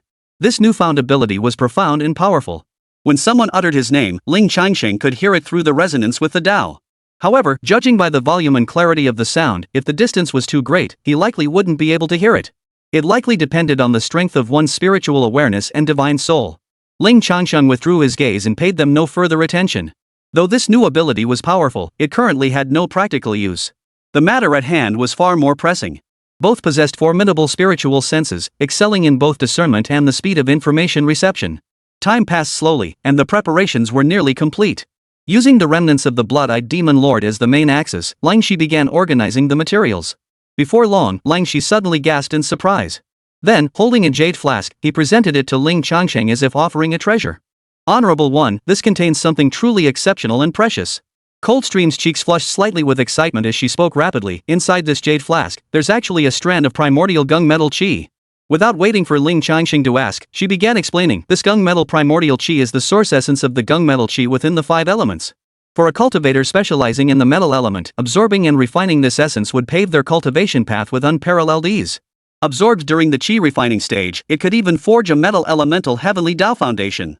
Even those of ordinary talent would then have no worries in forming their golden core. It can be said that possessing this primordial essence of gunmetal guarantees the attainment of the golden core. Chapter 59, The Lost Ancient Tao Scripture, The Supreme 5 Elements Sutra. Coldstream was unusually excited, struggling to maintain his composure. Evidently, this item was truly precious. But, Ling Changsheng spoke up, then the question arises: I cultivate the water system. No problem. Langshi immediately interjected, if the Venerable One can locate the Supreme Golden Light Chapter, you may cultivate both the metal elemental arts and spiritual energy. Then, by absorbing this primordial essence of, your golden core will surely. Mid-sentence, Langshi abruptly fell silent. Only then did he realize that the being before him could not possibly be at the foundation establishment stage. Though the spiritual energy he utilized, judging by its chi patterns, was strangely that of chi cultivation. And though he still required these low-grade cultivation resources. But no matter how one looked at it, he couldn't possibly be a foundation establishment cultivator. The Supreme Golden Light Chapter? Ignoring Langshi's pause, Ling Changsheng raised an eyebrow and asked, this Supreme Golden Light Chapter, could it possibly share the same origin as the Supreme Frost Heaven Chapter you gave me? The names were too similar. To say they were unrelated seemed highly improbable. Yes. As expected, Langshi nodded in confirmation and continued, not only that, but there are also the Supreme Wood Birth Chapter, the Supreme Starfire Chapter, and the Supreme Mystic Earth Chapter. These 5 chapters originally formed a single work called the Supreme 5 Elements Scripture, of unknown rank. Legend says that mastering all 5 would place the 5 elements entirely within one's grasp. Mastering just one chapter, supplemented by the 5 elements' secret treasures, is sufficient to forge a single element foundation establishment in the Tao. Mastering them all before foundation establishment would be truly extraordinary. There was once a rumor of a great master who, at the nascent soul stage, dispersed all his cultivation to retrain in the Supreme 5 Elements Scripture. After establishing his foundation, he became peerless in his era, defeating countless opponents as he soared upward, ultimately ascending to immortality.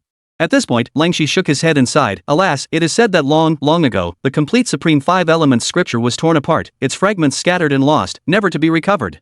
Even the chapter I've cultivated, the Supreme Frost Heaven chapter, only extends to the Golden Core stage. Whether there are further chapters beyond that, I have no idea. Ah, that's a bit disheartening. The small world was vast. Among the 100 miscellaneous techniques Ling Shi had given Ling Changsheng were records of her travels. Their current location was on the Tianxian continent. It was merely one of the 7 continents of Tsangling Star, yet its territory was vast and expansive. The shortest straight line distance across the entire continent exceeds 10,000 li. This alone reveals just how astonishingly vast Tsangling Star truly is. Even if Ling Changsheng could search using his heavenly vision, it would be like looking for a needle in a haystack. And to make matters worse, he has absolutely no idea what the other 4 cultivation manuals even look like. This whole affair was tantalizing yet utterly baffling. Damn. Shaking his head helplessly, Ling Changsheng said, "Let's continue." Oh, alright. Ling Shi could see through Ling Changsheng's thoughts. Though she wanted to help, she couldn't. She handed the jade flask containing the Gangjin primordial qi to Ling Changsheng and resumed examining the remaining items. Honorable one. Not long after, Ling Shi cried out in alarm again, her expression even more pale than before. What is it now? Look. Ling Shi handed over an item, also belonging to the blood-eyed demon lord. It was a rather thick sheet of paper. It had yellowed, its edges slightly frayed. A map was drawn on it, depicting terrain. But that wasn't the crucial part. The focus was on a red dot circled within the terrain, alongside a notation beside it. Suspected location of the Golden Light Seal. Confirmed. But far too dangerous. Impossible to chart. Best left for the transformation stage. Whoa! Ling Changsheng's eyes lit up instantly. Unexpectedly, the blood-eyed demon lord had not only obtained the primordial qi of gunmetal, but had also managed to pinpoint the location of the lost Supreme Golden Light Seal. Perhaps it was precisely because he had obtained the primordial gunmetal qi that it spurred him to search for the Golden Light Seal. But now, it played right into Ling Changsheng's hands. Excellent. You've done well.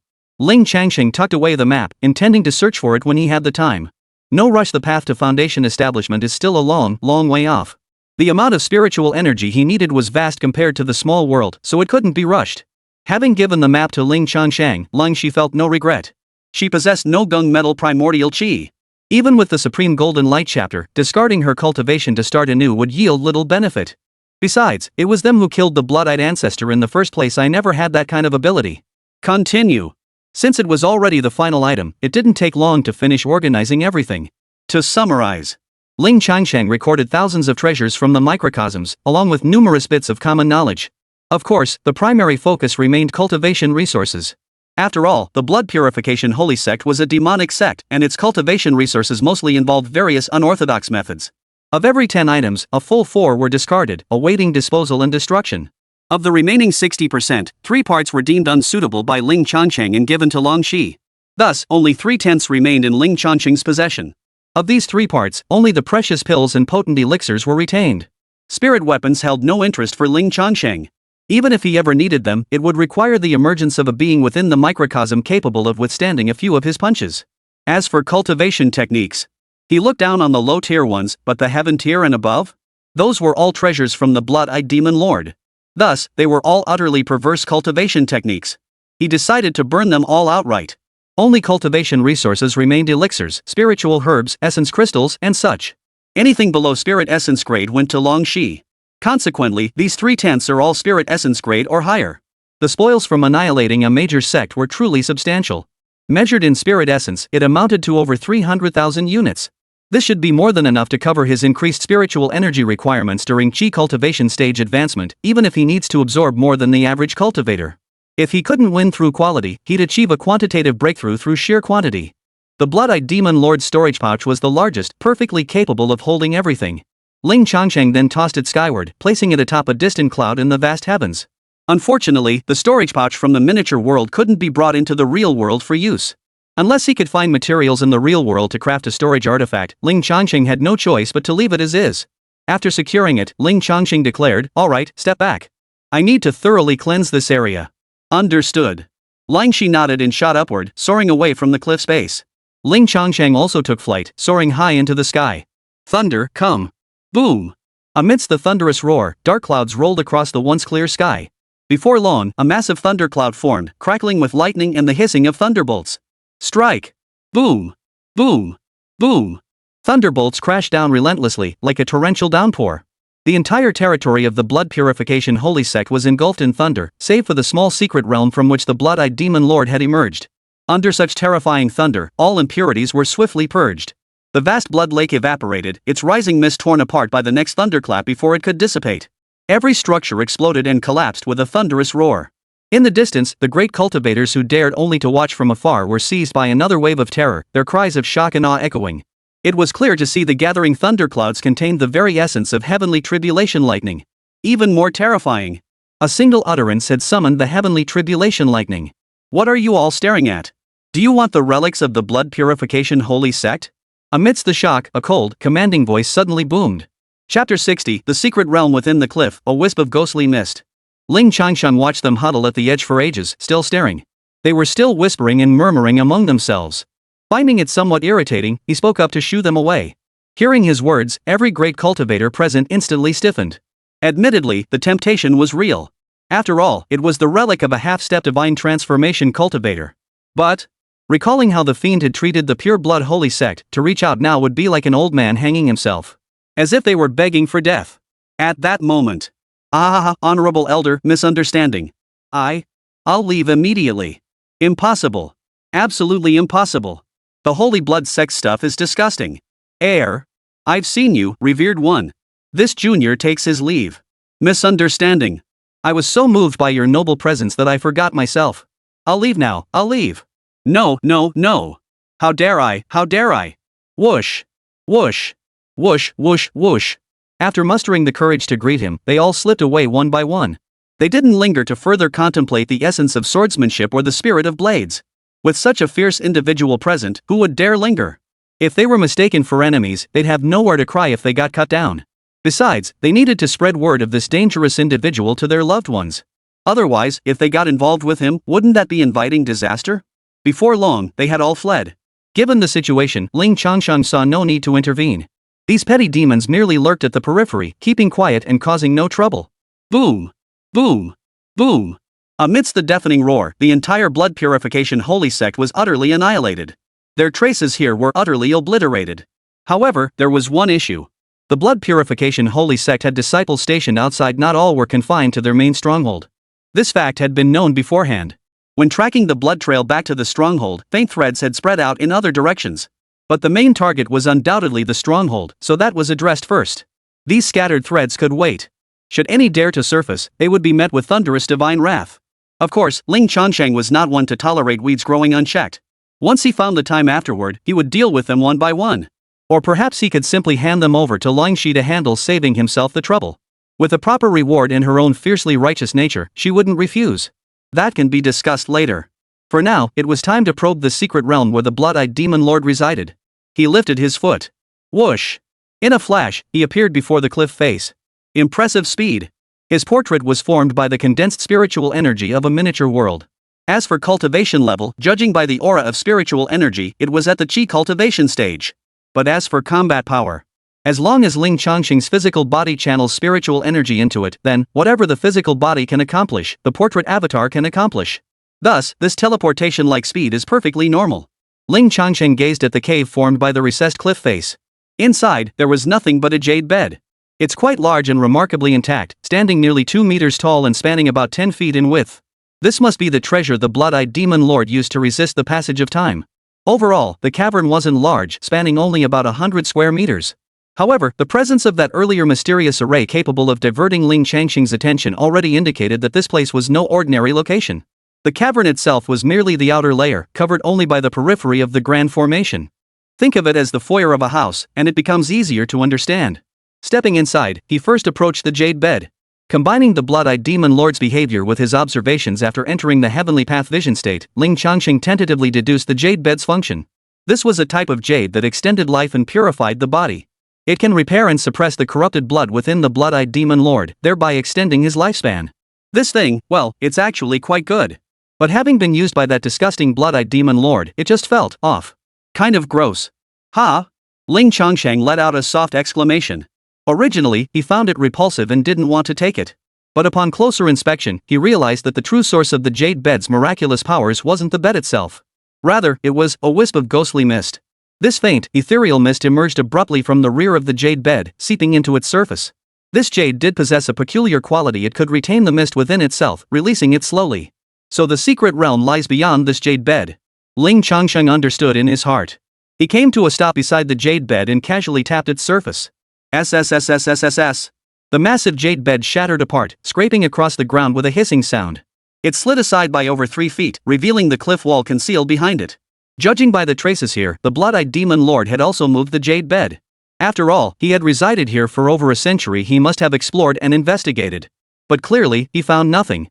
But Ling Changsheng was different from the start. In the heavenly Dao vision state, he could see array patterns repeatedly surfacing. After the jade bed was moved, he could see cracks and fissures in the array patterns at the point where the eerie mist had emerged. Yet the cracks were minuscule, too small to gain entry. How does one get in? Ling Changsheng pondered. He knew absolutely nothing about arrays. His foundational knowledge was still lacking, leaving brute force as his only option. Thus, 3 seconds later, Ling Changsheng made his decision. With a flick of his wrist and a burst of spiritual energy, a sort of chi coalesced. Slash. That was it. Without any unnecessary flourishes, Ling Changsheng brought his blade down upon the formation. No reaction whatsoever. The spirit energy sword struck the cliff face directly, sinking into it. Noticing similar marks nearby, Ling Changsheng silently dispersed the sword. He'd thought the blood-eyed demon lord couldn't break through this formation. But it turns out it can pass right through. In that case, he'd resort to another method, removing the source of the problem. Drawl. Ling Changsheng tapped the array pattern, issuing his command. The laws of heaven manifested at his command, divine chains coalescing to draw the spiritual energy from the formation. This time, there was movement. The spiritual energy sustaining the grand formation was being drawn out by the laws. Yet the array patterns glowed, mounting resistance. The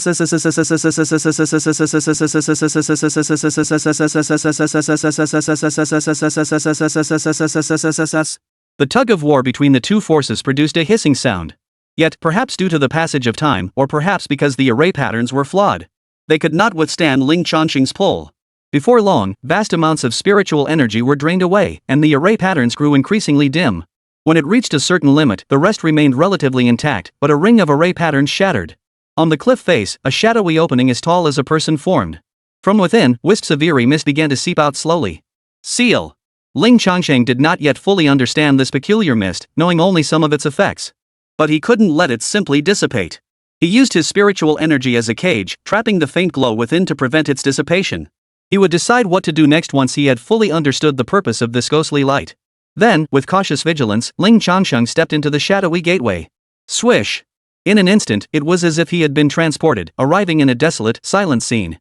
The place was extremely dim, illuminated only by faint light. A hazy white glow filled the air. Upon closer inspection, he realized the light sources were enormous crystals. Enormous! To Ling Changsheng, who was now his current size, each one resembled a mountain. In terms of scale. After a quick calculation, Ling Changsheng made a rough estimate. Each crystal was several people tall and wide in real-world terms.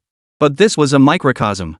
Thus, it was clear this secret realm was not merely large, it was astonishingly vast.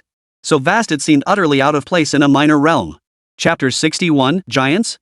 A moment spanning millennia? These crystals are... Ling Changsheng's heart jolted violently. Since first encountering the microcosm, this was the greatest shock he had ever felt. Within these mountain-like crystals, something was sealed away. It was a human. If it were merely a person, it wouldn't be so shocking. The reason was... the humans sealed within these crystals are identical in form to those in the real world. This is mind-blowing. Where on earth did they come from? The humans in this small world are all so tiny. Now these giants appear out of nowhere. This is beyond the realm of reason, utterly bizarre. TSK. Ling Changsheng couldn't help but let out a disapproving sound. He thought to himself that this little world had successfully added yet another mystery. With a flick of his thoughts, the spiritual energy portrait grew larger and larger. Soon, it reached the scale of the real world, becoming clearly visible. These massive crystals were interconnected and encircled one another. 9 formed the outer circle, 1 the inner. Like stars encircling the moon, they surrounded a slightly smaller crystal at the center. Though slightly smaller, it is the brightest star of all. Now it could be seen clearly. The light filling this dim space emanated entirely from this central crystal. The 9 crystals in the outer ring were all dim and lifeless. They were dull and dark, covered with numerous cracks that had burst open. After a cursory inspection of their appearance, it was time to address the crucial point. Each of these 10 massive crystals sealed away one person. The outer circle clearly holds only women. Each wore a uniformed, ornate battle armor and still clutched a weapon in hand. Judging by their features, they all appear quite young. Despite bearing numerous battle scars, they appear no older than 30. These outer layers appear to serve as guards, encircling and protecting the center. As for those encircling the center, they appeared somewhat hazy. The crystals were obscured, making them difficult to see clearly. Ling Changsheng stepped forward and reached out to touch the cracked crystals on the outer ring. But, unexpectedly, the moment he touched it, the crystal stone trembled. Then, as if enduring eons in an instant, it crumbled inch by inch. It turned to ash and drifted away, vanishing completely into dust before it even reached the ground.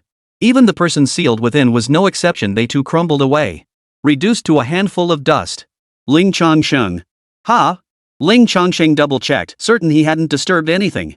Meaning this wasn't his doing, the crystal had weathered on its own. Could it be that this crystal has lain here for countless ages? Ling Changsheng couldn't help but wonder. Simultaneously, his thoughts drifted to the situation outside. Chaos Blade Abyss. Countless traces of blades and swords. Residual sword and blade intent. There must be a profound connection between these phenomena. In ages beyond imagination, this place may once have been a blessed land. A great war erupted for reasons unknown. As for the secret realm hidden within the cliff face, these crystals. Since these crystals emit a mist possessing the divine effects of longevity and purification, perhaps they can sustain the vitality of those within. Thus, this secret realm may have been intended to preserve the flame of a tribe. Alas, time has worn away the crystal's divine power, leaving them weathered and crumbling. A fragile equilibrium remained, but the slightest disturbance scattered it to the winds. How long this had been the case, Ling Changsheng could not trace. Even entering the heavenly Tao vision state proved insufficient for tracing it. The terrifying ability to traverse the river of time. Ling Changsheng hadn't even touched the surface of it. Huff. Crackle, crackle, crackle. After the crystal stone weathered away, Ling Changsheng had no intention of touching the remaining ones. But it wasn't just the touched crystals that were weathering, the others were too. It was like a chain reaction, or perhaps the opening of the secret realm had disrupted the equilibrium of this place. It was said that the terracotta warriors were also vividly colored when unearthed. Yet upon encountering air, they rapidly oxidized and faded. Perhaps this was precisely what was happening now. Helpless, they could only watch. Soon, all 9 of the massive crystals in the outer circle turned to dust. The crystal stone at the center, however, remained intact. It was the most unique one, still existing at this moment. The reason was not hard to deduce. Within this crystal, wisps of ghostly mist still lingered. It was likely these wisps of mist that had kept the crystal stable. Ling Changsheng scrutinized the intact crystal stone with his heavenly Tao vision. Visually, this crystal differed from the other 9. Though slightly smaller, its color was more crystalline and clear, occasionally revealing mysterious, shifting hues. Its surface was engraved with intricate patterns array markings. It was also carved with a vast number of grayish-white stones. Not real stones. Ling Changsheng surmised they were likely spirit essence-like entities used to sustain the array. Once their spiritual energy was depleted, they manifested as these grayish-white stones. Currently, the crystals themselves were sustaining the formation. But it likely won't last much longer. Though not yet weathered, their luster had grown dim. The peculiar mist within occupied only a small area, and cracks were visible on the crystal's surface. After examining the surface, Ling Changsheng sought to peer inside. Initially, disturbed by the turbulent energy emanating from the crystal, everything appeared hazy, even causing a dizzying sensation. He could only make out a small, humanoid figure within. After gazing intently for a while, he finally discerned the source of the obscuring effect. It was a peculiar coating covering the crystal's surface. Whatever it was, it blocked his divine sense and caused confusion and dizziness. Ling Changsheng channeled his spiritual energy and gently scraped it away. Nothing unusual occurred. Even if there were any countermeasures or self-defensive mechanisms, they must have already been neutralized. With that, he could finally see inside. Visible. Sealed within was a girl of 15 or 16. Her stature was identical to that of a real-world girl. She was quite petite and delicate, standing just over 5 feet tall. She wore an exquisitely crafted and splendid outfit. A deep crimson base embroidered with golden phoenixes exudes imperial grandeur, befitting a royal princess. Despite her petite, lowly-like frame, one could sense an aura of dignity and unapproachable nobility emanating from her. Yet within this majesty lay a profound sorrow. Her delicate brows were furrowed, and glistening tears hung at the corners of her eyes and cheeks. Her expression was vivid, suffused with sorrow. It even touched Ling Changsheng, stirring a pang of compassion within him. Beyond this, her complexion was healthy and rosy. As if she were merely asleep, ready to awaken at any moment. Is she still alive? Should we bring her out? Ling Changsheng pondered, his heart stirred. If he waited a little longer, the mist within the crystal would dissipate completely. It would then weather away. As for the person inside, it was doubtful she would survive. If nothing was done, she would die anyway. Better to try something. In the end, Ling Changsheng touched the crystal. No reaction. The crystal remained stable, showing no signs of change. The princess-like figure within remained utterly still.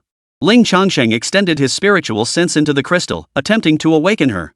Silence reigned, utterly unresponsive. However, after a quick scan with her spiritual sense, she discovered that she should be already dead. The girl's heart had ceased beating, and all bodily functions had ceased. Her entire body was lifeless, utterly still. Chapter 62, Heartbeat, Revival. What a pity. Ling Changsheng shook his head inside. He had been thinking that if he could revive her, he might uncover some secrets. After his moment of reflection, he considered how to proceed. The wispy mist within the crystal continued to drift out. It seeped out through the cracks, dissipating and going to waste. The mist was profoundly mysterious, its properties extraordinary. Ling Changsheng yearned to investigate it. But this thing was essentially someone's coffin to just dismantle it. Somehow it felt a bit disrespectful, leaving him with a nagging sense of conflict. As he wrestled with this thought, Ling Changsheng's gaze sharpened. Within his vision, spiritual energy held no secrets. At that moment, a strand of spiritual energy drifted through the air along an irregular path. As if drawn by an invisible force, it gradually approached the crystal before him. Ling Changsheng made no move to stop it, instead stepping back slightly to observe. He watched as the faint thread of spiritual energy seeped into the crystal. The crystal emitted a faint humming vibration. An extremely faint spiritual light appeared on its surface, forming intertwined, nearly invisible strands of light. It was the array patterns. After the spiritual energy drifted in, the crystal's array patterns seemed to activate an inexplicable mechanism, reappearing once more. Immediately afterward, Ling Changsheng keenly sensed the spiritual energy from the heavens and earth being drawn toward it. A vast amount of spiritual energy surged into the array patterns, causing the faint glow they emitted to gradually intensify. Then, after circulating within the array patterns, the spiritual energy purged all impurities. Only a gentle, milky white glow remained, drifting in tendrils toward the girl within the crystal. It gathered around her, as if nourishing her with spiritual energy. Not only that. Within the crystal, the lingering wisps of peculiar, eerie mist also began to swirl under the array's influence. Following the spiritual energy, they coiled around the girl. All this unfolded within the span of a few breaths. Ling Changsheng watched from the side, deeply impressed. Impressive. Ling Changsheng comprehended it all clearly in his mind, understanding the cause and effect. It was because, after the secret realm opened, the spiritual energy from the outside naturally flowed in. The array patterns had only absorbed a small amount before automatically activating. Judging by the current commotion, it seemed the array was attempting to revive the girl sealed within the crystal. Ling Changsheng thought to himself that perhaps he too should study the ways of array patterns. Though created by sentient beings, these patterns truly contained boundless wisdom, capable of wielding earth-shaking power. Who knows? Perhaps even legendary feats like Zhuge Kongming's life-prolonging lamp could become reality. If the time ever came when he was on the brink of death, he could extend his own life. Just like this girl before him. But then again, her entire body was completely still. Could she truly be revived? Ling Changsheng harbored doubts. He held back from intervening, choosing to wait. Before long, Ling Changsheng realized the situation seemed to have stalled. The spiritual energy channeled through the array patterns had indeed entered the petite girl's body, yet she showed no reaction. Even the wisps of ghostly mist had all vanished into her body. Yet it still failed to elicit any reaction. Moreover, the entrance to the secret realm Ling Changsheng had opened wasn't particularly large, so the amount of spiritual energy entering wasn't substantial. Now, the array patterns began to dim once more. Is it a lack of spiritual energy? Ling Changsheng pondered, no longer content to watch idly. He took action. First, he tentatively flicked a strand of spiritual energy toward the crystal.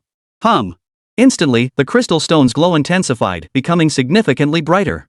The spiritual energy cultivated by Ling Changsheng produced an excellent effect. Soon, his spiritual energy was refined by the array patterns and flowed into the girl's body. Thud. Faintly, Ling Changsheng heard an extremely subtle muffled sound.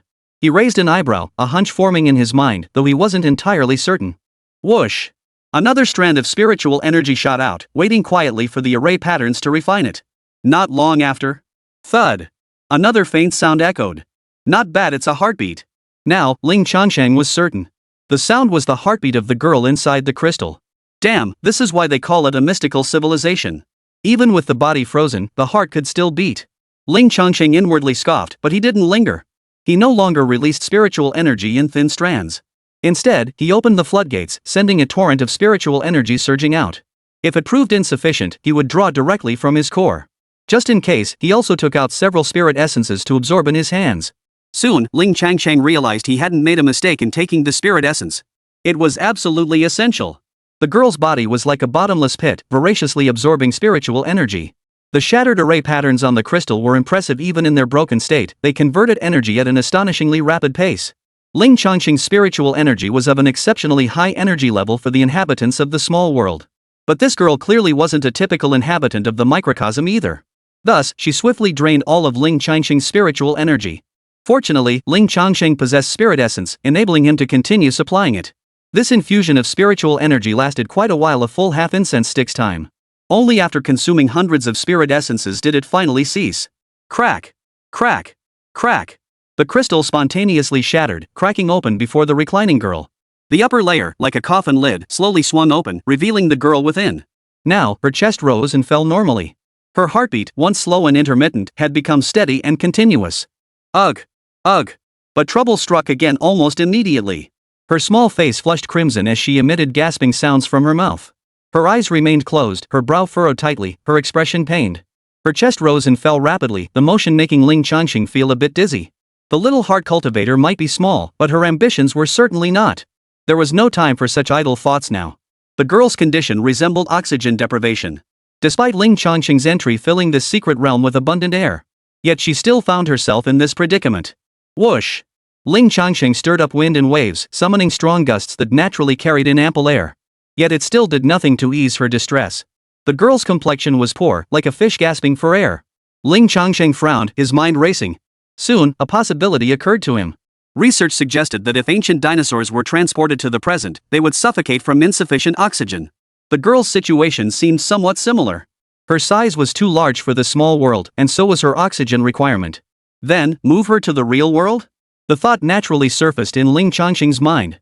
He hesitated briefly, but seeing the girl's increasingly agonized expression and her breath growing faint and thread-like, he finally resolved himself.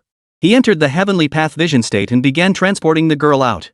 She was too large, and the secret realm's entrance too narrow. He could only use spatial power to forcibly relocate her. Soon, the space around the girl began to ripple and flicker incessantly. Instantly, Ling Changsheng felt his spiritual energy and chi being drained at an alarming rate. This was incomparable to transporting Long Shi and Yang Xinyue. Fortunately, both her cultivation realm and divine soul had greatly increased. He had also obtained the portrait body, forging a closer connection with the Tao of Heaven. Thus, the situation remained relatively smooth. A few breaths later, the girl flickered and vanished from this place, appearing above the chaotic blades of the abyss. She then rapidly descended toward the ground. Her spiritual energy was severely depleted and could no longer sustain her. Ling Changsheng swiftly withdrew the spiritual consciousness from the portrait form and returned it to her main body. Chapter 63, Husband, I'm hungry. Outside. Ling Changsheng opened his eyes, his hands darting into the miniature world. He caught the girl with precision and carried her out into the outside world. It went smoothly, without any resistance or tugging forces arising as he carried her out. His first impression was that she was incredibly light and soft. Sealed within the crystal for untold ages, yet her skin remained soft, supple, and smooth.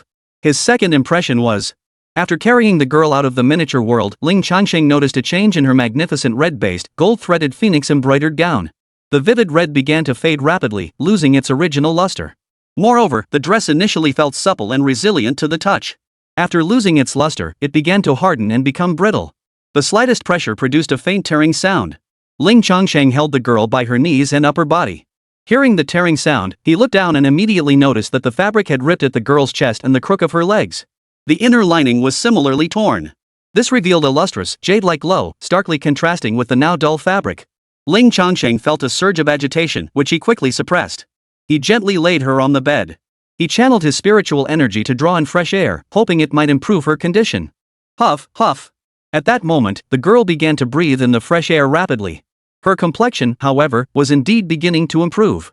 Ling Changsheng's earlier conjecture had been correct. After a period of rapid breathing, her rhythm gradually slowed and steadied.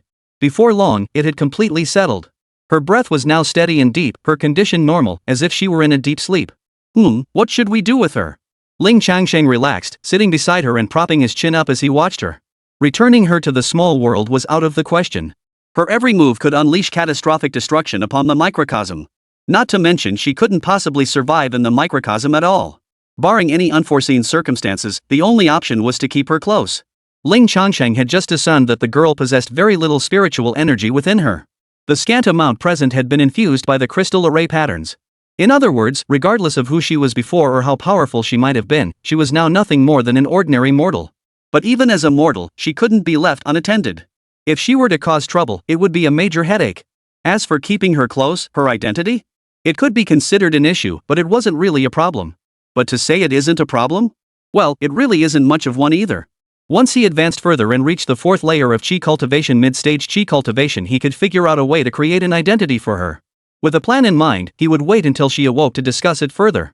Yet the girl slept ever more soundly, showing no signs of waking. Forcing her awake seemed unwise. What if this was a necessary phase after regaining consciousness? Ling Changsheng himself needed rest. After all that had transpired that day, with its repeated incidents, Ling Changsheng felt genuinely exhausted. He even felt a dull ache in his liver. He touched his upper abdomen, thinking to himself, late-stage liver cancer should be cured by now, right? After his cultivation session, he felt light and refreshed, as if reborn. Therefore, Ling Changsheng hadn't paid it any mind.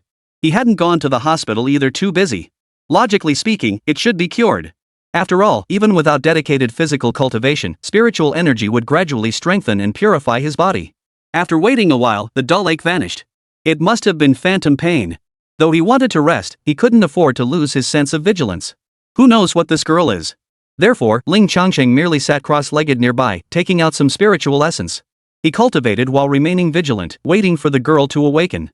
The next day, at dawn, daylight had already broken.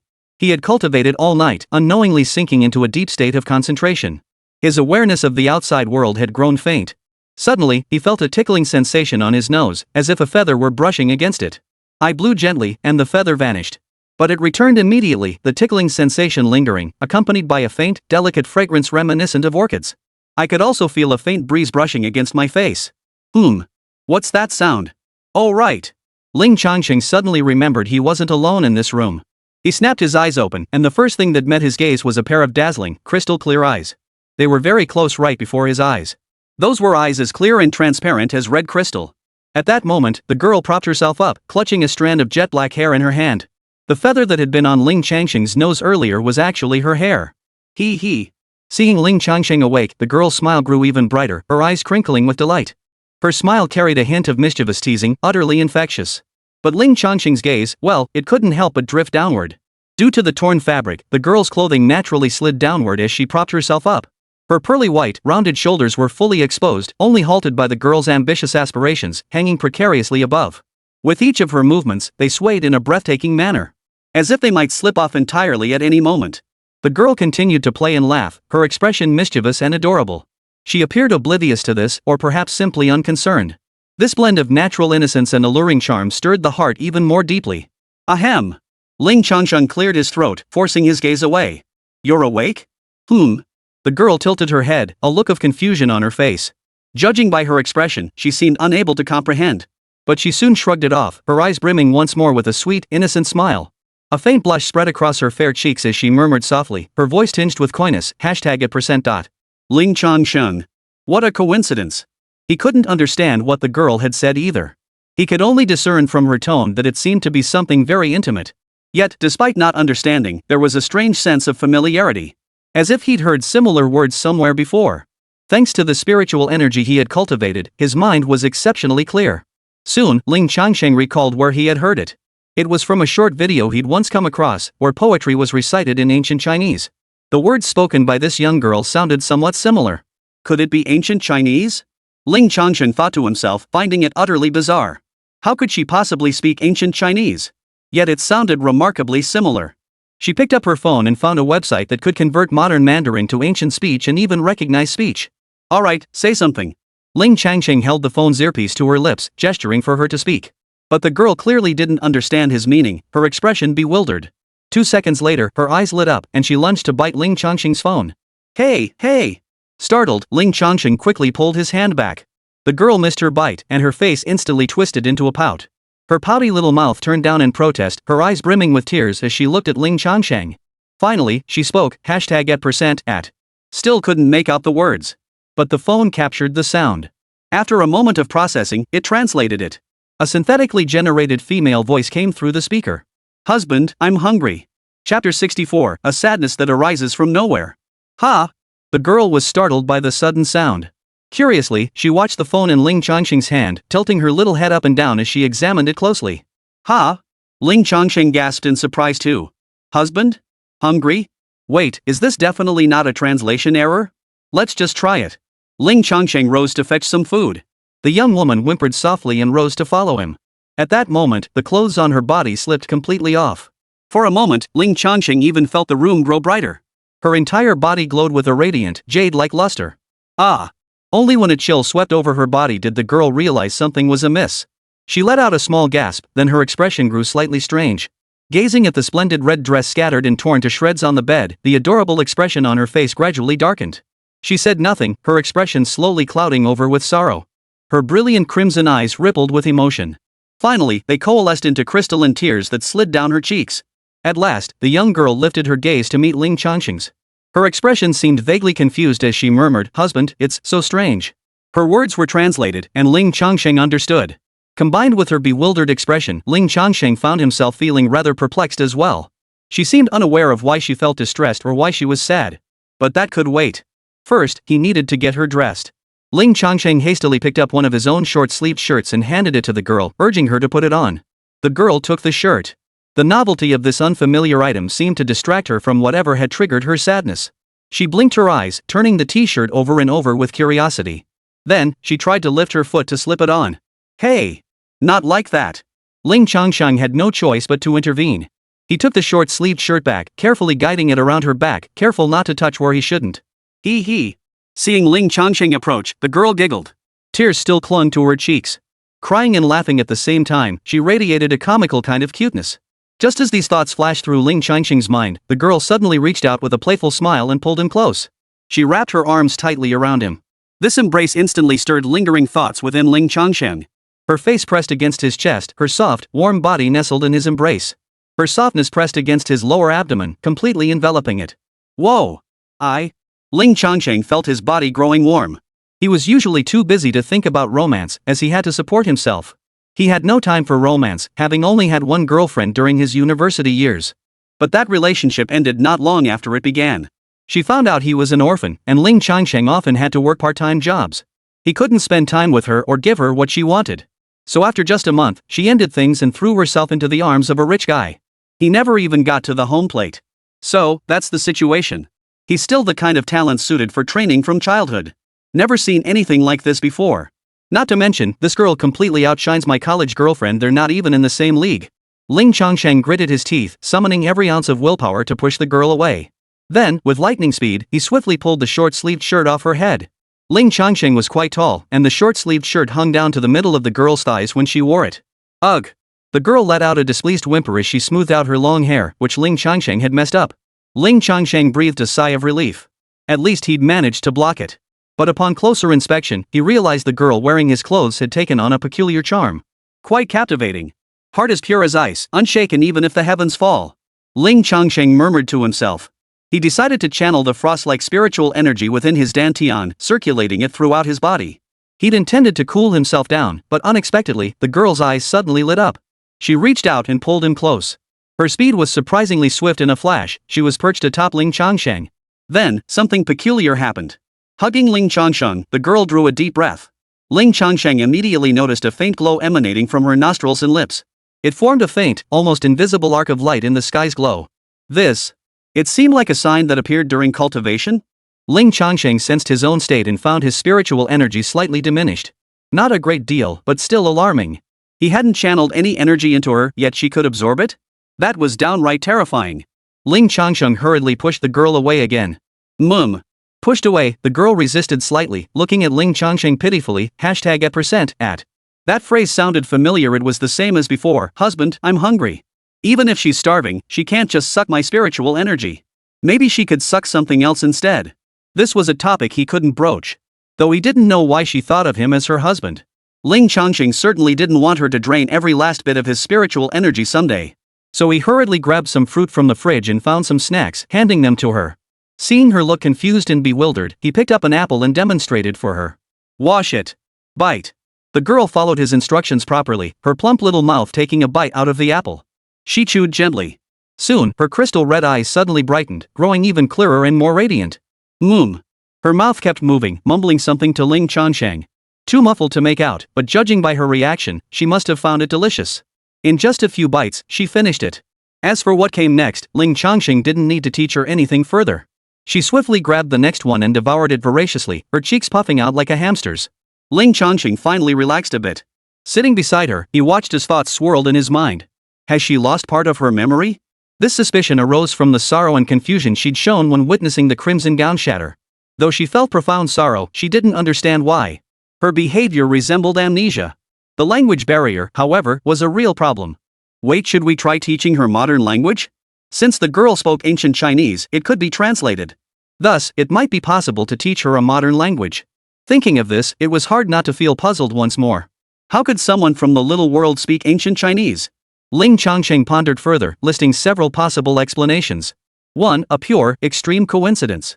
Though absurdly coincidental, the world is vast enough for anything to happen. If the forest is large enough, expanding to the boundless scale of the universe, perhaps there could be birds with dog heads. 2. Perhaps this small world once existed on Blue Star in ancient times, its realm mirrored within Huaxia. If that were the case, acquiring ancient languages wouldn't be surprising. 3. The maiden was an ancient Chinese person who, for unknown reasons, entered the small world. She was then sealed away by that peculiar crystal until Ling Changsheng rescued her. Normally, the small world couldn't sustain a human of such enormous stature. Thus, while this notion seems somewhat far-fetched, it remains a plausible possibility. For now, we can only deduce these 3 possibilities based on the available evidence. Chapter 65, The Maiden's Name, Red Kite. Though his mind was filled with confusion, Ling Changsheng had grown accustomed to such uncertainties. He tucked his questions away and stopped tormenting himself. Seeing the girl still eating, Ling Changsheng carefully gathered her long skirt for her. Though torn, it could still endure. Perhaps one day she would remember. After waiting a while longer, the girl finished all the fruit Ling Changsheng had brought out. Only then did she show signs of being satisfied. She certainly had quite an appetite. He. Noticing Ling Changsheng watching her, the girl flashed him another dazzling smile. It was quite infectious, and Ling Changsheng couldn't help but smile slightly. Then, the girl cheerfully exclaimed, %#. The phone translated, so delicious. So delicious. Ling Changsheng repeated it in modern language. The girl tilted her head again, still confused. So delicious. Ling Changsheng repeated again, then used body language to gesture for her to mimic him. How? The girl seemed to grasp a bit, awkwardly repeating, Huao ci. Progress. At least she could learn. Next, Ling Changsheng began acting as her language instructor. Simple, commonly used words and phrases weren't that numerous, just a few hundred, really. Far fewer than one might imagine. Though the girl often appeared dazed and innocent, her mind worked remarkably fast. Her comprehension was remarkably swift. This was likely due to the influence of her spiritual energy. Judging by the phoenix-patterned gown she wore earlier, her background must be extraordinary. She likely practiced cultivation before. Thus, within just a single morning, the girl could engage in simple conversation. This speed is quite astonishing. But for an immortal cultivator, it wasn't all that surprising. With that, Ling Changsheng began to inquire about her circumstances. First came the most perplexing question, why did you call me husband? The young girl let out a puzzled sniffle, then giggled playfully, husband. Joe is my husband, he. She needed a moment to process her thoughts before speaking, so her words came out a bit halting. As for her answer, it was essentially no answer at all. What I mean is, why do you call me your husband? Ling Changsheng could only repeat his question, emphasizing himself. The girl wore a perplexed little expression, looking quite troubled. After wrestling with the question for a long while, a blush spread across her cheeks. Lowering her head slightly, she murmured softly, husband, one bed. Right, so that's how it is. This incidentally revealed that the young girl still possessed some understanding. Even if her understanding was skewed and mistaken. Ling Changsheng was merely sitting beside her, cultivating. He wouldn't dwell on this misunderstanding now, it was simply inexplicable. Ling Changsheng brushed past the issue and asked, what's your name? The girl tilted her head as if recalling, her fingertip tapping her chin, utterly adorable. After a moment, she exclaimed excitedly, Hong En. She actually remembered her name? Did she have any memories at all? Ling Changsheng pressed on, where did you come from? The girl was stumped, staring blankly as her willow-like brows furrowed in deep thought. But after a long while, she still couldn't come up with an answer. Finally, she could only shake her head in confusion, saying she couldn't remember. Ling Changsheng cut straight to the point, what do you remember? Tell me everything. I remember. Han Yan started off excitedly, as if eager to prove herself, but quickly faltered, stammering and speechless. Her mind was blank. She distinctly felt countless memories lurking within her mind, yet they seemed shrouded in a thick fog. No matter how hard she tried to see through it, to recall, she couldn't make it clear, couldn't bring it back. Instead, the more she thought about it, the more a sharp pain shot through her head, bringing waves of discomfort. Ah! Clutching her head, Hongyao's face paled slightly. Tears welled in her eyes as she said plaintively, "Husband, it hurts." "Alright," Ling Changsheng could only concede, "then let's not think about it." Rub. Hongyao immediately stopped thinking about it, pouting as she lowered her head and nuzzled against him. Nestled in Ling Changsheng's embrace, her head rubbed against his chest haphazardly, like a little kitten. Ling Changsheng couldn't resist placing his hand there, gently stroking her hair. The sensation of her silky hair and Hongyao's unabashed affection and dependence made him feel just a tiny bit unable to stop. He tried to maintain his composure, gently pushing her away, only to hear Hongyan's displeased grumble. Her small hand wrapped around him, pulling him close. Ling Changsheng. Fine. Running his fingers through her dark hair, Ling Changsheng asked a few more small questions. Mainly to test whether she retained any basic instinctive memories. She answered these questions smoothly and without issue. Before long, the questioning concluded. Ling Changsheng mentally summarized the findings. For now, Hongyan possessed only rudimentary memories. For instance, she knew her own name, understood eating and drinking, could speak and learn, and possessed basic, low-level memories like seeking shelter during rain. More complex memories such as interpersonal relationships, specific scenes, or past experiences remained entirely beyond her recall. In her condition, she absolutely must not be left alone outside. Otherwise, it wouldn't take long before some creepy uncle lured her away. This is like rescuing a daughter back home. Knock knock. Just then, the door was knocked on abruptly. "I'll get it," Ling Changsheng said, gently pushing Hongyan aside before adding, "Go wait in the bathroom first." He gestured toward the bathroom. She was currently wearing only one of Ling Changsheng's short-sleeved shirts, and it wouldn't do for anyone to see her like this. Hongyan obediently nodded and slipped inside. Ling Changsheng opened the door. Outside stood the landlady. The landlady looked at Ling Changsheng, her expression slightly awkward. "Young Ling, you, this.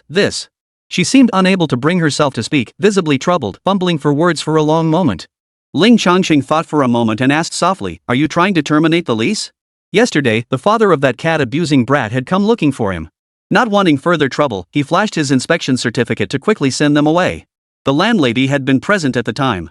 He hadn't said much yesterday, but coming today this was likely the reason. Someone dying in your rental property was no small matter.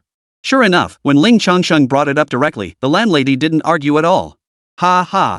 She gave a nervous chuckle and nodded. "Well, Ling, don't blame me, dear. I really am in a tough spot. How about this?" The landlady composed her awkward expression and said, "You don't have to pay this month's rent. I'll even refund you an extra month's rent. As for the deposit, that goes without saying, you'll get every penny back." "Alright, that's fine. But I'll need a few days, just 3 or 5 days." Ling Changsheng nodded, not haggling over the details. His time was precious, and he didn't want it wasted on irrelevant people. Besides, this place wasn't exactly quiet. Now with Hongyan added to the mix, the extra eyes and ears made things inconvenient. Wait 3 to 5 days? The landlady hesitated, her voice laced with concern. "Young Ling, please don't do anything rash or extreme to make things difficult for me. Auntie, I really have no other choice. I'll just be blunt then. Put yourself in my shoes. If you were the landlord and a tenant died in your rental, wouldn't that be really bad luck? And the aftermath would be even more troublesome. How about this?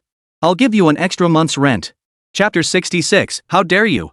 Ling Changsheng felt both amused and exasperated. He was worried I'd spring a surprise gift on her. "No." Ling Changsheng shook his head and chuckled softly. "Don't worry, Auntie. I'm not that extreme. I just need a little time to make arrangements." Phew. Seeing Ling Changsheng smile and appear perfectly normal, the landlady felt somewhat relieved. That's good. Then go ahead and prepare everything properly." Well, Auntie, I have things to do. I'll be off now." Without waiting for Ling Changsheng to respond, she turned and left. The door closed.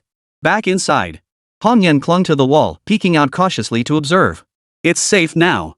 Come out." Ling Changsheng chuckled, beckoning her to emerge. He. The carefree girl giggled, taking 3 steps in 2 as she dashed over and buried her head in Ling Changsheng's embrace. "Stop messing around. I'll find you something to wear." Ling Changsheng pushed her away, rising to his feet as he said, "Besides, we've got some business to attend to." "What is it?" Hongyan asked, bouncing around him as she followed. "Ling Changsheng, make money. We need to earn money. We're about to be kicked out of here, so we need to find a new place to stay. But there's barely a penny left in my pocket. Best to buy it outright and avoid the hassle. Now that there's an extra person, it'll cost even more. Ugh, I'm practically an immortal cultivator now, yet I'm still bothered by these petty trifles, wasting my time.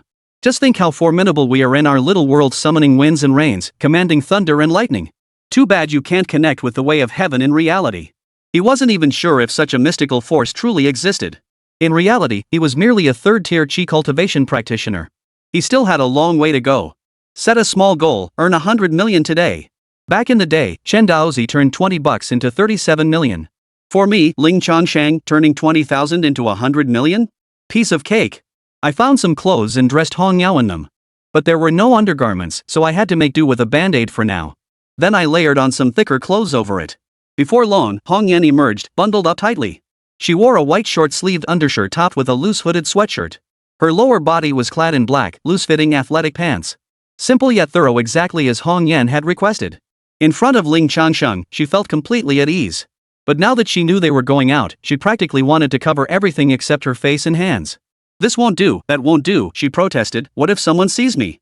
I'm not wearing it, no way. It was quite the contrast. Come to think of it, Ling Changsheng's clothes were all quite loose on Hong Yuan. But even so, they fit her perfectly. They fit her incredibly well. It made Ling Changsheng marvel, what on earth did she eat to grow so big?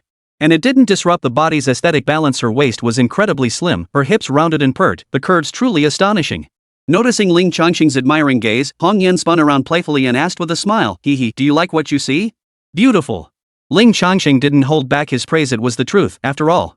Next, the two headed out. It was early morning, the height of the rush hour, and the streets were crowded. As they walked along the street, gradually, the hurried pace of the crowd began to slow. Ling Changsheng and Hong Yao seemed like stars radiating a halo, naturally drawing powerful attention. Those around them couldn't help but cast astonished, curious glances their way. The women's gazes first fixated on Ling Changsheng. They slowed their pace, their eyes sparkling. Some bold ones even took a step forward, as if to approach Ling Changsheng. But quickly, they noticed Hong Yao clinging to his arm. They gasped again, marveling at her beauty, her charm, and her generous spirit. How does she maintain such flawless skin? And that hair so black, long, and shiny?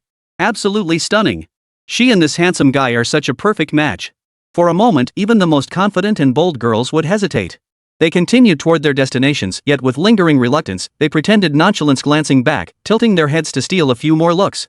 As for the men, naturally, all eyes were on Hong Yan, burning with intense desire. Some stared so intently their eyes went wide, no exaggeration. Most were simply stunned, unable to hide their longing and admiration for such beauty, stealing glances repeatedly. That was fine, normal. But for some, the awe gave way to raw, burning desire. Their eyes roamed over Hong Yao's body, unable to tear themselves away. These individuals caught a glimpse of Hong Yao holding Ling Changsheng out of the corner of their eyes, and their gazes instantly flickered with envy and resentment. Damn it! What good is being handsome? Dressed so shabbily. Hong Yan had been grinning as she clung to Ling Changsheng's arm, cooing beside him. But as more and more eyes turned their way, the number of hostile gazes, those that made no attempt to hide their desire, grew ever larger. Especially, she sensed these gazes were sending hostile vibes toward Ling Changsheng. Oomph! Ling Changsheng heard Hong Yao's cold snort. He looked down and saw her face darken. Her lips pressed tightly together, and her entire demeanor shifted instantly. Her previous silly grins and innocent cuteness vanished without a trace. An invisible aura of authority emanated from her, making the surrounding air feel thick and heavy. Her gaze was sharp, like a blade cutting through the crowd. Facing Hong Yan's direct confrontation, especially under that piercing, commanding gaze, his heart suddenly began to pound wildly, a wave of palpitations washing over him. She immediately averted her gaze, unable to meet it. Yet, some possessed audacious courage. Though fear stirred within them, it only fueled a rebellious spirit. They grinned at Hong Yao, even whistling twice. How dare you! Hong Yao's eyes blazed with fury as a sharp rebuke burst from her lips. Her voice rang out clear and powerful. Gone was the sweet innocence she showed before Ling Changsheng, replaced by a cold, sharp edge. Her crystal red eyes instantly turned icy, radiating an aura of formidable authority. The air around them seemed to freeze solid in that instant, sending a shockwave through everyone present. Those targeted by Hong Yan bore the brunt of it. Even to Ling Changsheng, Hong Yao was merely an ordinary person at this moment.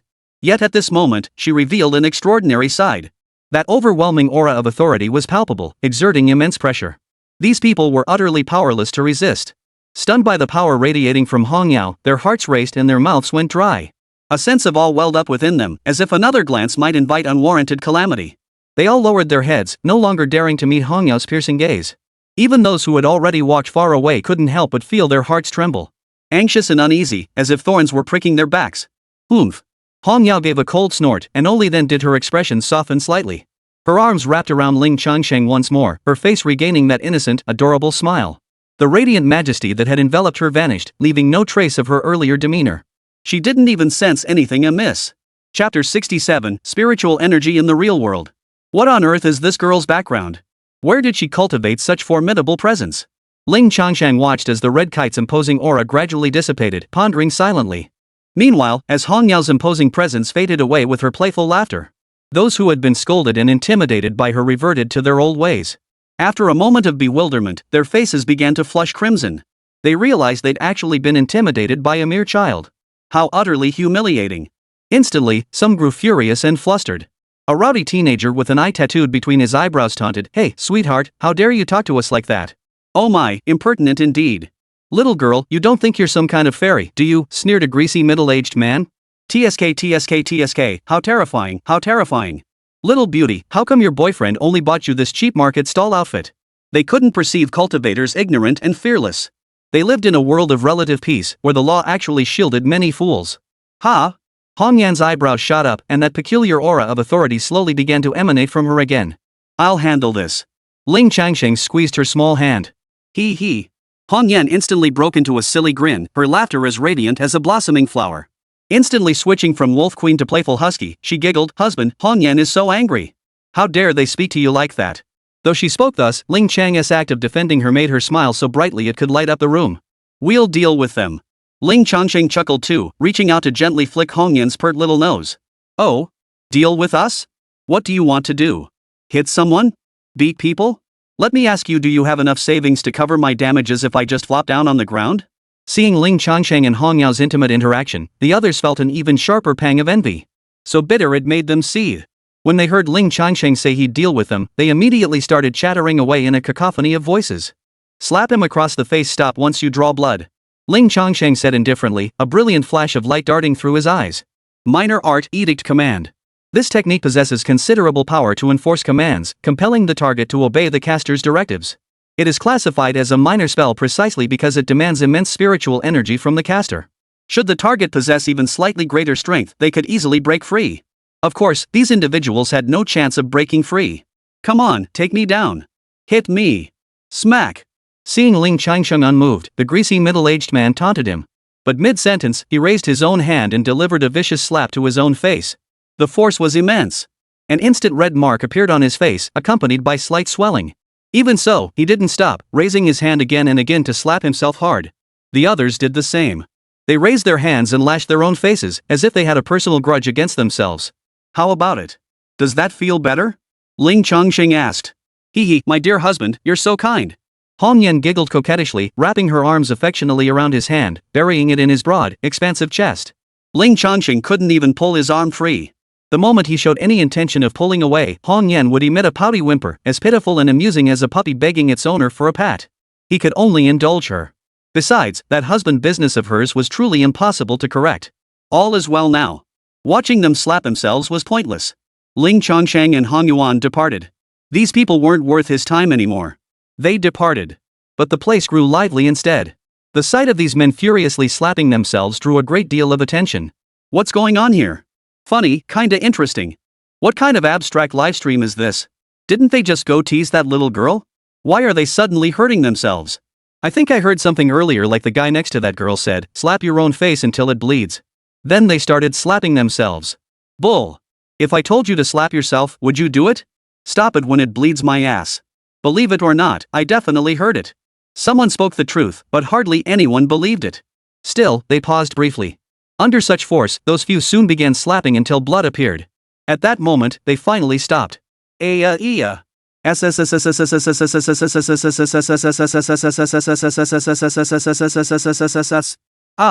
Instantly, they all let out agonized cries, clutching their faces as tears streamed down their cheeks. Seeing them like this, the onlookers erupted in an uproar. So blood really does stop it? Damn. That's brutal. He really went for it, hitting himself hard enough to draw blood. What's that guy next to the girl doing? Could he be some big shot? A big shot here? Then, a hypnotist? That's a bit far-fetched, but it could be possible. Ling Changsheng and Hong Yan were heading to the neighboring district. They planned to fly to Aedu. No other way, it was the fastest way to make money. Along the way, they still drew a lot of attention. But none of the previous incidents recurred. Soon, the two exited the subway. They'd reached the city center. Wow. Wow. Wow wow wow. Walking down the street, Hong Yan couldn't stop letting out little gasps of surprise. She walked while looking around, her little head turning left and right. She was both awestruck and fascinated by this towering steel jungle of a city. There was so much to take in, her eyes couldn't possibly cover it all. Ling Changsheng watched her with a cheerful smile. The silly expression on the young girl's face was utterly adorable. Seeing her curiosity, he took her around to explore more. They sampled some delicious street food. Watching her smile at the sweetness, her laughter sweeter than sugar itself. Seeing her little lips swell red from the spice, her eyes brimming with tears, yet still craving more heat. It was utterly delightful. Besides that, I bought her a few pieces of clothing, mostly underwear. Then I realized this girl, barely 5 feet tall, was actually a top-tier FK powerhouse. Scary. As he walked, Ling Changsheng suddenly stopped in his tracks and turned his head to look to the side. By the roadside stood a towering building dozens of meters high. It was a large-scale jewelry store, the entire building belonging to him. Its opulent decor radiated an aura of refined luxury. Its name, Star Moon Jewelry. It was precisely this jewelry store that had caused Ling Changsheng to halt his steps. This, spiritual energy? Ling Changsheng frowned. As he approached, he sensed an extremely faint trace of spiritual energy. But it was too faint to be certain. Even with his current spiritual strength, he could only detect a faint trace. It was utterly unexpected.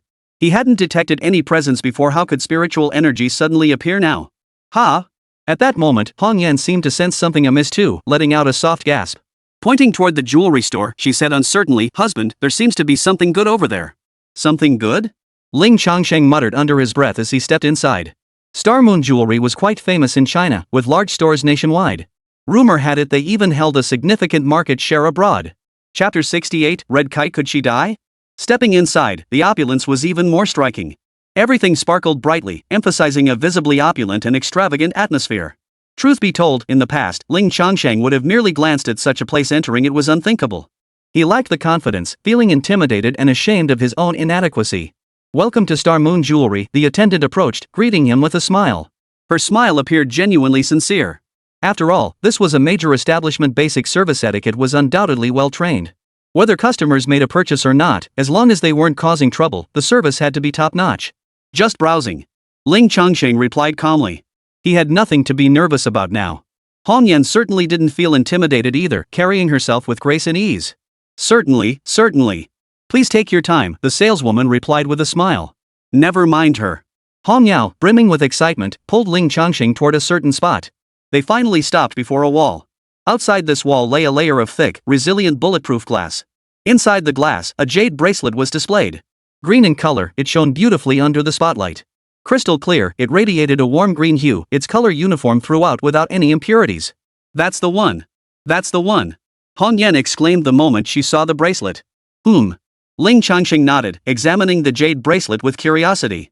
The faint trace of spiritual energy he had sensed earlier had emanated from this very jade bracelet. Now that he was closer, his perception grew deeper, clearer, and more abundant. Compared to the spiritual energy of a spirit essence, this jade was actually on par.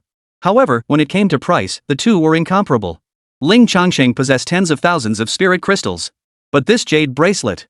A sign stood beside it, reading, "Not for sale. For display only." It was displayed to showcase wealth and status. Below, in smaller print, was a description of the bracelet's origins. Ling Changsheng immediately noticed a string of zeros. The value of this jade bracelet. 100 million. Wow. Not cheap at all. But Ling Changsheng wasn't interested in buying it. He had no taste for such luxury items. What truly captured his attention was the spiritual energy within. If this jade bracelet contained spiritual energy, what about the other pieces of jade? Ling Changsheng spread his divine sense, letting it permeate in all directions. Ha! Suddenly, the saleswoman following him felt a chill run through her body, sending goosebumps across her skin. An inexplicable dread welled up within her. She couldn't pinpoint the cause, only feeling a tingling numbness on her scalp and an inexplicable dread. Ling Changsheng was now vastly different from ordinary people. Merely sweeping his divine sense over her could exert a palpable pressure. Is the AC set too high? Unable to see through the situation, she could only speculate. By now, Ling Changsheng had thoroughly scanned the entire building, dozens of meters tall. First floor, ordinary. Only the jade bracelet before him possessed spiritual energy. Second floor, only a few pieces of jewelry were displayed. Yet, surprisingly, even these items contained traces of spiritual energy, though not much. They couldn't even compare to the jade bracelet displayed on the first floor. The third floor was different. The third level was sparsely arranged, with no jade pieces displayed. All the jewels were stored in the vault located on the third floor. Only a reception hall remained. It was likely intended for high-end customers. Several people were present at that moment. An elderly man, a middle-aged man, and several attendants nearby. From their brief exchange, it seemed the elderly man was there to purchase jade. Ling Changsheng paid closer attention to this elderly man. He seemed to be ill. After sweeping his divine sense over him, Ling Changsheng detected faint impure energy within his body. In the realm of spiritual perception, one could see an aura emanating from every person. If the spirit is sound, the aura flows seamlessly pure and tranquil. But where things go wrong, where illness resides, the energy becomes impure and murky. This old man's lungs weren't quite right. Ling Changsheng glanced at it briefly before dismissing it. It was none of his concern. The jade and jewels within the vault also contained traces of spiritual energy. Not much. Yet it was sufficient for Ling Changsheng to confirm one thing. That is, spiritual energy could exist within certain jade pieces. He didn't understand the reason yet. But it solidified Ling Changsheng's conviction. Perhaps it was worth making a trip to the jade's place of origin. To see what the raw stones were like. After all, these are all processed goods, there's no guarantee they won't be damaged. And so, today's itinerary had already taken shape in Ling Changsheng's mind. Head to Aedu and use divine arts to rake in a fortune. Then head to Myanmar's. Myanmar's jade output is massive, perfect for this venture. No time to waste. Let's go. Hong Yan nodded. After examining it, she showed no particular reaction. In the fragments of her forgotten memories, this bracelet was likely nothing special. Ling Changsheng and Hong Yan left Star Moon Jewelry. We look forward to your next visit. Wishing you a pleasant day, the saleswoman said with a smile, her manners impeccable. Hong Yan didn't have an ID, so boarding a flight normally wouldn't be possible. But Ling Changsheng had cultivated immortality, hadn't he? This was something he could handle. Throughout the journey, he simply had others ignore Hong Yan's existence. They smoothly passed through every checkpoint. The two boarded the flight bound for Aedu together. This method, however, consumed a significant amount of spiritual energy and couldn't be sustained for long. On the plane, Hong Yao peered around, her eyes darting everywhere like a curious little child. Questions tapped out of her little mouth one after another. Fortunately, they were seated in first class, which featured soundproof compartments. At least no one would come out to make fun of them. As takeoff approached, Hong Yao still clung to Ling Changsheng, prompting him to sigh helplessly, "Sit still, okay? Stop crawling over here." No, my dear. Hong Yao pouted playfully. Only when the flight attendant approached did she reluctantly settle into her own seat. Her whole body went limp, slumping lifelessly into the seat. Her eyes fixed on Ling Changsheng with pitiful longing, she looked exactly like a stone statue yearning for her husband. Though they were merely separated by the aisle, it felt like an uncrossable chasm. Once the plane took off, she could finally move around. Hong Yan immediately unbuckled her seatbelt and threw herself into Ling Changsheng's arms. She nestled into his embrace and took a deep breath. Instantly, she seemed rejuvenated, her spirit soaring. Ha! Ling Changsheng, whose heart was racing from Hong Yao's sudden collision, finally noticed something was off. Her earlier listless demeanor hadn't been an act, she hadn't been feigning weakness. She genuinely couldn't be separated from him for too long. The longer she was apart, the weaker her vitality grew. And when she drew near him, that deep intake of breath held deeper meaning. Ling Changsheng noticed the faint arc of light flickering between her lips and nose. It lasted for 2 seconds, then vanished as the girl regained her energy.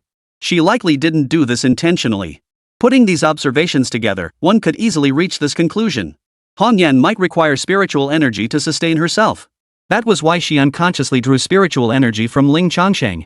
And once her spiritual energy was depleted, she would become listless and weak. Worse still, she might die? Chapter 69, I am here, I will always be here. Don't be alone. This realization made Ling Changsheng's heart tighten. Though he and Hong Yan had only known each other for a short time. The naive dependence and affection she showed had truly left a deep impression on him. Be more careful from now on. Don't let her be away for too long. Once we return, give her spirit essence. See if she can cultivate and sustain herself. Ling Changsheng made up his mind. After that, there was little else to do, just the tedious hours of flying. But with Hong Yan around, it wasn't exactly dull. Though, there was a certain restlessness in the air. It was truly unbearable. But he wasn't truly her husband, so he couldn't do anything. Hong Yan might not know, but Ling Changsheng certainly did. The little girl was too pure and innocent. If he really tried to do something, he just couldn't bring himself to do it. He felt like a beast. He could only grit his teeth and endure, but he couldn't take it anymore. Ling Changsheng. He pulled out his phone and started scrolling, trying to distract himself. Husband, what's this? Curious little red kite asked immediately. Explaining it properly would take forever. It's a phone. Ling Changsheng offered only a brief explanation. As for more details, Hong Yuan would gradually learn them over time. Oh. Hong Yao murmured blankly, not quite grasping the meaning. But soon enough, she was drawn in by the colorful images on the phone screen. She stared intently at the screen. Time slowly passed. Over 2 hours later, they arrived. The two disembarked. This place truly lived up to its reputation as China's gambling capital. 90% of the tourist chatter they overheard upon disembarking revolved around the casinos. They were all talking about how much they'd won, how much they'd lost. Regretting not having enough money, saying things like "I'd definitely win it back next round" and so on. "Husband, where are we going to play?" Hong Yan asked, brimming with energy. Ling Changsheng replied, "We're not here to play, we're here to make money." "Make money? Like, beat someone up? And whose money?" Hong Yan blinked her eyes, asking innocently. Then her expression turned fierce, her little fangs bared. "Whoever dares mess with my husband, I'll smash them into the wall so hard they'll never come off." She didn't fully grasp some of the newer words. The phrase "smash him against the wall" was something she'd picked up from watching TV. Ling Changsheng felt both amused and exasperated, so he rephrased it. "It means going out to earn some money." "Oh, I get it." Hong Yan nodded vigorously, then exclaimed excitedly, "Husband, you need money? I have some." As she spoke, she instinctively flipped her hand. Of course, nothing appeared. "Ha?" Hong Yao stared blankly at her pale, empty palm. She flipped it several more times, clutching and squeezing. Still couldn't figure it out. "Ha? Ha? Ha? Where's my money?" Hong Yao panicked instantly, her little face flushing with alarm. "Husband, my money's gone. A lot of it." Ling Changsheng. He was probably trying to retrieve something from his storage artifact. But since first meeting her, Ling Changsheng had never seen any external objects on her. Only that bright red phoenix patterned gown. All right.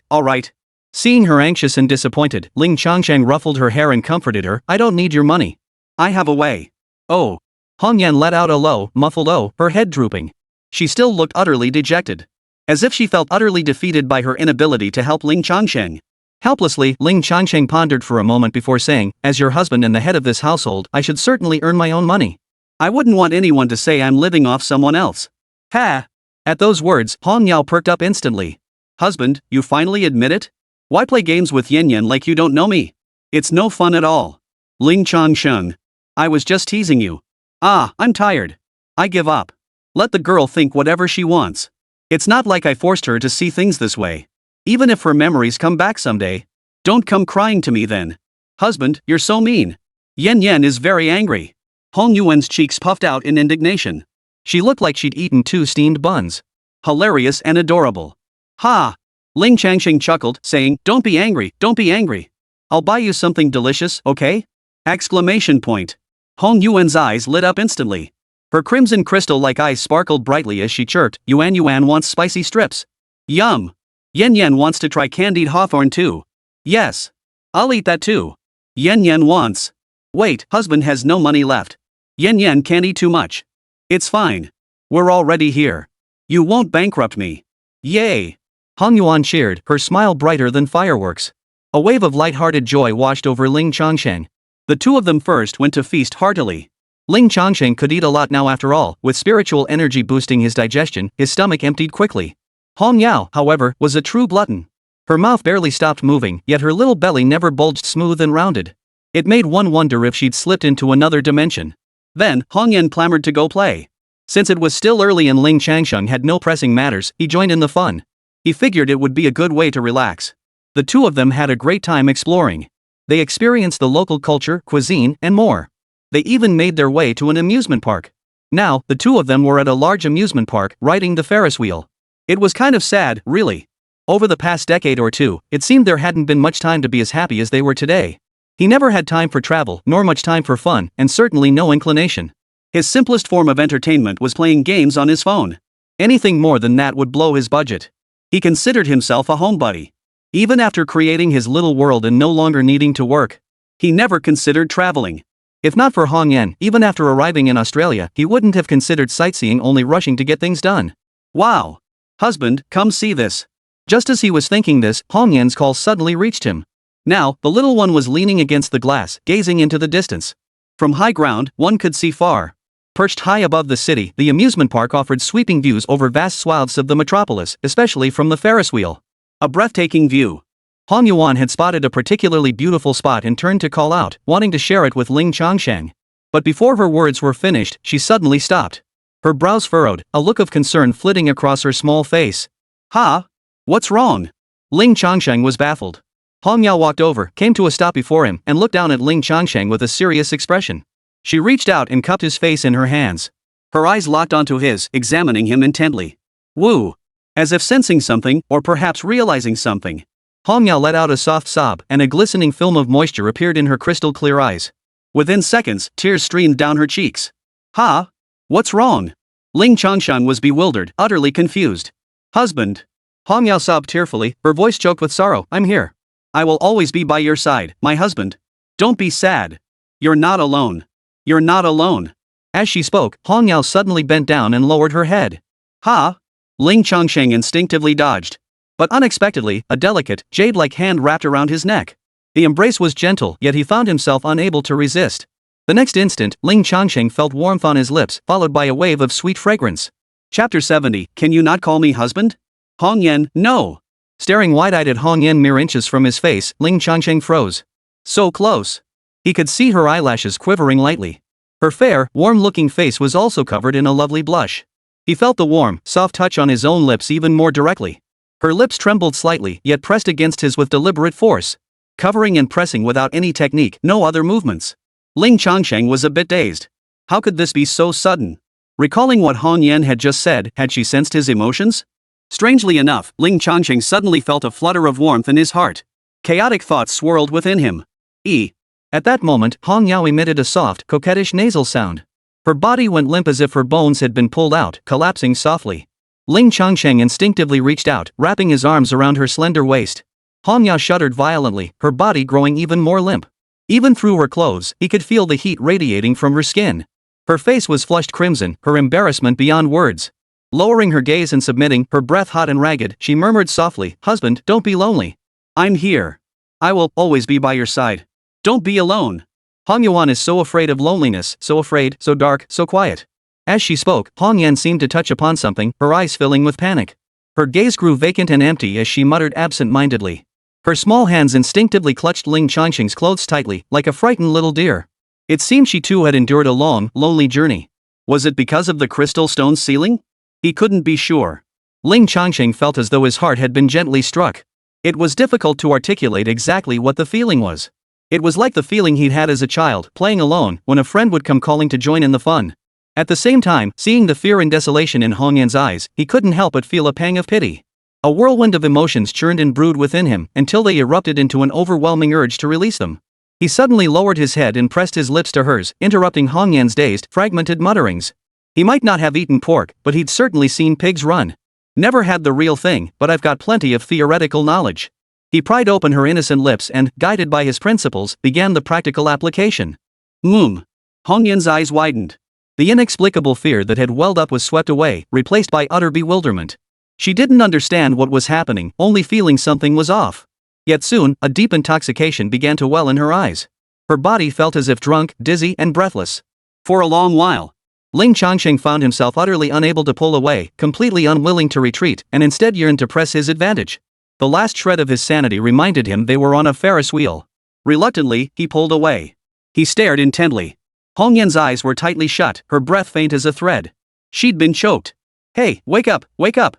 Ling Changsheng felt both amused and exasperated as he gently tapped Hong Yao's face, trying to rouse her. A few breaths later. Hong Yao's eyelids fluttered, followed by a soft whimper, as if she was waking up.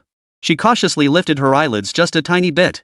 She stole a tiny peek before quickly closing her eyes again. This little girl. She was so bold just now, and now she's suddenly shy. We're almost there. Wake up soon, or someone might see us, Ling Changsheng teased. At once, Hong Yan hurriedly opened her eyes. She said nothing. Her face flushed crimson, her eyes darting nervously. She struggled free from Ling Changsheng's embrace and sat stiffly beside him. But after a few seconds, Ling Changsheng's shoulders shifted, and the little darling's head leaned back against him. A few minutes later, they stepped off the Ferris wheel. Upon seeing the other colorful amusement rides, Hong Yan regained her boundless energy.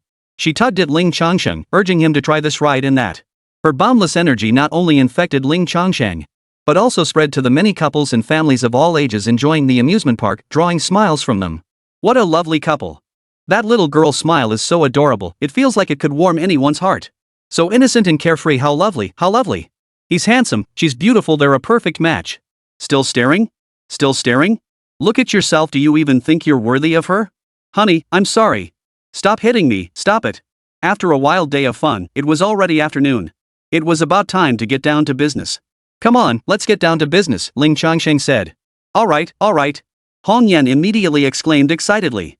No matter where Ling Changsheng suggested going, she was always filled with curiosity and excitement. Ling Changsheng searched the map and picked a nearby one. Its name, Golden Light Resort. Though called a resort, it truly offered everything for eating, drinking, and entertainment. But the most important feature was the casino inside. It was quite famous, ranking among the top tier in Macau. Secure, high turnover, and bustling with customers. This is the place. Taking a taxi there is no big deal. Before long, we arrived. Wow! Standing before the main gate, Hong Yan gasped in awe, her eyes sparkling brightly. The Golden Light Resort covered an enormous area. Even from the main gate, still far from the main complex, it was impossible to take it all in. Each building within was meticulously designed and decorated. The layout was meticulously planned, radiating an aura of luxury and nobility. Moreover, neon lights adorned the area starting from the entrance. Though dusk had not yet fallen, all the lights were already illuminated. They scattered brilliant golden light, illuminating the entire resort. Under the golden glow, every brick and tile shimmered with light. It seemed as though it were built entirely of gold, resplendent and dazzling, drawing all eyes. Even if one came solely for tourism, nothing else. It was easy to be drawn in, then unwittingly stumble into the casino. Damn. In Macau, it's legal, so there's really nothing to be said about it. Husband, this place is so gorgeous. Hong Yan exclaimed, her eyes brimming with excitement. She didn't know what this place was for, thinking it was just like an amusement park. Now she couldn't wait to go inside and play. Ling Changsheng smiled. Let's go then. We'll play here today and rest here. Yay! Also, once we're inside, don't call me husband. Ling Changsheng reminded her. That title was practically unheard of in this era, making it a bit awkward. No way. Hong Yan crossed her arms, flatly refusing. How about brother or big brother? Or brother Ling? Would that work? Ling Changsheng tried to negotiate. No. Husband is husband. Hong Yao's eyes narrowed in anger, her expression stern and unyielding. Due to her amnesia, she possessed only minimal awareness. This made Hong Yao's unwavering stance on such matters seem oddly stubborn. Ling Changsheng sighed helplessly. Then call me something else. Husband just feels weird. After all, they'd already shared an intimate moment in a haze. Calling him husband was fine. Take it one step at a time. No way. Listen, haven't you seen those TV shows? Don't the little people in them call their partners husband? That's what Fujuan means. Oh, is that so? Fine then. Hong Yan nodded in satisfaction, finally lowering her hands from her hips. Then she grinned and threw her arms around him, slipping Ling Changsheng's arm into her embrace.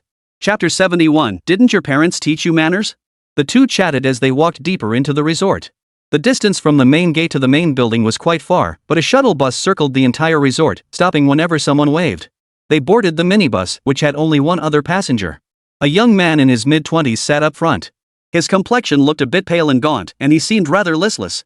His attire was simple, a short-sleeved shirt and shorts, with flip-flops dangling from his feet. Yet, there was an aura about him, a certain air, that set him apart from ordinary people. To put it bluntly, he was likely a wealthy second-generation heir.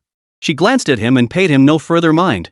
Just then, the young man noticed the bus had stopped and lifted his head to look. Instantly, his entire body trembled. His previously weary expression instantly sharpened, his eyes fixed firmly on Hong Yan. Even as Ling Changsheng and Hong Yao walked backward, the young man turned his head to follow them. His gaze never wavered. Whoa! Ling Changsheng could hear him draw in a sharp breath, muttering something under his breath. Thanks to his powerful spirit, he could make out fragments of his lip movements. He was mouthing, top tier. Absolute top tier. Ling Changsheng frowned, approaching coldly to meet the youth's gaze. Though he said nothing, a faint aura of spiritual energy emanated from his eyes. The young man felt a sharp sting in his eyes.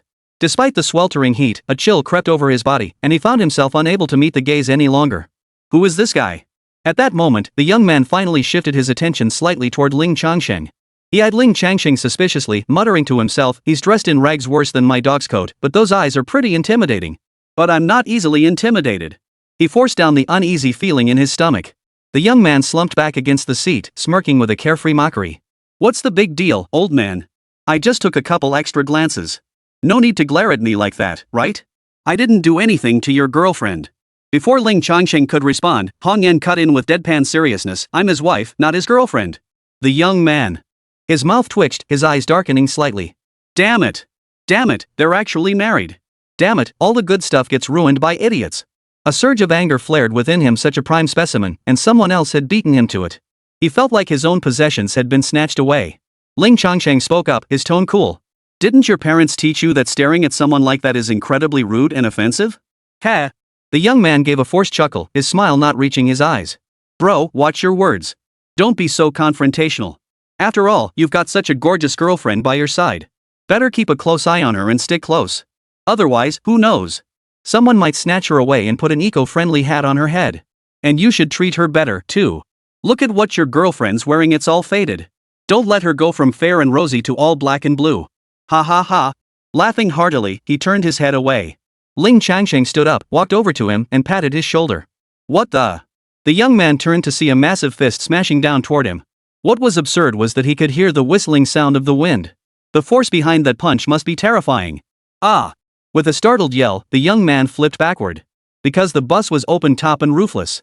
His sudden flip sent him tumbling out, crashing hard onto the pavement. Even though the bus wasn't moving fast, he still tumbled violently across the ground several times. Aya! The young man lay on the ground, wailing in agony. Pain! So much pain! Multiple areas of his body were scraped raw, flesh torn and bleeding. Worse still, sand and stones had embedded themselves deep into his flesh, causing excruciating agony. Squeak! The bus screeched to a halt. The driver got out and hurried over to the young man. Supporting him while asking anxiously, "Young Master Zhao, are you alright? You little bastard." The young man called Zhao Gongzi cursed furiously, his eyes flashing with fury as he glared at Ling Changsheng. You dare hit me? You can eat all you want, but you can't just spout whatever you want. Ling Changsheng remained steady, speaking slowly and deliberately. Which eye of yours saw me hit you? You hit both my eyes, and you're asking which one saw it? Zhao Gongzi pointed at his own eyes, scrambling to his feet in a rage. He spat out a mouthful of sandy saliva with a loud paw. Then, he snarled, "If I don't teach you a brutal lesson today, you'll think Zhao is made of clay." But before Ling Changsheng could respond, the driver hesitated and said, Young Master Zhao, your eyes, they look perfectly normal. Ha? Zhao Hao froze, reaching up to touch his face. Apart from some pain from scraping against the ground, his eyes felt perfectly fine. He didn't bother arguing. Rushing to the bus's rearview mirror, he saw they were indeed there. This can't be right. This just isn't right. Zhao Hao froze, then a sudden thought struck him. Hey, you there. Pull up the surveillance footage and check it out. Though small, the bus was well equipped. It had both surveillance cameras and a large, high-definition in-vehicle display. Right away, right away. The driver didn't dare say a word and hurried to comply. Within seconds, the footage from half a minute earlier appeared. Sure enough, Ling Changsheng had walked over and patted Zhao Hao on the shoulder. But in the next split second, he did nothing. Zhao Hao himself screamed like a madman and suddenly flipped backward, tumbling out of the bus. In other words, he had caused this entirely by himself. Zhao Hao. His face darkened, his expression grim. This was hell. He clearly saw that guy's fist come crashing down just now, cutting through the air with a whistling sound. Powerful and forceful. Now the surveillance footage shows absolutely nothing. And there's no bruising on my face either. This is freaking weird. To actually hallucinate something like this, what a humiliation. Zhao Hao glanced at Hong Yan and sure enough, saw her face brimming with playful laughter. Though her smile was dazzlingly bright and utterly captivating. But right now, it only fueled Zhao Hao's rage, making his face flush crimson. Damn it! He couldn't help but curse again. Having suffered a major setback, he couldn't very well take it out on Ling Changsheng. All he could do was vent his fury with a few curses, barely easing the pent-up resentment in his heart. Gritting his teeth, he boarded the bus and growled, "To the clinic." But then a calm voice came from behind him, "First, to the casino." You! Zhao Hao whipped around, eyes blazing. But when he met that calm gaze, especially those eyes, deep and still as an ocean, the phantom of that punch flashed back into his mind. He shrank back involuntarily. Silence. No more words. Young Master Zhao, should we go first? The driver turned his head and asked in a low voice. Ask? Ask what the hell are you asking? Facing the driver, Zhao Hao unleashed his irritation without restraint. There's a clinic right next to the casino. What the hell are you asking for? Yes, yes, yes. The driver nodded meekly. Hurry up already. Yes, yes. The driver hurriedly started the car, muttering curses under his breath. Scared out of his wits by a mere glance, yet he dared to act so arrogant with me. He accelerated to the casino entrance. After Ling Changsheng and Hong Yan got out, he sped off toward the clinic. Chapter 72, Youngsters are just too young. Holy, it actually hit? Damn it! What rotten luck! On the bus, Zhao Hao cursed under his breath. Yet his eyes involuntarily followed Hong Yao's retreating figure. Gulp! He swallowed hard, his heart racing with desire. She's absolutely stunning. Even in those loose clothes, she can't hide it. Petite stature, childlike features, skin as white and smooth as jade. And those crystal red-colored contacts? Damn, she's gorgeous. She looks like she stepped right out of a manga or anime, exactly my type. No way. I gotta try and see if I can poach her. If I have to be a traitor, so be it. At worst, I'll do it right in front of that pretentious jerk, even more satisfying. The vision of such beauty dancing in his mind made his injuries seem to fade away. He was practically standing up straight. Drive faster. Faster. Zhao Hao urged the driver. He just wanted to quickly bandage his scrapes and get back to the casino. Husband, that guy is so disgusting. As they entered the casino, Hong Yan suddenly exclaimed, he gives off this really unsettling vibe. Something's off, like he's done all sorts of bad things. Ling Changsheng replied, indeed. That's precisely why I just taught him a lesson. Hee hee, you're so awesome, honey. Hong Yao giggled. That young man named Zhao Hao was indeed quite repulsive. Arrogant and overbearing, spewing filth, utterly lacking in manners. That's why I used an illusion technique to give him a simple lesson. Fortunately, he hadn't gone any further, or things wouldn't have ended so simply. As for the many bad things Hong Yan mentioned, she must be referring to the young man's misdeeds? Ling Changsheng couldn't tell. He didn't bother to investigate. After all, he was just a passerby. As long as he didn't come looking for trouble again, everything would be fine. Amidst laughter and conversation, the two entered the casino. The atmosphere inside the gambling den was electric. Shouts and cries echoed from every corner. The main hall on this floor was mostly filled with those seeking entertainment or those without substantial capital. Where there are many people, there is chaos, and the quality of the crowd varies. Of course, the main reason was that gamblers, caught up in the thrill of the game, couldn't contain their excitement. Shouts were inevitable. That's beside the point. First, let's exchange this stack of cash for chips. It's a bit cumbersome to carry around. Ling Changsheng led Hong Yan, who was looking around in wonder, toward the chip exchange counter. It wasn't far, just a dozen steps or so. Yet even those dozen steps made Ling Changsheng reflect, the old saying about beauty being a curse truly holds no lie. As soon as they started walking that way, the people lingering around the counter one by one turned their gaze toward them. Fortunately, both Ling Changsheng and Hong Yan possessed an extraordinary mindset. They weren't the type to feel uncomfortable or shrink back under such stares. Exchange tokens 2,000 will do. Approaching an unoccupied counter, Ling Changsheng scanned the QR code and paid. Certainly, sir. Here are your chips. The casino attendant smiled as she presented a stack of chips. Even though Ling Changsheng only exchanged 20,000, there was no hint of suspicion. This casino made its money through rake fees. As long as a guest exchanged chips and joined the game, they were guaranteed to bring money to the house. Regardless of the amount exchanged, they must be treated courteously. She showed no reaction, but a pot-bellied middle-aged man nearby leaned in. Young man, why only 2,000? That won't last you 2 hands. After speaking, he shot a subtle glance at Hong Yao and declared grandly, here, let's exchange for 1,000,000 chip. Ling Changsheng paid him no mind. He was probably trying to show off his wealth in front of Hong Yao. Such people were everywhere. Not only did Ling Changsheng ignore her, Hong Yao didn't even glance his way. This left the middle-aged man feeling rather awkward, like he'd tried to show off but failed. At that moment, Ling Changsheng glanced at the pile of small chips and said, no need for all these small ones. Swap them for 2 10,000 value chips. The beautiful woman handling the chip exchange paused slightly but quickly recovered. She took back the pile of small chips and brought out a new one. 20,000. Whoa! The middle-aged man, no longer bothered by his embarrassment, raised an eyebrow and asked with interest, 20,000 yuan for just one? You're so confident, young man, thinking you can turn the tables in one go? Not bad. Let's go. Ling Changsheng dismissed him with a casual wave, took the chip, and led Hong Yan into the center of the ring. The middle-aged man perked up. He followed suit. He was determined to see how this youngster would lose big. Finally, Ling Changsheng stopped at a high-low betting table. High-low betting was the simplest game, yet the payout could be substantial. Betting on high or low both paid 1:1, meaning you'd get 2 chips back for every one you wagered. That was too slow. Ling Changsheng decided to play for higher stakes.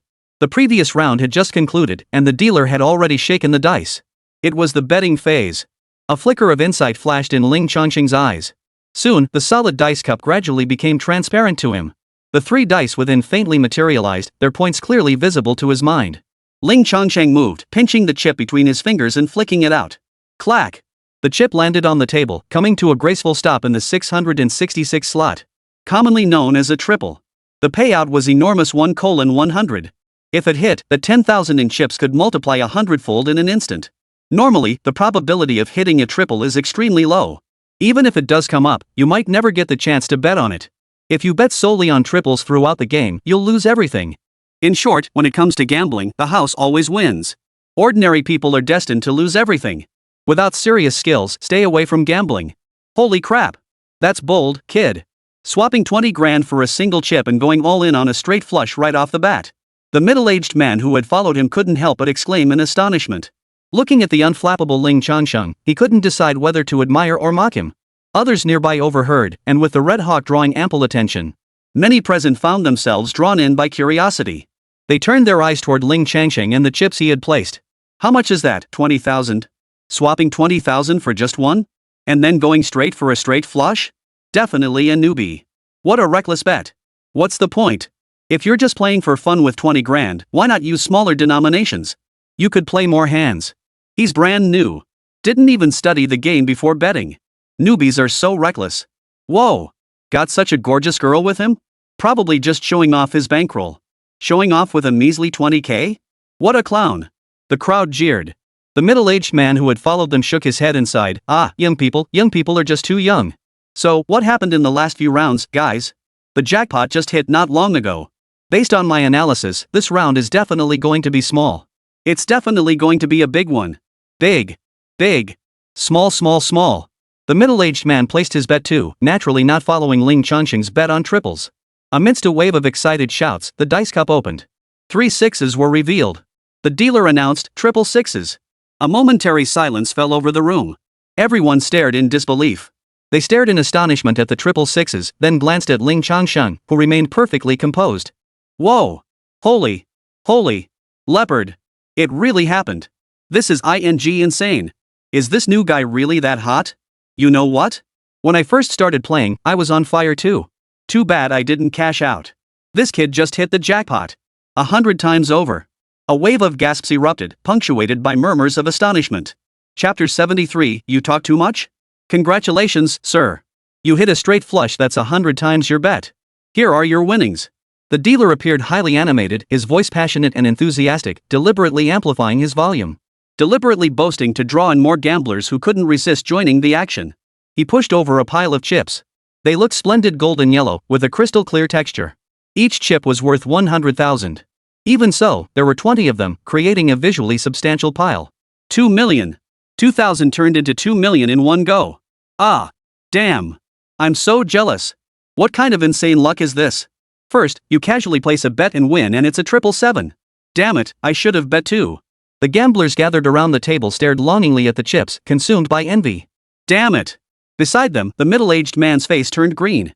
A 3 of a kind came up, and he hadn't bet on it. Whether high or low, the banker takes it all, meaning he lost everything. To show off, he'd even bet another 100 grand. Now he was bleeding money. Damn it, are all newbies this hot? Damn it. Regret. If only I'd followed suit. Even just a few more bets would have netted me millions. No. I'll wait for the next wave. I absolutely must ride this wave of momentum. The middle-aged man thought to himself. At that moment, Ling Changsheng looked at the pile of chips. He still didn't want to hold so many loose chips and wanted to exchange them for full ones. Thinking of Hong Yan beside him, he asked, "Want to play?" Hong Yao's eyes lit up instantly. She clenched her little fist excitedly and exclaimed, Yes. I'll help my husband win money." She had only just grasped the basics. Her mind wasn't filled with complicated thoughts, only the desire to help Ling Changsheng win. "Just play casually," Ling Changsheng said. Ling Changsheng smiled, handing her 10 chips before turning to the dealer. "I don't need so many small ones. Just give me one large denomination chip instead."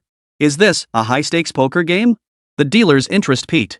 He gave Ling Changsheng a lingering glance before deftly collecting the remaining 10 chips. As always, casinos thrive on rake. Legitimate casinos aren't afraid of you winning. They only fear you won't gamble. As long as you keep betting, the house keeps winning. Unless the house completely exits the game, what gamblers win is merely money from fellow gamblers. "Sir, here are your chips." The dealer smiled as he handed over a palm-sized crystal chip. Engraved on it was a 1 plus 6 zeros 1 million. He took it and played with it in his hand. Honestly, Ling Changsheng felt a bit dazed and confused right now. In one fell swoop, 2 million had landed in his hands. It felt almost weightless, as if it were nothing. It felt unreal, yet undeniably real. But all of this was thanks to extraordinary power. Without that extraordinary power, none of this would be possible. Ling Changsheng would never have touched it. No one is born a lucky charm destined for perpetual fortune. If such people truly existed, they wouldn't need to gamble to get rich. But I'm getting off track. Back to the story. In this casino's big-small game, there's a betting limit per person. It fluctuates based on the amount of chips on the table. The more chips a player wagers, the higher the betting limit becomes. Typically around tens of thousands, though there's a hard cap at 100,000. Ling Changsheng had already exceeded his limit, so he decided to sit this hand out and watch Hong Yin play. Clackety-clack. The dealer began shaking the dice cup, calling out for bets. Having previously announced a triple bet, he now drew a crowd of onlookers. After some discussion, Ling Changsheng's story was shared. Many were genuinely amazed. Consequently, gamblers began entertaining all sorts of superstitious notions and placed their bets on this table. Soon, a mountain of chips piled up on the table. Though they appeared as mere tokens, the actual sum had already reached hundreds of thousands. That was truly throwing money around like water. Young man, no, brother. What are you betting on? Beside him, the middle-aged man showed no reserve whatsoever, already urging Ling Changsheng to place his bet. A few others hadn't placed their bets yet. They all sensed the newcomer's fiery energy and wanted to follow suit. Ling Changsheng shot him a dismissive glance and said flatly, "I'm over the limit. Not betting." "Ha!" The middle-aged man's face immediately fell. Clang! At that moment, the dealer had already shaken the dice cup and urged the players to place their bets. "Honey, what are you betting on?" Hong Yao's face flushed slightly as she asked excitedly. "Bet whatever you want," Ling Changsheng replied with a smile. "Anything goes. Just a matter of moving some spiritual energy." Hong Yan immediately became conflicted, staring at the colorful squares, unable to decide. Seeing little time left, she finally steeled her resolve and tossed her chips onto the square marked 666. It was the same triple number Ling Changsheng had just hit. As soon as Hong Yao placed her bet, a wave of boos erupted. Boo! Boo! Seriously? Betting on 666 again? What the hell are you playing at? If you're gonna bet like that, you'd be better off buying lottery tickets. You'd win way more than this. I was gonna follow along, but forget it. I'm betting low. Most of the people waiting for Ling Changsheng to place his bet backed out. If he'd bet on another triple, they might have mustered the courage to follow, gambling on consecutive triples. But hitting 666 twice in a row? That's just ridiculous. The odds were just too slim. Most people went back to betting on their own numbers. Only a handful remained, bold and superstitious. They believed they could piggyback on the newcomer's luck, so they stubbornly placed some chips. What? You wanna follow suit? Ling Changsheng glanced at the middle-aged man beside him, his tone teasing. Ha ha ha. The middle-aged man gave an awkward, forced laugh before finally placing a small bet. Soon, the bets were settled, and the result was revealed. 234, 9 points low. Ling Changsheng didn't use any tricks because someone had followed his bet. He didn't want these people to think following his bets would make them rich. That would be too conspicuous. He certainly didn't want to use his spiritual energy to line the pockets of others gamblers, no less. Ha ha ha. We won. We won. The middle-aged man's face glowed with excitement, his complexion flushed. Young man, take this old brother's advice. Betting like this is pure nonsense. The odds are way too low. Sure, betting on big or small is pure luck, not much strategy involved. But when you get a triple in a row, especially the same number, that's just throwing money away, you know? After speaking, he shot a covetous, resentful glance at the dejected red kite and added sourly, "Man, you finally hit a 100-fold win. You should hold on to it tight. Don't just throw money away trying to impress some girl." He'd just won a small pot, netting a few tens of thousands. At this moment, he was convinced Ling Changsheng had simply gotten incredibly lucky. Calling himself a casino veteran, regardless of whether he won big or small, he began to lecture others. Driven by envy he couldn't satisfy, he couldn't resist taking a few jabs at Ling Changsheng and Hong Yuan. Wah! Hong Yan felt deeply disheartened by the subtle jabs hidden in his words, her little face twisted in misery. "Husband, I lost. I'm such a spendthrift." Another phrase she'd picked up from TV. "It's fine. It's nothing important. Just bet again." Ling Changsheng comforted her first, then turned his gaze to the incessantly chattering middle-aged man. "You talk a lot, don't you?" Chapter 74, I don't get it. Ha? Not at all. Seeing Ling Changsheng's expression darken, the middle-aged man chuckled. "Young man, I'm just trying to help you out here. I've got your best interests at heart. You really do talk a lot. I suggest you shut up."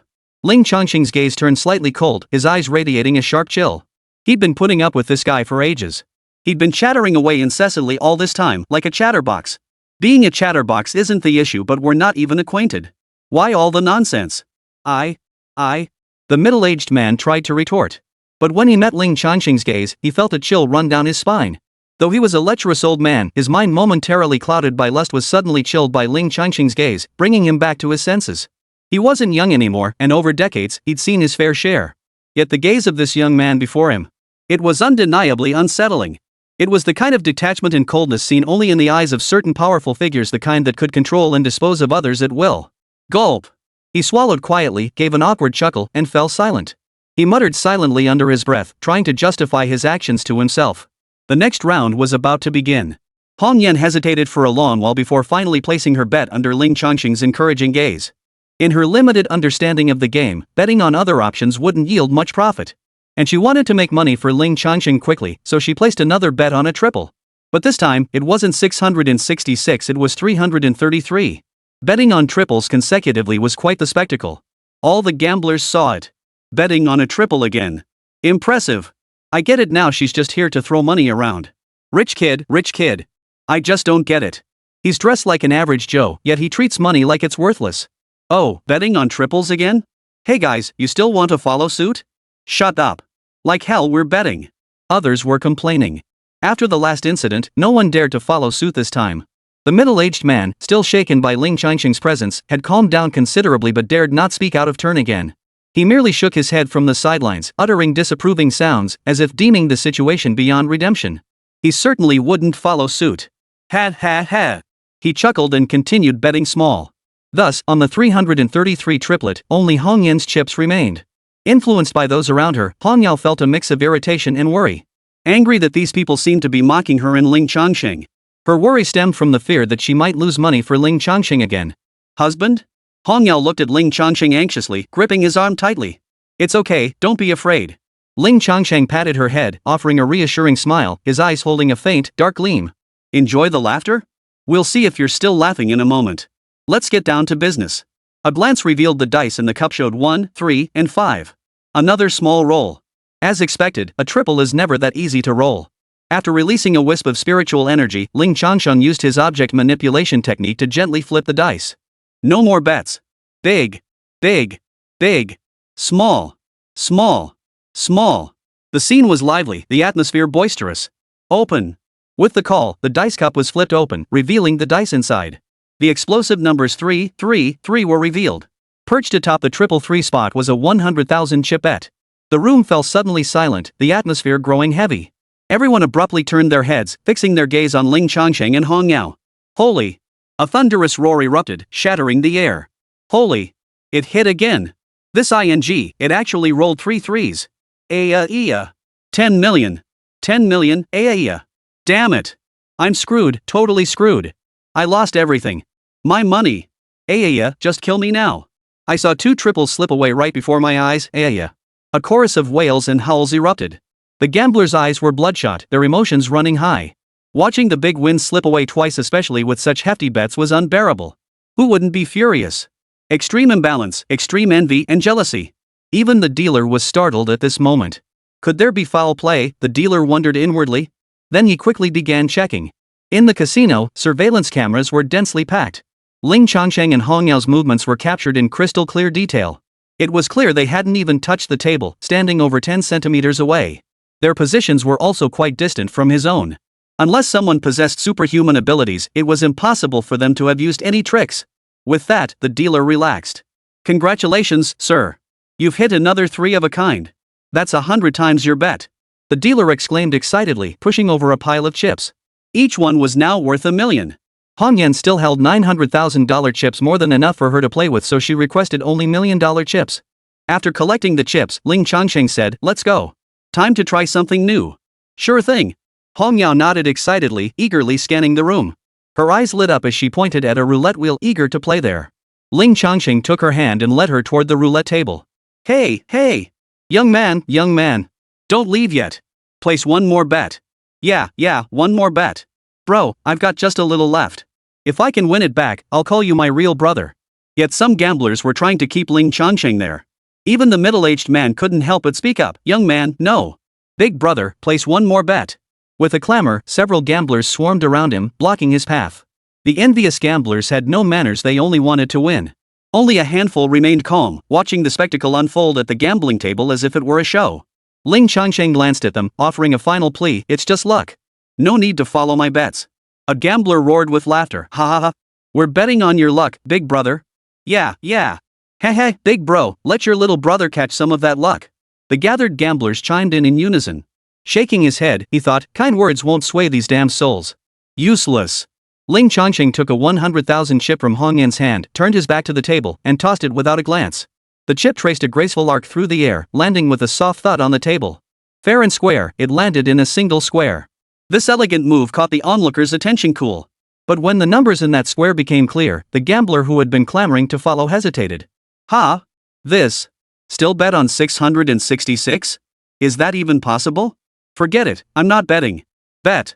Bet the hell you do. Why wouldn't you bet? Didn't you see? When you were mocking his girlfriend earlier, didn't the 333 triple come up? Damn it. Take a chance, bet it. I pawned my damn engagement ring for this money, it has to hit. Among the envious gamblers, some regained their senses and didn't follow suit. But a significant number still bit the bullet and followed suit. Including that middle-aged guy, he bit the bullet and placed a huge wager. Chapter 75. Hey buddy, wanna play a few hands? Leopard. Leopard. Leopard. The atmosphere at the gambling table was electric, the shouts deafening. None of the gamblers had time to notice Ling Changsheng and Xinyue as they calmly walked away. Ling Changsheng already knew the numbers inside the dice cup. Soon, the dice cup was opened. The roll showed 236. Ling Changsheng certainly wouldn't hand out money to the gamblers. And these gamblers' luck, clearly, wasn't very good. The moment the cup was opened, a wave of wails and angry shouts erupted. It's all gone. Especially that middle-aged guy, he bet half his chips in one go and lost it all. Hiss hiss. He's clutching his chest now, gasping for breath. Hard take. Hard take. He exchanged $1 million chip just to show off. He never intended to bet this big, now he'll have to exchange it back for cash later. At that moment, the gamblers completely forgot Ling Changsheng's earlier warnings, glaring angrily as they searched for him. But alas, Ling Changsheng and Xinyue had already vanished into the distance. The hall was packed with people, heads jostling in the dazzling lights. They searched for ages but couldn't find them. Moreover, the security personnel stationed near the gambling tables had sensed something amiss and stepped forward. A legitimate casino protects the safety of its winners. Within the confines of this resort, at the very least, the winner must not come to harm. Otherwise, why would anyone come here? If you can't take your winnings home, why come to give away your money? In any case, no one could disturb Ling Changsheng and Xinyue now. At that moment, the two approached a roulette table. This was the game called Roulette Big Winner. The wheel was evenly divided into 37 numbers, ranging from 0 to 36. When the wheel spun and came to a stop, the number where the pointer landed was the winning number. There was nothing complicated about it, it was simpler than controlling dice. The only catch was the low betting limits. Xinyue exchanged a 100,000 chip for smaller denominations and began placing her bets. Ling Changsheng watched her play, choosing not to join in himself, otherwise, he could have ended it instantly. Xinyue had just awakened, finding everything about the world fresh and intriguing. She was thoroughly enjoying herself. After a few rounds, the place started buzzing. Xinyue was hitting almost every bet, raking in over $1 million already. Others wanted to follow her bets. Change venues. Next, Ling Changsheng took her to play nearly every game in the entire casino. Baccarat, poker, pai gow, craps, electronic dice. He even took her to try the slot machines. Throughout the journey, Ling Changsheng remained relatively restrained, deliberately exercising control. If someone followed his bets, he wouldn't resort to any tricks. He offered no perks to others, but whether their luck was good or bad was entirely their own business. If someone insisted on betting against him and he chose not to intervene, he'd likely lose 9 times out of 10. No one could blame anyone else. Despite this restraint, the chips in his hands steadily and rapidly increased. In less than a quarter of an hour, they had already surpassed 30 million. This pace was nothing short of absurd. At this point, even if he were to move from one spot to another after each win, or deliberately lose multiple times on purpose. But still, a large crowd of gamblers followed him around, which was starting to annoy Ling Changsheng. He began to wonder if it was time to move on. To bail them out would be like using his own spiritual energy to line someone else's pockets. Ling Changsheng wasn't that generous. More accurately, years of frugal living had made him rather stingy, only showing generosity to those closest to him. Just then, a sudden unease gripped Ling Changsheng.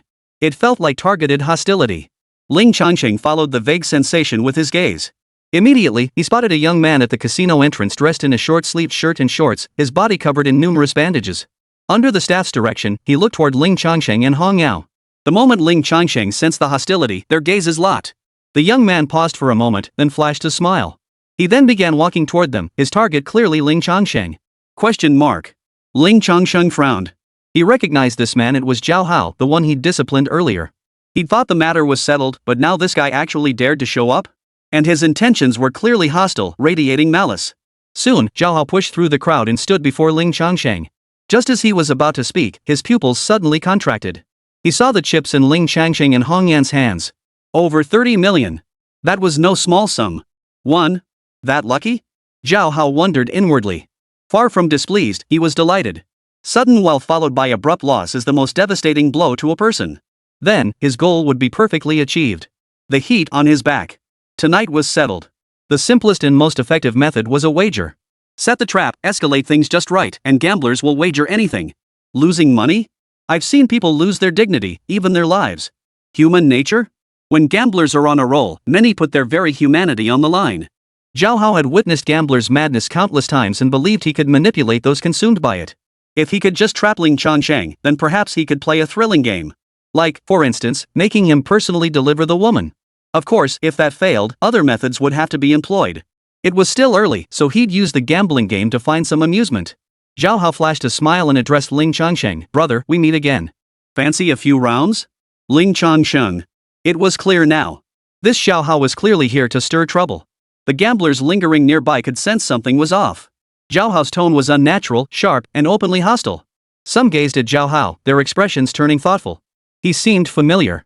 But Zhao Hao was wrapped in bandages, making it hard to recognize him at first glance. At that moment, Zhao Hao pressed further. So, buddy, you up for a few hands? He laughed with a carefree ease, looking incredibly dashing. He exuded the confidence of a home court advantage, as if everything was under his control. Naturally, he exuded a sense of condescending disdain. Whoa! Beside Ling Changsheng, Hong Yan glared with bulging eyes and puffed out her cheeks. She looked like a cat ready to bite. She could sense the intense, uncomfortable aura emanating from the man before her.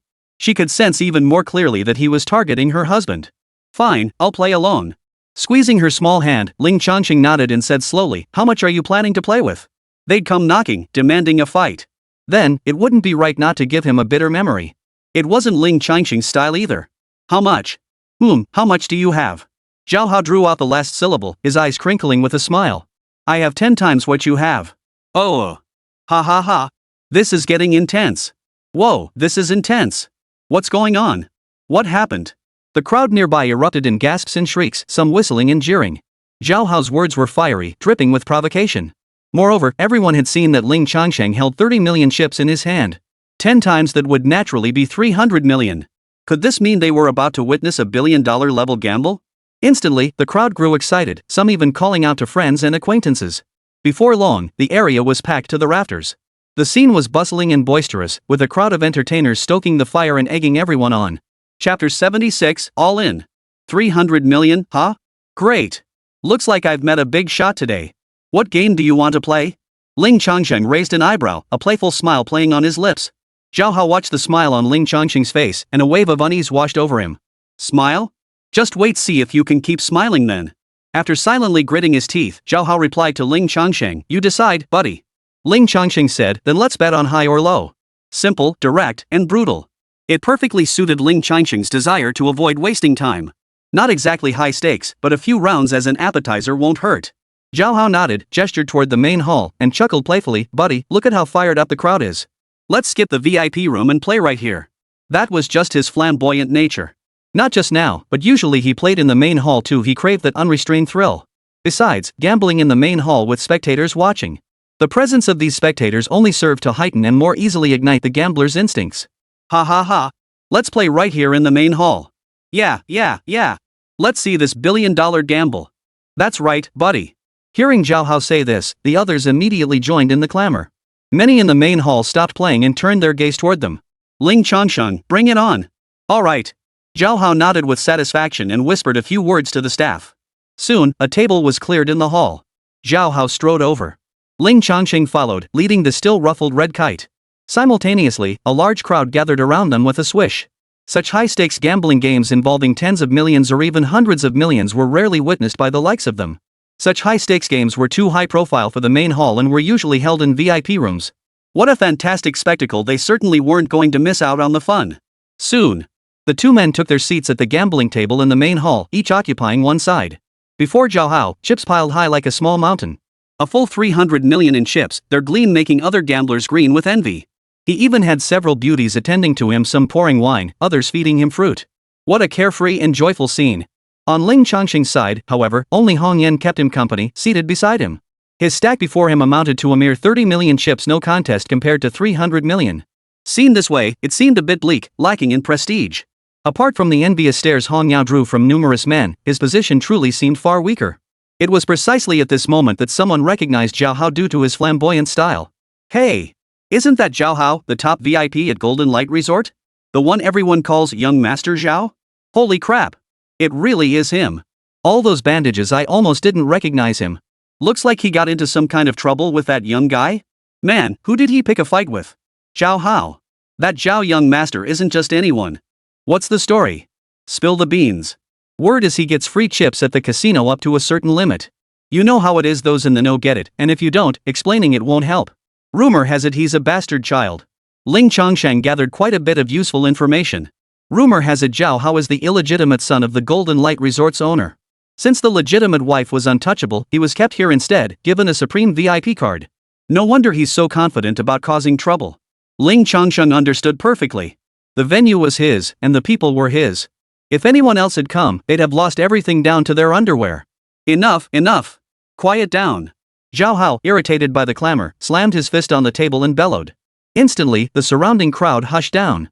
Are you going to shake it yourself, or have the dealer do it?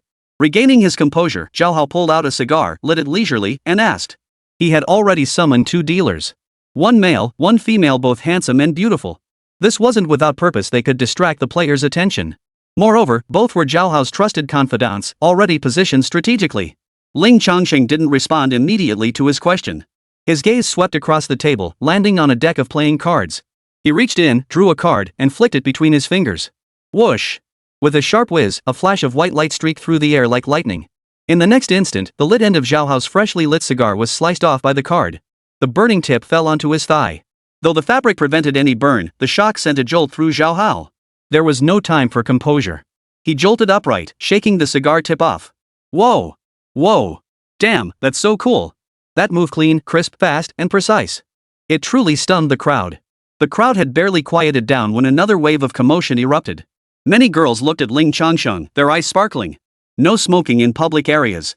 Also, the dealer will shuffle the cards. Ling Changsheng said indifferently, still holding a playing card between his fingers, flipping it back and forth with the dexterity of a butterfly flitting through flowers. Whoever shuffled it, the outcome remained the same. Even if the flowers were drawn, the outcome remained firmly within his grasp. Zhao Hao's face darkened as he tapped cigarette ash from his clothes and set his cigar aside. After sitting down, he eyed Ling Changsheng with a hint of suspicion. That card-flipping move was genuinely impressive, truly cool. Fast, precise, and ruthless. Some who specialized in card tricks had mastered this technique to varying degrees. Could it be I've stumbled upon a card shark today? Zhao Hao pondered inwardly, yet remained utterly unconcerned. The venue is mine, the players are mine, how could you possibly compete with me? Besides, if I catch you cheating, that'll be even easier. Casinos deal with cheaters harshly and legally. With that thought, Zhao Hao looked up and said, alright. Let's begin. High or low? Big, Ling Changsheng replied casually. Alright, let's begin. Zhao Hao gave the dealer a subtle nod. The dice began to shake. These 2 dealers clearly had some serious skills. They performed a series of intricate, eye-catching maneuvers, quite flashy, to say the least. Moreover, Ling Changsheng noticed that as the pair shook, the numbers inside the dice cup gradually and distinctly evolved toward 2 distinct patterns. The dice shaken by Zhao Hao's dealer showed very low numbers. Meanwhile, the dealer shaking on Ling Changsheng's behalf produced very high numbers. This was clearly intentional manipulation. Are they giving me a taste of victory in the next round? Ling Changsheng speculated inwardly. He had only ever heard of gambling masters being able to control the numbers they rolled. Now he was witnessing it firsthand. Without some skill and a steady mindset, one could easily get trapped in such a situation. Win a little, give it all back, and end up handing over your own money. Clunk! Clunk! Thump, thump. The 2 dealers set down their dice cups, shaking finished. Place your bets, folks. Zhao Hao remained perfectly composed, gesturing with his hand. Ling Changsheng dumped the chips from his pouch onto the table. Then, he pushed them all forward. 30 million all in. Holy? Zhao Hao sat bolt upright, startled, his eyes wide as he stared at Ling Changsheng. Chapter 77, all in. All in. All in. Holy, all in? No way. Starting this explosive? Not even testing the waters? Holy crap, that's brutal. So reckless. This play is way too aggressive, no holding back at all. It's only just begun, and he's already going all in? The onlookers erupted in gasps, each utterly stunned. 30 million in capital, that's no small sum. And he's going all in with it? Zhao Hao eyed Ling Changsheng up and down, his voice tinged with disbelief. Dude, you're going all in? What? Got a problem with that? Ling Changsheng leaned back against the plush chair, utterly unfazed. Zhao Hao. He'd seen all-ins before. But this is tens of millions on the line, not a few 100,000. The game just started, and you're going all in right off the bat. I've never seen anything like this. Are you out of your mind? Have you lost your mind? Good thing I planned to let you taste a little sweetness first. Otherwise, you'd be out on the very first hand. What kind of setup is that? Muttering to himself, Zhao Hao shrugged. No problem. Of course not. He laid down a stack of chips. 30 million to call. Deal. Zhao Hao waved his hand in signal. The dealer revealed the cards. Ling Changsheng's count, 436, 13 points. Zhao Hao's total, 134, 8 points. Ling Changsheng won by having the higher total. He hadn't used any tricks in this round. It was purely the dealer's role, orchestrated under Zhao Hao's direction. I won. He actually won. High-stakes gambling, and he hit the jackpot. Damn, he actually won at poker. What incredible luck. I'm so jealous. 60 million in one go. I get it now, I'm going all in too. Seeing Ling Changsheng win a staggering 30 million with his all-in bet, the onlookers erupted in excitement, murmuring with envy. The dealer slid the chips across the table toward Ling Changsheng. A total of 60 million. The second round began. Clack. Clack. The dice cup hit the table. Place your bets. Clatter. Ling Changsheng swept his hand across the table, pushing forward all 60 million chips piled before him. All in, all in. Zhao Hao's eye twitched violently, his mind starting to spin. What the hell are you playing at? Going all in every single hand? The damn 300 million I set aside for you might not even last long. Dude, this isn't fun at all, Zhao Hao couldn't help but say. What? Ling Changsheng looked at him and said calmly, can't you handle losing? Can't you take a loss? Can't handle losing? Ha! Ha ha ha! Since you put it that way, buddy, I, Zhao Hao, will see this through to the end. Zhao Hao grinned so wide his eyes nearly vanished, concealing the vicious coldness within. Open. The dice cup opened. Ling Changsheng still didn't use any tricks, merely monitoring the dice's points. At the dealer's signal, the dice once again rolled a relatively high number for him. Ling Changsheng, 636. Zhao Hao, 224. Naturally, I won again. Clatter. The chips slid across the table toward him. Before Ling Changsheng stood a towering wall of chips, gleaming and sparkling. In just 2 rounds, Ling Changsheng's chips had multiplied exponentially from 30 million to 120 million. He had already won 90 million from Zhao Hao. Gazing at the mountain of chips, countless gamblers in the hall saw their eyes turn red. They marveled at the sight while swallowing hard. Who among the gamblers present didn't come to the casino harboring dreams of overnight riches? And now, overnight riches were happening. But it happened to someone else. How enviable and jealous. If not for the security guards already forming a perimeter to block the crowd, who knows what kind of commotion might have erupted. Zhao Hao glanced at the chips before Ling Changsheng, calculating silently. Next, he'd have to make a move. The 300 million principal he'd mentioned would likely dwindle to just a few tens of millions. Time to change the game. Even if he went all in again, at least he'd get a taste of the thrill of gambling. Hook him on the addiction. Ahem. Clearing his throat to drown out the spectators' chatter, Zhao Hao said, appetizers over. Fancy switching things up? You seem to enjoy Showdown, right? There's also a game called Showdown. How about we try that? Hand the Chinese term for all in. Wanna give it a shot? Sure. Ling Changsheng nodded indifferently. Whatever it is, let's get it on. I'm in a hurry. A quick rundown of this Showdown game. First, compare the hand types. Second, compare the numerical values. Third, compare the suits. In hand comparisons, a straight flush is the strongest hand, while high cards are the weakest. For numerical value, A is the highest, followed by K, Q, J, and so on. Suits rank from highest to lowest: spades, hearts, clubs, diamonds. The game officially begins. The dealer begins distributing cards.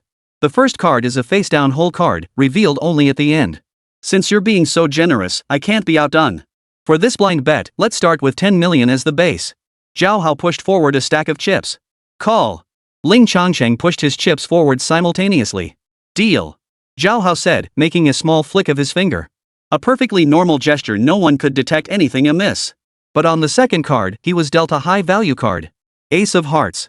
Meanwhile, Ling Changsheng received only a 9 of spades. Aces speak, the dealer signaled. 10 million. Zhao Hao pushed forward another 10 million in chips. Raise. 20 million. Ling Changsheng pushed forward 20 million. Zhao Hao. I'll call. Both called, so naturally the third card was dealt. Zhao Hao had the Jack of Spades. Ling Changsheng had the 8 of Diamonds. Zhao Hao spoke again. Since Ling Changsheng raised the stakes, he could only push out 20 million. As he pushed the chips forward, his heart ached. It was unbearable. So frustrating. Even though he was certain he'd win, the situation kept being manipulated. Ling Changsheng went all in with unmatched confidence. He, however, appeared hesitant and reactive because he was trying to set a trap. This sucks. Damn it. Call. Ling Changsheng remained composed, pushing forward the 20 million before him. Zhao Hao. You bastard. What kind of garbage hand do you have that you're still calling? Do you even know how to play? You. Zhao Hao was boiling with rage when the fourth card was dealt. Zhao Hao had the king of diamonds, while Ling Changsheng held the six of spades even weaker. Zhao Hao spoke again, his face stern as he pushed forward the 20 million.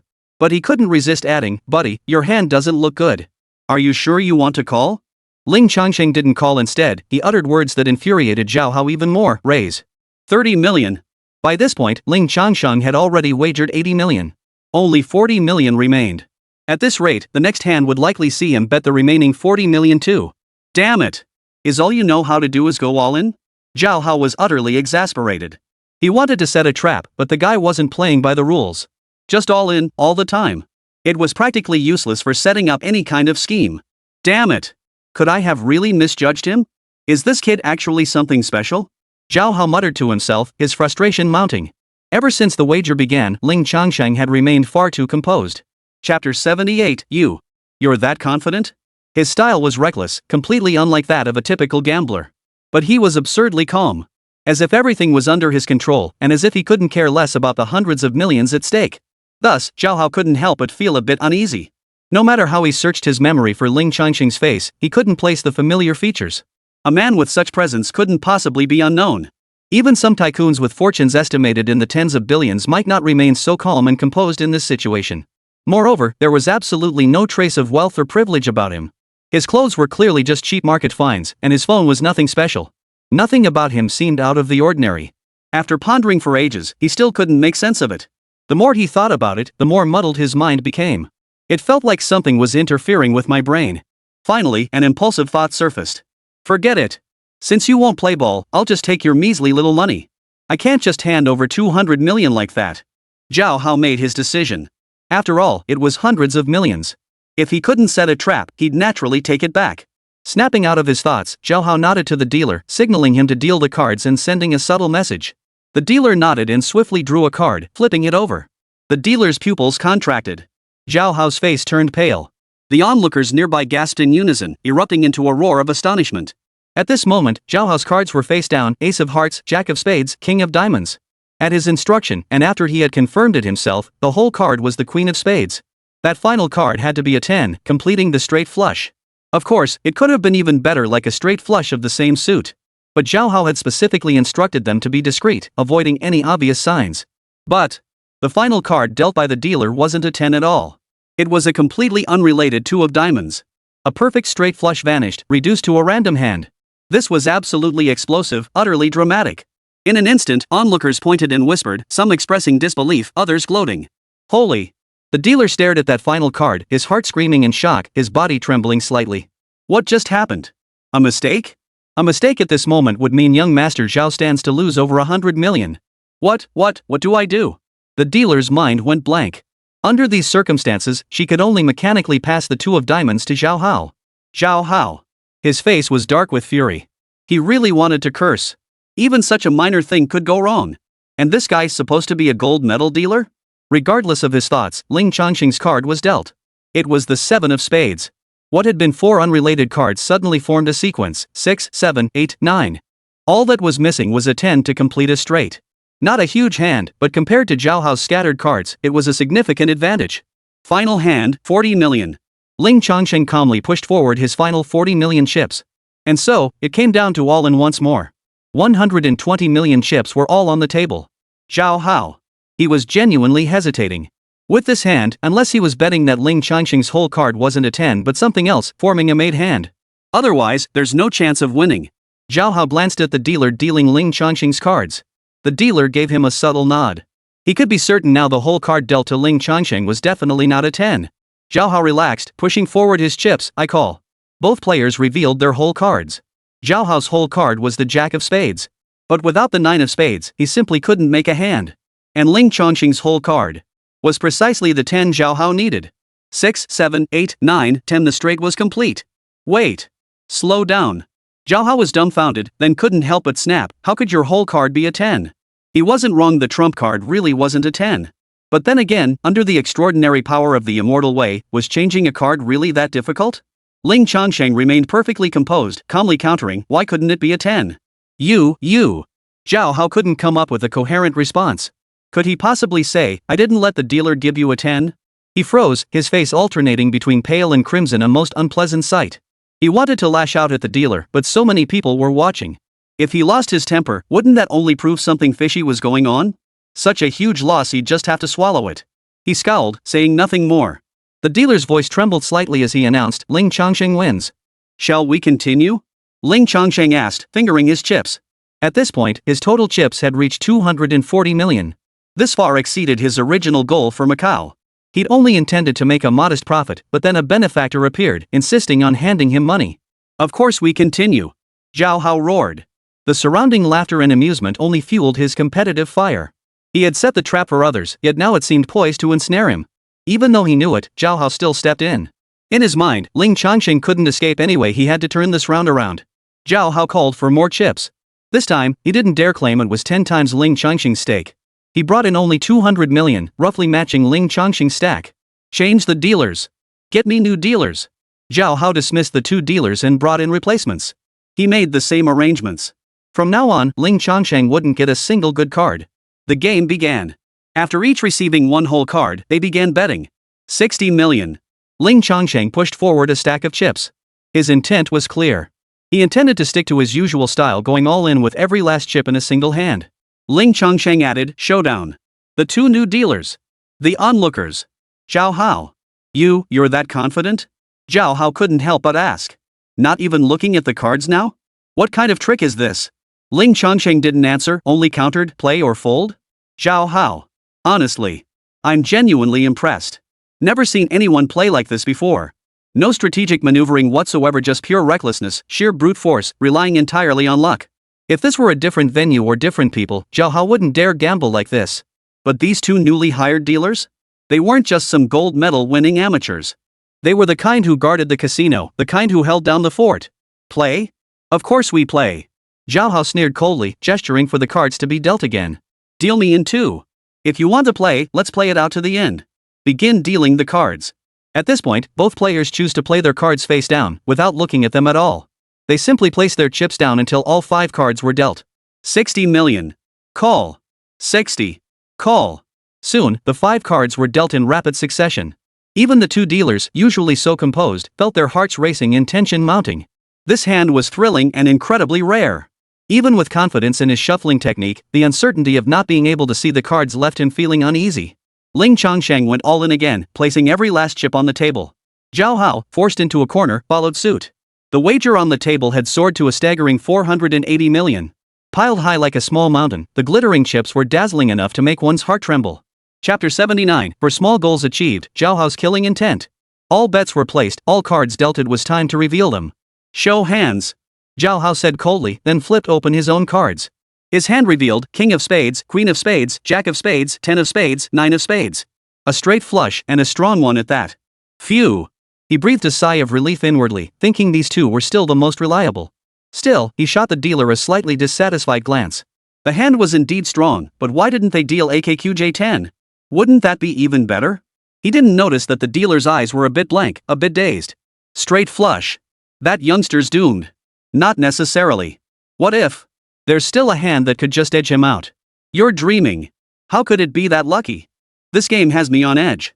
They're playing so aggressively, not even looking at their cards. What's the beef between these 2? I've never seen this youngster before. Judging by his tone and mannerisms, he doesn't seem to be local. From the mainland? How did he end up tangled with young Master Zhao? Hey, open those cards already. The crowd buzzed with whispers throughout the room. Though brief, this gambling session had been intensely thrilling from start to finish. Everyone felt their blood boil, overcome with feverish excitement. Some were already urging Ling Changsheng to reveal the cards. Ling Changsheng remained silent, gesturing for the dealer to reveal the cards. Me? The dealer who had been dealing to Ling Changsheng paused in surprise. Yes. Ling Changsheng nodded. Okay. The dealer reached out and flipped over Ling Changsheng's cards. Holy. Straight flush. Big flush. The moment the cards were revealed, the room erupted in thunderous shouts, the atmosphere instantly boiling over. Because Ling Changsheng's hand was Ace, Queen, King, Jack, and 10 of Spades. A straight flush. And the highest possible spade straight flush. The dealer assisting with the reveal was completely dumbfounded, frozen in place. Impossible. Impossible. I clearly dealt a bunch of random cards. Bang. This can't be. Amidst the chaos and clamor, Zhao Hao slammed his fist on the table, leaping to his feet and roaring, "You're cheating! Let me repeat this one more time." Ling Changsheng remained seated calmly, speaking slowly, "You can eat whatever crap you want, but you can't just spout nonsense. I'm completely exposed, standing half a meter away from the table. The cards were dealt by the dealer. How exactly could I have cheated? Telekinesis?" As soon as Ling Changsheng finished speaking, the crowd erupted in laughter. Indeed. Standing half a meter away from the table, he wore only a simple, lightweight short-sleeved shirt. His hands had barely touched the table at all. Even if he had touched it, how could he possibly cheat with those bare arms? Could it be like in the movies, using superpowers? They didn't realize they'd already ruled out the correct answer. Zhao Hao's face flushed crimson with rage. Gritting his teeth, he roared, "Check the surveillance footage." "Go ahead." Ling Changsheng shrugged. Beside the gambling table sat a monitor screen, available for guests to view surveillance footage. It was precisely designed to resolve disputes like the current one. Soon, the footage of this particular hand was reviewed in its entirety. In the footage, Ling Changsheng hadn't done anything. There was nothing suspicious to be seen. He sat there unremarkably, never touching a single card. If he could cheat like that, that would be nothing short of superhuman. Finished watching? Did he cheat? Ling Changsheng asked with a playful smile. Zhao Hao. Creak, creak. His teeth ground together with a loud creak. He felt utterly miserable. He had clearly warned them. His cards were so strong. Yet, he still managed to beat me, and I lost. How could he possibly bear this? Seeing his state, Ling Changsheng chuckled, "You came looking for me to play, and now you're acting like this. What? Can't take a loss now?" Huff. Huff. Zhao Hao let out 2 sharp breaths, his eyes now bloodshot. Without a word, he flung his cards down, admitting defeat. Then he turned and stormed off. He couldn't stand staying here any longer. Zhao Hao feared he might lose control and start a fight right there. The 2 dealers also slowly faded away, likely to find Zhao Hao. Cash out. Transfer it to this card. Ling Changsheng produced a card and instructed the casino staff. It was time to collect. Certainly, sir. The staff member promptly took the card with both hands. Soon, he returned with the card. It's already been transferred. Many mainland Chinese come to Australia for leisure, and the procedures for this have been greatly simplified and expedited. After paying taxes and other fees, there was just over 400 million left, more than enough for now. Ling Changsheng didn't continue gambling. He checked into a hotel at the Golden Light Resort. First, it was already quite late. Second, Zhao Hao's hostility. When Zhao Hao stormed off in anger after losing, the hostility radiating from him was far more intense than when they first met. Subtly, it carried an extremely unsettling sensation. It felt almost supernatural. Ling Changsheng suspected it might be murderous intent. Zhao Hao would certainly not let this rest. He would come back for more. If they left, Zhao Hao would surely pursue them looking for trouble. Better to wait him out right here. Ling Changsheng and Han Yan departed. But inside the casino, heated discussions about his high-stakes wager with Zhao Hao continued. A whopping 500 million bet. You've got to fill us in on the details. That's 30 million leveraged into 500 million. Unbelievable. Unbelievable. That Zhao guy's like a walking money machine. You bet. For hands down, over 400 million handed over. Damn it. I'm crying with envy. Why? If I had 400 million, I'd gladly trade 10 years off my life. Let's do the math. With 400 million, you might live 10 or even decades longer. 10 years less? That's nothing. I'd gladly give up 20 years. Damn it, you're getting into this too? Stop dreaming. Do you even have that kind of insane luck? Forget 400 million, you'd be lucky to make 40,000. True. Inside a hidden room at the casino. The room was exquisitely decorated, elegant and luxurious, adorned with numerous exquisite and valuable ornaments. But now. Bang. Snap. Bang. Zhao Hao was venting his rage wildly. He overturned the table and violently hurled everything he could find to vent his rage. At the doorway, 4 people stood, each trembling slightly. They were none other than the dealers from earlier. It took Zhao Hao a long while to finally feel a tiny bit calmer. Puff, puff.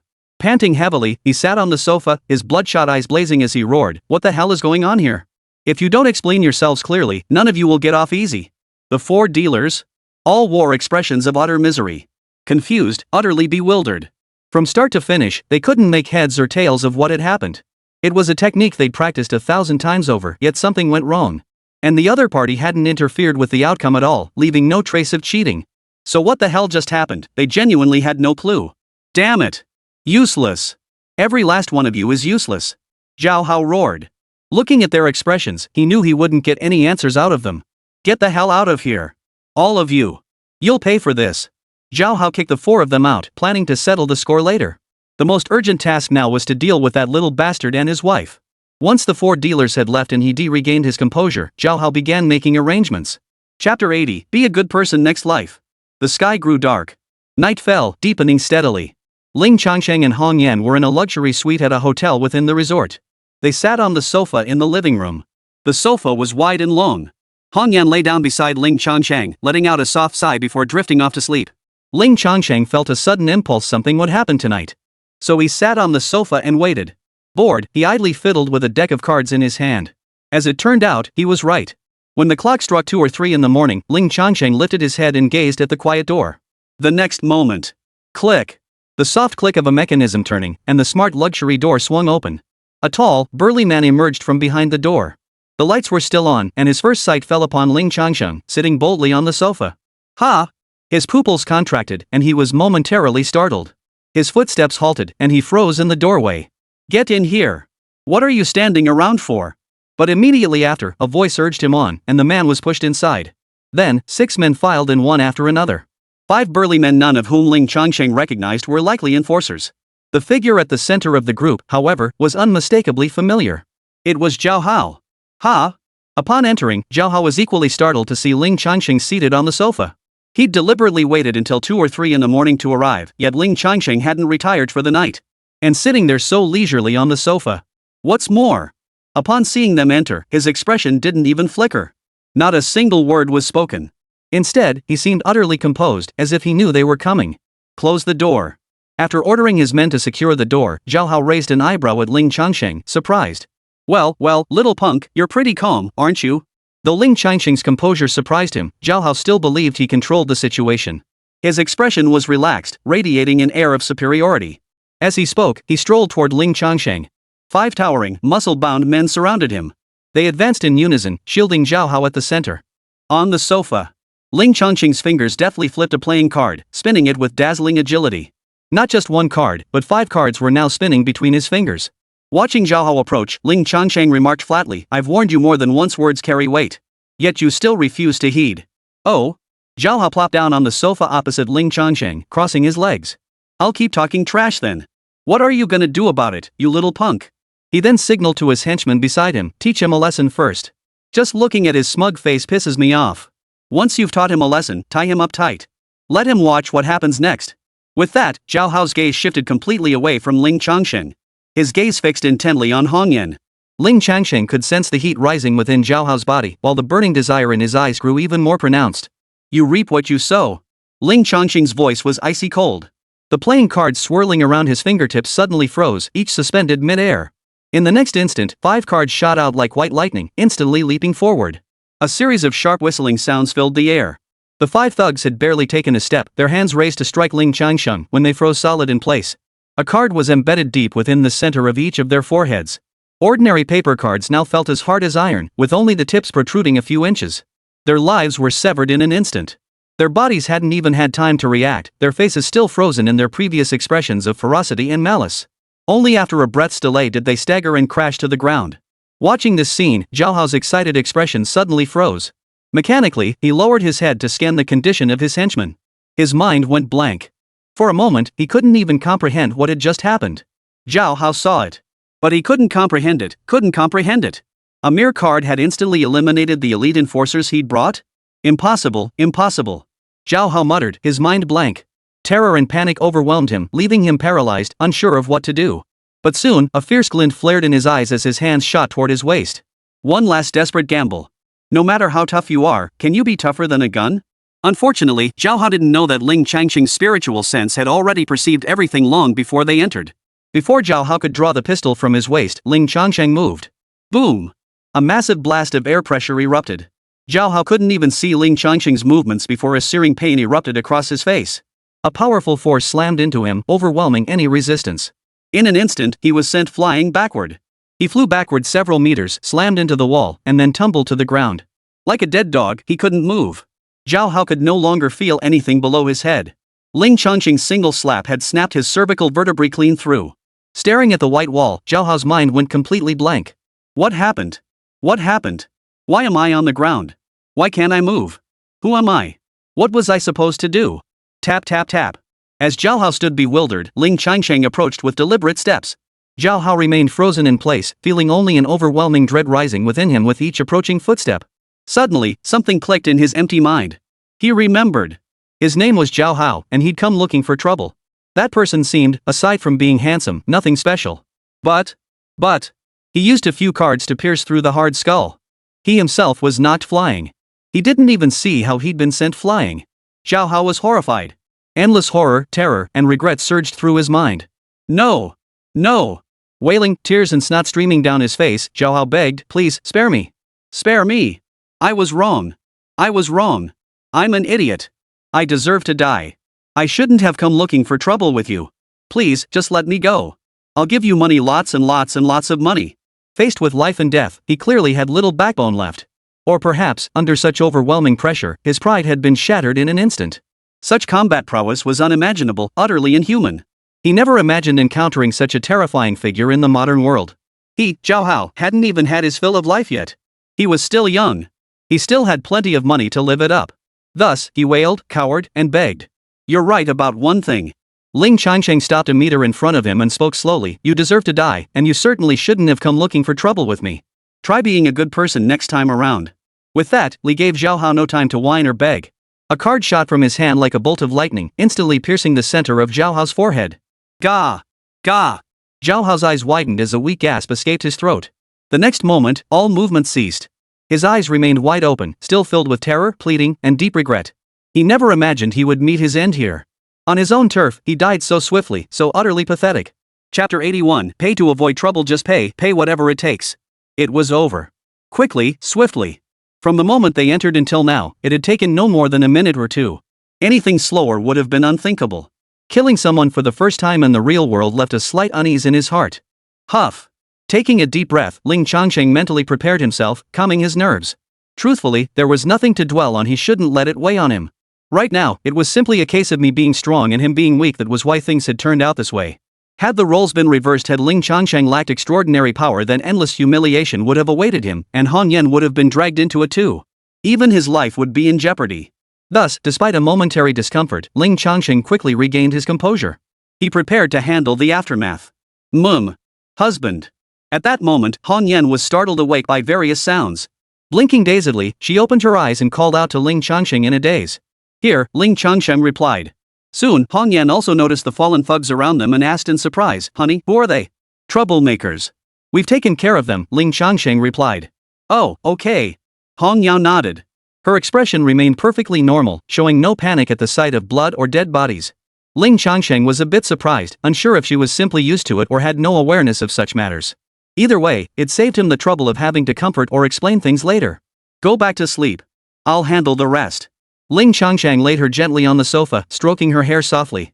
Han Yan, already exhausted, quickly drifted back to sleep. Ling Changsheng began handling the aftermath.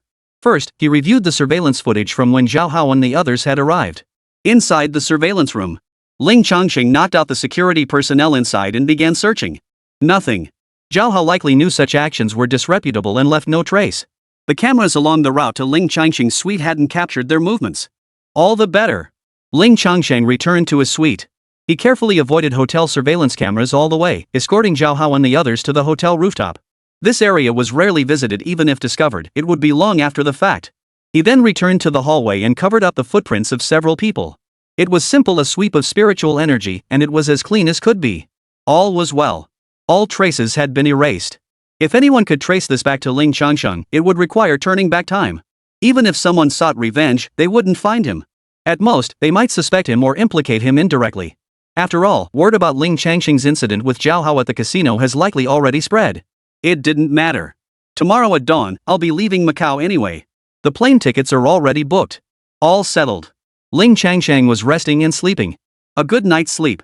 Except there's always a koala clinging to him, clutching him tightly.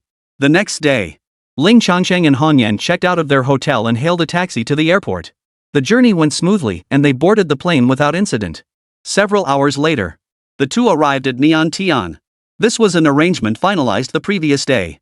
After securing sufficient assets from Aedu, they proceeded to Tian. They intended to investigate the jadeite mines there, to see if any of the jade contained spiritual energy. To see if there was anything worthwhile. Before their departure, Ling Changsheng had already conducted some research.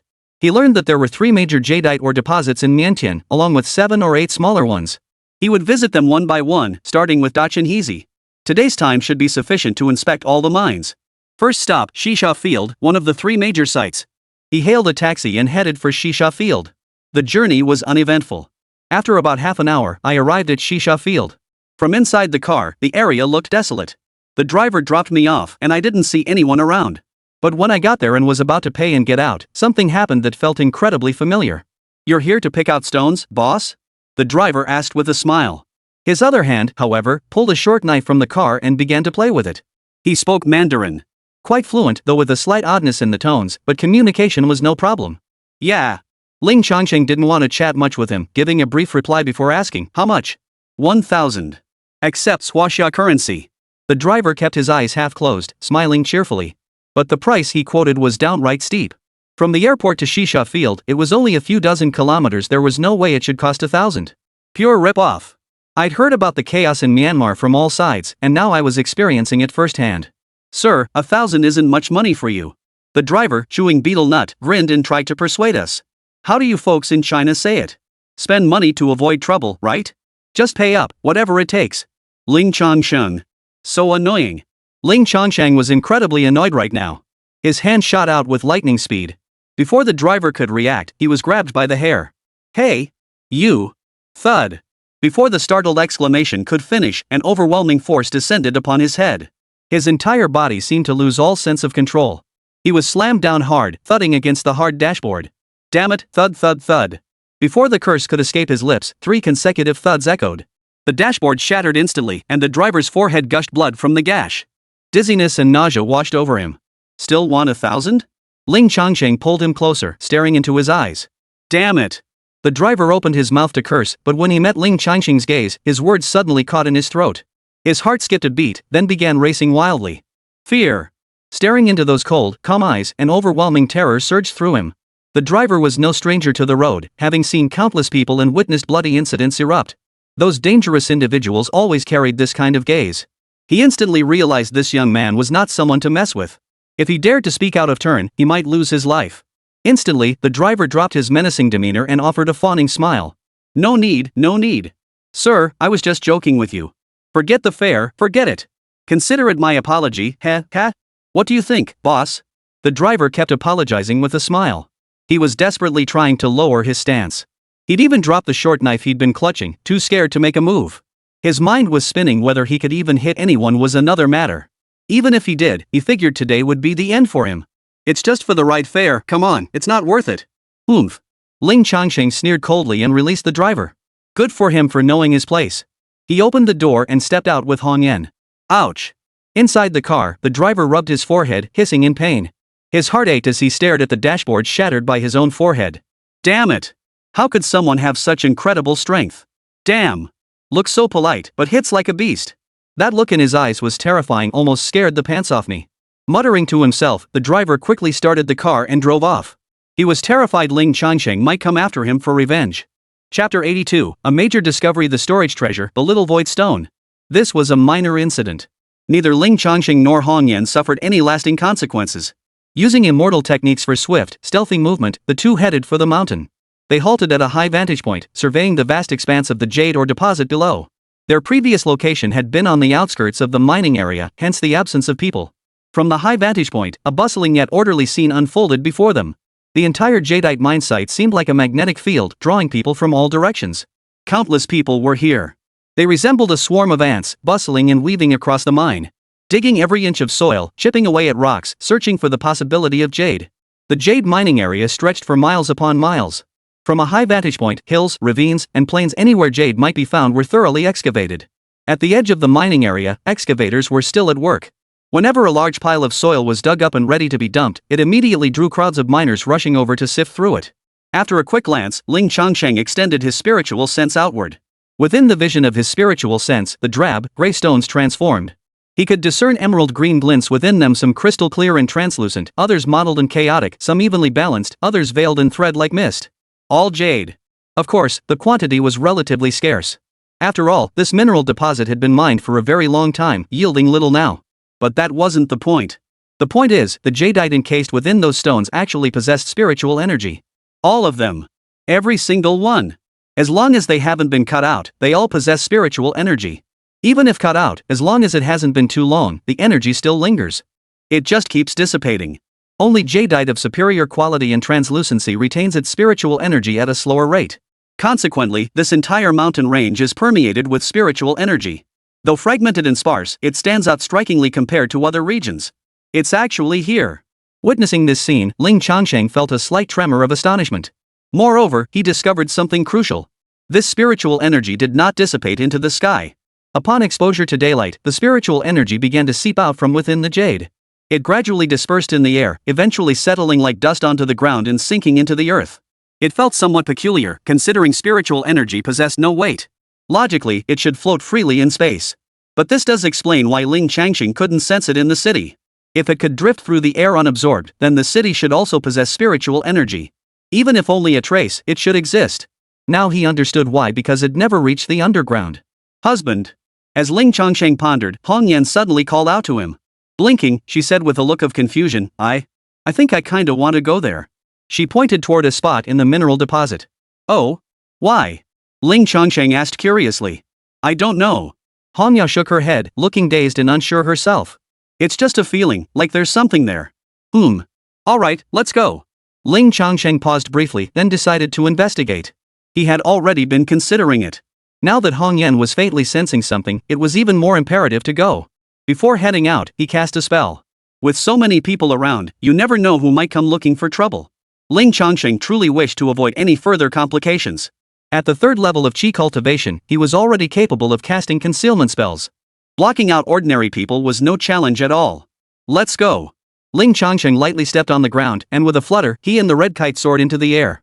Seemingly slow yet swift, they covered 10 meters in the blink of an eye. A distance of several hundred meters required only a few dozen leaps, covered in less than half a minute. No one noticed them along the way. They arrived at a trench the location Hong Yao had indicated. It was deep, dozens of meters down, dark and eerie. They plunged straight down without hesitation. Mid-air, they kicked off the walls twice to absorb the impact, landing smoothly. There. Now that they were in the trench, Hong Yao's perception sharpened, and she pointed to a specific spot. Advancing further, they reached a narrow passage where Red Kite pointed downward. To the naked eye, nothing unusual could be discerned. Ling Changsheng extended his spiritual sense, letting it spread underground. After penetrating about 10 meters deep, he made a discovery. Within his spiritual sense, he saw a stone the size of a human head. Within it shone an intensely emerald green, translucent light, an exceptionally fine and enormous piece of jade. Ling Changsheng knew little about jadeite, having only skimmed a few online articles. This jade closely resembled what people defined as imperial green. And at this size, it must be incredibly valuable. Beyond that, he detected an immense concentration of spiritual energy within the jade. Measured in units of spiritual essence, it likely exceeded 1,000 units. Oomph. Ling Changsheng pointed his sword finger and slashed downward. Boom! Boom! Boom! A tremendous commotion erupted, sending sand and stones flying as the ground was rapidly torn open. The commotion was concealed and blocked by Ling Changsheng, preventing it from spreading outward. It went smoothly and swiftly, carving out over 10 meters in an instant. Spiritual energy lifted the boulder, as large as a human head, and hauled it out. Once it floated before him, Ling Changsheng cast his insight technique. Through the stone's surface, he saw a jadeite the size of a child's head, deep green throughout and of exceptional quality. Moreover, at the very center of this jade, something was encased. It was a dark, hollow-colored object, resembling both gold and jade. What is this? Ling Changsheng's expression shifted as he vaguely recognized it. Earlier at the Blood Purification Holy Sect, Lang Shi had imparted much knowledge and common sense to him. Among these was a crucial piece of knowledge. Storage artifact materials. Indeed, the substance encased within this jade closely resembled the material used for storage artifacts. As for its name, it should be called Small Void Stone. It refers to a peculiar stone or containing a small internal space. This greatly exceeded Ling Changsheng's expectations. He had assumed such a miraculous substance didn't exist in reality. This was the last thing he'd ever imagined. This journey has not been in vain. Even if it can't be refined yet, it can be brought back first. Then we'll see if anyone in the microcosm can help refine it into a spatial artifact. By then, things would be much more convenient. Husband. At that moment, Hong Yan gently nudged Ling Changsheng and called out to him. What is it? Ling Changsheng turned to look at Hong Yao. He noticed a faint look of longing on her face. Gulp. Hong Yao swallowed hard before saying, I think. I kind of want to eat. Huh? Ling Changsheng was genuinely startled. Wait, is that even edible? It's not that I want to eat it, it's just. Hong Yao's cheeks flushed slightly as she struggled to articulate her thoughts. It's just, the energy inside makes me feel so hungry. As she finished speaking, her little tummy promptly growled in perfect harmony. Woo! Hong Yao's face flushed crimson with embarrassment. Ling Changsheng understood her body was naturally craving spiritual energy. Wait here a moment. Ling Changsheng chuckled softly. As he spoke, icy spiritual energy once again surged from his fingertips, coalescing into a sword blade. Then, he swung it down with all his might. The jadeite rough stone, potentially worth a fortune in this world, was cleaved clean in two. Chapter 83, The Crimson Halo on the Red Kite, the Fruit Within the Jade. With a sharp hiss, the spiritual energy sliced through the stone like cutting tofu, cleaving it cleanly in two. The jade within was revealed. The stone skin was about 5 centimeters thick, and the jade inside was enormous, with a diameter of about 7 or 8 centimeters. Its texture was clear and profound, with almost no impurities or flaws. Like the purest lake water, it glowed with a faint green light, its luster soft and even. From any angle, one could sense its unique beauty and mysterious allure. Even Ling Changsheng, who usually had little interest in such things, couldn't help but appreciate and recognize its unique beauty upon seeing it. Truly imperial green jade. Its value far surpassed gold, with each gram reportedly ranging from hundreds to thousands of dollars. Jadeite takes millions, even billions of years to form. Thinking about it that way, such exorbitant prices weren't surprising at all. If Hong Yan absorbs its spiritual energy later and it remains intact, maybe sell it? But I'm getting sidetracked. Back to the matter at hand. When Ling Changsheng cut it, he deliberately avoided the small void stone at the center, leaving it intact. If handled carelessly, the small void stone could destabilize its internal space and cause it to release.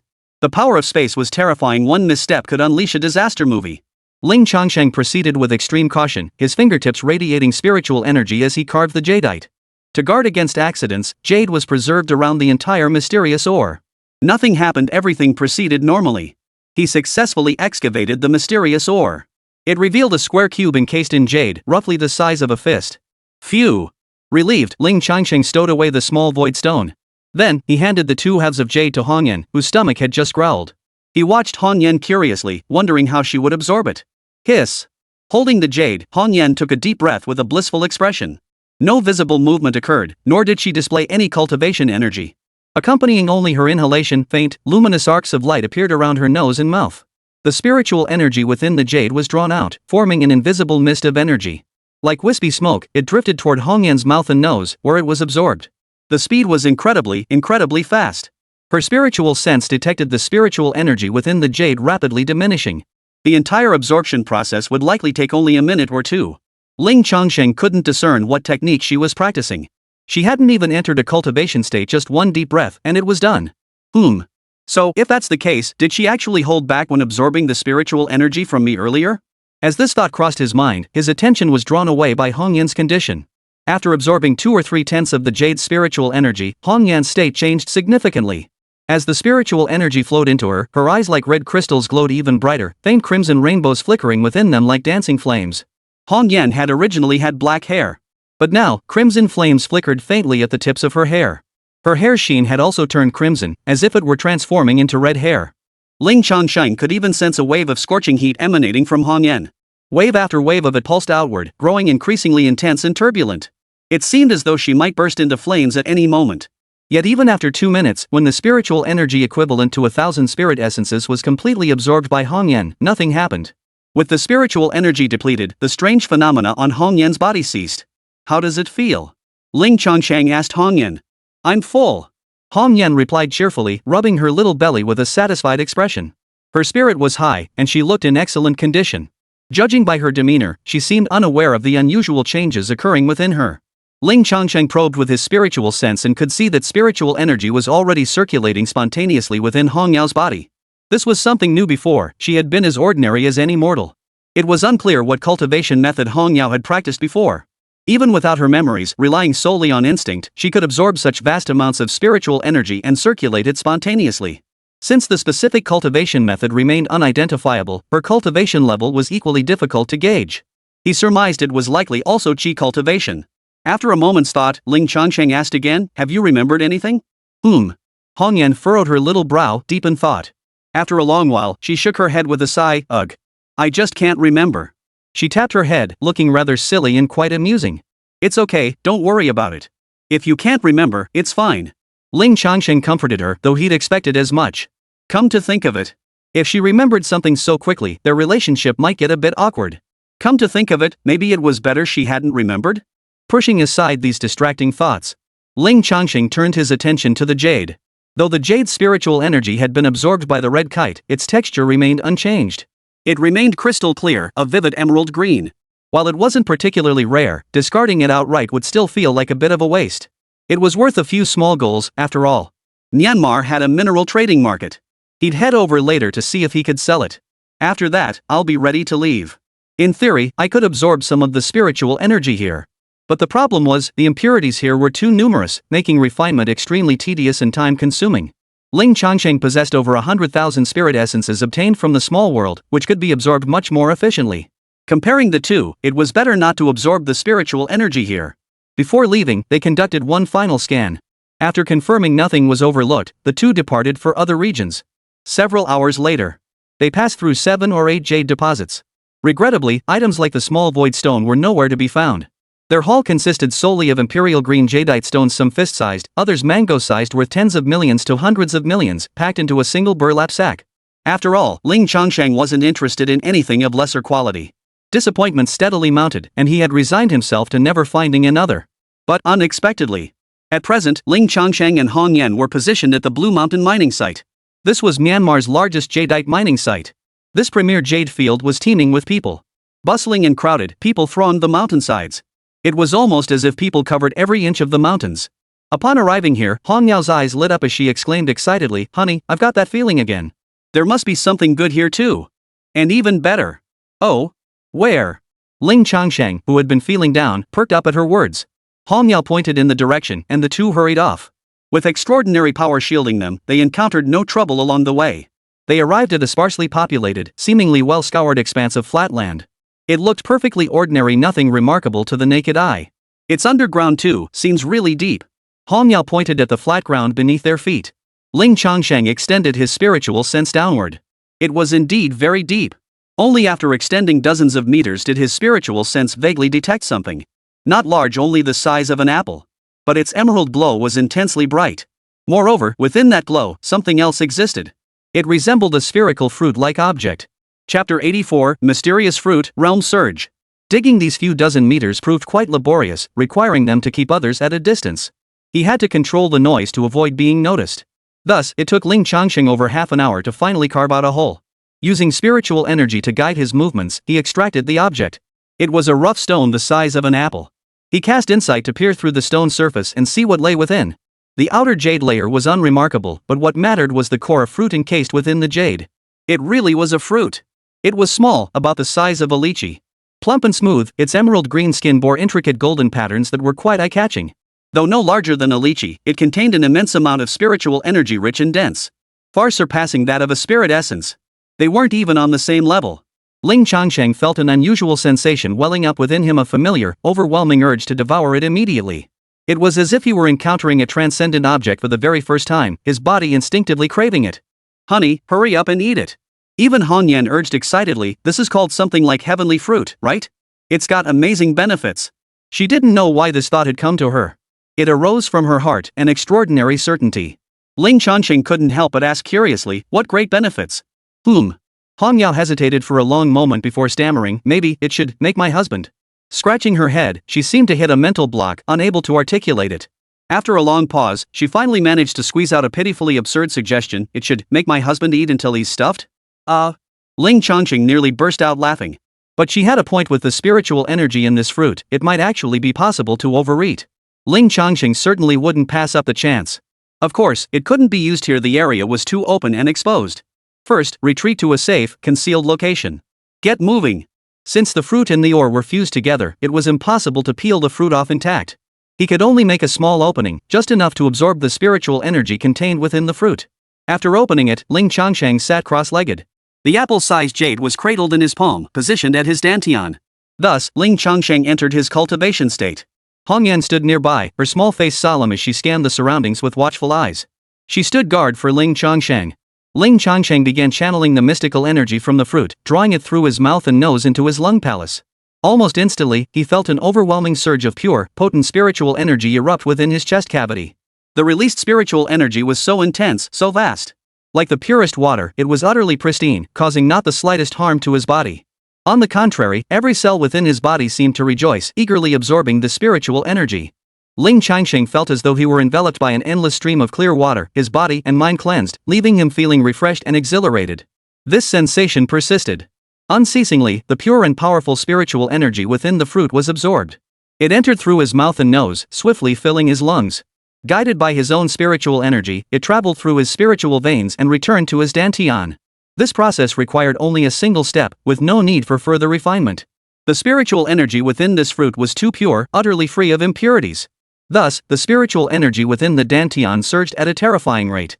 What began as 100 frost blossoms, after 10 breaths, doubled. 200.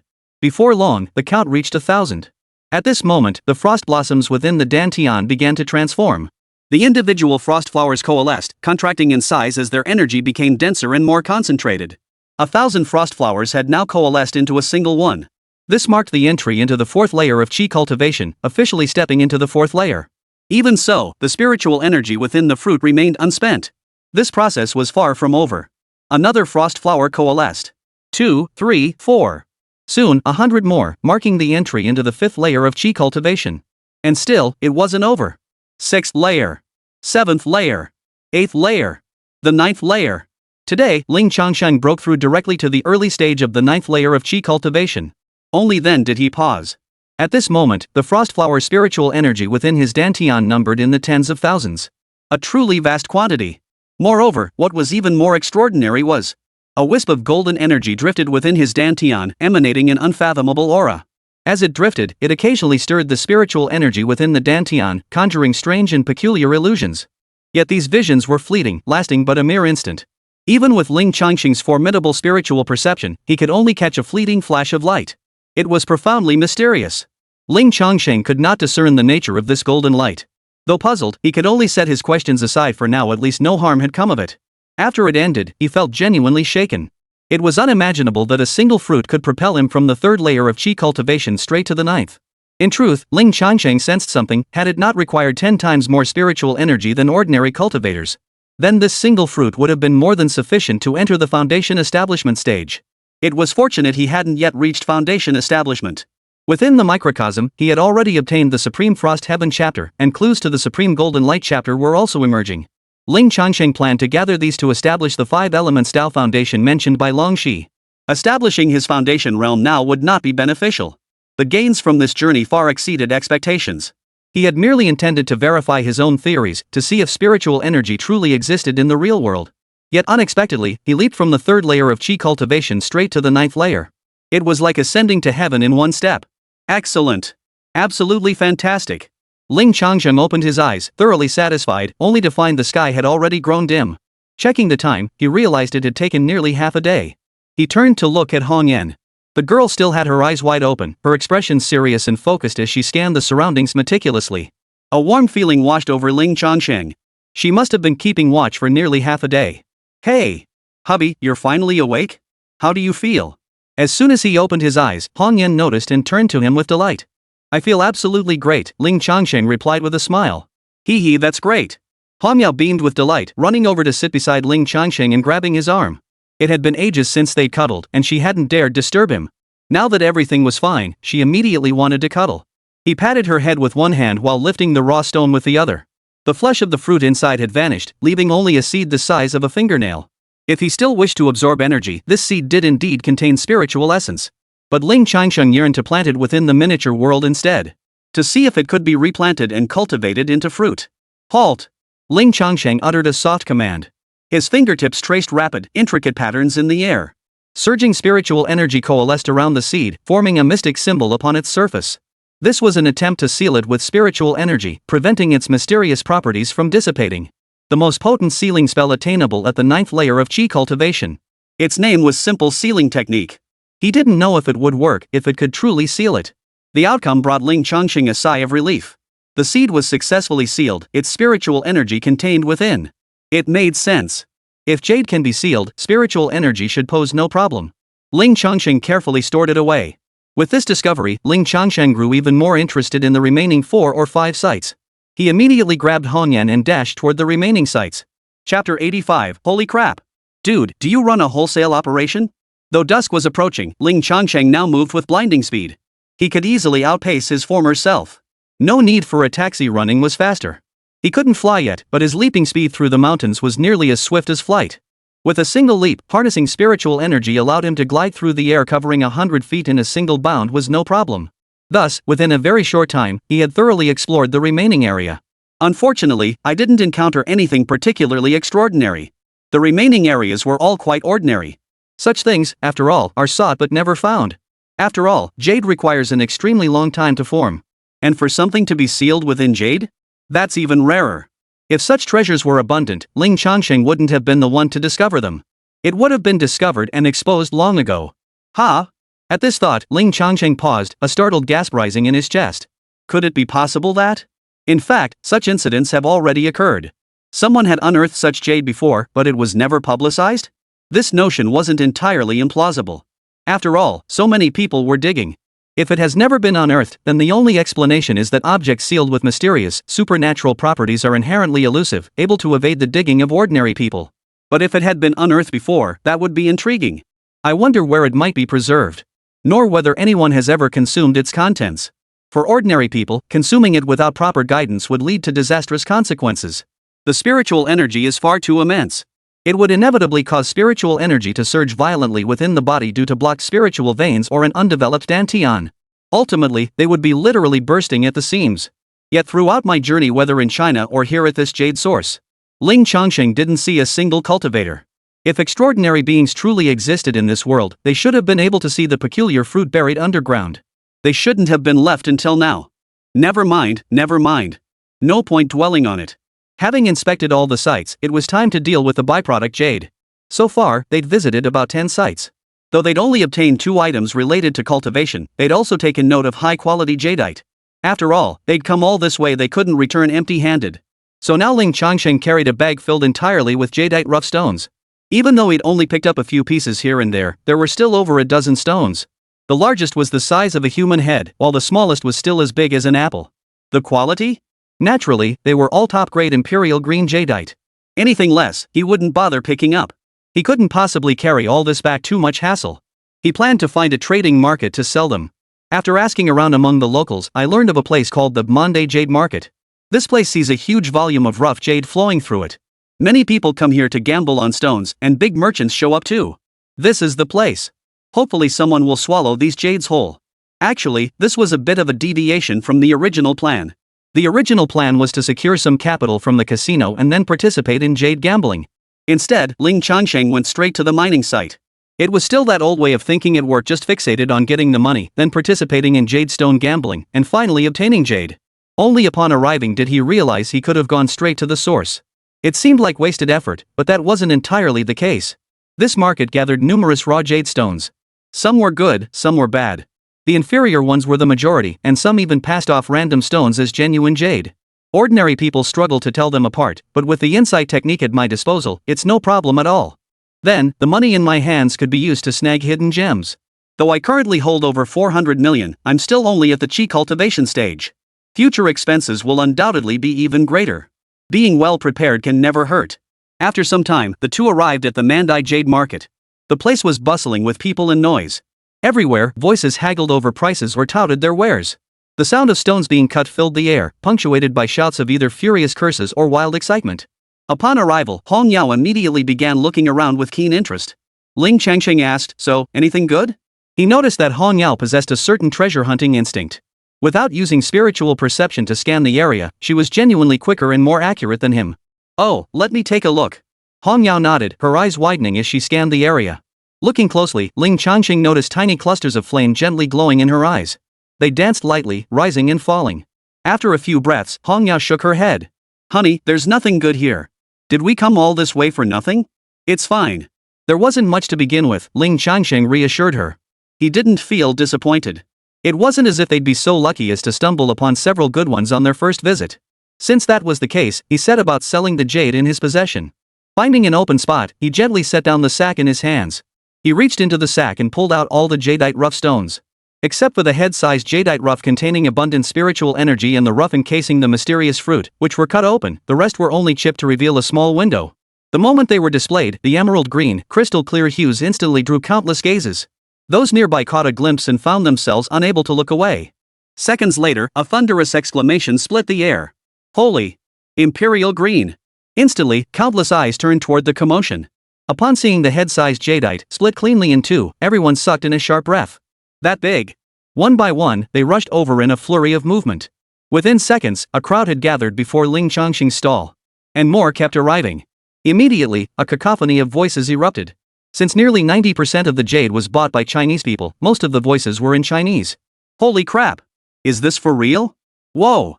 Unbelievable! A miracle! A miracle! Such a large jadeite and imperial green at that. These two pieces must be century-class treasures. Holy cow, is this real? That color. It couldn't be more real. But, it's just too big. Whoa! It's bloody huge. This jade must be worth over 100 million. This big, and so many of them? Holy crap, buddy, do you run a wholesale operation? Who the hell wholesales imperial green jadeite?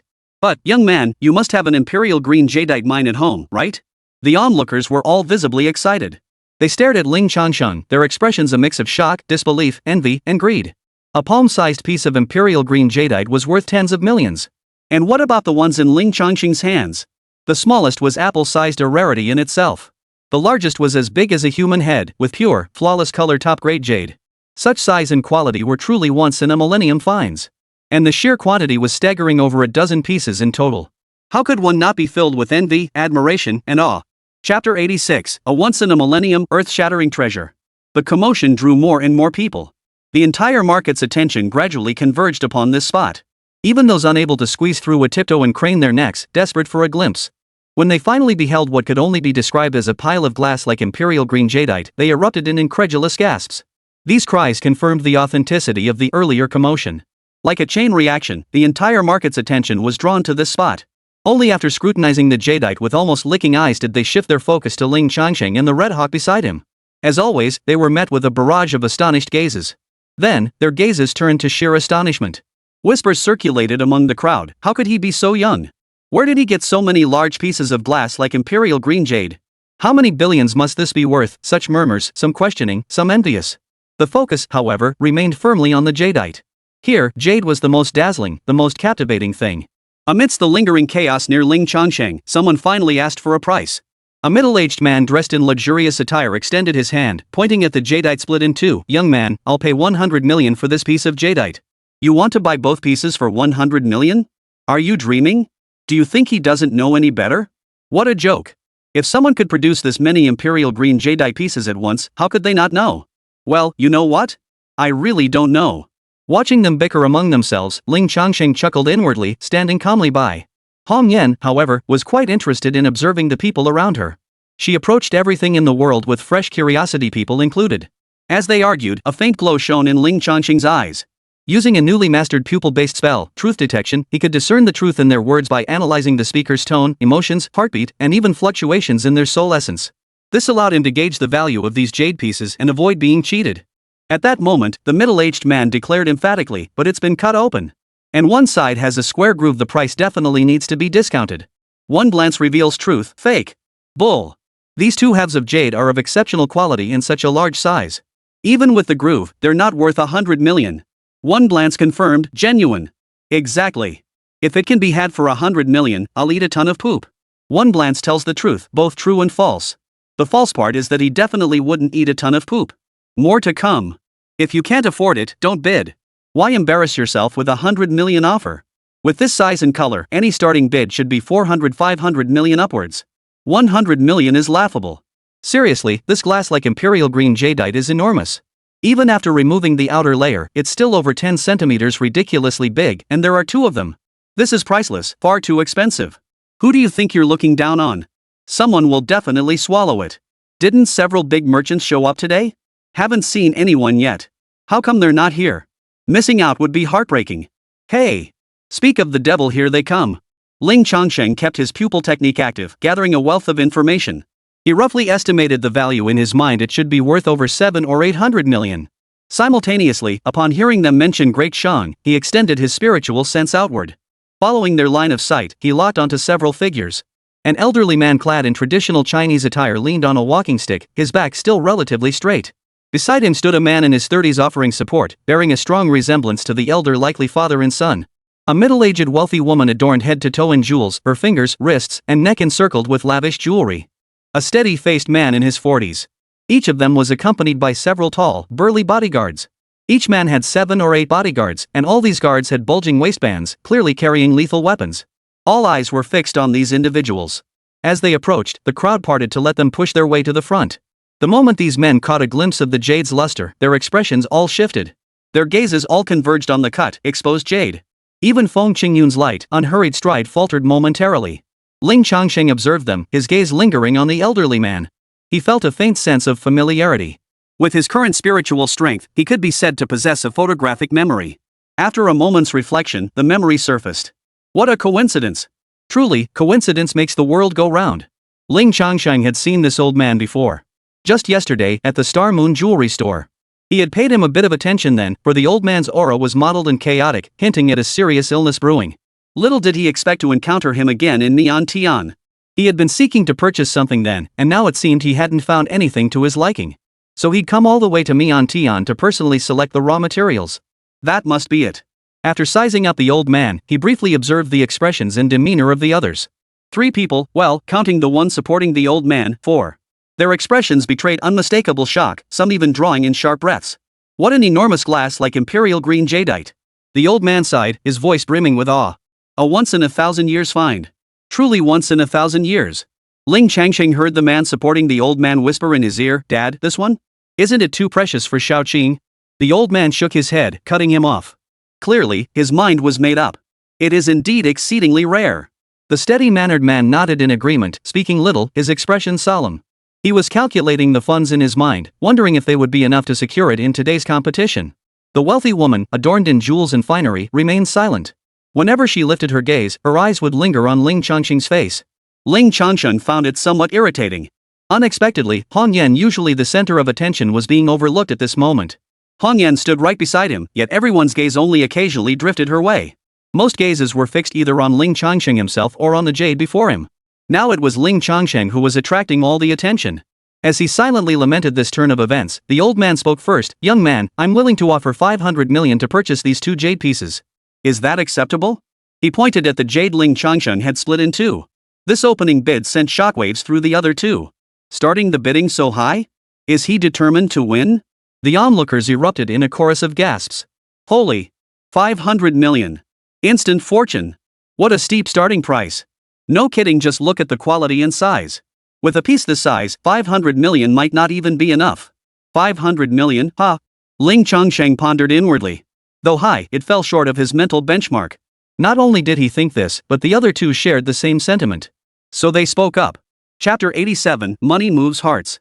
The composed middle-aged man declared, "I'll offer 600 million. 700 million, the wealthy woman countered. Her gaze finally shifted away from Ling Changsheng for a moment, landing on the steady-mannered middle-aged man. "Old Lu, isn't your company facing financial strain lately? How can you afford to compete with me with such a large cash flow?" Then she turned to the elderly gentleman. "Mr. Mu, you're not in the jade business. Why such a large sum? Mr. Wu, your information seems inaccurate." "Securing 10 billion or so is no problem at all," the steady-mannered middle-aged man called Old Lu replied calmly. "Ha!" Old Mu smiled kindly. "Mr. Wu, you're being too polite. We're just getting some things for the younger generation of the family to wear, to ward off evil spirits." "Is that so? Purifying impurities?" Such a lavish gesture. The wealthy woman known as Ms. Wu was about to say more when Ling Changsheng couldn't bear to watch any longer. "Ahem." A light cough interrupted the incantation. He murmured, "I'm in a hurry. Make your offers quickly. Best to just bundle it all together, less hassle." The 3 refocused their attention, putting aside their reunion talk. Lu and Wu both raised their bids, prompting the elderly gentleman surnamed Mu to offer again. "Very well. I truly adore this piece. I'll make a sincere offer. 10 billion. At this figure, not only Lu and Wu, but even Mu's own son paled slightly. Before they could speak, old Mu waved his hand, cutting them off. The onlookers stared wide-eyed, their faces etched with shock as gasps and murmurs filled the air.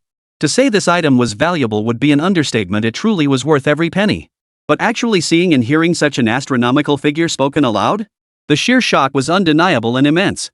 Uncle Lu, Mrs. Wu. The two were speechless. Their eyes betrayed inner turmoil, but in the end, they backed down. Old Mu truly is generous and bold, no contest. Uncle Lu sighed deeply. Claiming he could come up with nearly $1 billion was somewhat exaggerated. Even if he could, the elderly Mr. Mu could outbid him. There was no competing. To spare such astronomical sums for the younger generation, old Master Mu truly is no ordinary man. The wealthy Mrs. Wu was equally moved. Ha! Old Master Mu merely smiled, saying nothing. 10 billion, that price was indeed quite good. Ling Changsheng accepted it. After all, it was something he'd picked up by chance. After a series of transactions, the deal was finalized. Within 15 minutes, the 10 billion yuan arrived in Ling Changsheng's account. Normally, it wouldn't happen this quickly, but the old man clearly wielded considerable influence. Additionally, since Ling Changsheng's account already held 400 million, the bank had instantly upgraded his account status. That's why the transfer was so swift. The bulk was settled, leaving only the remaining scraps. Though Ling Changsheng referred to them as remnants, these items were still substantial in their own right, just not as awe-inspiring as the head. The prices were lower, making them easier to sell. Both the middle-aged man surnamed Lu and the wealthy woman purchased some before departing. Before leaving, the wealthy woman handed Ling Changsheng a personal business card, shooting him flirtatious glances. The moment she turned her back, Ling Changsheng tossed the card aside. With a full dozen or so pieces, the haul was substantial indeed. Combined with the winnings from the casino, Ling Changsheng now held 20 billion. This sum was more than enough to buy a villa not just in Yangchang, but even in the capital city. A meteoric rise. With extraordinary power, the speed at which one could accumulate wealth was truly terrifying. With that matter settled. Having spent considerable time absorbing the mysterious fruit earlier, night had fallen. It was time to find a place to rest. Preparing to leave. However, the elderly man surnamed Mu remained standing nearby, waiting. Noticing Ling Changsheng's intention to depart, he spoke up, "Young man, where's your bodyguard?" "What?" Ling Changsheng glanced sideways. No offense meant. The old man smiled warmly, his sincerity radiating goodwill. "My name is Mu Xiong. This is my son, Mu Shoucheng. We called you over because traveling alone might not be safe. Why not journey together? Thank you for your kindness, but I needn't." Ling Changsheng shook his head and turned to leave, but paused to study the old man once more. He noticed the chaotic energy within the old man's chest had grown denser and more turbulent. It wouldn't be long before it erupted. Considering the 10 billion he'd contributed and the goodwill he'd shown, Ling Changsheng decided to offer a warning. "Old Master Mu. Have you changed your mind, young man?" Mu Xiong responded, then asked with a smile. Ling Changsheng shook his head. "No, I just wanted to remind you, when you have time, please go to the hospital for a checkup. A serious illness is approaching. If you delay, your life could be in jeopardy." That was a bit blunt. But a more tactful way of putting it wouldn't be much better. "Ha?" Before the old man could respond, Mu Shoucheng beside him immediately frowned, his expression sour. "What nonsense are you spouting? Don't be impatient." Mu Xiong murmured soothingly, then turned to Ling Changsheng with puzzlement. "Young man, what do you mean? Why say I'll be struck by a great illness? No explanation needed. If you're open to it, listen. Bye." Ling Changsheng saw no point in elaborating, it wouldn't have made sense anyway, and simply waved his hand before turning away. This old man is loaded, what's a few bucks for a checkup? If he chose to ignore the warning, well, that was his own fate. That kid. Mu Shoucheng frowned as he watched Ling Changsheng's retreating figure. Young as he is, he's remarkably arrogant. That kind of swagger is rare, though he does come off as a bit eccentric. He's interesting. Mu Xiong nodded thoughtfully. He seemed incredibly confident. Could he possess those profound skills of traditional Chinese medicine, observation and auscultation? Mu Shoucheng, Dad, you believe him? How old is he? He doesn't even look like he's finished college.